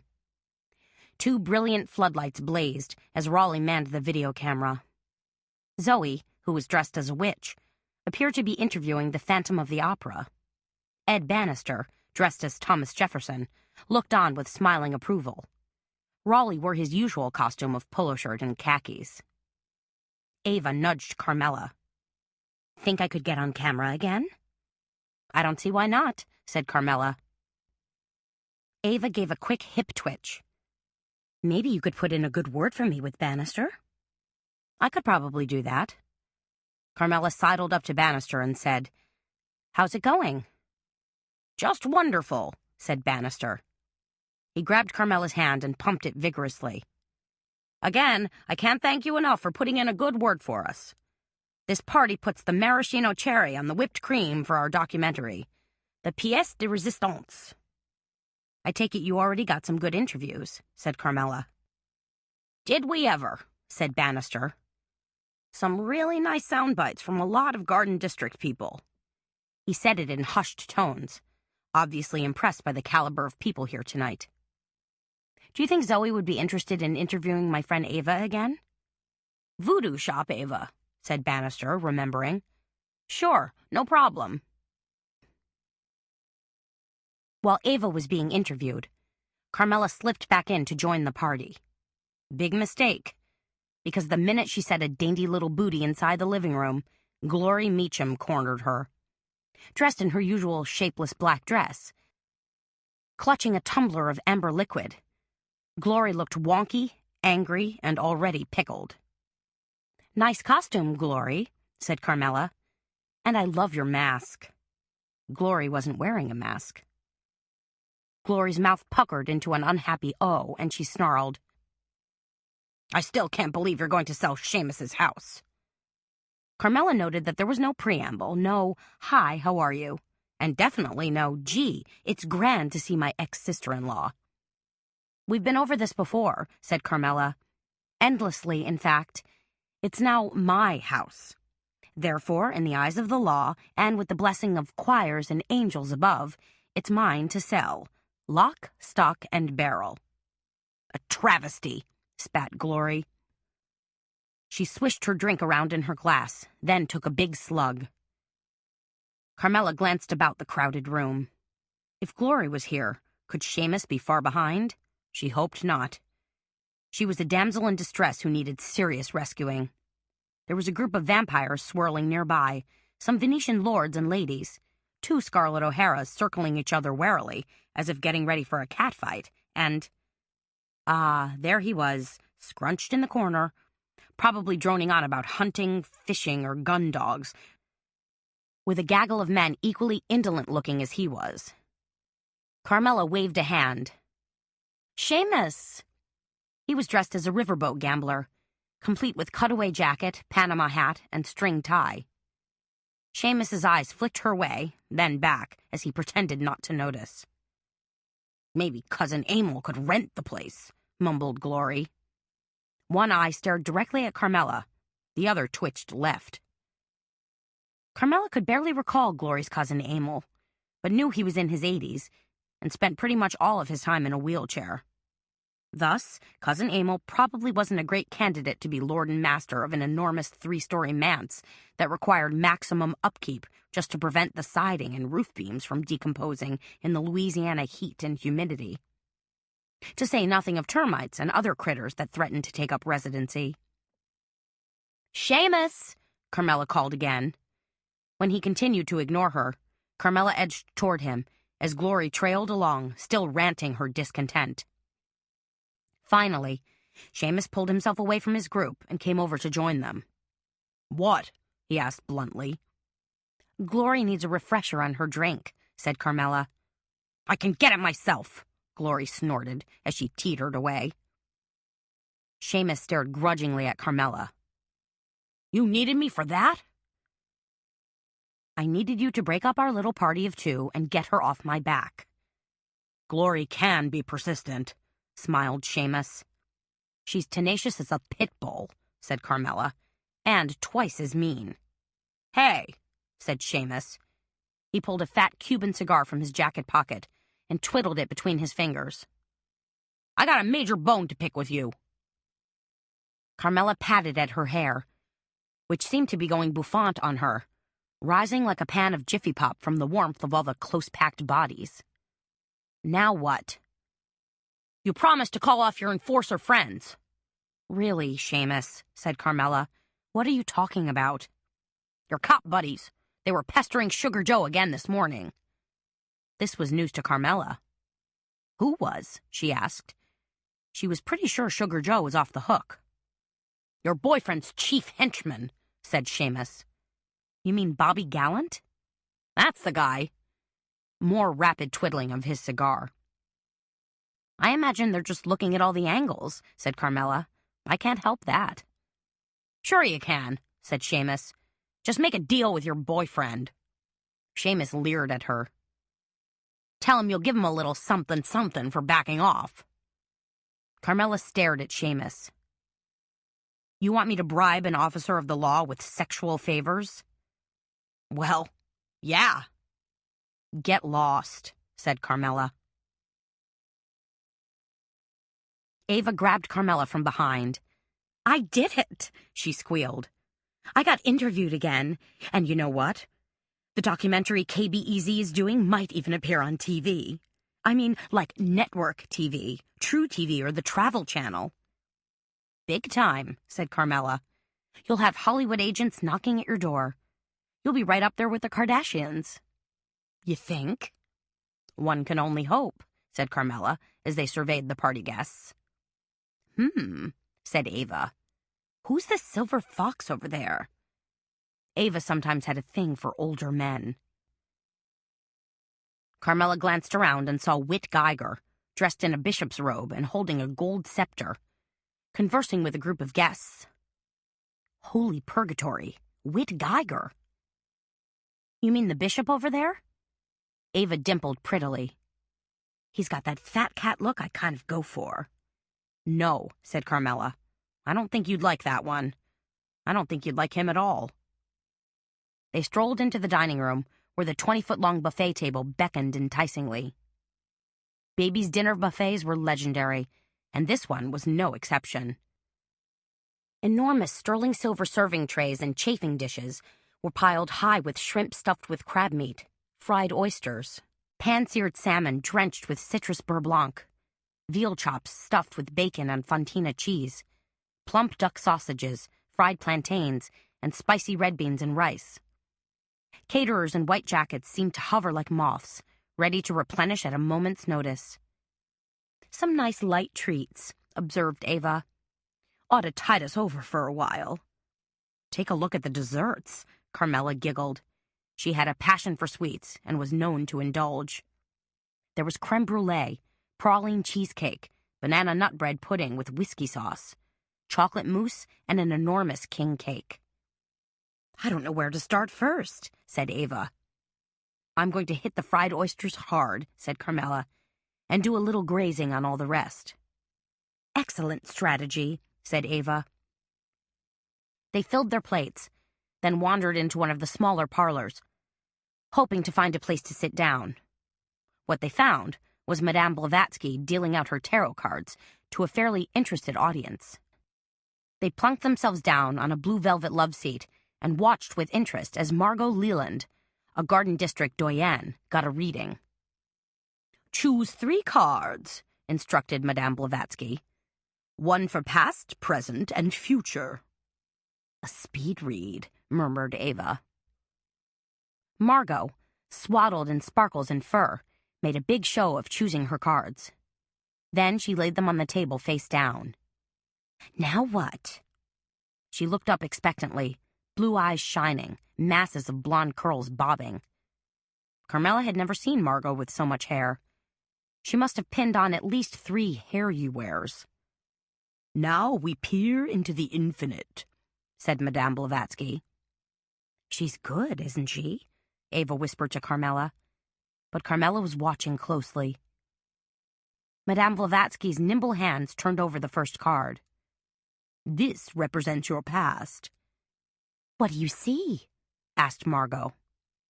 The 4 of Wands, said Madame Blavatsky. Prosperity. She's right, shrilled Margot. My ex-husband, Jerry Earle, was a whiz at making money.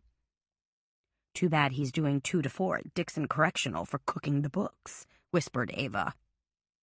For your present situation, said Madame Blavatsky, turning over the middle card.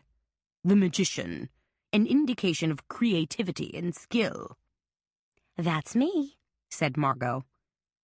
Madame Blavatsky's finger touched the final card and lingered for a moment.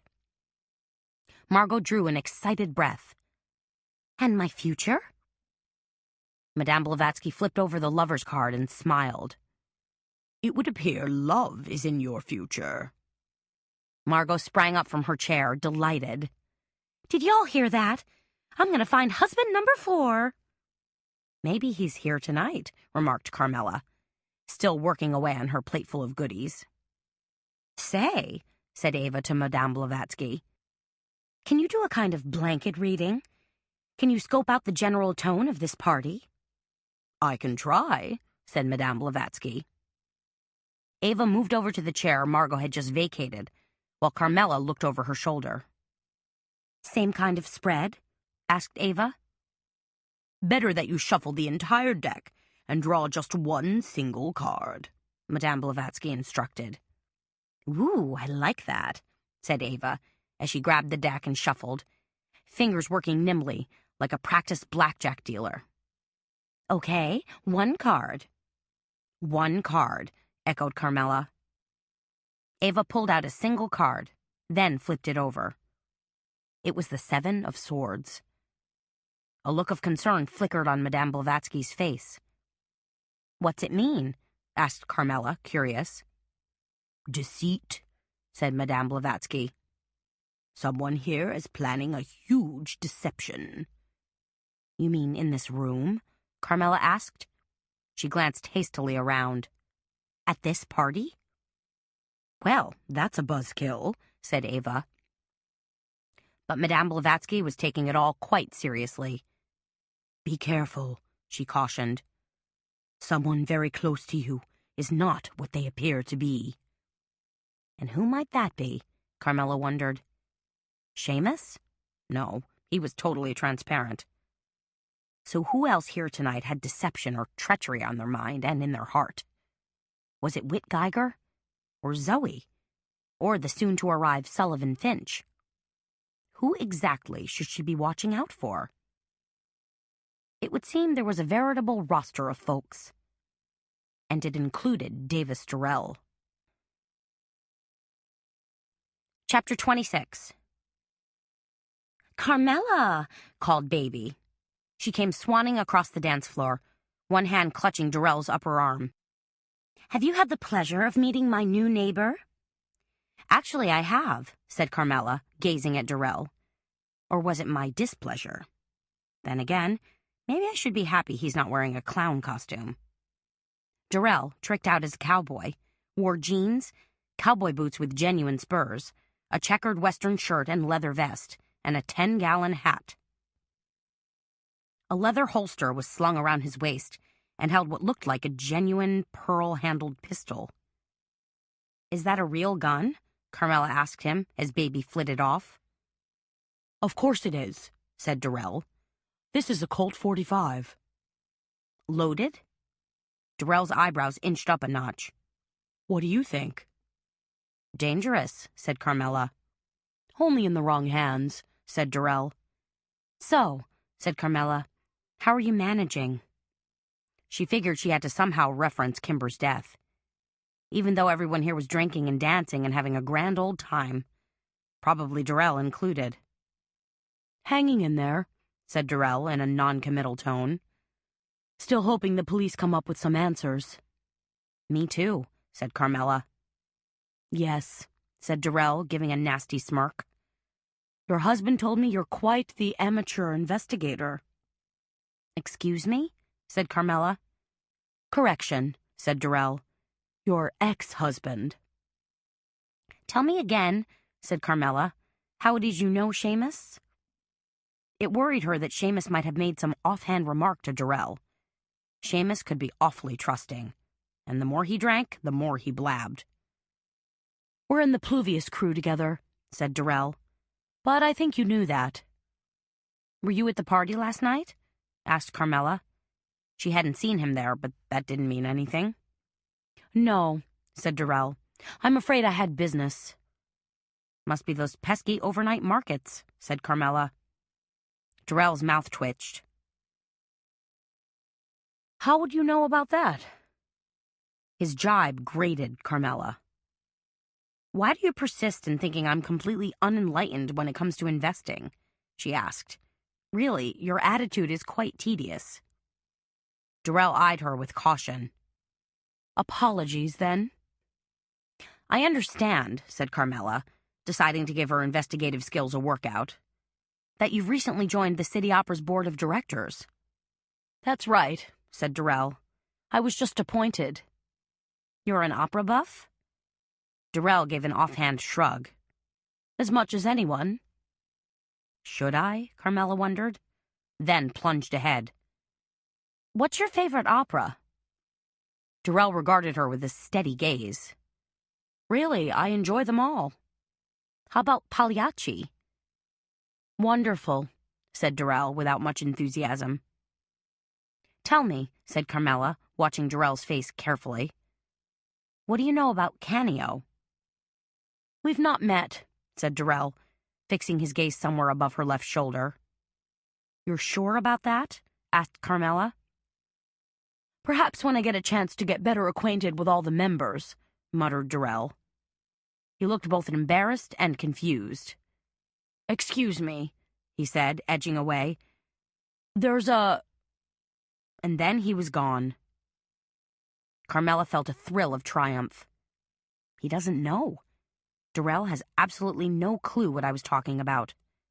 He's no opera buff.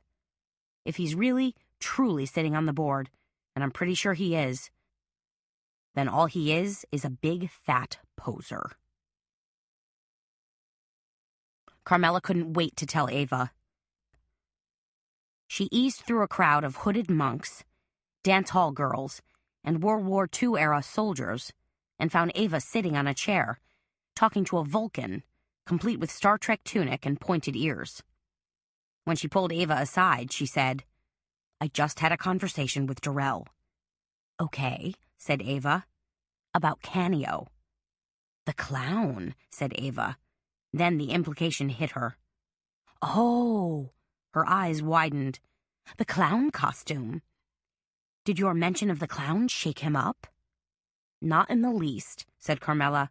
"In fact, Darrell had absolutely no clue what I was talking about." Ava was surprised. "Seriously?" "I think Darrell shoehorned himself onto the opera board for the sole purpose of rubbing shoulders with heavy hitters. People with money." "What a scumbag," said Ava, curling her lip. "But maybe not a killer," said Carmela. "I'm guessing it wasn't him in the clown suit." "Maybe not," agreed Ava. Carmela decided she had to rethink her list of suspects. She wandered past the buffet table, stepped out the French doors onto a brick patio, and wandered toward the far corner of the yard and a lovely vine-covered arbor. She needed a little quiet time, away from the shrieks of the crowd, the guffaws of the heavy drinkers, and the loud, pulsing music from the DJ's turntable. But when she sat down on a narrow bench woven from tree willows, the bushes next to her shook slightly, and not from the wind. What? Was someone there? Psst! There was somebody hiding in the bushes. The leaves shook and jiggled again, this time more vigorously, and a dark face peeped out. Carmela let loose a startled little "oh" in recognition, because this was the last person in the world she expected to see here. Then an entire head and shoulders materialized, and Billy LaForge said, "Miss Meacham, I gotta talk to you." Kimber's kid brother? Here? Why? Carmela glanced around hastily. There wasn't another soul in sight. Was she safe? Or should she scream bloody blue murder for help? But when she gazed at Billy's face, there was something there, a funny look that made her hesitate. "What are you doing here?" Carmela managed to choke out. Billy's voice was low and urgent. "Ma'am, I'm sorry for how I treated you the other day. I was upset and thought you were with the TV or newspaper or something. Thought you were sneaking around trying to take pictures or pressure me for an interview." "Okay," said Carmela, swallowing hard. "No harm done." "But I can see you're a nice lady," said Billy. "A kind lady." "Thank you," said Carmela. His words were so unexpected and strange, considering the circumstances, that she was completely taken aback. Was this the same guy who'd screamed at her just 2 days ago? The guy who'd basically threatened her life and kicked her off his property? "That's why I came to ask for your help," said Billy. "What?" Now Carmela was utterly perplexed. "Excuse me, what exactly are you talking about?" "About my farm," said LaForge. Carmela shook her head. This did not compute. "What about your farm?" Now there was a grudging undertone to Billy's voice. "I need your help, ma'am, because you're one of them. One of the bank people, a Meacham." He spat out the word Meacham as if he were referring to pond scum. "No, I'm really not," said Carmela. "You're thinking of my ex-husband, Seamus. But we're divorced, have been for a couple of years." Billy was unrelenting. "But you could ask him to help me, with my farm. He's a big shot at the bank." "Your farm?" The point of Billy's coming to see her was slowly dawning on Carmela. Aw, crap. It's all because Seamus's bank is foreclosing on Billy's farm. And then, a thin, cold wave of fear washed over her. Wait a minute. Did you follow me here tonight? Billy hesitated, then answered, Yes. Carmela's heart was suddenly beating out of her chest. Did you follow me last night? Billy blinked, clearly befuddled by her question. No. But Carmela wasn't sure if she could believe him. Was Billy lying? Was he trying to scare her? Or coerce her? Her instincts told her to drill him with one very important question. Billy, did you send me some postcards? Now Billy LaForge seemed totally bewildered. Postcards? You mean from a trip? I can't take a trip, not with the bank people after me. They already stole my dog and threatened to take my gun. Carmela stared at him. She was hearing his words just fine, but they didn't make any sense to her. They sounded like gibberish. Billy, get real. Banks don't do that sort of thing. Billy's face pulled into an insistent glare. Yes, they did. A man called me on the phone and warned me they were going to do exactly that. And then yesterday, when I got home, my dog Saber was gone. That's crazy, said Carmela. That's not how banks operate. It is, and it's why I need your help, said Billy. His face darkened and his eyes blazed. I can't help you, said Carmela. Really? You have to. Carmela felt a sudden uptick in what she gauged as a threat level. Get out of here, her inner instincts screamed at her. Get away from this crazy guy.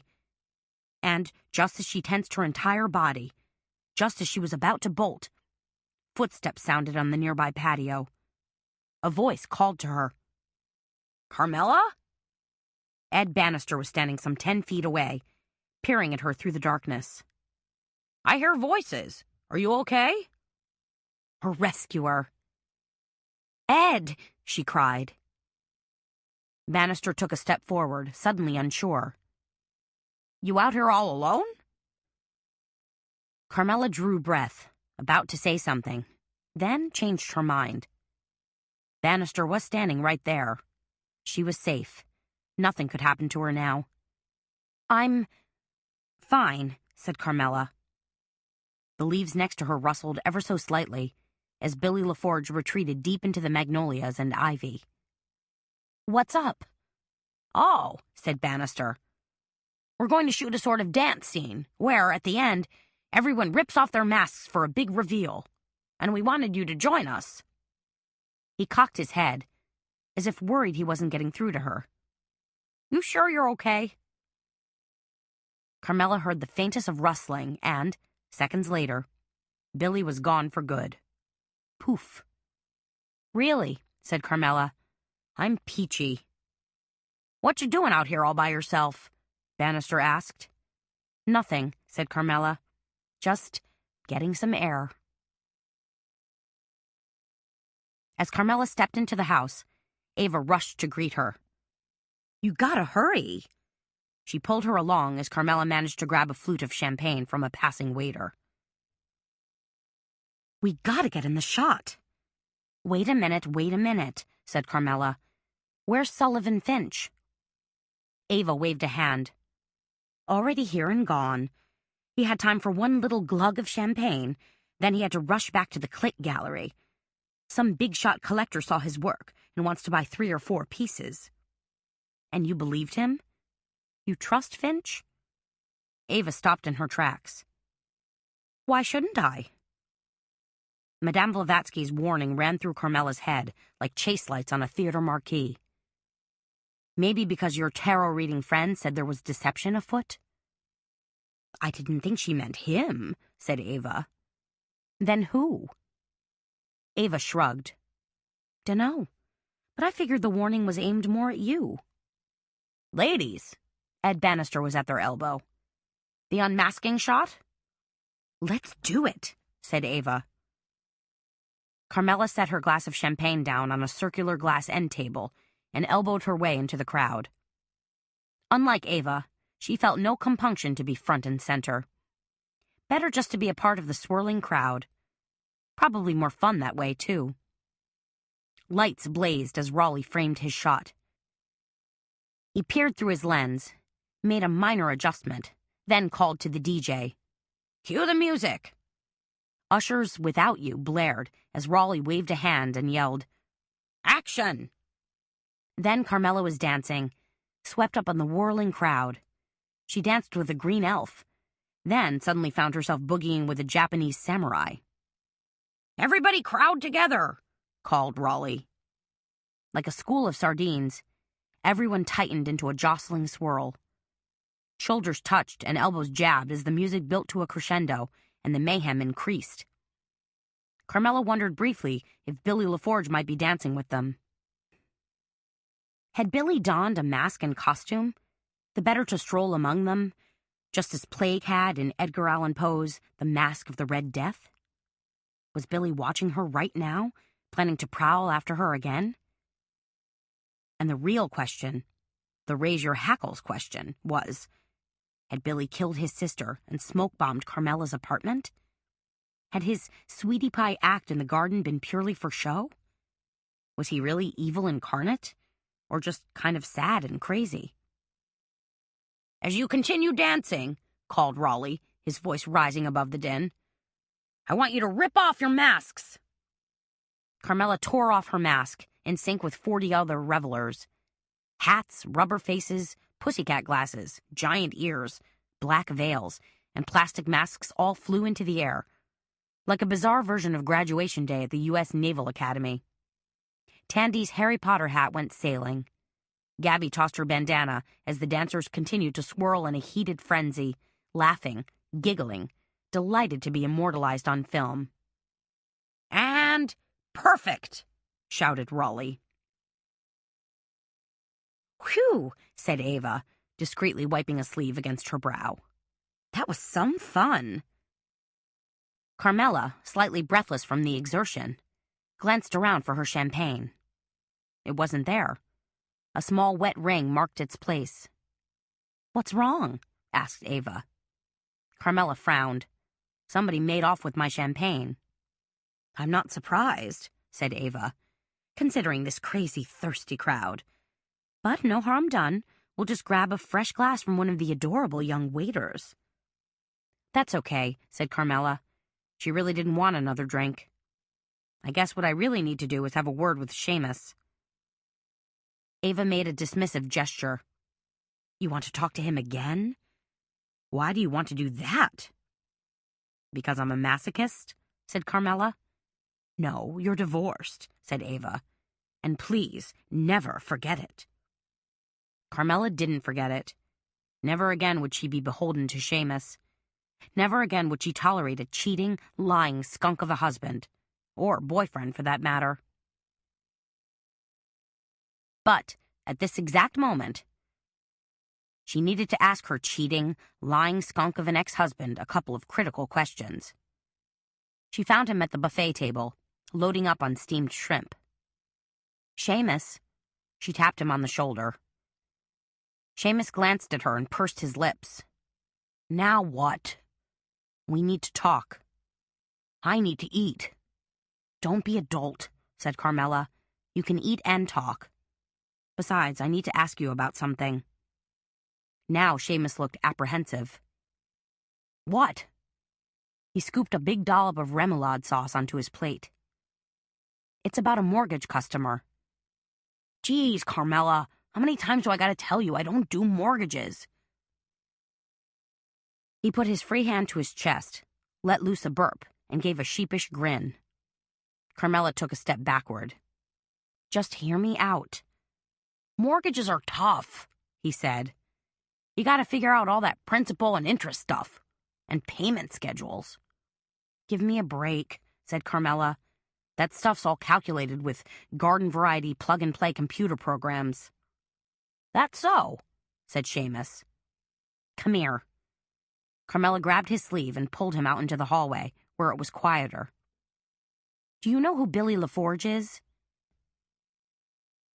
Seamus let loose another little Jack Daniels-fueled burp. He frowned, trying to look serious, then said, No, should I? Billy is Kimber Breeze's brother, said Carmela. So what? He nibbled on a shrimp. Billy LaForge is also a customer at your bank. A mortgage customer who's being foreclosed on. I told you.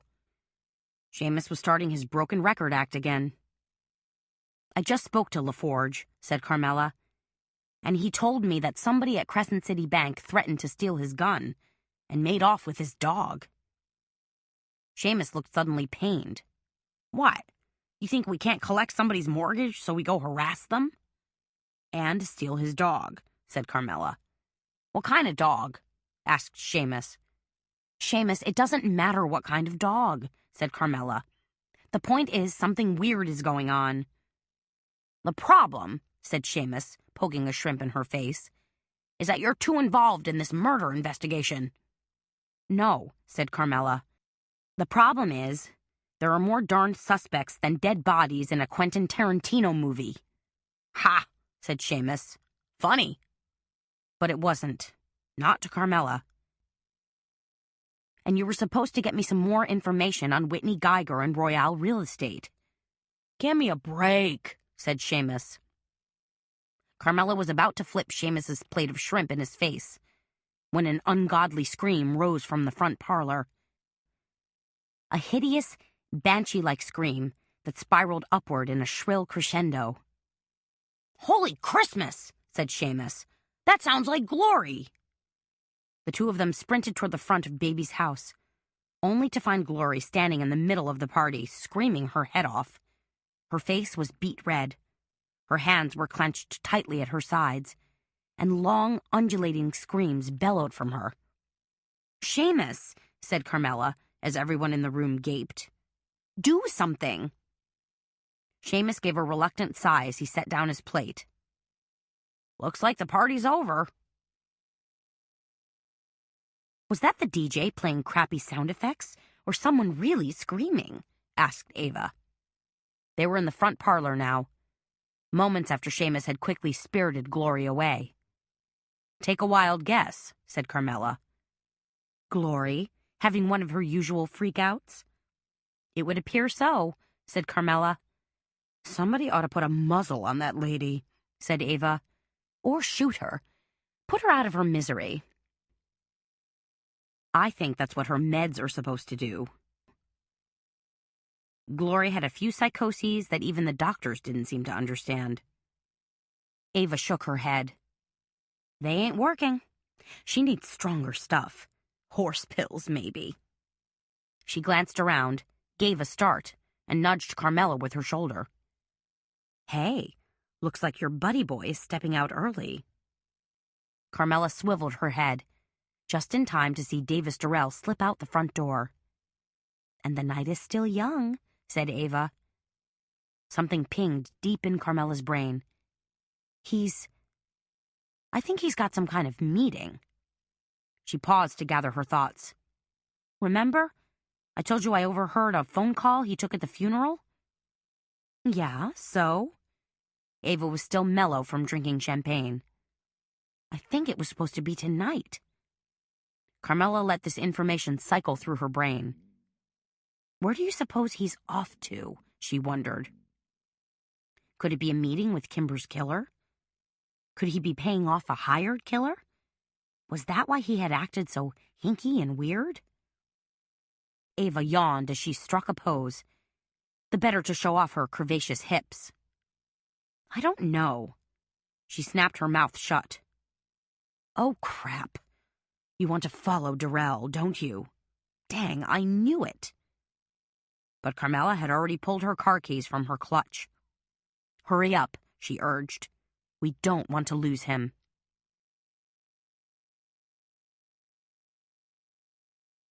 Chapter 27. The night was cold and moonless, but up and down Britannia, the elegant homes glowed from within. Careful, murmured Ava. Don't get too close. They'd hopped into Carmela's car, then prowled slowly down the block without benefit of headlights. And, 2 blocks later, they were rewarded when Davis Durrell backed his Jaguar down his driveway and took off with a throaty roar. Hanging back as far as she dared, Carmela flipped on her lights and slid into traffic, tailing him for about 6 blocks until he cut over to Coliseum Street. Where's he going? Carmela wondered out loud. Maybe he's got a hot date, said Ava. So soon after Kimber's death? Do you think he ever cared for her at all? Do you think he's just a serial Romeo? I don't know, said Ava. That's what makes his encounter tonight a potentially hot date. But Durrell wasn't headed for the jazz clubs of the CBD or even the frivolity of the French Quarter. Instead, he skimmed past Coliseum Square and hooked a right onto BR 90. Still hot on his tail, Carmela whisked across the bridge that spanned the turgid Mississippi. Below, tugboats prodded barges while a paddle wheeler, sparkling like a bedazzled Christmas ornament, churned madly as it carried tourists on a late-night cruise. Carmela followed Durrell's car into a spiral turn and soon found herself navigating the mashup of warehouses and industrial complexes in neighboring Algiers. Dang, said Ava, as they cruised down a dark street lined with hulking buildings. This area makes me nervous. Too many big old warehouses and spooky buildings. If something happens, nobody can hear us scream. It's Mardi Gras, said Carmela. People are screaming their heads off all over town, and nobody cares. That's a great comfort. Carmela eased her foot off the accelerator. Durrell's turning. Just coast on past, Ava advised. So, of course, Carmela flipped off her lights and followed him. No, Ava hissed. What if he spots us? You're gonna get us in deep doo-doo. We're like a ghost car, said Carmela. Gliding through the dark, ethereal and silent. He's not going to see us. What if he's got ESP and can spot our ectoplasm? Stop it, said Carmela. We'll be fine. Ava leaned forward until her nose practically touched the windshield. Wait a minute. Where'd he go? Huh? Said Carmela. In the inky darkness, she'd lost sight of him, too. Where is he? Where is he? Gibbered Ava. Red brake lights flared some 50 yards ahead of them. There, said Carmela. She eased off the gas again and coasted along. He's turning again, said Ava, back toward the river. Then so are we. Slowly, very carefully, Carmela angled her car into the driveway Durrell had taken and found herself crunching across a parking lot that was part dirt, part hunks of broken concrete. The lot sloped down toward a long, low wooden building that hunkered directly ahead of her, but there was no sign of Durrell. He'd obviously skirted the building and was parked somewhere on the other side. What is this place? Asked Ava. Carmela cut the ignition and rolled down her window. The place smelled like damp earth, diesel fuel, and something else. Fish? I think this might be some kind of fish processing plant, she said to Ava. So what's Durrell doing here? Asked Ava. Darned if I know. But I'm guessing whoever owns it isn't benefiting from his financial advice. You don't know that, said Ava. There could be big money in fish. Something tells me, said Carmela, climbing out of her car, that Durrell's up to no good. Ava opened her door. Don't leave me here, she whispered. Then come on, Carmela whispered back. Together, they tiptoed across damp earth. We look like idiots in these dresses, said Ava, trying to gather up her long skirt. Carmela had crept to the corner of the building and was peering around it.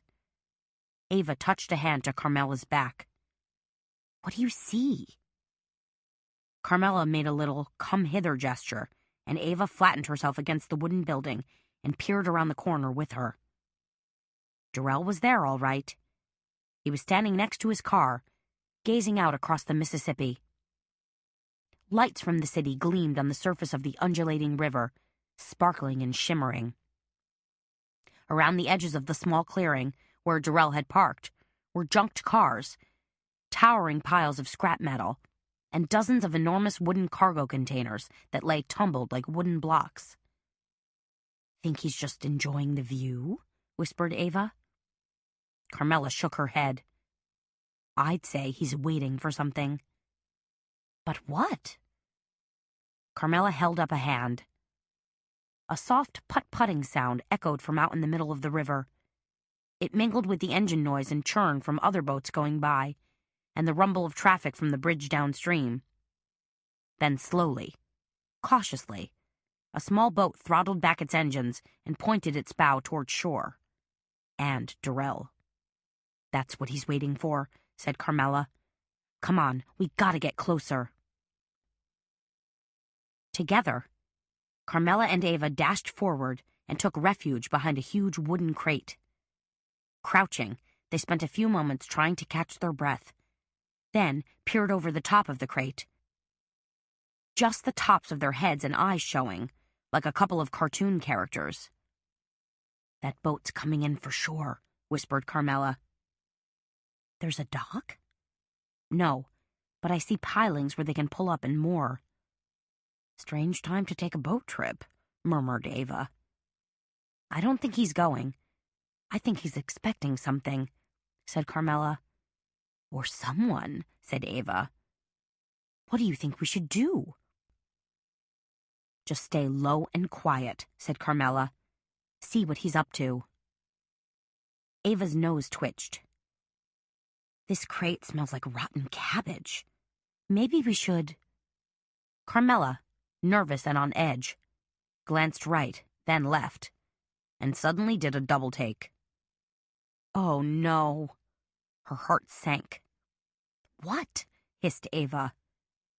We're smack dab in the middle of something, said Carmela, as the boat cruised closer and a spotlight suddenly flicked on. Well, I know that. No, look over to your left, prompted Carmela. Tell me what you see. Dark stuff, piles of junk. Look harder. Oh. See that brown car? Said Carmela, as the spotlight from the boat began to probe the shoreline. Tucked close to that enormous scrap heap? Uh-huh, said Ava. Kind of like the car Babcock drives. It is the car Babcock drives. Oh, man, said Ava. Did we stumble upon some kind of sting operation, like in the movies? That'd be my guess. Now what? Asked Ava. Now we exit stage left, said Carmela, her heart beating a timpani solo inside her chest. As fast as possible. And we don't let Babcock or Darrell see us. We don't dare get caught in their little nighttime soap opera, whatever it is. Just tiptoe back the way we came, said Ava, ducking down. And do it very carefully. Okay, said Ava. On the count of 3, we make a dash for it. 1, 2, 3. They scooted out from behind the crate, heading for the wooden building. Halfway there, Ava stumbled and let out an audible woof as her heel caught in the hem of her dress. As her arms flailed wildly, and Carmela paused to grab her, the boat's searchlight flicked over and caught both women, silhouetting them like dancing images in an old black-and-white movie. Then the light winked out, and everything was plunged into darkness. Carmela sat on the bed, facing Ava. Wearing a pink velour top and slacks, she looked anything but cozy and ready to tuck into bed. Maybe he didn't see us, said Ava. She handed Carmela a mug of cocoa with a raft of tiny white marshmallows bobbing on top. Her concession to cooking. Babcock saw us, all right, said Carmela. Maybe he won't say anything. He'll have plenty to say, said Carmela, managing a sip. You want something stronger in that? Asked Ava. Brandy or schnapps? Tincture of poison? Carmela's phone shrilled. She clenched her jaw and gazed at the small green screen in front of her. Babcock. It's him? Ava asked. Carmela nodded. So don't answer it. I have to. Carmela flicked the on button. Hello? There was a burst of static, And then Babcock shouted, "Are you certifiably insane? What were you doing there? You blew our cover." Sorry, said Carmela. Sorry? He sputtered. Sorry doesn't cut it with me, Carmela. I'm furious. No, I'm beyond furious. I can hear that, said Carmela. If it's not too much trouble, I'd like a reasonable explanation. Like, how exactly did you know to turn up there? I, overheard Durrell's phone conversation the other day at the cemetery. And then he left Baby's party early tonight. Which you blew off, Ava called from across the room. Some boyfriend you are. Was that Ava? Asked Babcock. Carmela nodded, then said, Yes. Tell her to shut up. He says to shut up, said Carmela. Tell him to take a flying... Anyway, Carmela continued, trying to sound contrite. I kind of put 2 and 2 together, and I ended up with a big fat 0, Babcock shouted. Damn Durrell jumped on the boat and that was that.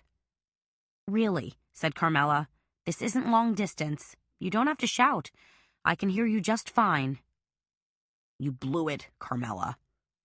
Babcock's voice was cold as ice now. You blew our drug arrest. Carmela was contrite. I had no idea. That's not good enough, said Babcock. That's not... Aw, forget it. There was a loud click. Carmela stared at her phone. He hung up on me. That's rude, said Ava. No, said Carmela. I probably deserved it. I blew his drug bust. Drug bust? Ava just about choked on her cocoa. What the heck are you talking about? Babcock was working on this drug deal, said Carmela, but he never clued me in as to who he was staking out. I didn't know it was Durrell. Ava shook her head and pushed a mass of curly dark hair off her face. Come again? Durrell was involved in drugs? Apparently. Geez, said Ava. If he's dealing drugs and stuff, maybe Durrell really did kill Kimber. I don't know, said Carmela, offering a glum face. Ava grabbed a bottle of schnapps, unscrewed the top, and poured a shot into her cocoa. Carmela held out her mug, and Ava gave her a shot, too. Let's think about this, said Ava. About how Durrell might be a real psycho. I've been wondering the same thing, said Carmela. So, what now? Asked Ava. You're the one who always seems to fit the pieces together. You mean like... Oh, wow. Carmela looked suddenly stunned. It just occurred to me. What? Said Ava. What if Kimber had gotten wind of Durrell's drug involvement? She might have known, said Ava. She was dating him, after all. Pieces were rapidly clicking into place for Carmela. But think about it. Maybe that's why Kimber was dating him. What do you mean? You're saying she was a cokehead? No, said Carmela. Maybe Kimber was trying to get a line on this whole drug operation. You mean she was using Durrell? Said Ava. Maybe, Carmela reasoned. Maybe Kimber planned to blow the lid off his drug deals and make Durrell the subject of a big investigative report. And Durrell figured it out, finished Ava. He's smart, so he saw what her motive really was. She puckered her brows. And so he killed her? Could have happened, said Carmela. There were a few holes in her theory, but she figured she was close. And then we came stumbling along into the middle of the NOPD's drug bust and blew it. Which means... I don't know what it means. Maybe it means we blew the whole case, said Carmela, looking miserable. Oh, man. No wonder Babcock never wants to see me again. She reached down, scratched Boo's ear. Oh, crap.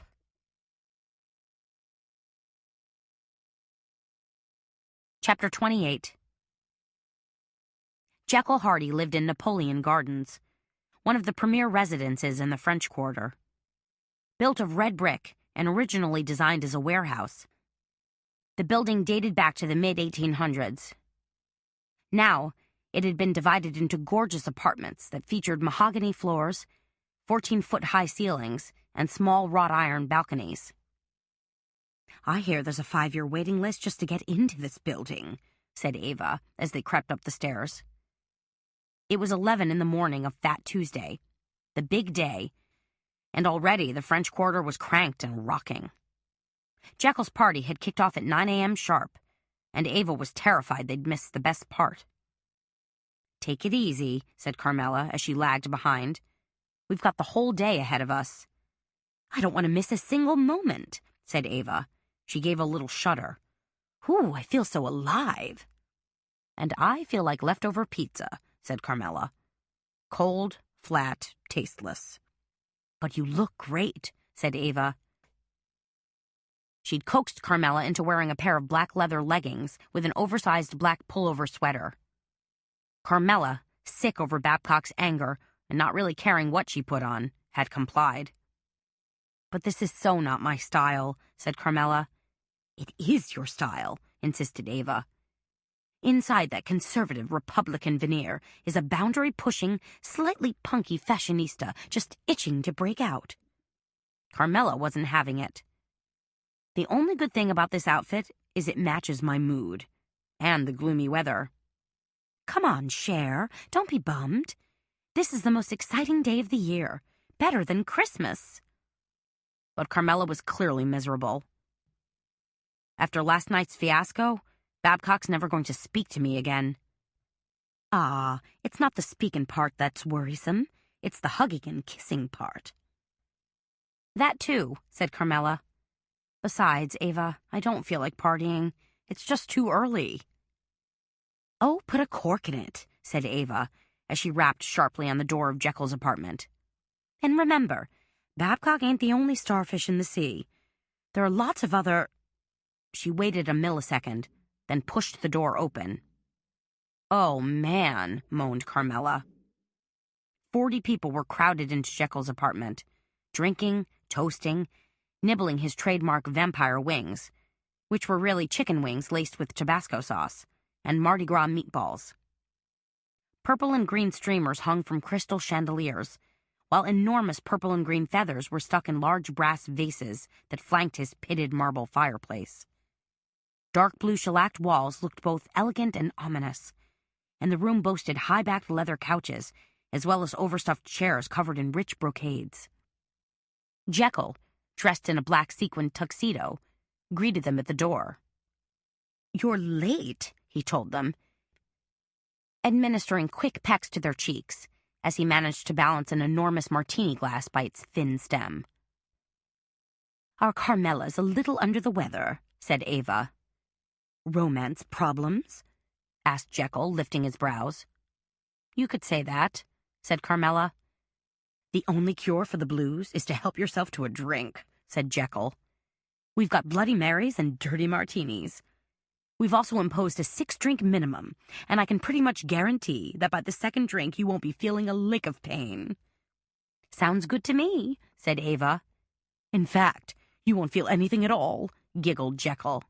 "And by the by," he added, cocking his head in a magpie gaze, "I do like that sweater and legging combo that Carmela is sporting." "Doesn't she look adorable?" said Ava. "I'm seriously thinking I should launch a second career as a stylist." "I do believe you could," said Jekyll. Carmela, in no mood to engage in bright banter, pushed through the crowd and headed for the kitchen.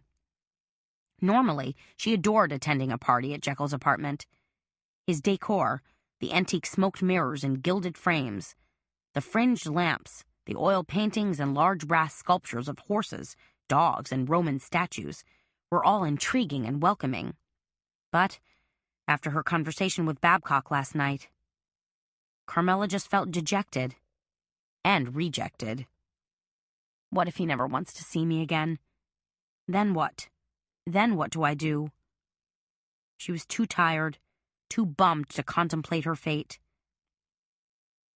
In Jekyll's postage-stamp-sized kitchen, Carmela grabbed an enormous pitcher of Bloody Marys and poured herself a drink. Why not start drinking? She asked herself. Why not get a little bit tipsy? She took a sip. Tasty. Peppery, too. She took another sip even as she pulled out her phone. Maybe Babcock had called. Or maybe the cameras at Memory Mine had captured some rogue images of strange postcard deliveries. But when she checked, there wasn't a thing. Carmela's shoulders slumped, and she was about to tuck her phone back in her pocket when her ringtone sounded. She picked up without looking. Huh? Babcock? And answered with a tentative, "Hello?" "Carmela! You're never going to believe what happened!" Seamus cried in a breathless rush. Dang, it's only Seamus. "When it comes to your self-centered take on life, nothing surprises me anymore," said Carmela. She leaned against an antique Japanese kitchen cabinet, suddenly happy she could vent her anger on Seamus. But Carmela's words inflicted barely a sting. "This will blow your mind," Seamus continued. "I had to rush Glory to the emergency room last night." Carmela was surprised. "Are you serious? What was wrong with her besides, the screaming?" She figured Seamus had just driven Glory home last night so his crazy sister could unwind on her own. "It was horrible," said Seamus, now that he had Carmela's undivided attention. "The ER doc thought Glory was experiencing some kind of drug overdose." Carmela relaxed. That's generally what happens when you mix pills and alcohol. Glory had a nasty habit of enjoying a few drinks, then popping an Ambien or Xanax. In fact, she popped Xanax like they were M&Ms. "But she didn't do that," said Seamus. Then he rethought his words and backpedaled slightly. "I mean, she does sometimes, but she didn't this time, if that makes any sense." "Of course it doesn't, Seamus." "If you'd stop jumping down my throat," said Seamus, sounding pouty, "I'll explain the whole thing." "Please do." "The doc thinks somebody slipped Glory a roofie." "What's a roofie?" asked Carmela. "Is that like ecstasy or zombie or whatever the Al-Quran party drug is?" "It's the date rape drug," snarled Seamus. Carmela stared at him. "Excuse me?" "You heard me," Seamus said in a sour tone. "Somebody wanted to, rape Glory?" said Carmela. She didn't think anybody in their right mind would try something with Glory, the great stone-faced matriarch of the underworld. People were afraid of Glory. Glory made grown men tremble in their Tom McCanns. "Don't be stupid, Carmela," said Seamus. "I'm talking about somebody dropping a drug into her champagne glass." Carmela froze. They what? Wait a minute. What exactly happened? What did Glory think happened? "Just that she picked up a glass of champagne from that little glass table and drank it. But now we're pretty sure some asshole went and slipped a drug into it." "That was my champagne," Carmela almost blurted out. But she didn't. She didn't want to tell Seamus that Glory had picked up her glass by mistake. That news would surely send him careering off the deep end. "Is Glory okay now?" asked Carmela. "Seems to be." "Good." She paused. "Listen, Seamus, did you find out anything more about Whitney Geiger and Royale Real Estate?" "Not really." Now Seamus just sounded bored. "We had a deal, Seamus." "Babe, today's the big day. I'm having lunch with Sugar Joe and some of my other buds at Galatoire's. And then there's Zulu, Rex, and our Pluvius parade. Plus, I'm supposed to hit 6 separate parties tonight." "So make a couple of calls, then go party your fool head off." "Are you serious?" "Yes, I'm serious. Seamus, this is important." "I'll make the calls," Seamus grumped. "I'm not happy about it." "Look, I just need a little more information, okay?" "I feel like a Judas," Seamus muttered, "spying on Geiger, like I'm selling out one of my crew members." "Try to think of it as helping solve a murder, okay?" Carmela felt that Seamus was still hesitant, so she tossed out the final clincher. and a way to get Sugar Joe off the hook. Seamus relented like she knew he would. "When you put it that way." "Seamus," said Carmela, "just get the doggone information." Carmela hung up and stood there, feeling a little wooden, a lot scared. Who in the world had tried to drug her? Had it been Whit Geiger or Davis Durrell? Maybe the culprit was Sullivan Finch, who'd come and gone in a whirlwind. Maybe that was why he'd ducked out so fast. Or could Billy LaForge have done it? Or Zoe the reporter? Or is there someone who's flying completely under my radar? The thought chilled Carmela, so much so that she quickly checked her security cameras again, half suspecting she might catch someone sneaking toward her shop. But there was nothing going on, and no spooky postcards stuck to her door.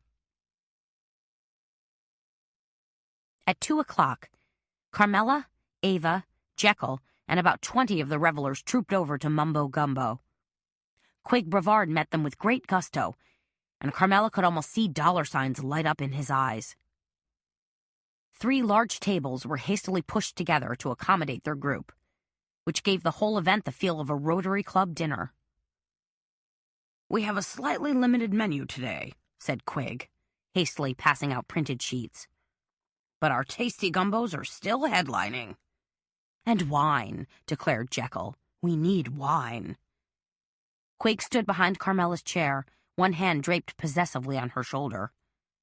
"I'm sending over a few complimentary bottles of my Bayou Sparkler champagne," he announced to the group. His generosity elicited a spate of applause. "You're too kind," gushed Ava. "Think nothing of it," said Quig as he squeezed Carmela's shoulder. Then he bent down and whispered in her ear. "What's wrong, darling? You look kind of down." "I'm fine," said Carmela. "Is that boyfriend of yours not treating you right?" Quig asked. "I'll say," put in Ava. "In fact, he's great," said Carmela. "Things couldn't be better." "If you say so," said Quig, but his hand lingered on Carmela's shoulder for a few more seconds. Jekyll was up, then down, bouncing from table to table, greeting friends in the bar and at various booths. When he came back to their table, he announced, somewhat breathlessly, "The Zulu parade is running way late, which means Rex will be backed up too." "It happens every year," said Ava. Then Quig was back with bottles of his new champagne, popping corks and pouring out the bubbling liquid with a masterful flourish. "I've got some TV people coming in a little while," Quig whispered to Carmela. "But I'd love it if you stuck around so we could enjoy a quiet drink in my private office." "Excuse me," said Carmela. She slipped out of her chair and made a beeline for the ladies' room. Luckily, the anteroom to the ladies' room had 2 pink velvet club chairs facing a large mirror. Carmela eased herself into a chair, grateful for the peace and quiet. Her gut was still in turmoil over Babcock. She was seriously in like with the man, probably in love. But if she lost him for good, then what? She stared in the mirror. Then nothing. Then it would be over. Feeny. Kaput. No do-over? Probably not. Carmela pulled out a tube of Dior Rouge Blossom and applied it to her lips, noting the dark circles that seemed to have settled under her eyes. I look like a raccoon. Although Ava had told her that smoky eyes, what Carmela always thought of as ashtray eyes, were still very much in vogue, she wasn't a fan. Just not for me. After she'd done her lips and cheeks, Carmela nervously checked her cell phone to see if Babcock had called. Nada. Then, on a whim, knowing she probably wouldn't see a darned thing, she checked her security cameras. Nothing. But wait. There was a way to check back through the archived videotape. Tate Mackey had shown her how. She pushed a few buttons, then scrolled through the tape from the past hour. Because it was speeded up, it had the herky-jerky motion of an old-fashioned silent film. People walked by her front door, but nobody stopped. Then, just as Carmela was about to click off, something black loomed in the frame. What? Suddenly, bizarrely, there was a grainy image of Joubert, her neighbor from Oddities, skulking toward her front door. She slowed the motion down, just as Mackie had taught her, and watched as Joubert hesitated for a few seconds, then glanced surreptitiously around. When he seemed to be satisfied that nobody was watching, he pulled something out from beneath his cape and hastily stuck it on her front door. Carmela shut her phone off and hurried to her table. Without any explanation, she quickly told Ava she had to leave and would call later. A few minutes later, Carmela stormed down Governor Nichols Street with all the bluster of the second coming of Hurricane Katrina. Stopping outside Memory Mine, she paused long enough to grab the newly delivered postcard. Then she was flying through the front door of Oddities. Joubert was busy with a customer, but she didn't much care. "You!" Carmela called out in a thunderous voice. Joubert glanced up. He'd been pointing out the fine points of a scarab ring to his customer. But when he saw the postcard clutched in Carmela's hot little hand, his face went slack and assumed a sickly expression. "You did this!" she cried again. "Excuse me," Joubert said to his customer. He met Carmela halfway, ducked his head, and said, "You have some nerve." "You sent the postcards!" she shrilled. Joubert pulled himself up to his full height and peered down his nose. "I did no such thing." Carmela thrust her cell phone under his nose. "Exhibit A, your mug caught on camera. Gotcha!" She showed him the video, at which point Joubert's customer beat a hasty retreat. Now that Joubert realized he'd been caught red-handed, his reserve crumbled. "All right, yes, I did it, and for that I apologize. But please believe me, I meant no harm." "No harm?" Carmela screamed. "You were trying to scare the crap out of me. Why would you do that?"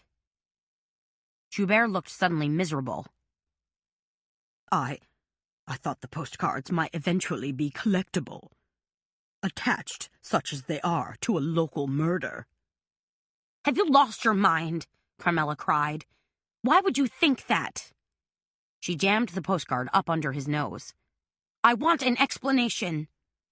Joubert gave a helpless shrug. "Business is terrible.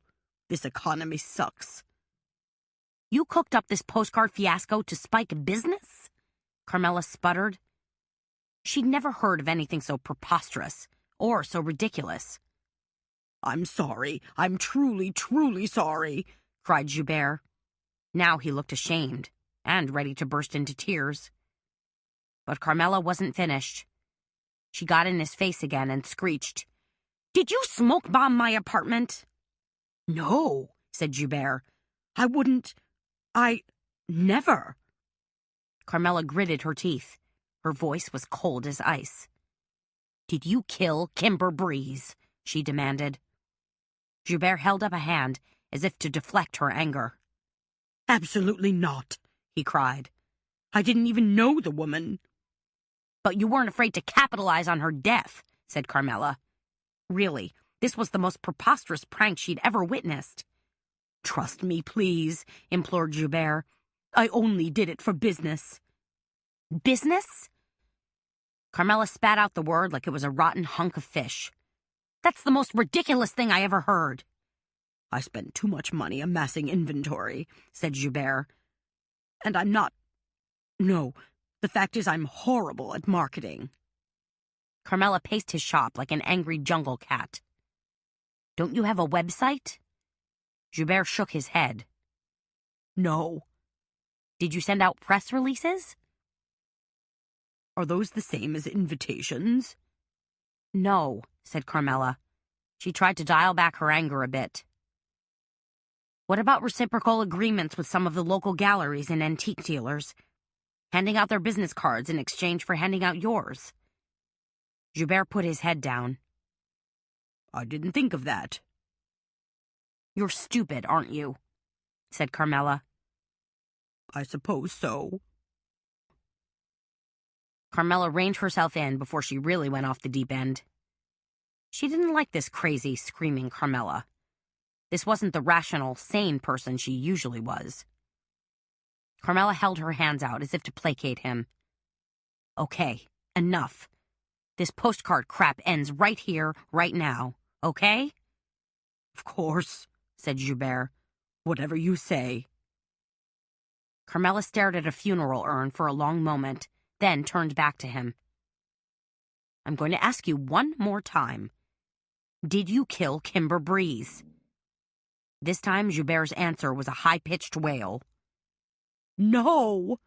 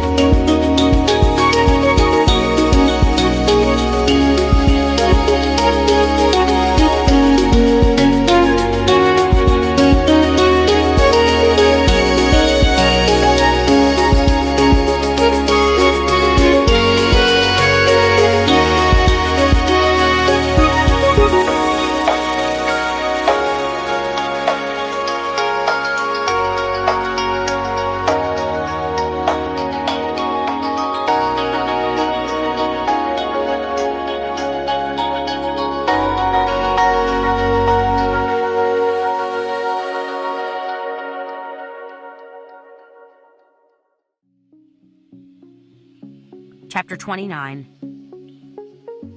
Carmela couldn't get through the door of Memory Mine fast enough. She slammed the door, locked it behind her, tossed her jacket and bag on the front counter, and headed for her office, where she collapsed in a heap. What a crappy last couple of days. What a crappy week. Kimber was dead. Suspects lurked at every turn. And Babcock, her biggest ally, was spitting mad at her. Maybe so mad he never wanted to see her again. Not good. Awful, in fact. Carmela leaned forward and rested her forehead on her desk. Now what? Go out and try to have a fun Mardi Gras? Wave at the passing parades? Pretend that none of this had happened? That it wasn't eating at her gut like a batch of rotting microbes? No can do.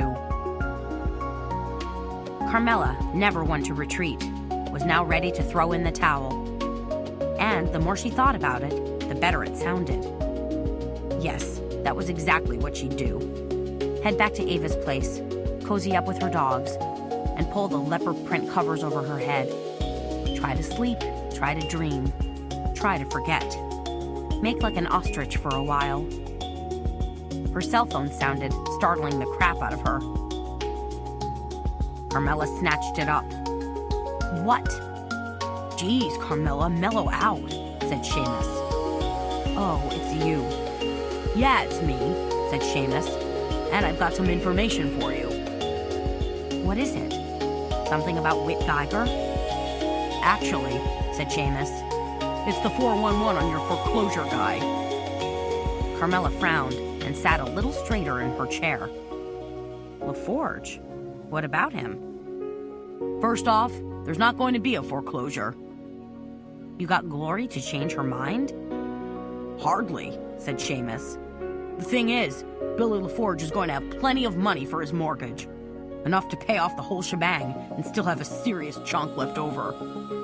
What are you talking about? Asked Carmela. As you know, said Seamus, suddenly sounding very proper and bankerish, Crescent City Bank also has an insurance division. Yeah, said Carmela, wondering where this was leading, hoping he'd speed things along.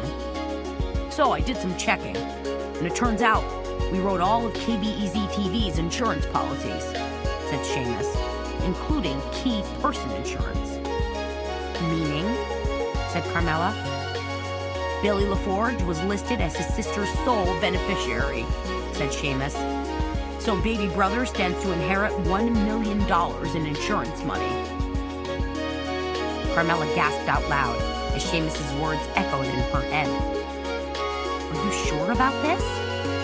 Yes, I'm sure, said Seamus, sounding peeved. Do the police know about this? Doubtful. There you go, said Carmela, suddenly feeling energized. There's the smoking gun. Gun? Said Seamus. I thought you said the guy's gun was stolen. Thank you, Seamus, said Carmela. I mean it. Thank you so much, and I'll, talk to you later. Carmela sprang up from her chair. That's it, she shouted, her voice echoing through her empty shop. She did a fist pump and thrust her arm high in the air. There's the motive. Billy LaForge really did kill his sister. Carmela decided her next move had to be handled with extreme delicacy. After all, Babcock was still mad as a wet hornet. But would he be quite as angry when she told him about the insurance money Billy was about to inherit? When she handed him the motive for a brutal murder on a silver platter? Probably not. Hopefully not. Okay, so make the call. She grasped her cell phone and punched in Babcock's number. There was a buzz of static, then a hollow sound, and Carmela thought maybe the call hadn't gone through. But then Babcock was on the line. Carmela, what? His voice was tight with anger. I have to talk to you, said Carmela. She tried to sound cool and a little placating. Not much to talk about, snapped Babcock. I just now received some key information, said Carmela. that seriously impacts your investigation. And I thought I made it quite clear that you were out of the investigation, said Babcock. His tone was pure Arctic ice. Please, said Carmela, hear me out. A sigh, and then, I'm listening. This is information I just got from Seamus, said Carmela, but it's good information. Critical information about Billy LaForge. Go on. Here's the thing, said Carmela. Billy's farm was being foreclosed on, and he was desperate. Okay, said Babcock, a chill still coloring his voice. So he tried to borrow money from Kimber. When she turned him down, Billy figured out another way to get the money. Where are you going with this? Asked Babcock. The insurance money, said Carmela, her words tumbling out. Billy was named beneficiary on Kimber Breeze's insurance policy. You're sure about this? His voice thawed ever so slightly. Positive, said Carmela. According to Seamus, Crescent City Bank underwrote all the KBEZ TV policies, particularly key person insurance. Son of a gun, Babcock said softly. There was a long pause, and then he said, Billy did it. He offed his own sister. Yes, he did, said Carmela. She hesitated. Plus, he kind of threatened me last night. He what? Babcock's protective instincts suddenly asserted themselves. At Baby's party, said Carmela, Billy turned up there, told me that he followed me. I don't know how he figured out that I was looking into things, but he did. She swallowed hard. If someone hadn't come along, I think he meant to harm me. Holy smokes, Babcock yelped. And then, more in control now, I've got to grab Bobby Gallant and get out there right away. I'm going with you, said Carmela. No, you're not. I have a right, said Carmela. I helped figure this out. Babcock groaned. Carmela, oh man. I'm at Memory Mine, she told him. I'll be waiting out front. Okay, Babcock said grudgingly. A ride along only. You have to stay in the car once we get there. Carmela smiled to herself. Absolutely, officer. She quickly called Ava's phone. No answer. Ava would be worried, wondering if she was coming back. So Carmela dialed Mumbo Gumbo's number and finally got hold of Quig. It's me, said Carmela. Who's me? Said Quig. You know darned well who this is, said Carmela. Carmela, sweetheart, said Quig. You ran out on me. Sorry, said Carmela. I'm in the middle of something big right now. That's my girl. Just tell Ava... She's still there, right? She's here. She's a little blitzed, but she's still here. Tell her I'm on my way to Billy LaForge's place, okay? Hang on, said Quig. My TV people just showed up. Carmela heard a mumbled exchange, and then Quig was back on the line. Okay, what'd you want me to tell Ava again? That I'm going to see Billy LaForge, said Carmela. Got it, said Quig. Carmela, going to see Billy LaForge. And what's the rest of the message? That's it, said Carmela. She'll know what I'm talking about. And thanks. Carmela was sitting in the back seat of Babcock's car, all by herself, on a twisty road that led to Billy's cabin. Babcock had driven in a different way, a sneaky way. Gallant had called up MapQuest and Google Earth, and they discovered a side road, really a trail, into the alligator farm. Be careful, Carmela had warned them. But Babcock and Gallant had jumped out of the car like paratroopers ready to storm the bastions. Now it was getting dark, and Carmela had no idea what was happening. Was Billy at his cabin? Or had he given them the slip? Had he gotten the drop on them? Or was he being led docilely back to the car in handcuffs? Only 15 or 20 minutes had gone by, but time hung heavy. Carmela gazed out at the landscape, saw nothing but bayou closing in. Tupelo trees, a few sickly-looking oaks, lots of brackish water, Normally, she felt no fear in a bayou, had enjoyed spending time at Seamus's camp house in the Barataria Bayou. But this was different. There were alligators around. Lots of them. True, they were ranched alligators confined to pens. But maybe there were some angry escapees? Could be. Carmela was creeped out by that thought. Enough so that when her cell phone shrilled, she jumped. She flicked it on. Babcock? Calling for help? No, it was Ava. "Where are you?" asked Ava. She sounded a little loopy, like she'd definitely drunk too much champagne. "Where'd you run off to?" "Didn't Quig give you my message?" "No, but I was out in the street for a while watching the parades, and he's been charging around here like a wild man." She let loose a high-pitched cackle. "Boozing and schmoozing." "It's a long story," said Carmela. "I'm at Billy LaForge's place, with Babcock." "You're what?" Ava cried. "You solved the murder?" "Well, almost. I mean, I think," said Carmela. "Babcock and Gallant are creeping through the swamp, on their way to apprehending him." "Well, geez Louise, Carmela," said Ava. "That's just great. All your efforts really paid off." She paused to take a breath. "Hey, I got something you'll get a kick out of. It's a photo I took earlier. You're not going to believe this. I mean, your eyes are going to pop right out of your head." "What are you talking about?" said Carmela. "Hold on," said Ava. "Okay, look at your phone. Did it come through yet?" "No," said Carmela. "Wait a minute, it's coming now."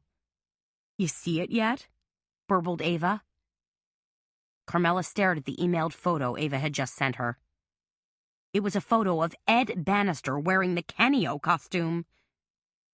"Dear Lord," Carmela muttered, as an icy finger stabbed at her heart. "Is that who I think it is?"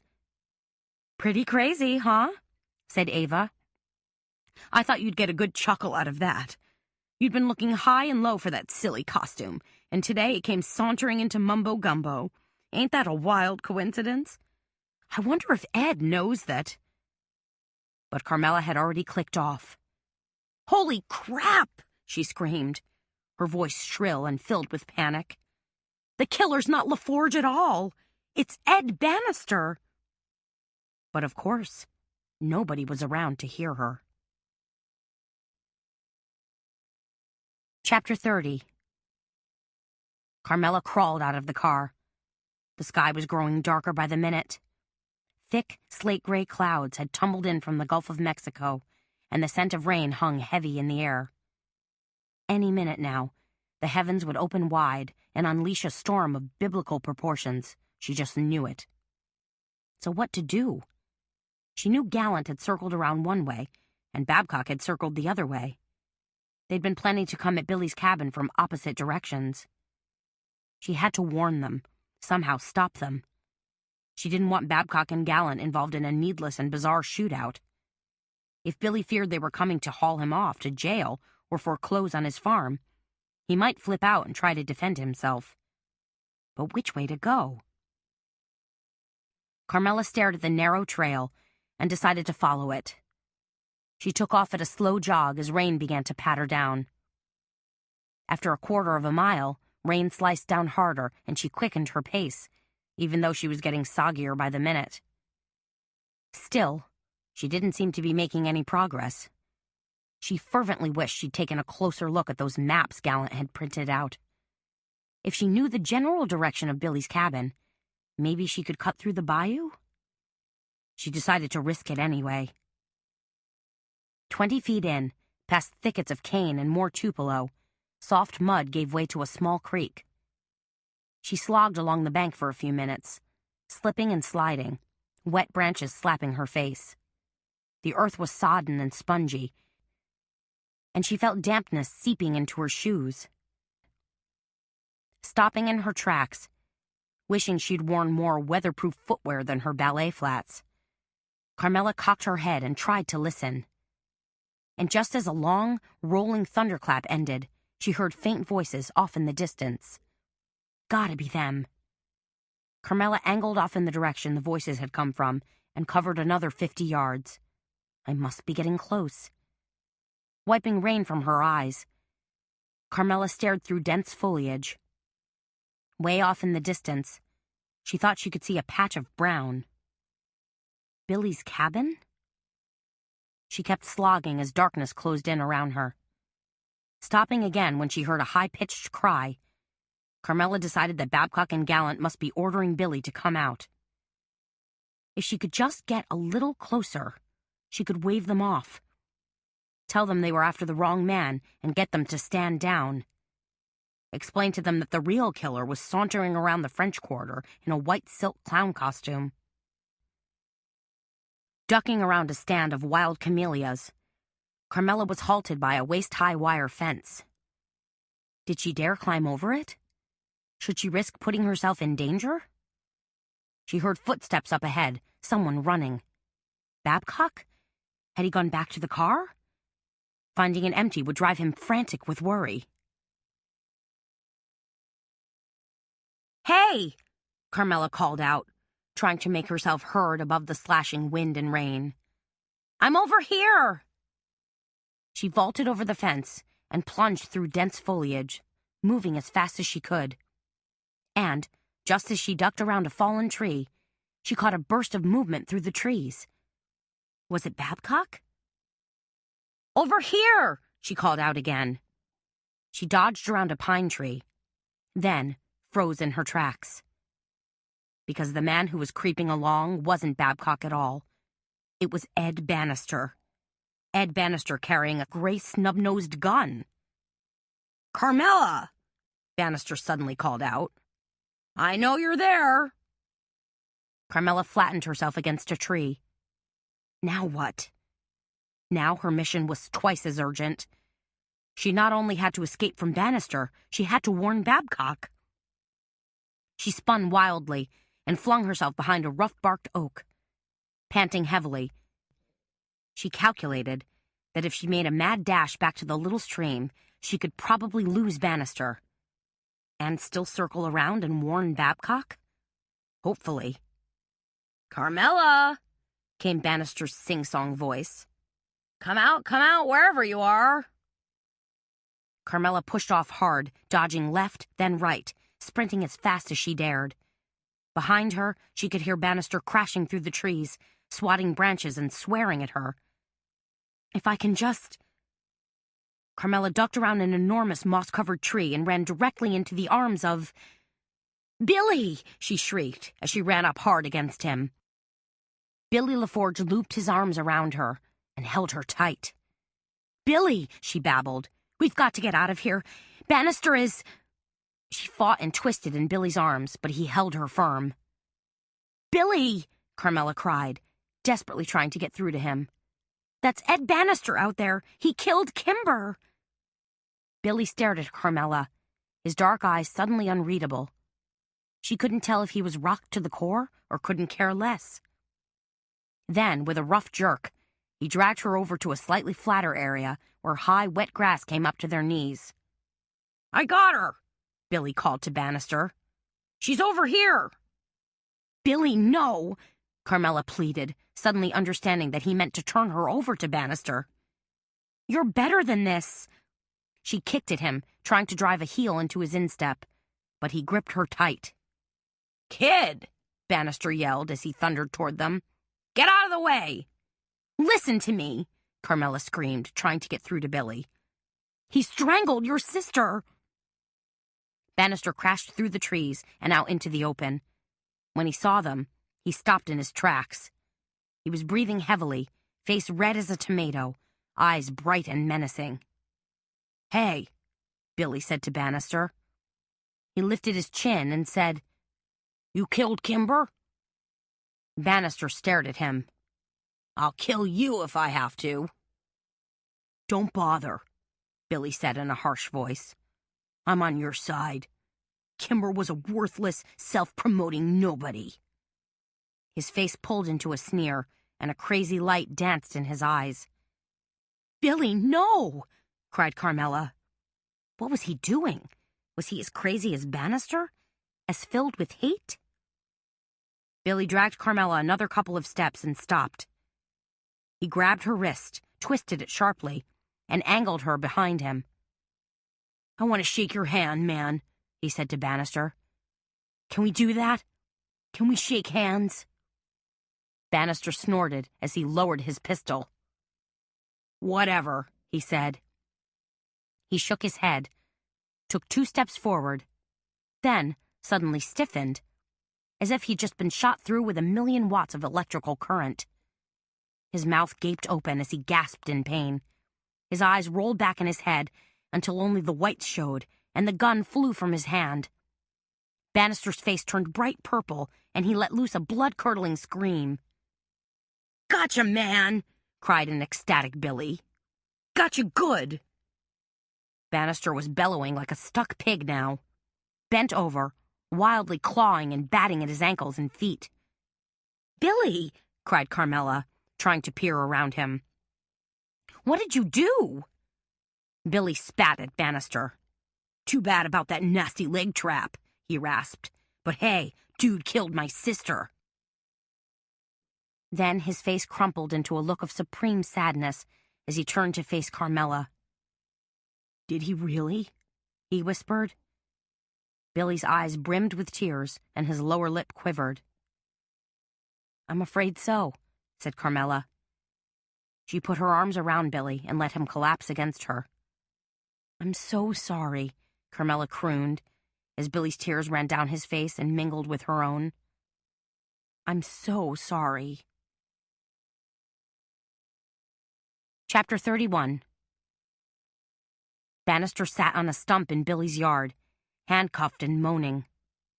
Billy had pried a nasty-looking leg trap off Bannister's foot, revealing an enormous bloody gash and what was undoubtedly a compound fracture. Babcock was on his phone, giving hurried directions to the ambulance driver while Bobby Gallant talked quietly to Billy, which left Carmela free to drill Bannister with questions. "Did you call Billy and pretend to be the bank?" she asked. "Yes," gasped Bannister, twisting in pain. "Then you came out here and stole his dog?" she asked. Bannister grimaced as he gave a resigned nod. "Where's Billy's dog?" Carmela demanded. Bannister's lip curled. "Is that ambulance coming? Because I'm about ready to die." "Answer the question," Carmela snapped. "The dog's safe," said Bannister. "I dumped the mud at the local Humane Society. I didn't hurt him or anything." Carmela glanced toward Babcock and Gallant. "We've got to get that dog." "I'll make a call," said Gallant. "How'd you know we were out here?" asked Carmela. "Did Ava say something to you?" Bannister gritted his teeth and shook his head. "I overheard." Carmela thought for a minute. "When I was talking to Quig. You were the TV people who came into Mumbo Gumbo when I was talking on the phone to Quig." Bannister's shoulders ticked upward. "There's still one thing I don't understand," said Carmela. "Why Kimber? She was your station's fluff reporter." Bannister shook his head angrily. "Stupid idiot fancied she was Woodward and Bernstein. Wanted to do investigative reporting." A light bulb clicked on in Carmela's brain. "What was the story?" she asked. "The story that would have led back to you?" Bannister just stared at her with hate in his flat, rattlesnake eyes. Carmela figured it wasn't a story about Davis Durrell, so she said, "Was it Whit Geiger?" Something registered in Bannister's eyes, and Carmela knew she'd scored a direct hit. "That was it, wasn't it? You're involved with Geiger." Carmela took another shot. "In his real estate deal? If he went down, it would have led to you?" "That jackhole swore it was legit," seethed Bannister. "How was I to know his development deals were a complete fraud?" "What was that?" asked Babcock, glancing over at them. "What did I just hear about real estate fraud?" Bannister snapped his mouth shut. "I'm not saying another word." "You know what?" said Carmela. "I think you've said enough." Babcock sidled up to Carmela a few minutes later. Are you okay? She nodded. Pretty weird stuff, huh? She was soaking wet and cold, and felt like she was about ready to collapse. Babcock nodded. It always is. Weird, I mean. Carmela gazed at him. I'm sorry about that busted-up drug deal last night. I feel like a real fool, but maybe you'll get another chance? We already apprehended him, Babcock said in a mild tone. What? This was news to her. You arrested Darrell? Babcock nodded. We had the Coast Guard pick him up a mile or so downriver. Turns out Darrell was the linchpin for a whole drug smuggling operation. When were you going to tell me this? Carmela demanded. That you already apprehended Darrell, I mean. She was furious and pleased at the same time. Even though Babcock had kept her frantic and at bay, Darrell had been arrested. She hadn't blown the deal completely. That certainly helped ease her guilty conscience. Babcock put his arms around Carmela and pulled her close. All would have been revealed when I was good and ready. Like, now? She felt herself starting to relax. Works for me, said Babcock. 2 cases wrapped up nice and neat, said Carmela. Babcock blinked and shook his head. Not really that neat. Oh, geez, said Carmela, suddenly pulling away from him. I gotta call Ava. She's going to be wondering what's going on. I hung up on her awfully fast. She walked a few steps away from him and got Ava on the phone. What's that, Cher? Asked Ava as soon as she picked up. You'll have to speak up. There's a full-fledged marching band going by. We got him, screamed Carmela. We got Bannister. But Ava was confused. What are you talking about? She asked. The message I got was that you were going to Billy LaForge's place.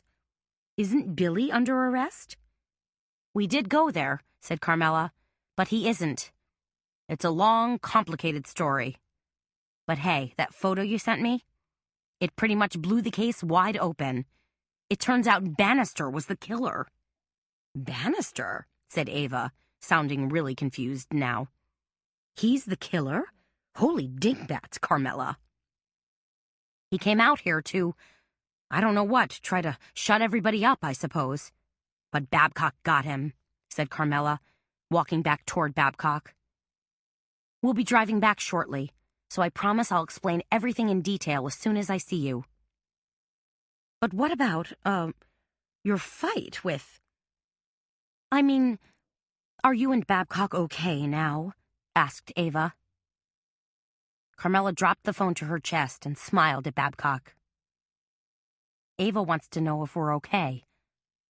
Are we? There was a slight pause. What'd he say? What'd he say? Ava's voice crackled anxiously over the phone. But Carmela couldn't answer her. She was too busy being kissed by Babcock.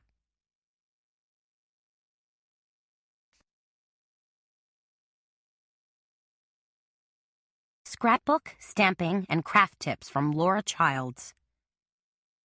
Tear bears. Create your own tear bears by assembling torn pieces of fuzzy paper, such as mulberry paper.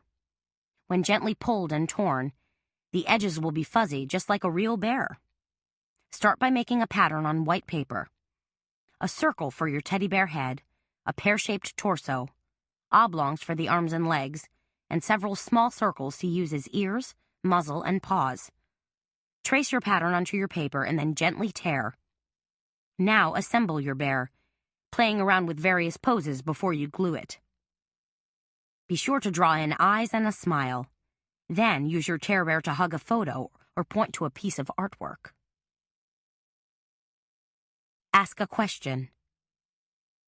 You don't always need a declarative headline or title for your scrapbook page. You can ask a question, then let your photos and artwork answer that question. Examples might be, what little boy just started school? She did what at camp? Who's got 10 fingers and 10 toes? Where on earth are Mom and Dad? The dog ate what? Cigar box purses. Cigar box purses are the ultimate blank canvas. They can be found at your local craft store for just a few dollars, but you can decorate them to look like a million. Consider creating an evening bag with gold paint, velvet accents, and some beads and charms. Or a summer purse covered with floral paper and accented with silk flowers. Or you can use ephemera, such as old photos, bits of lace, and a scrap of handwritten letter. Carry on. Scrapbook placemats. For a special birthday or holiday celebration, why not personalize your placemats by scrapping them? Combine photos, rubber stamp images, fun visuals, and a poem or meaningful quote. Simply create one, then make color photocopies. Or, if you're doing digital scrapbooking, simply print them out on larger paper. Calling cards. It's simple to create your own business cards or personal calling cards. Start by going to an office supply store and ordering a rubber stamp with your name, address, phone number, and email address on it. They will have lots of different typefaces for you to choose from. Then buy a pack of blank cards. Or cut pieces of cardstock into the standard 2 by 3.5 inch size. Then personalize your cards by gluing on bits of paper, using various rubber stamps, or swooshing on some ink or paint. Then simply stamp on your name and information. If you need more than a few dozen cards, create your MasterCard and take it to a quick printer. Exotic papers as table runners. Some of the fabulous papers that are available to scrappers are far lovelier than a plain white tablecloth or gold table runner. Choose a raised damask paper and combine it with a pair of elegant candlesticks. Or an organic batik paper paired with a centerpiece of fruit and flowers. Even a tie-dyed or paisley paper makes for a spectacular table runner. Puff paint. Several varieties of puff paint are available, and they are really terrific. Use this paint to add dimension to your scrapbook pages, squiggle designs on ornaments, and even decorate t-shirts and tennis shoes.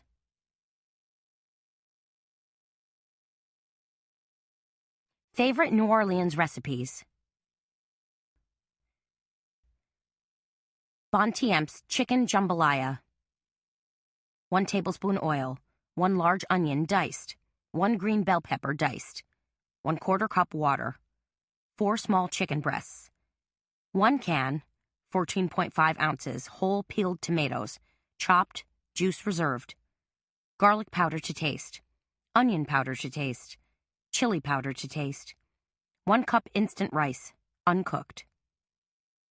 Heat the oil in a skillet and sauté the onion and bell pepper for about 5 minutes. Pour in the water and add the chicken. Cook for 15 minutes. Add the chopped tomatoes, including the juice they came in, and the garlic powder, onion powder, and chili powder. Simmer for 5 minutes. Stir in the instant rice, cover the pan, and remove from the heat. Let stand for 5 minutes, then mix well and serve. Serves 2 to 3. Tandy's no-bake peanut butter bars. 2 cups peanut butter divided. 1.5 sticks butter softened.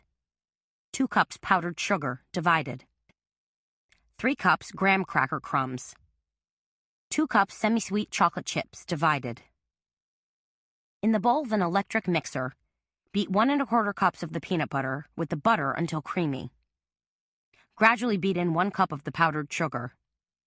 Using a wooden spoon, work in the remaining 1 cup powdered sugar. Add the graham cracker crumbs and 1/2 cup of the chocolate chips and mix well. Press the mixture into a greased 9 by 13 inch baking pan. Now, melt the remaining 3/4 cup peanut butter and the remaining 1.5 cups chocolate chips in a saucepan over low heat, stirring constantly until smooth and creamy. Spread this topping over the graham cracker crust and pan. Refrigerate for 1 hour, then cut into bars. Store in the refrigerator. Enjoy. Shrimp and tomato stew.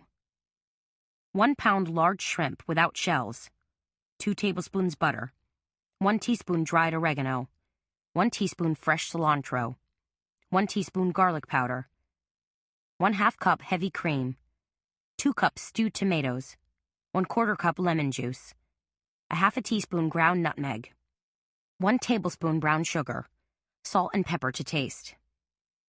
In a large pan, sauté the shrimp in the butter along with the oregano, cilantro, and garlic powder until the shrimp are pink.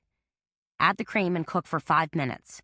Add the tomatoes, lemon juice, nutmeg, and brown sugar, and simmer gently for an additional 15 minutes, letting the flavors meld. Add salt and pepper to taste and serve over hot rice. Strawberry pecan muffins. 3 cups all-purpose flour, 2 cups sugar, 1 tablespoon cinnamon, 1 teaspoon baking soda, 1 teaspoon salt, 4 medium eggs beaten, 2½ cups fresh strawberries hulled and sliced, 1 cup vegetable oil, 1½ cups chopped pecans. Preheat the oven to 400 degrees Fahrenheit. In a large bowl, combine the flour, sugar, cinnamon, baking soda, and salt. In another bowl, combine the beaten eggs, strawberries, and oil. Add the egg mixture to the flour mixture and mix together. Gently fold in the chopped pecans. Drop the batter into greased muffin tins, filling each cup about 2/3 full. Bake for 15 minutes. Salty sweet kettle corn. 1/4 cup vegetable oil, 1/2 cup popcorn kernels, 1/3 cup granulated sugar, 1 teaspoon salt. Heat the oil in a large pot over medium-high heat. Add the popcorn and sugar, giving it a quick stir, then cover immediately with the lid. Once the popcorn begins popping, shake your pot every few seconds for 3 or 4 minutes until the popping slows down. Remove from the heat immediately, before the sugar caramelizes and sticks, and pour into a large bowl. Sprinkle with salt and serve immediately. Honey Crunch Chicken. 1 cup crushed Pepperidge Farm golden butter crackers, 2 eggs beaten, 4 skinless, boneless chicken breast halves, 1/4 cup butter cut into pieces, 1/4 cup honey. Preheat the oven to 375 degrees Fahrenheit. Place the cracker crumbs in a shallow dish and the eggs in a second shallow dish. Dip the chicken in the egg, then dredge in the cracker crumbs until well coated. Arrange the chicken in a baking dish. Place small pieces of butter on and around the chicken. Drizzle the honey on top of the chicken. Bake for 40 to 45 minutes. Serves 2 for dinner, 4 for lunch. Excellent atop a small green salad. Red Rooster Cocktail.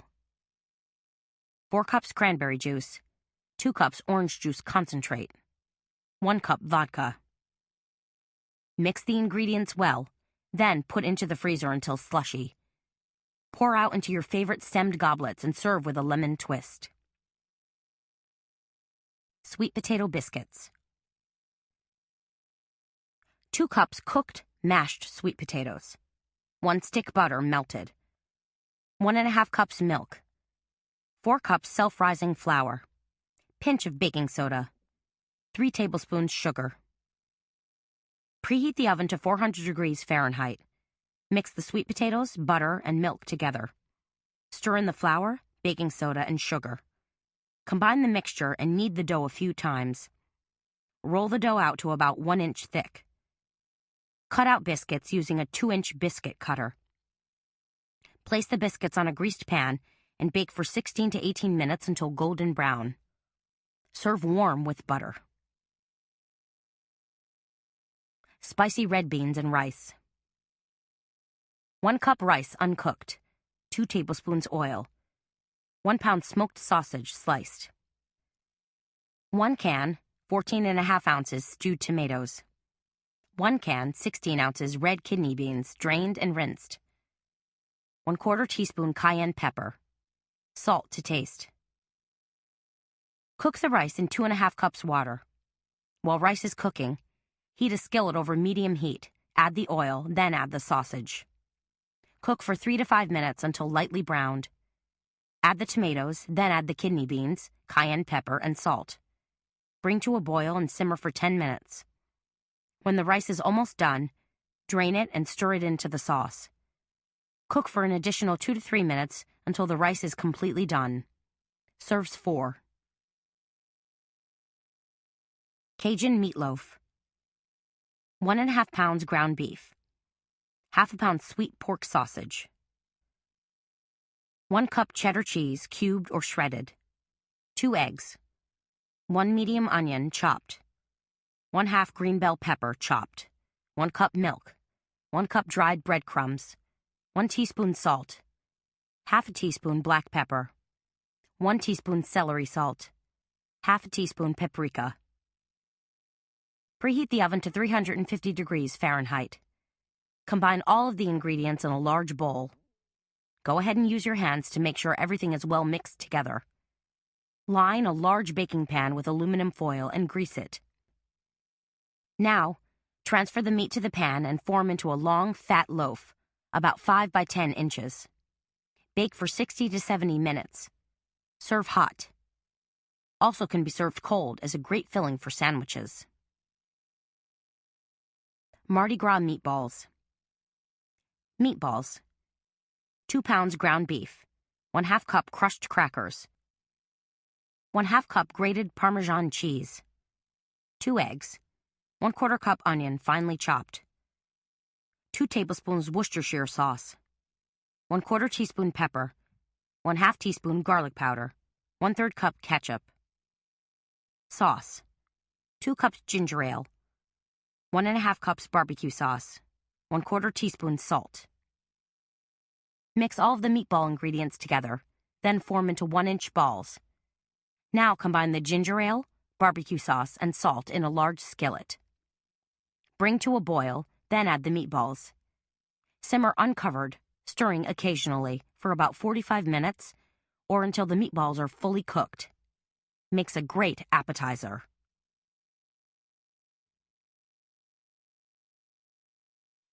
The end. You've been listening to Postcards from the Dead by Laura Childs, narrated by Danielle Furland and directed by Drew Sussman. If you've enjoyed this book and this performance, Recorded Books recommends Night Watcher by Wendy Corsi Staub, narrated by Jay Snyder. As the city sleeps in the early hours of September 10th, 2001, the killer waits and watches, unaware of the cataclysm to come. Even the nightmare of 9/11 will not postpone his private reign of terror. Allison Taylor adores her adopted city, New York, loving every minute of the invigorating urban hustle. But on a bright and clear September morning, the familiar landscape around her is savagely altered. And in the midst of widespread chaos and fear, a woman living upstairs from her is found brutally murdered. For Allison, for her neighbor, James Mack McKenna, desperately searching for news of his missing wife, and for homicide detective Rocky Manzillo, hunting for a monster called the Night Watcher amid the smoking ruins of a devastated city, this tragic day will hold a special horror, because a different kind of terror has entered their lives, and it's coming to claim Allison Taylor as its next victim. Recorded Books offers a wide selection of bestsellers, mysteries, classics, histories, and more. So visit us at recordedbooks.com to learn about our latest releases and special offers. And thank you for being a Recorded Books reader.